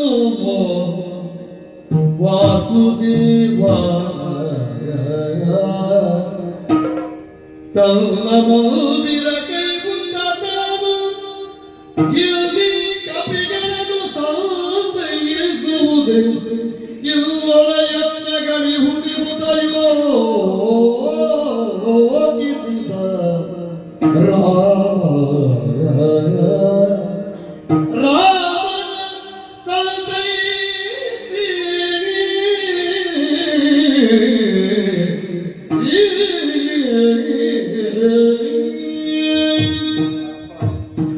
ಅಣ್ಣನ ಮುಖ ನೋಡುವಾಗ ಬೇಸರ ಆಗ್ತದೆ.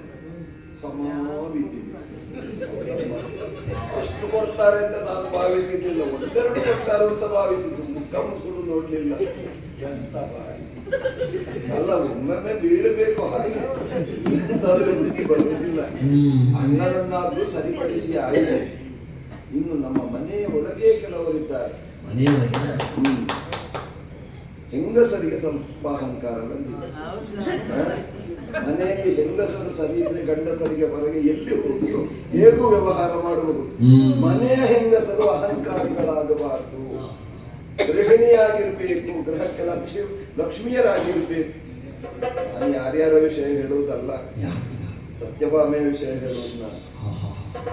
ನಾನು ದೊಡ್ಡ ಅರಸನ ಮಗಳು, ಅಷ್ಟು ಮಣ ಬಂಗಾರ ಇತ್ತು ನಮ್ಮಲ್ಲಿ, ಅಷ್ಟು ತಂದಿದ್ದೇನೆ, ಇಷ್ಟು ನಮ್ಮಲ್ಲಿ ಉಂಟು, ಪುರುಷರಿಗಿಂತ ನಾನು ಕಡಿಮೆ ಇಲ್ಲ, ಜೊತೆಯಲ್ಲಿ ಬಂದಿದ್ದಲ್ಲ.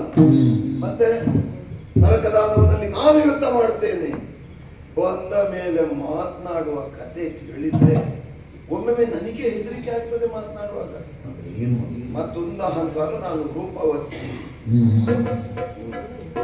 ಸೌಂದರ್ಯವನ್ನುವುದು ಭೂಷಣವಾಗಿರ್ಬೇಕೇ ವಿನ ಅಹಂಕಾರವಾಗಿರ್ಬಾರದು, ಅಭಿಮಾನ ಇರಬೇಕೇ ವಿನಃ ದುರಭಿಮಾನ ಇರಬಾರದು.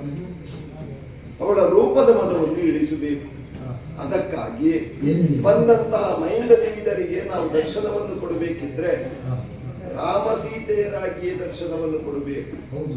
ಅದಕ್ಕಾಗಿ ಸತ್ಯಭಾಮೆಯನ್ನು ಕರೆದು ನನ್ನ ಜೊತೆಯಲ್ಲಿ ನಿಲ್ಲಿಸಿದಾಗ ರಾಮಸೀತೆಯ ಹಾಗೆ ಕಾಣುವುದಿಲ್ಲ. ನಾರದರೆ ಬಂದು ಹೇಳಿದ್ರು ಸತ್ಯಭಾಮೆಯನ್ನು, ನೀನು ದುರ್ತುಂಡಿಯ ಹಾಗೆ ಕಾಣುವುದು. ಆದ್ದರಿಂದ ಅವಳ ಅಹಂಕಾರವು ಇಳಿದು ಹೋಯಿತು, ಸೌಂದರ್ಯವತಿ ಅಲ್ಲ ಅಂತ ಆಯಿತು. ಈಗ ಕೊನೆಗೆ ತೀರ್ಮಾನ ಮಾಡಿದ್ದು ರುಕ್ಮಿಣಿಯನ್ನು. ರುಕ್ಮಿಣಿಯೇ ಸೀತೆಯಾಗಿ ಬಾ. ಹರುಷದಳು ರುಕ್ಮಿಣಿಯರಿಯಲು ಜಾನಕಿಯ ರೂಪವ ಧರಿಸಿ ಕೃಷ್ಣನ ಬಳಿಯಲ್ಲಿ ಹರಿಯೋಣ ಸುನಗುತ್ತ ರಮಣಿ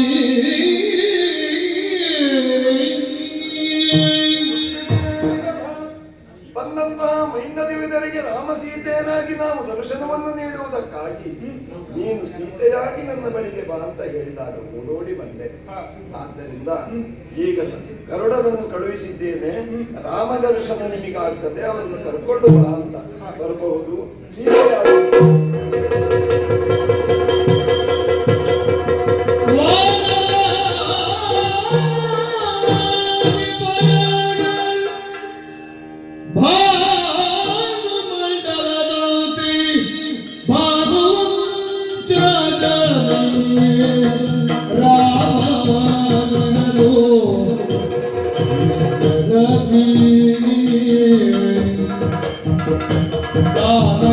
ಪತಿ ರಾಮ ರಾಮೆಂದು ಚರಣದಲ್ಲಿ ದೀನ ಭಾವದೊಟ್ಟು ಜರಗುತ್ತಿಗನು ರಾಮ ರಾಮ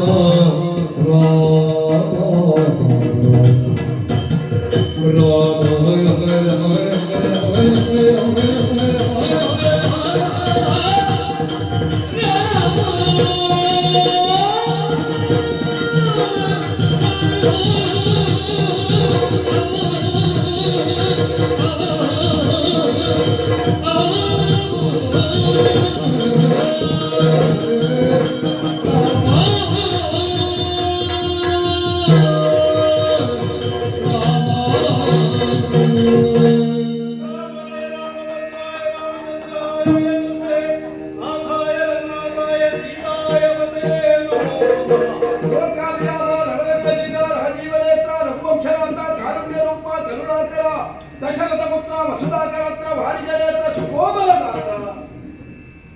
ಓ ನಮ್ಮ ಜೀವನದ ಹಸಿರೆ, ಓ ನಮ್ಮ ಶರೀರದ ಉಸಿರೆ, ಒಂದೆಯ ದೇವ ನಿಂದೆಯ ದೇವ ಕನ್ಯವಾಯಿತು.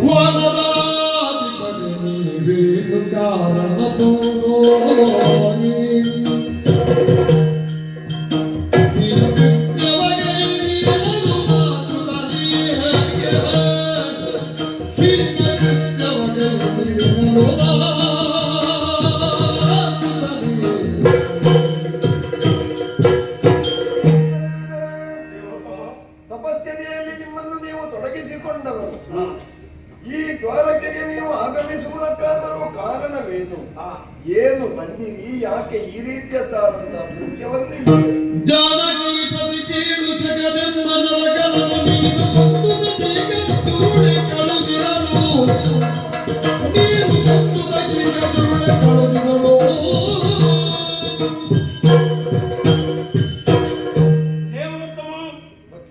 ನಿನ್ನನ್ನು ಕಾಣಬೇಕು ಎನ್ನುವ ಹಾಗೆ ನಾವು ಪರಿತಪಿಸುತ್ತಾ ಇದ್ದವರು. ಆ ಸಂದರ್ಭದಲ್ಲಿ ನರಕಾಸುರನ ಮಡದಿಯಾದಂತಹ ಸಿಂಹಮುಖಿ ಎನ್ನುವವಳು ಕಾಣುವುದಕ್ಕೆ ಸಿಕ್ಕಿದಳು.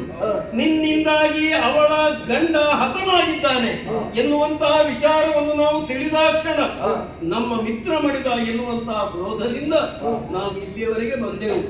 ಆದ್ರೆ ಈಗ ನಾವೆಲ್ಲವನ್ನೂ ಅರ್ಥೈಸಿಕೊಂಡವರಿದ್ದೇವೆ. ನಮ್ಮನ್ನೇ ನಿನ್ನ ಸನ್ನಿಧಾನಕ್ಕೆ ಬರಮಾಡಿಸಿಕೊಳ್ಳುವುದಕ್ಕಾಗಿ ನೀನಾಡಿದಂತಹ ನಾಟಕ ಎನ್ನುವ ಹಾಗೆ ಮಾಡಿದಂತಹ ಅಪರಾಧಗಳಿಗೆ ಕ್ಷಮೆ ಇರಲಿ, ನಮ್ಮದು ಬರೆಯಬೇಕೆಂದು. ಪ್ರಭು, ಇನ್ನು ನನಗೆ ಪ್ರಪಂಚದಲ್ಲಿ ಎಲ್ಲ ಸಾಕು ಅಂತ ಆಗಿದೆ. ನೋಡಬೇಕಾದದ್ದು ಏನೂ ಇಲ್ಲ, ನೋಡುವಷ್ಟು ತ್ರೇತೆಯಲ್ಲಿ ನೋಡಿದ್ದೇವೆ. ದ್ವಾಪರೆಯಲ್ಲಿ ನಾವು ಸ್ವಲ್ಪ ಹೆಚ್ಚು ಮಾಡಿದ್ದೇವೆ ಅಂತ ಅರ್ಥ ಆಯಿತು. ಅರ್ಥರಹಿತವಾದಂತಹ ಜೀವನ, ಆಚಾರವಿಲ್ಲದಂತಹ ಧರ್ಮ, ಧರ್ಮರಹಿತವಾದ ರಾಜಕೀಯ, ರಾಜಕೀಯ ಮಿಶ್ರಿತವಾದಂತಹ ಜೀವನ ಪಥ, ಇದನ್ನೆಲ್ಲ ನೋಡಿ ಸಾಕು ಅನಿಸಲ್ಪಟ್ಟಿದೆ. ನೀನೇ ಅನುಗ್ರಹವನ್ನು ಮಾಡಿದ್ರಿ ಚಿರಂಜೀವಿಗಳಾಗಿದ್ದ. ಬೇಡ ಪ್ರಭು, ನಮ್ಮನ್ನು ಮುಗಿಸಿಬಿಡು. ತರುಜನದ ಕೇಳಾದ ಪೂರ್ವ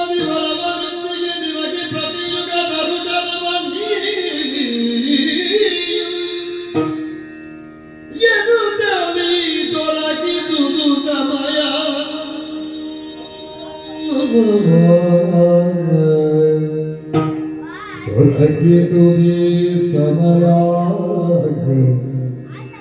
ಇರುವಿನ ಕೃಷ್ಣಾವತಾರದಿ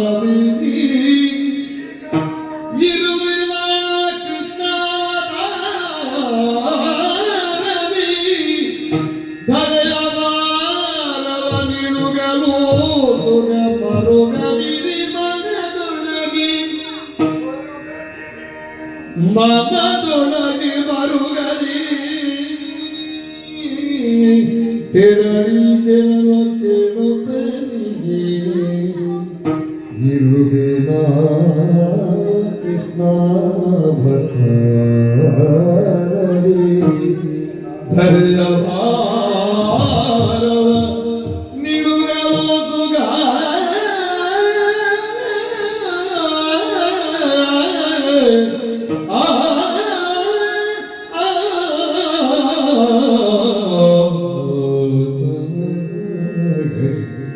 ಮರುಗದಿರಿ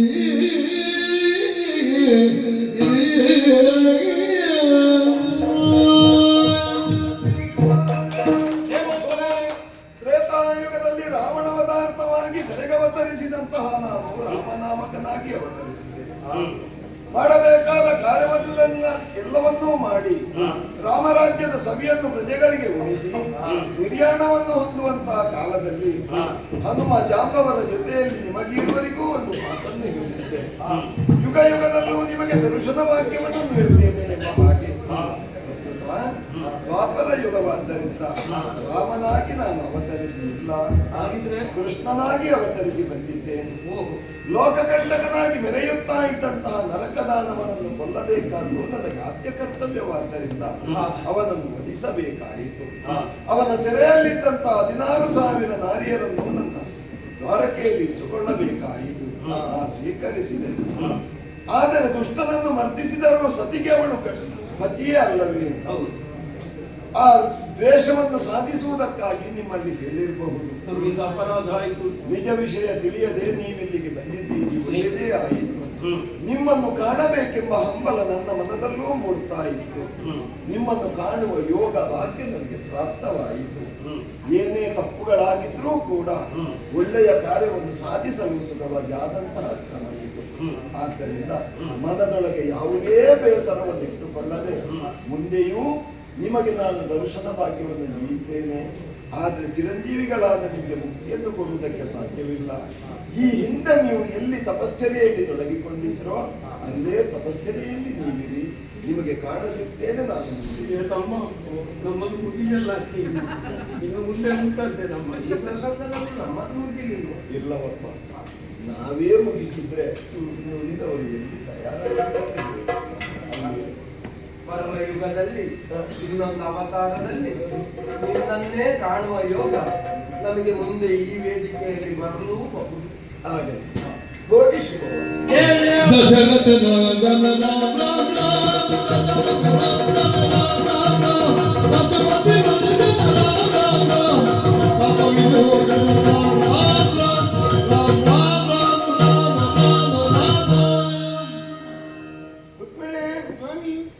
ಶುಭ ಕಾರ್ಯವನ್ನು ಮಾಡಿದವರು ಶುಭ ಫಲವನ್ನು ಅನುಭವಿಸ್ತಾರೆ, ಕೆಟ್ಟ ಕಾರ್ಯವನ್ನು ಮಾಡಿದವರು ಕೆಟ್ಟ ಫಲವನ್ನು ಅನುಭವಿಸ್ತಾರೆ. ಶುಭೇಣ ಕರ್ಮಣ ಸೌಖ್ಯಂ, ದುಃಖ ಪಾಪೇನ ಕರ್ಮಣ. ಆದ್ದರಿಂದ ಜೀವನದಲ್ಲಿ ವ್ಯಕ್ತಿಯಾದವರು ಶುಭ ಕಾರ್ಯವನ್ನು ಮಾಡುತ್ತಾ ಶುಭ ಸಂದೇಶವನ್ನು ತಿಳಿಸುತ್ತಾ ಜೀವನವನ್ನು ಸಾರ್ಥಕ್ಯಪಡಿಸಿಕೊಳ್ಳಬೇಕೆಂಬ ಪುಣ್ಯತಮವಾದಂತಹ ಕಥೆ, ಕಥಾಂತರ್ಗತವಾದಂತಹ ತತ್ವಪ್ರಸಾದ ಸಕಲರಿಗೂ ಸಿದ್ಧಿಸಲಿ ಎಂಬ ಹಾಗೆ ನಮ್ಮ ಆರಾಧ್ಯ ಮೂರ್ತಿಯಾದಂತಹ ಕೋದಂಡರಾಮ ಸ್ವಾಮಿ ಹಾಗೂ ಪಂಚಮುಖಿ ಆಂಜನೇಯ ದೇವರು ಸ್ಥಳದಲ್ಲಿ ನೆಲೆಯಾದಂತಹ ಕೃಷ್ಣದೇವರಿಗೂ ವಂದಿಸುತ್ತಾ ಸ್ಥಳ ದೇವರಿಗೂ ನಮಿಸುತ್ತಾ ಪುಣ್ಯತಮವಾದಂತಹ ಈ ಕಥೆಗೆ ಮಂಗಳ ಗೀತೆಯನ್ನು ಮಂಗಳ ಜಯ ಜಯ ರಾಮಚಂದ್ರನಿಗೆ ಮಂಗಳ ದಶರಥನಿಗೆ ಮಂಗಳ ಗುಣಾಪನಿಗೆ ಮಂಗಳ ಕೃಷ್ಣನಿಗೆ ಮಂಗಳ ಮಂಗಳ ಮಂಗಳ ಪರಮಾತ್ಮ ಶ್ರೀಕೃಷ್ಣ ಗೋವಿಂದ ಹರಿ ಮಂಗಳ